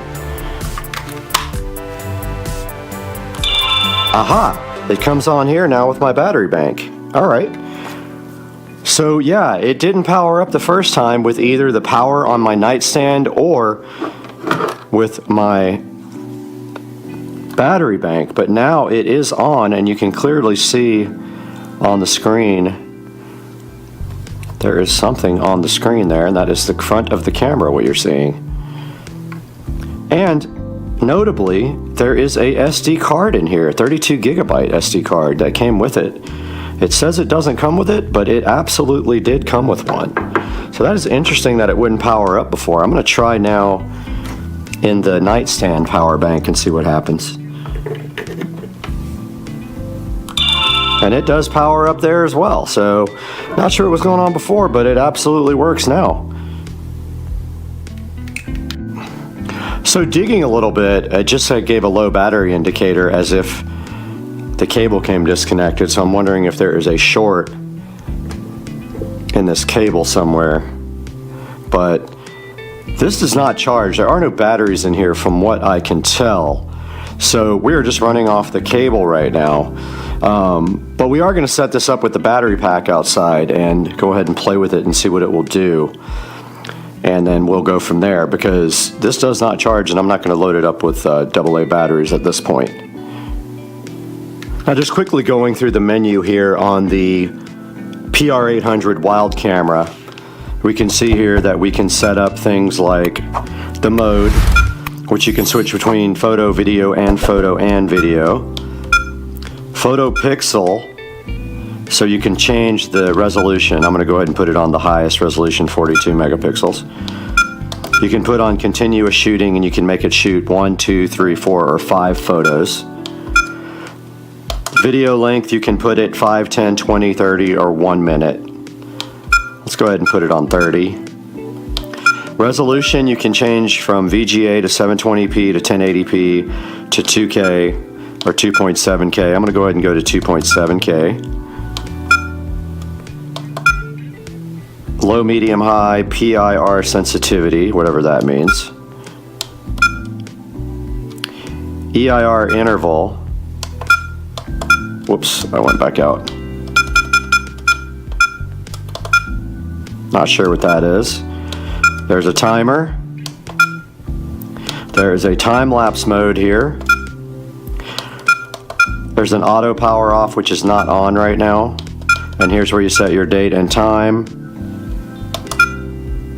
Record audio, yes or no. Device sound, you can turn the sound effect off and on for this guy. Timestamp on. Format. That format's the SD card.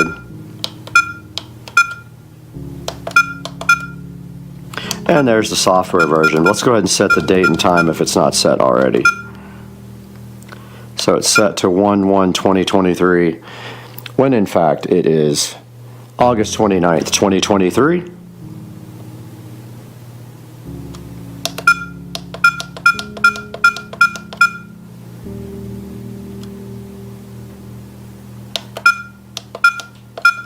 Let's see if we can go backwards. There we go. It thinks it is 8:36. Well, that's not good. How do I get to the time?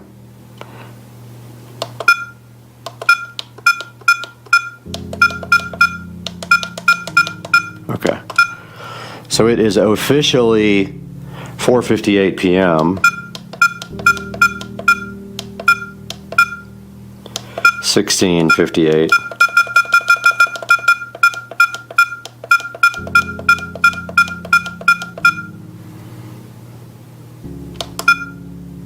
Let's see if it saved that. Yep, it did. Okay, cool.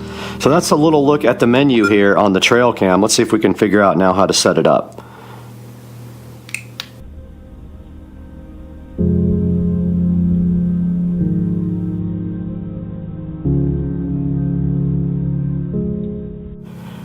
All right, I've been trying out the trail cam for a minute, the PR800, and now I'm pretty confident I understand how this guy works. So the power switch right here has two modes. One is setup and one is on. When the switch is in setup, that's when you can operate all the menu buttons and set up the actual trail cam. When you pop the switch over to on, then it counts down from 5 and then the camera is ready to start recording. Now, a negative that I already see about the camera is the position of the power. When this power is connected all the time, you can't sit the camera on the actual bottom. It would have to be put on a mount. Now on the rear, it does have provisions for a mount of some kind, or on the bottom actually, right there. It has a screw mount where you could put like a stake or something and drive it into the ground, or you could just zip tie it to a tree or whatever.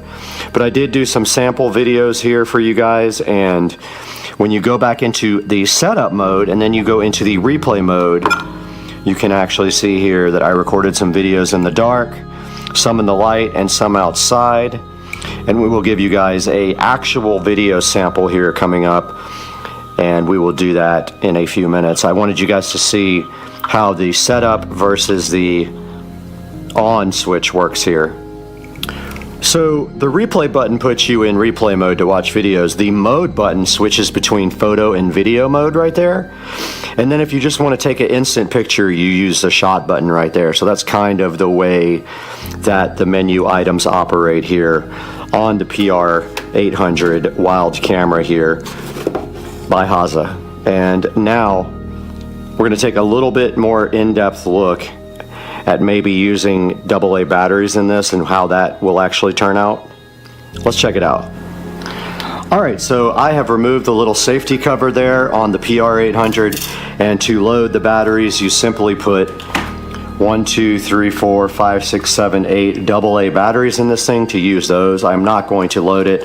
I do have them here. I am quite satisfied with the existing configuration of using a power cable because I'm not going to be placing this outside yet, but it does have a feature where it will power off and save batteries until it needs to power back on. So that's why you can use batteries and it doesn't just eat them up instantly. But that is a good look at the PR800. Here's a look at the back of it. Like I said, it's got some little handles right there. You could easily zip tie this to something, and then it's got a threaded mount on the bottom where you could probably put it on a tripod or maybe a stake into the ground. And you can see right here right now it has infrared LEDs on the front as well.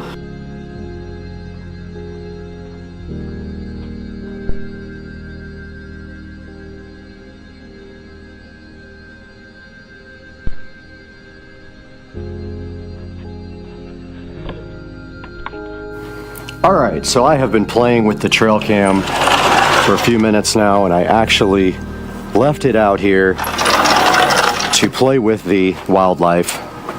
It's been running for about 6 or 7 minutes, so I'll show you guys how I set it up.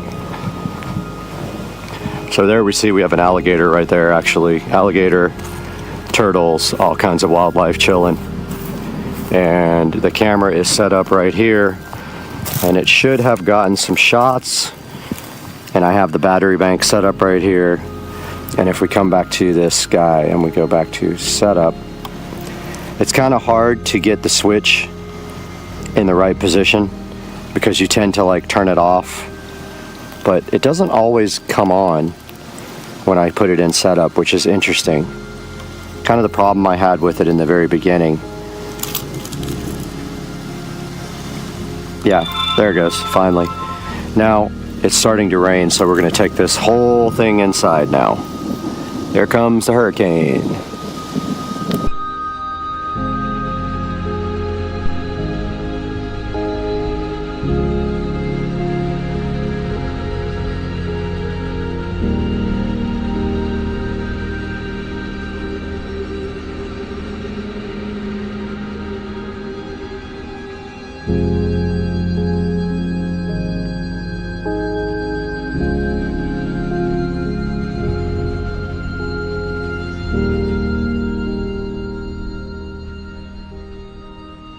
And yeah, so that is a nice look at the trail cam and what it can do. And now we will take it back into the Supercar Street Racing Studios to take a in-depth look at the actual ad for this trail cam.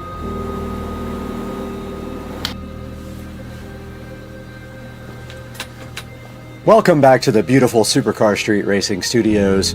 We produce high quality 4K video right here in front of your eyes, and we try to do it live every time for you guys. It's good to see you again. And today, as you can see up behind me right here, we are prepping for Hurricane Idalia, or however you want to pronounce it, but it is on the way to somewhere in Florida, around the Big Bend or whatever they call it. Looks like we won't get a whole lot in Jacksonville. I'm hoping it's going to swing up and around, but we are prepping for that right now. But we are here not to talk about weather. We're here to talk about the Haza trail camera, and we just showed you that in the wild and how it operates and some actual footage of it. Now right here it says it's a 58 megapixel screen, a 2-inch, I don't know about huge screen, it is a screen. But yeah, so it's a game hunting camera with night vision, and we went through the whole setup and everything on it. The only thing I can really say about the camera that was a negative was that it was kind of flaky with powering off and on. I don't know what that was about. I'll probably have to play with it a little bit more. The night vision works really well, and the detection settings work really well, so I was pleased with that. It has 4.8 stars, so that's great, and here is an actual picture of it and some of the pictures online that they are highlighting of the camera. It does come with a 32 gigabyte SD card, and I didn't use much of that, but again, I didn't record a whole ton of video, and that's going to of course depend on your quality settings and what you're going to put those on. But yeah, I did like the way the pictures looked. It does come with a charging cable, which is awesome, but it does not charge. It's kind of misleading. You can either power it off of batteries or off of a hard power. Now, the disappointing thing about the power cable is it sits right underneath the device, making it impossible to sit on the ground and plug in at the same time unless you can kind of dig out a little hole for the power cable, which is what I did. It does come with a data USB cable too, but obviously the best way to actually get stuff off of the card is to use one of these USB SD card readers here, like I use for the GoPro, which is going to be way faster than using the cable. And so I'm going to give this guy an overall good rating. I mean, I think it's worth the $50. It's 10% off right now, so you can save another $5 on this thing. And I encourage you guys to please buy through my link. I'll have a link for this guy right in the description down here. Please purchase the camera through my link or anything else you need from Amazon. You don't have to find the actual product. You can click my link for the camera and you can buy anything you want, and it helps us out so much. It gives us just a little bit of money, a tiny bit of money to keep supporting Supercar Street Racing. Wish me luck with the Hurricane, guys. We'll check in with you. We are also live on Supercar Street Racing with our Hurricane Idalia cam. If you just look on the channel, you'll see that right now. Please tune in and give me some comments and suggestions in the Hurricane cam and tell me what you think, and we'll see you guys next time. I'm out of here. Yo, it goes down. Robert, it goes down. No, it don't. It do go down. It do go down. What's up, everybody? Supercar Street Racing here on a beautiful Tuesday. And today we are going to be doing an oil change on the 2011 Honda Accord. This is the daily driver, and it is due for an oil change. This car actually has really low miles on it. I bought it with 13,000 miles on it a year ago, about a year and a half ago, and currently it's sitting at 24,000 miles. So 2011 Accord with 24,000 miles. The car was hardly ever driven. So what we're going to do is go over the steps to changing the oil in this car, some of the tools that you're going to need, and how much oil and oil filter type you're going to need to get.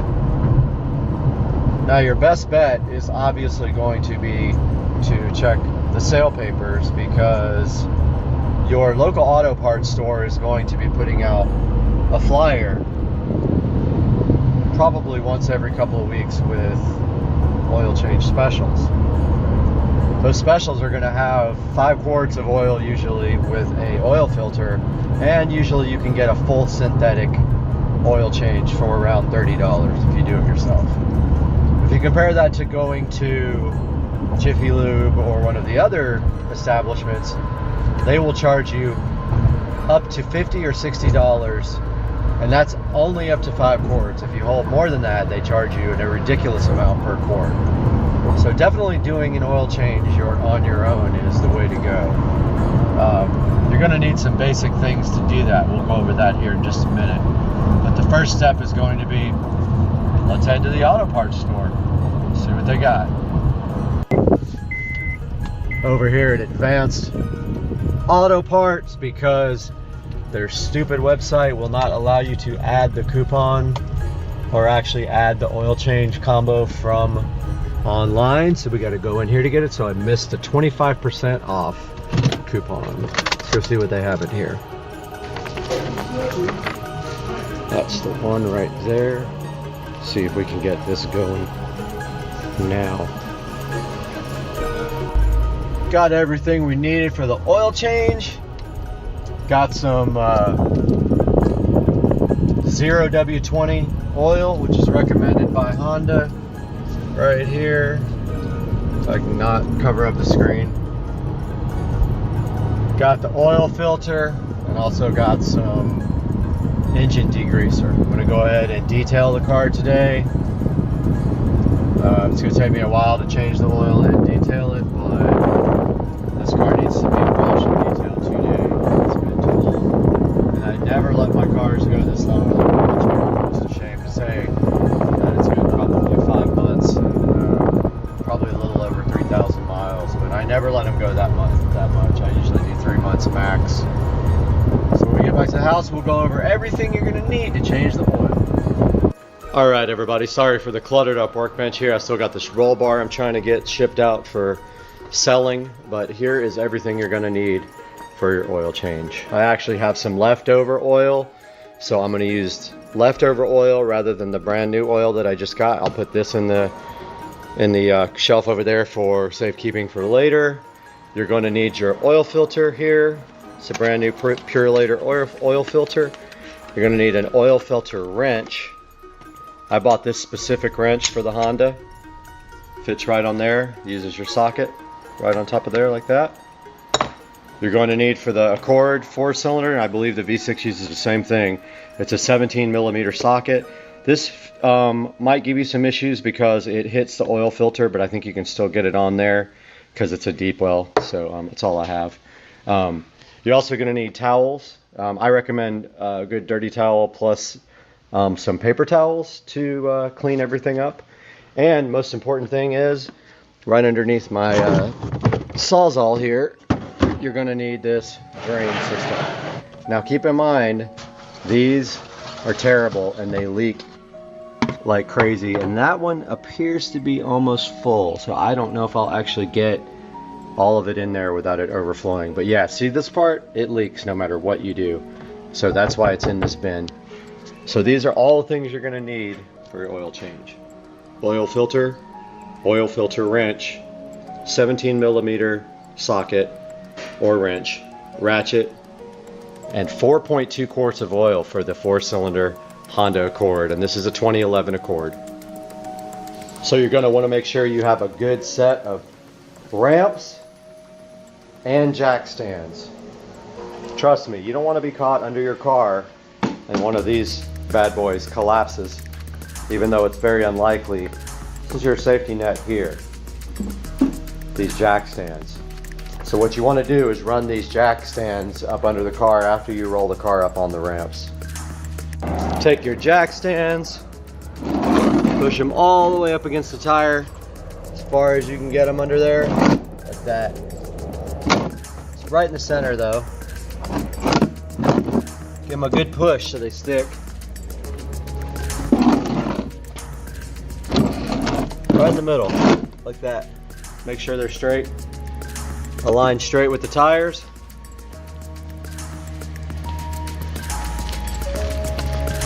Go ahead, get in the car. That one looks like it might be a little bit off. Double check. Yep, that one's off a little bit. Put it back that way a little bit. Looks better. I think that's better.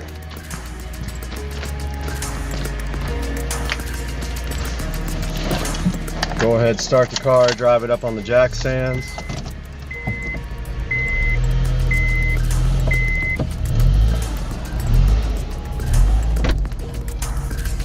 Car is up on the jack stands now. Put your emergency brake. That wheel looks good. And that wheel looks good. Next, take your jack stands. Put them up under the jack point there. And just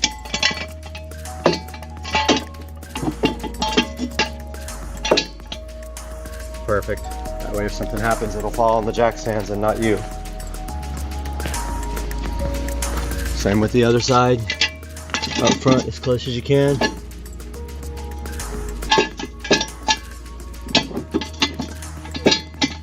It's about as good as it's going to get right there.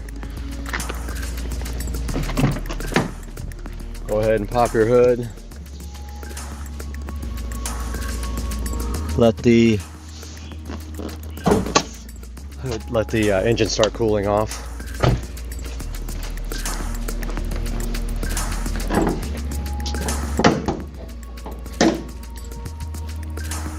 Got the hood pop now. The motor is very hot from driving home from work. Gonna let this cool off for now.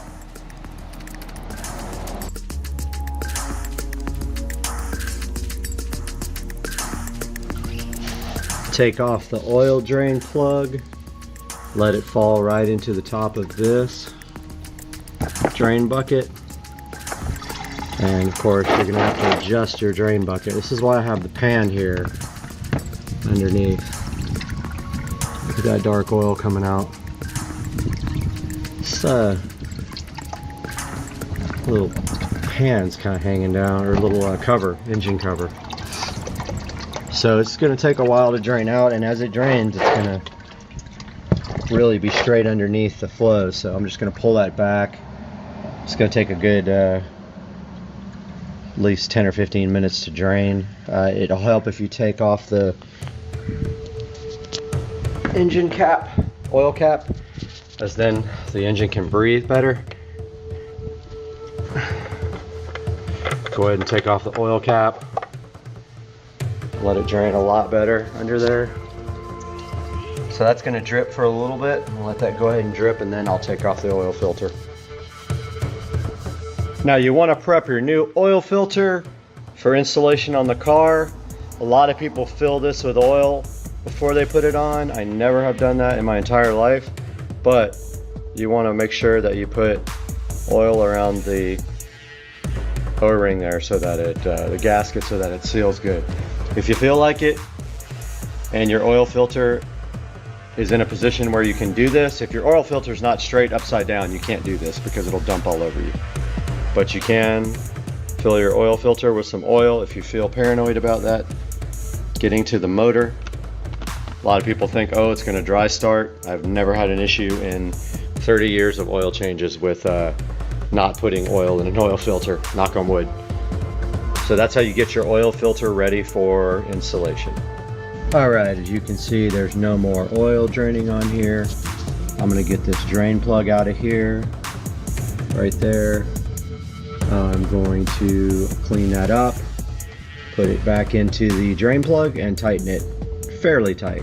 Don't use a torque wrench on it, but you'll know how tight is tight.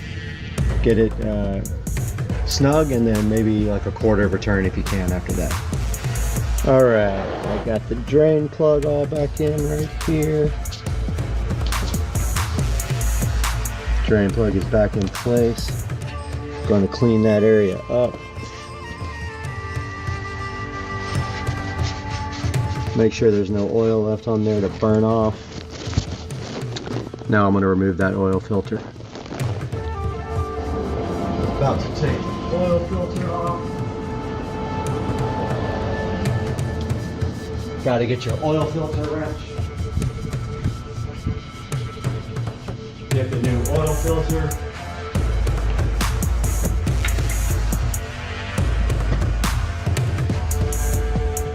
Got the oil filter wrench right here. Got my drain vat ready to go. Goes right on the end of this ratchet like this.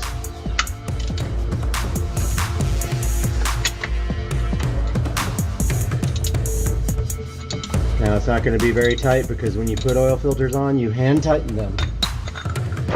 But oil is going to come out of this when you remove it. Don't have your face underneath it. Get your drain ready for it. And it's going to get on your hand for sure. And it's very hot. Had a little spillage over here on the driveway. So I'm going to try to get that up ASAP before it soaks in.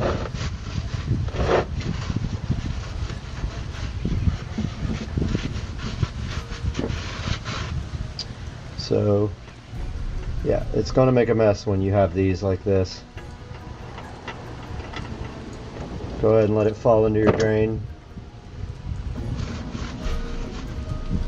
And just know that you are going to get dirty doing this part.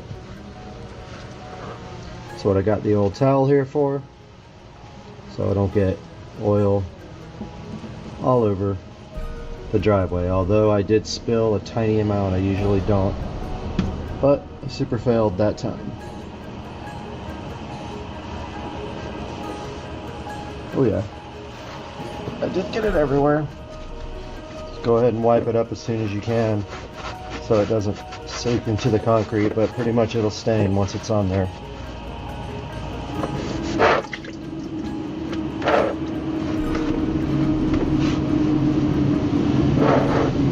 Yep, I got a little bit on the driveway.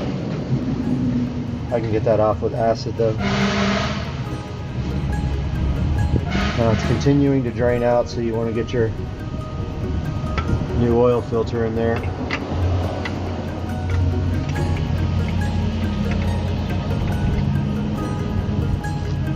Now, your new oil filter, just remember, it's supposed to be hand tight.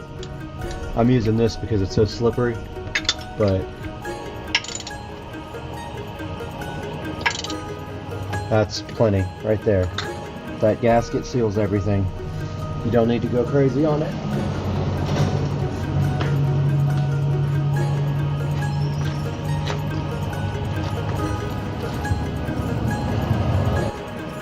Okay, don't forget to retighten your drain plug.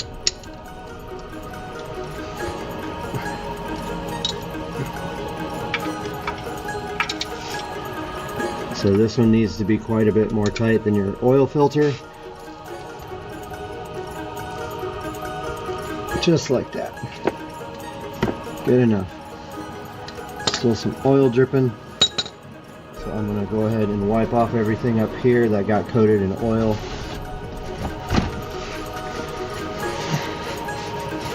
Go ahead and keep your vehicle as clean as possible. Keep the underside of this looking brand new like mine is. Some oil got all in here. Go ahead and wipe all that off.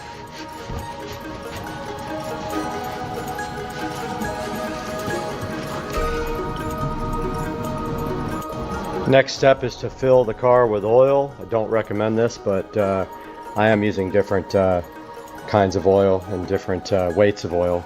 It's your call. I don't have an issue doing this at all, never have. I'm going to be using 2 quarts of this and 2 quarts of Mobil 1, but they're both full synthetic.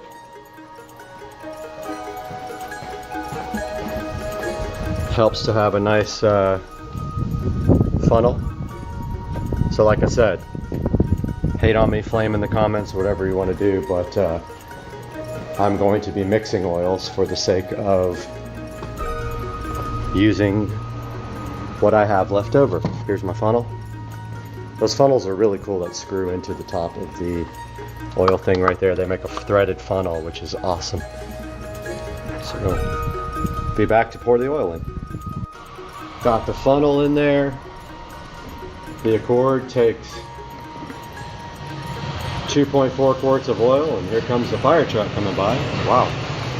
So this is 2 quarts. I can see in the marking here that it has 2 left. Go ahead and put this 2 in.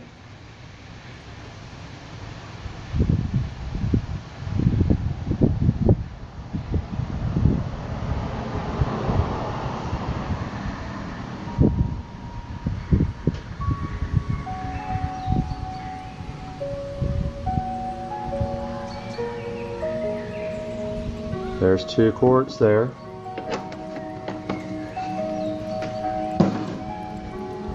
So the recommended oil for this car is 0W20. This is all full synthetic oil.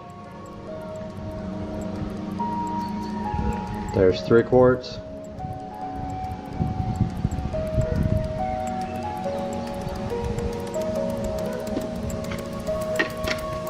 Also helps to have a nice trash can handy for all this. Mine is actually in the back. And here is the 4th.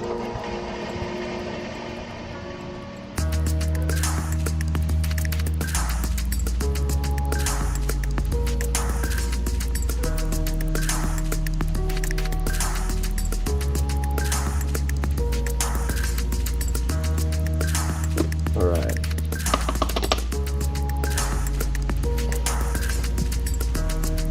Go ahead and put your oil cap back on. Next thing we're going to do is run the car off the ramps. Go ahead and remove your jack stands. Key to a good clean shop is always replacing your tools so you have them for next time.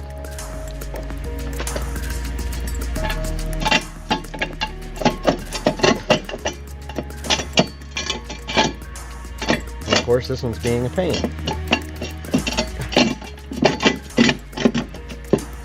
I'll get that one sec. Have to pull on that lever to get that one out.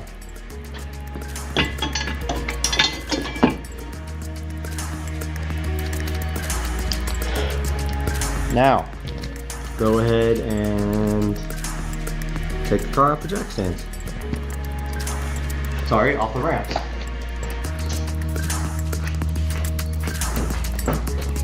Doing this, check for an oil pressure light or anything irregular.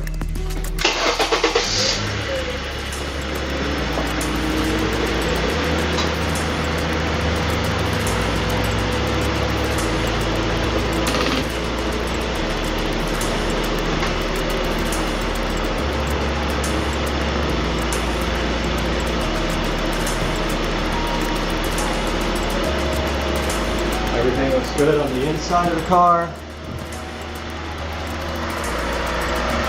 Just gonna quickly look underneath for any leaks. That is the air conditioning system dripping there. I don't see any oil leaks, but that pan is really hanging down. I'm gonna have to fix that. Next thing we're gonna do is check the oil. Next thing we're gonna try to do here is make sure we got the correct oil level in here. This is supposed to hold 4.2 quarts, and I put in just about 4. Let me grab some napkins real quick, some towels. All right, got my paper towels here. Gotta check this oil level.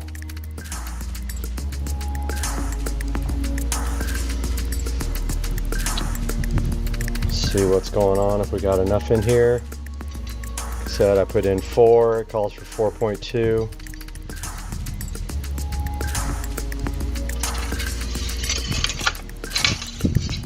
And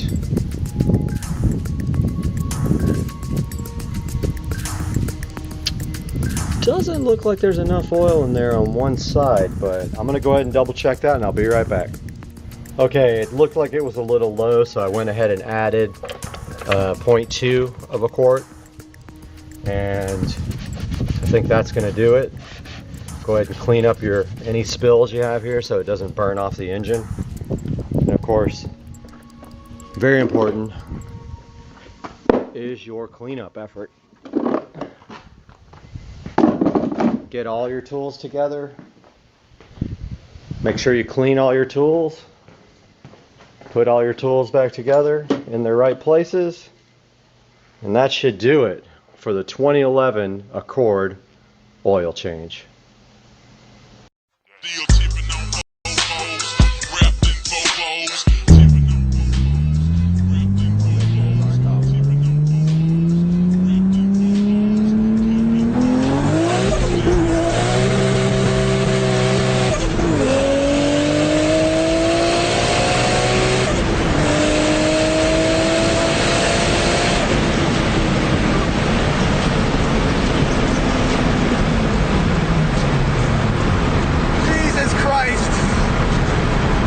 Awesome. Woo. First time I ever took it to 8,000. Oh my god. Took it all the way to 8,000. Second gear was worthless. I know they had to do that. Hey guys, welcome back to the channel, and we've got a huge update for you on this wonderful Friday evening in the Supercar Street Racing studio. That's right, you are looking at the 95% finished Supercar Street Racing amazing 4K production studio, and I cannot wait to give you guys an official tour. But let me tell you what we have done since the last update. So we got the switch, the Netgear switch, mounted on a nice board, and you can see there I finished it all in very nicely with the foam tiles. It looks awesome. I have 100% finished, except for the door. We don't know what's happening with the door yet. 100% finished with all of the foam tiles in the whole studio. Some of them are falling off, so I have to glue them back as they fall. I put extra glue. That's okay.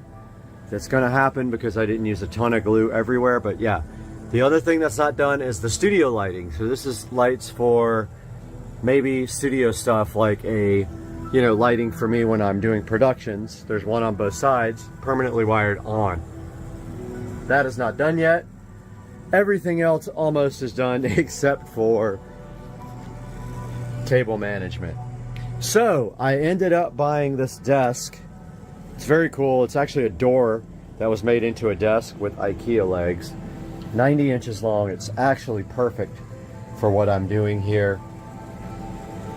It will fit all of the editing equipment plus my work stuff on this end. I'm going to shift everything down to the end and then move it right over into the corner.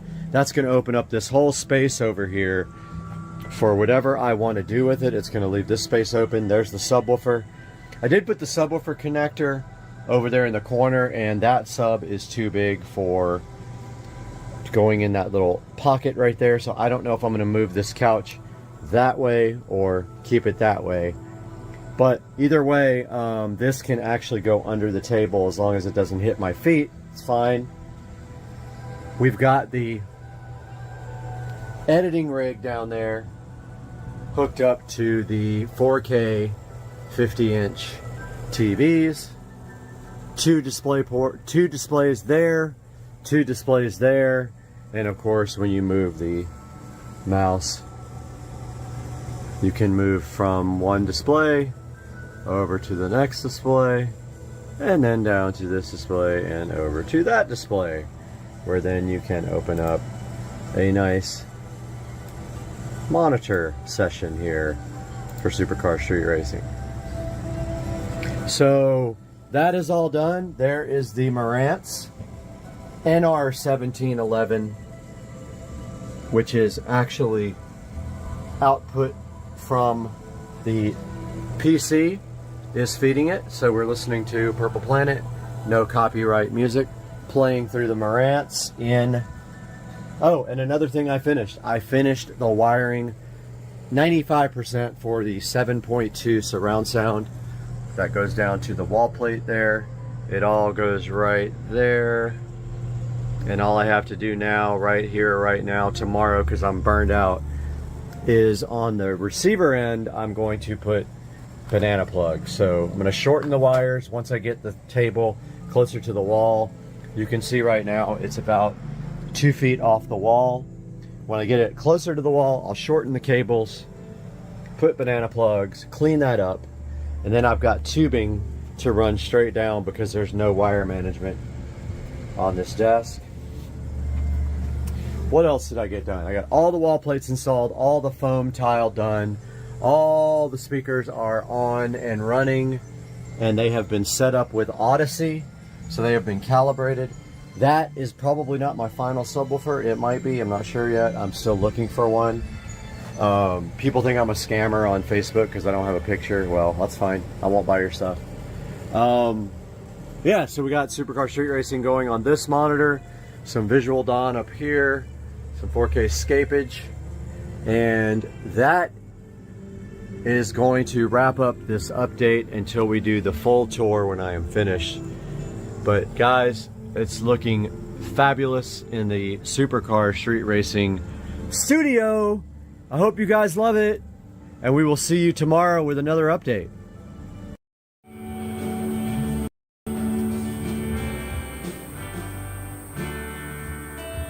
Taking a look at automation here. I'm gonna build a V12 twin turbo, try to make some horsepower.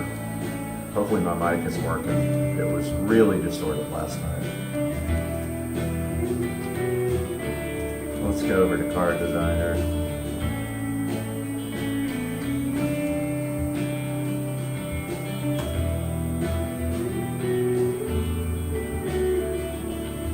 Actually, we went Engine Designer, not Car Designer. Let's do new engine family. How do you turn off this physics CPU thing? Is annoying. I think it's in my NVIDIA.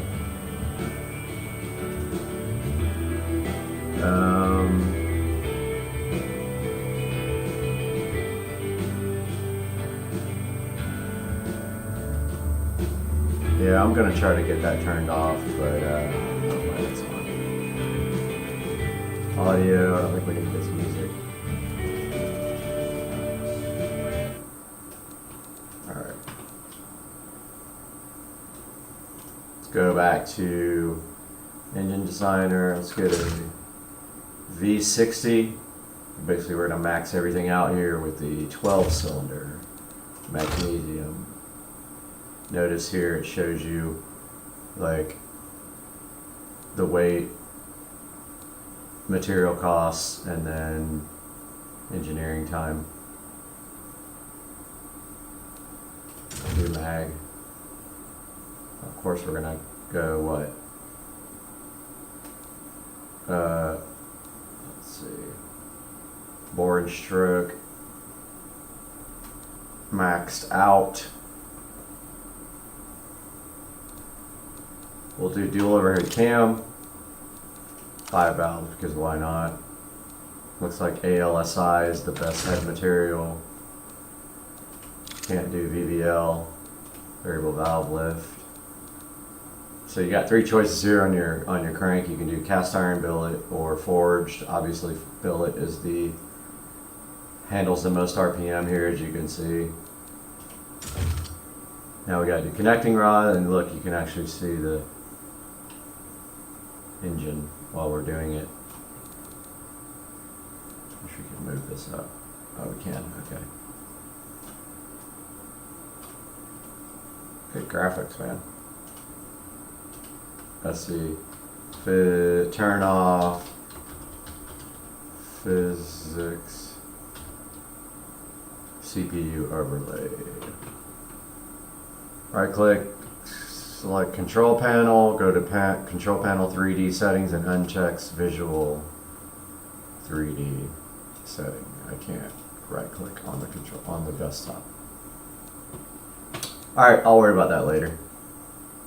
Alright, so compression, obviously we want higher compression, but low enough that when we turbocharge, we won't have any, any detonation. So let's go for like 11.5, which is a little high for a forced induction. Let's do a race cam. Can't do VVL, variable valve, but we can do variable valve timing though. All cams. Let's check the quality up, of course, because why not? Because everything's free. Oh, man, I heard something outside. I don't know what that was, guys.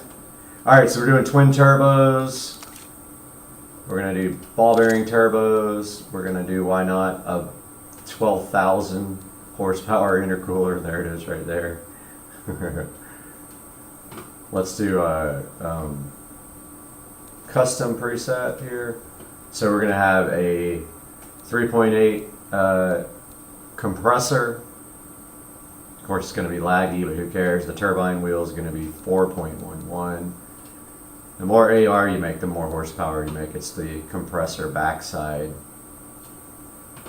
We're going to let it do all of the boost, 43 psi, and jack the quality up, and you can see the difference here.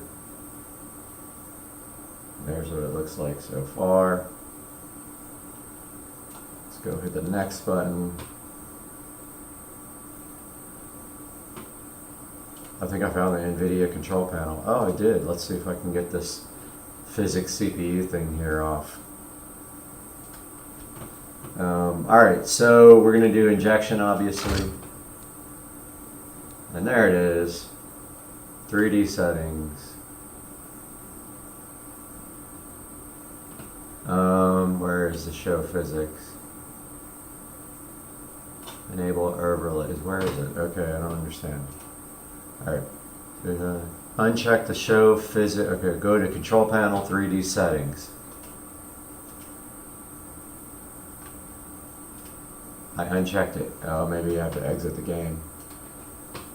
Okay, anyway, looking like we got our fuel mixture here. We want to be in the low 11s, 10.5 to 11 when you're under full boost. Hopefully the thing knows how to curve the fuel. More timing, of course, means more power. However, you can run into issues with detonation, so we're going to try advancing the timing a little bit of time. This thing doesn't like a lot of RPMs. About 7,500 is the max where you start breaking stuff. Check the quality up here. Hopefully my camera is not audio is not distorted again.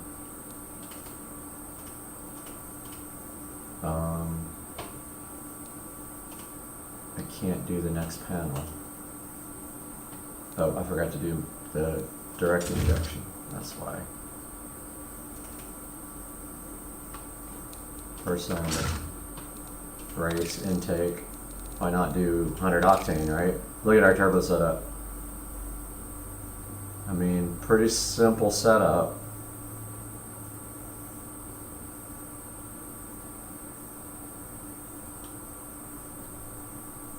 Let's go to the next page. We got to do, we're only allowed to do short cast headers. We can do dual exhausts. No valves. Let's just freaking take it up to, okay, so let's just do an 8-inch exhaust. Okay, that's freaking hilarious. No cats, no muffler, no muffler. Jack the quality up. Okay, so here is our engine. Weight's a little high. Reliability is about 48.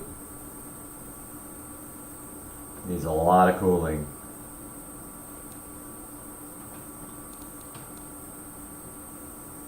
Costs $27,000 to build. And let's give her a test.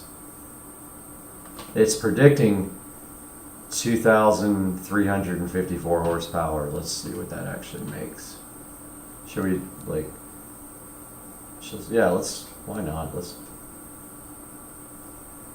mess around with the materials. Okay, so that was a valve cover.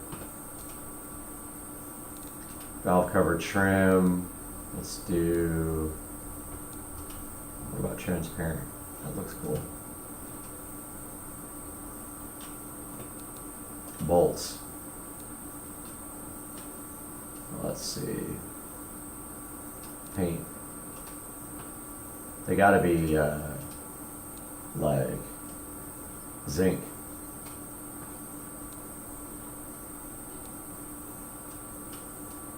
So, perfect.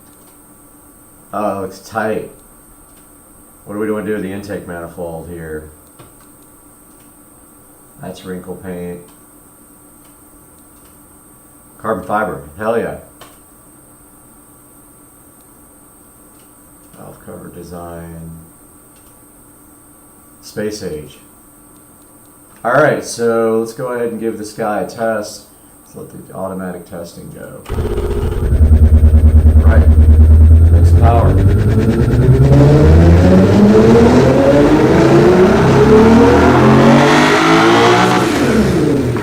So we made exactly what it thought it was going to make, 2,354. Wants us to lower the RPM, but let's try a little bit more timing. Let's advance it. It actually is predicting a little bit more power.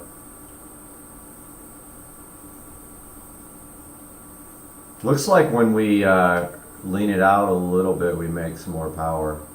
Most it wants us to make is about 20, let's see,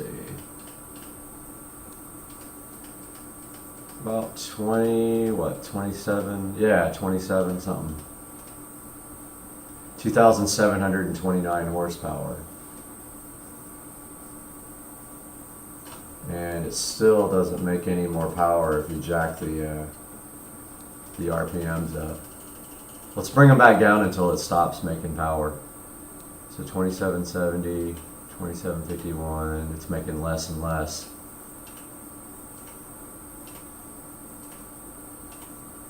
Okay, it looks like 2793 at 7,700 RPM is the jam.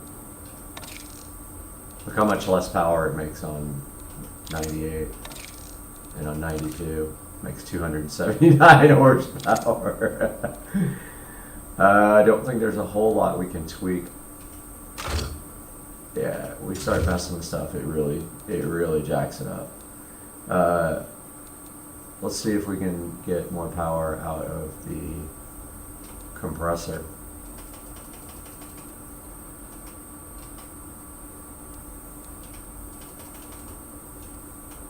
Nothing there. Yeah, it's just basically maxed out if you go full compressor. It's a bummer we can't go any more boost, you know. Let's test this guy. Still says we got RPMs. It says it's too rich, but the power is definitely there. Let's test it.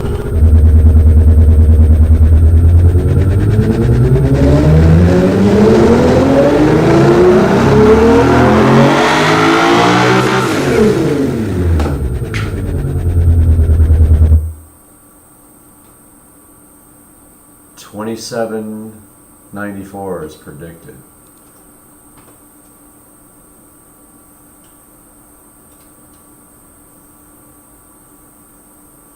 Give her a little run here. Check her out in 3D.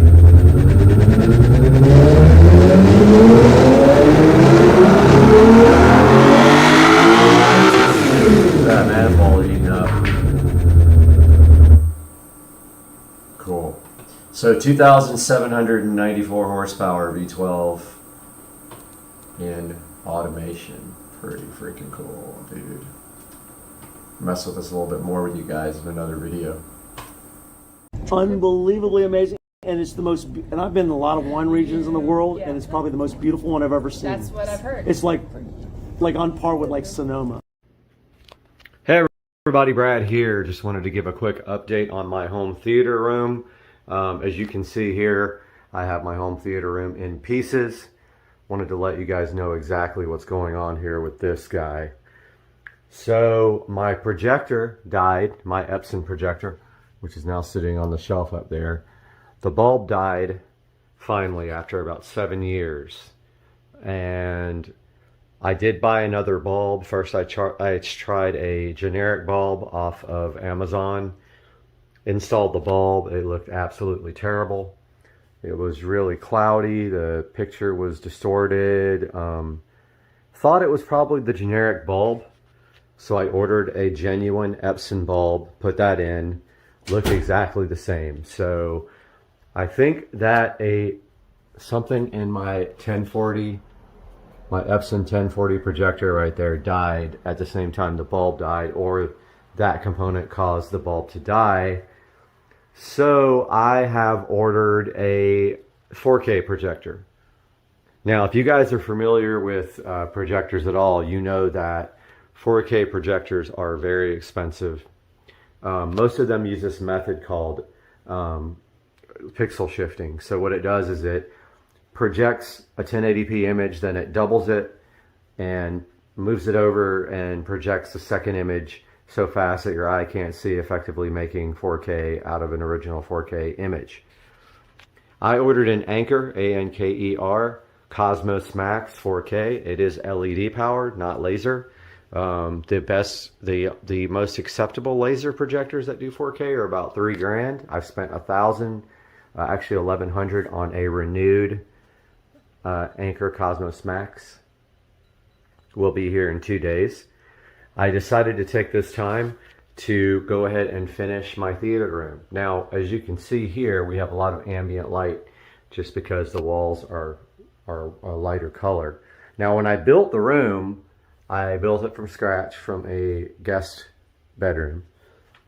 I created this wall myself. I sanded down the wall and I used Lowe's Home Cinema screen paint.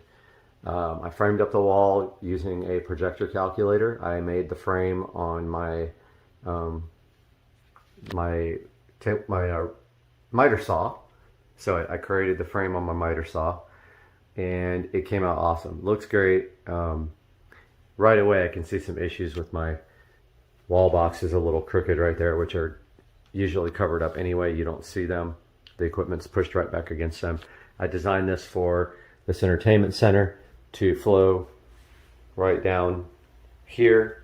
I ran power and HDMI. HDMI goes from in the wall there all the way up over to the projector shelf up there where the projector sits.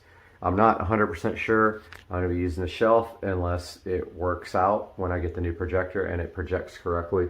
And last time I ended up just strapping it to the bottom because the Epson projector had really no way to project. I couldn't adjust the keystone good enough where it could go down enough to hit this. It was literally projecting onto the ceiling.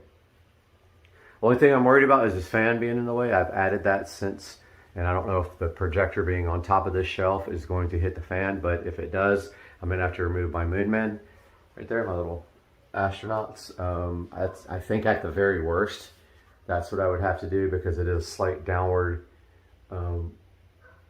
projection to get to the screen from the center of the lens up there. You can see up there I did a wall box, a double wall box with power and one of those little brush brush inserts so you can run a cord through it and bugs and stuff can't get through it. The shelf is a glass floating shelf. As you can see, I had the projector strapped to the underside there and upside down. This time I'm going to turn the Anker Cosmos Max upside down and lay it on top of the shelf because it has a LED star constellation on the bottom. You'll be able to kind of see through the frosted glass there. Now, another thing was my other projector was quite a bit brighter. It has a standard 200 watt bulb. This Epson Home Cinema 1040 right there. The new one is LED. It's quite a bit dimmer, maybe half the brightness. Now I ran this projector up here on eco mode the whole entire time I had it because it was so bright. You could actually have the window open here and still easily project on the screen and see the picture. The new projector, LED, going to be less bright, so I'm making strides to get this room brightness down quite a bit. First thing is the whole entire room is going to be that color. So it's all going to be that dark shade of green. I forgot what the name of it is. It's a dark, like brownish green. I'm going to do the ceiling as well. So I need to take this vent out. I need to remove my rear surround speakers there and get this room prepped and go ahead and paint the whole entire room. Now, if the shelf doesn't work or I have to lower it, then that's going to be a little bit of work, but I think I can manage to figure that out. I'm going to leave my shelf here that has my artwork on it. It's just all movies and TV stuff that sits on that shelf. It's been there forever, even before this was a home theater room. So I want to show you guys this hilarious mistake I made when I first put the surround speakers in. It's so visible up there where you can see where I cut the hole, and I was right on top of a stud and I had to move it and fill the hole. Unfortunately, you can totally see what I did there. It's not noticeable unless you really look. But yeah, so I am waiting for my projector to get here Wednesday. Meanwhile, I've got work to do in this room. I already have everything taped off. These closet doors are going to be permanently removed. They are going to be curtains here.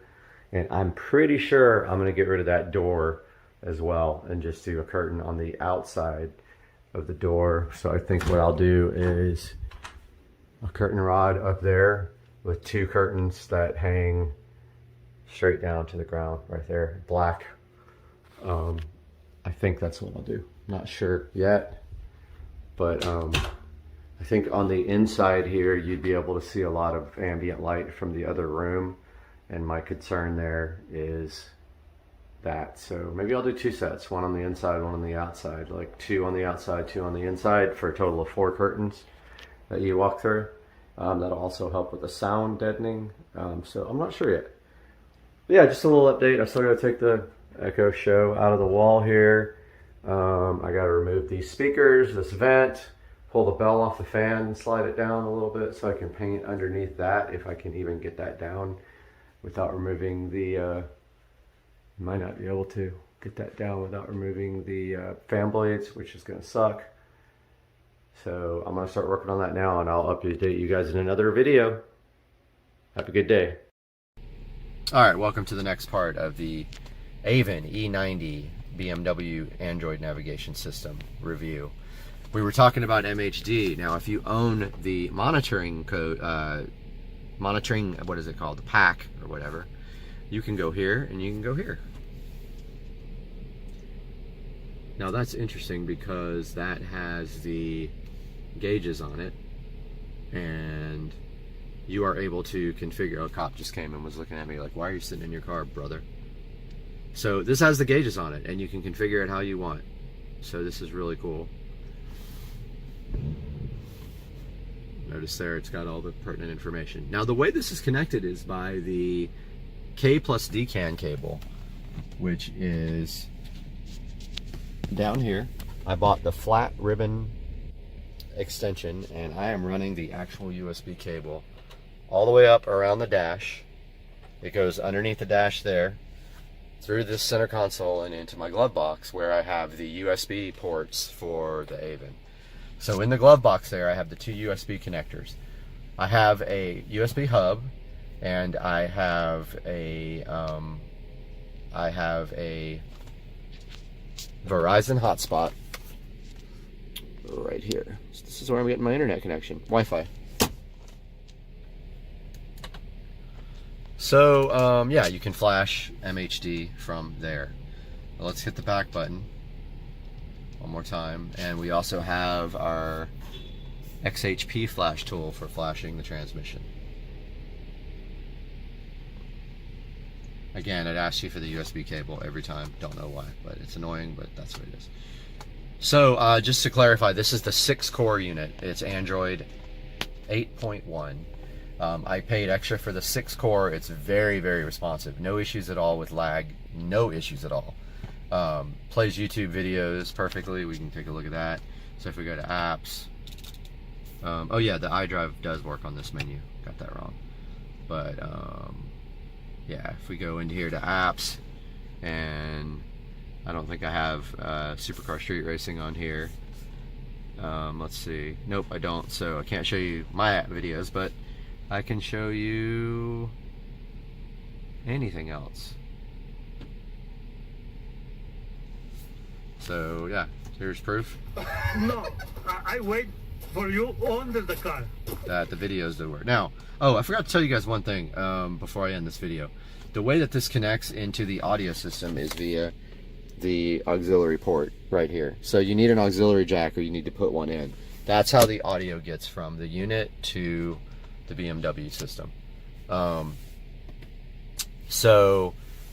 It automatically switches the BMW unit to auxiliary when you turn on the car. You don't have to worry about that, so it's awesome. It does that for you. But yeah, USBs are 2 USB cables in the glove box, and this is the, oh, let's talk about their tech support, which is not very responsive. I've gone a week without an answer, so don't expect tech support to help you. They also have not addressed the problem with it booting to either BMW or the Avon. You can expect a week or more without an answer, so tech support is almost non-existent. So that, if you can deal with the installation hassles and the no tech support, then you will be fine with this thing, and it's awesome. If you have any questions or comments, leave them down below, and thanks for watching.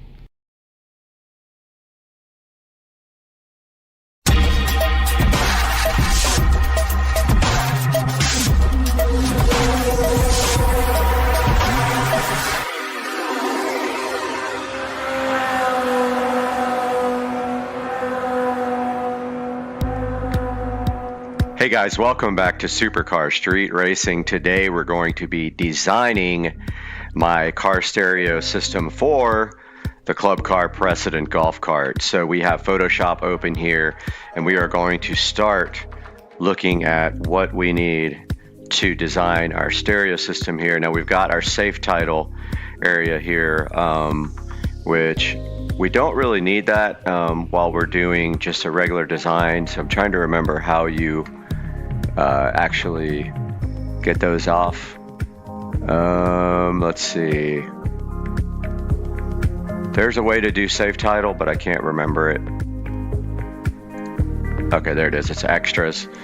So the first thing we need is a speaker for a PNG file. So there's a transparent, and what we're going to do is go here and look for our actual order, and here's our Infinity Kappa, and I went ahead and downloaded this picture on white. So when I open Photoshop here and I go to my downloads folder, this is the picture here. Let's see, did I download it? Yes, I did. Let's see if it didn't auto refresh. Let's see if we refresh. Okay, there's the actual speaker. So being that this is on white, it's not a PNG file, so it's not transparent. Let's delete the background here and make this into a PNG. So let's delete that layer. Now we have no background, but you see we're still on a white canvas here, but we want to remove that. So what you do is you go to select color range, and actually this is pretty easy just to do a circle and select it, but color range works pretty good unless you have whites inside the actual picture. But let's see. And when you do that, it shows you what it's going to cut out here. Now you want to do an select inverse, so it cuts out everything on the outside. So we go select inverse, and then we do edit copy, and then we do file new, because we're going to actually make a new picture for our background for our whole design here. So file new. I'm going to make it 10. No, wrong size. I'm going to make it HDTV. So file, dang it, file new, and HDTV is right here, and paste Okay, it didn't do very well at the copy and paste, so I'm going to go back to our picture. I'm going to undo this first. So we didn't get a good cut out here. I'm going to just cut it out with a circle. So let's deselect everything. Change our marquee tool here to a circle. And just cut it out like that. Doesn't have to be perfect. We just want the whole speaker in there, and then we can move it a little bit once we get it kind of where we want it. We hit Control C, come back to our canvas here, hit Control V, and then we can edit, transform, and we can do a scale. And we can do the golf cart over here. So let's call this the golf cart dash. And we're going to put that there on the left side. And now see, we got that layer. We can right click this and duplicate that layer. And then we have a second one. Oh, over here we have to define our new layer. Now we have a second one laying on top of that one. Let's just take our tool there and move it to the side. Now it's snapping into place because we have snap selected. So it's snapping on the place right where the same plane where this guy is. So there's our front speakers. And let's go to our text tool and type in what these guys are. And let's find some different text first from Text Studio. Let's just find some simple text. This looks kind of cool. So let's get our text here. Let's go infinity. If I could type infinity 6.5 two-way. Remove the background on Text Studio and then just download it. This will be a PNG, so it will be transparent. And we can show it in the folder there. It's on the other screen, but if we drag it over here, now we have our infinity 6.5 two-ways there. We can label that however we want. That's going to be our fronts. Those sit in the carbon fiber dash. So then of course we need our subwoofer. Now let's go back to our orders here at Amazon. And we will find the actual sub. And it is here, the Scar Audio.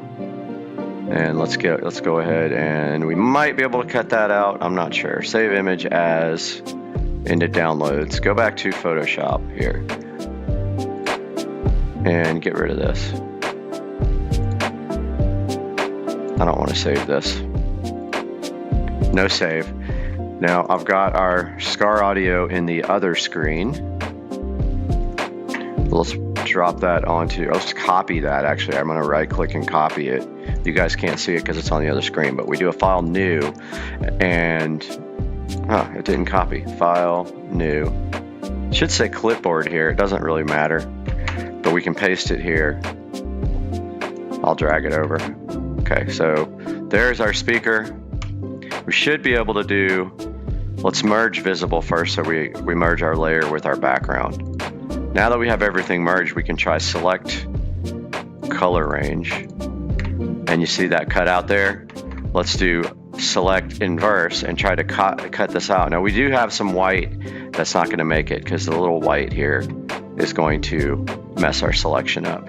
So we copy that, Control C, go back to our other one, and we have our, now it doesn't matter about the white because the background's white, but now we can transform this and scale it, and we can put our Scar Audio back in the rear of the golf cart. And what we're going to do now is go back to our text tool, and we're going to see what this is actually. So Scar Audio SDR12. Okay, let's take that over to Text Studio. Go to text, paste that in, and let's put the SDR12 on the second line. Download that with PNG. Maximum quality you can do is medium if you don't sign up for the account. Now I've got it on the other screen. Let's go ahead and put that there. So there's our Scar Audio SDR12, which is going to be in the back of the golf cart, the rear of the golf cart, in an enclosure that I bought specifically that fits in underneath the passenger footwell where there's plenty of space here. And now we need our amplifier. I've already downloaded it. We're done with this because we can close that. We don't want to save it. Let's go to our amplifier over here. So let's do File New again. Make a big, nice new space. Drag our amp over. And we can actually place it a little lower, like that. And maybe actually just cut it out because we don't need all that other stuff. It's going to be hard to cut like that. Yeah, I don't want to bother with it. Select, deselect, select color range. And there's our color range already ready to go. Now we select inverse. And what that does is cuts out everything on the outside of the selection. Then we copy it, edit copier with Control C. Come over to our drawing here, paste our amplifier and all the accessories, and do edit, transforms, scale. If you do scale, it doesn't change the aspect ratio, it just changes the size without changing the aspect ratio. So here's our 5-channel amplifier. And we are going to go ahead and place it right there. Now we have to get some text for this to define what it is. So this is a, where is it? Okay. I have it somewhere already up. Yeah, well, Rockville 5-channel. And it is the Phenom. And, sorry, I did that completely wrong. Yeah, there we go. Rockville RXH F5. Take that into Tech Studio here. And that is perfect. And let's just drop this on the second line. Download that. Make sure you are in medium quality and click download. And I have that on the other screen. And let's pull that over here and shrink that down. And there is our Rockville amp. Now we are doing the epicenter as well. The fake epicenter, which works just as good as all the other ones. I removed it from the home audio system, and we need to find that on our orders here from a little bit ago. Let's see if we can find it on here. It is the Blaupunk EPX 1600, and there is the picture. Save image as. We'll save that to downloads. We will go back to Photoshop here. Kill this out. Don't save it. File new again. And pull our epicenter over our Blaupunk EP1600X. Drop that in. Select color range. Click OK. Select inverse. Copy, edit copy. Go back to our drawing, paste that in. There's our Blaupunk EP1600X. And we need to take that into get the title type. Blaupunk EP1600X. Take us into our Tech Studio. Drop that on the second line. Download that with a PNG file. And on the other screen, we have our downloads folder open. And at any time, you can move this stuff around by clicking the layer over here. So there's our EP1600X. One more thing we got to get. We are getting a Galaxy Tab A7 Lite. Let's get that picture and save that into downloads.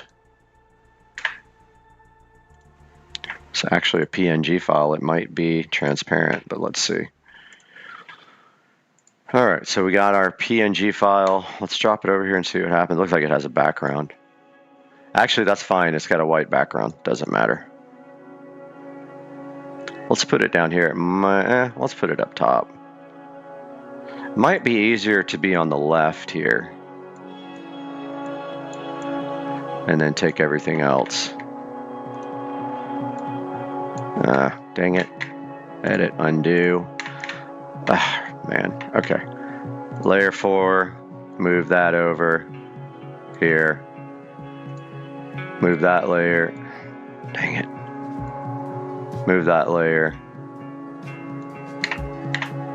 Move the Rockville. Move the Rockville text. And take our tablet and drop it over here. Since it's on white, it just blends right in. And this is what we are ordering. I gotta go get the name. It's just a Galaxy Tab A7 Lite.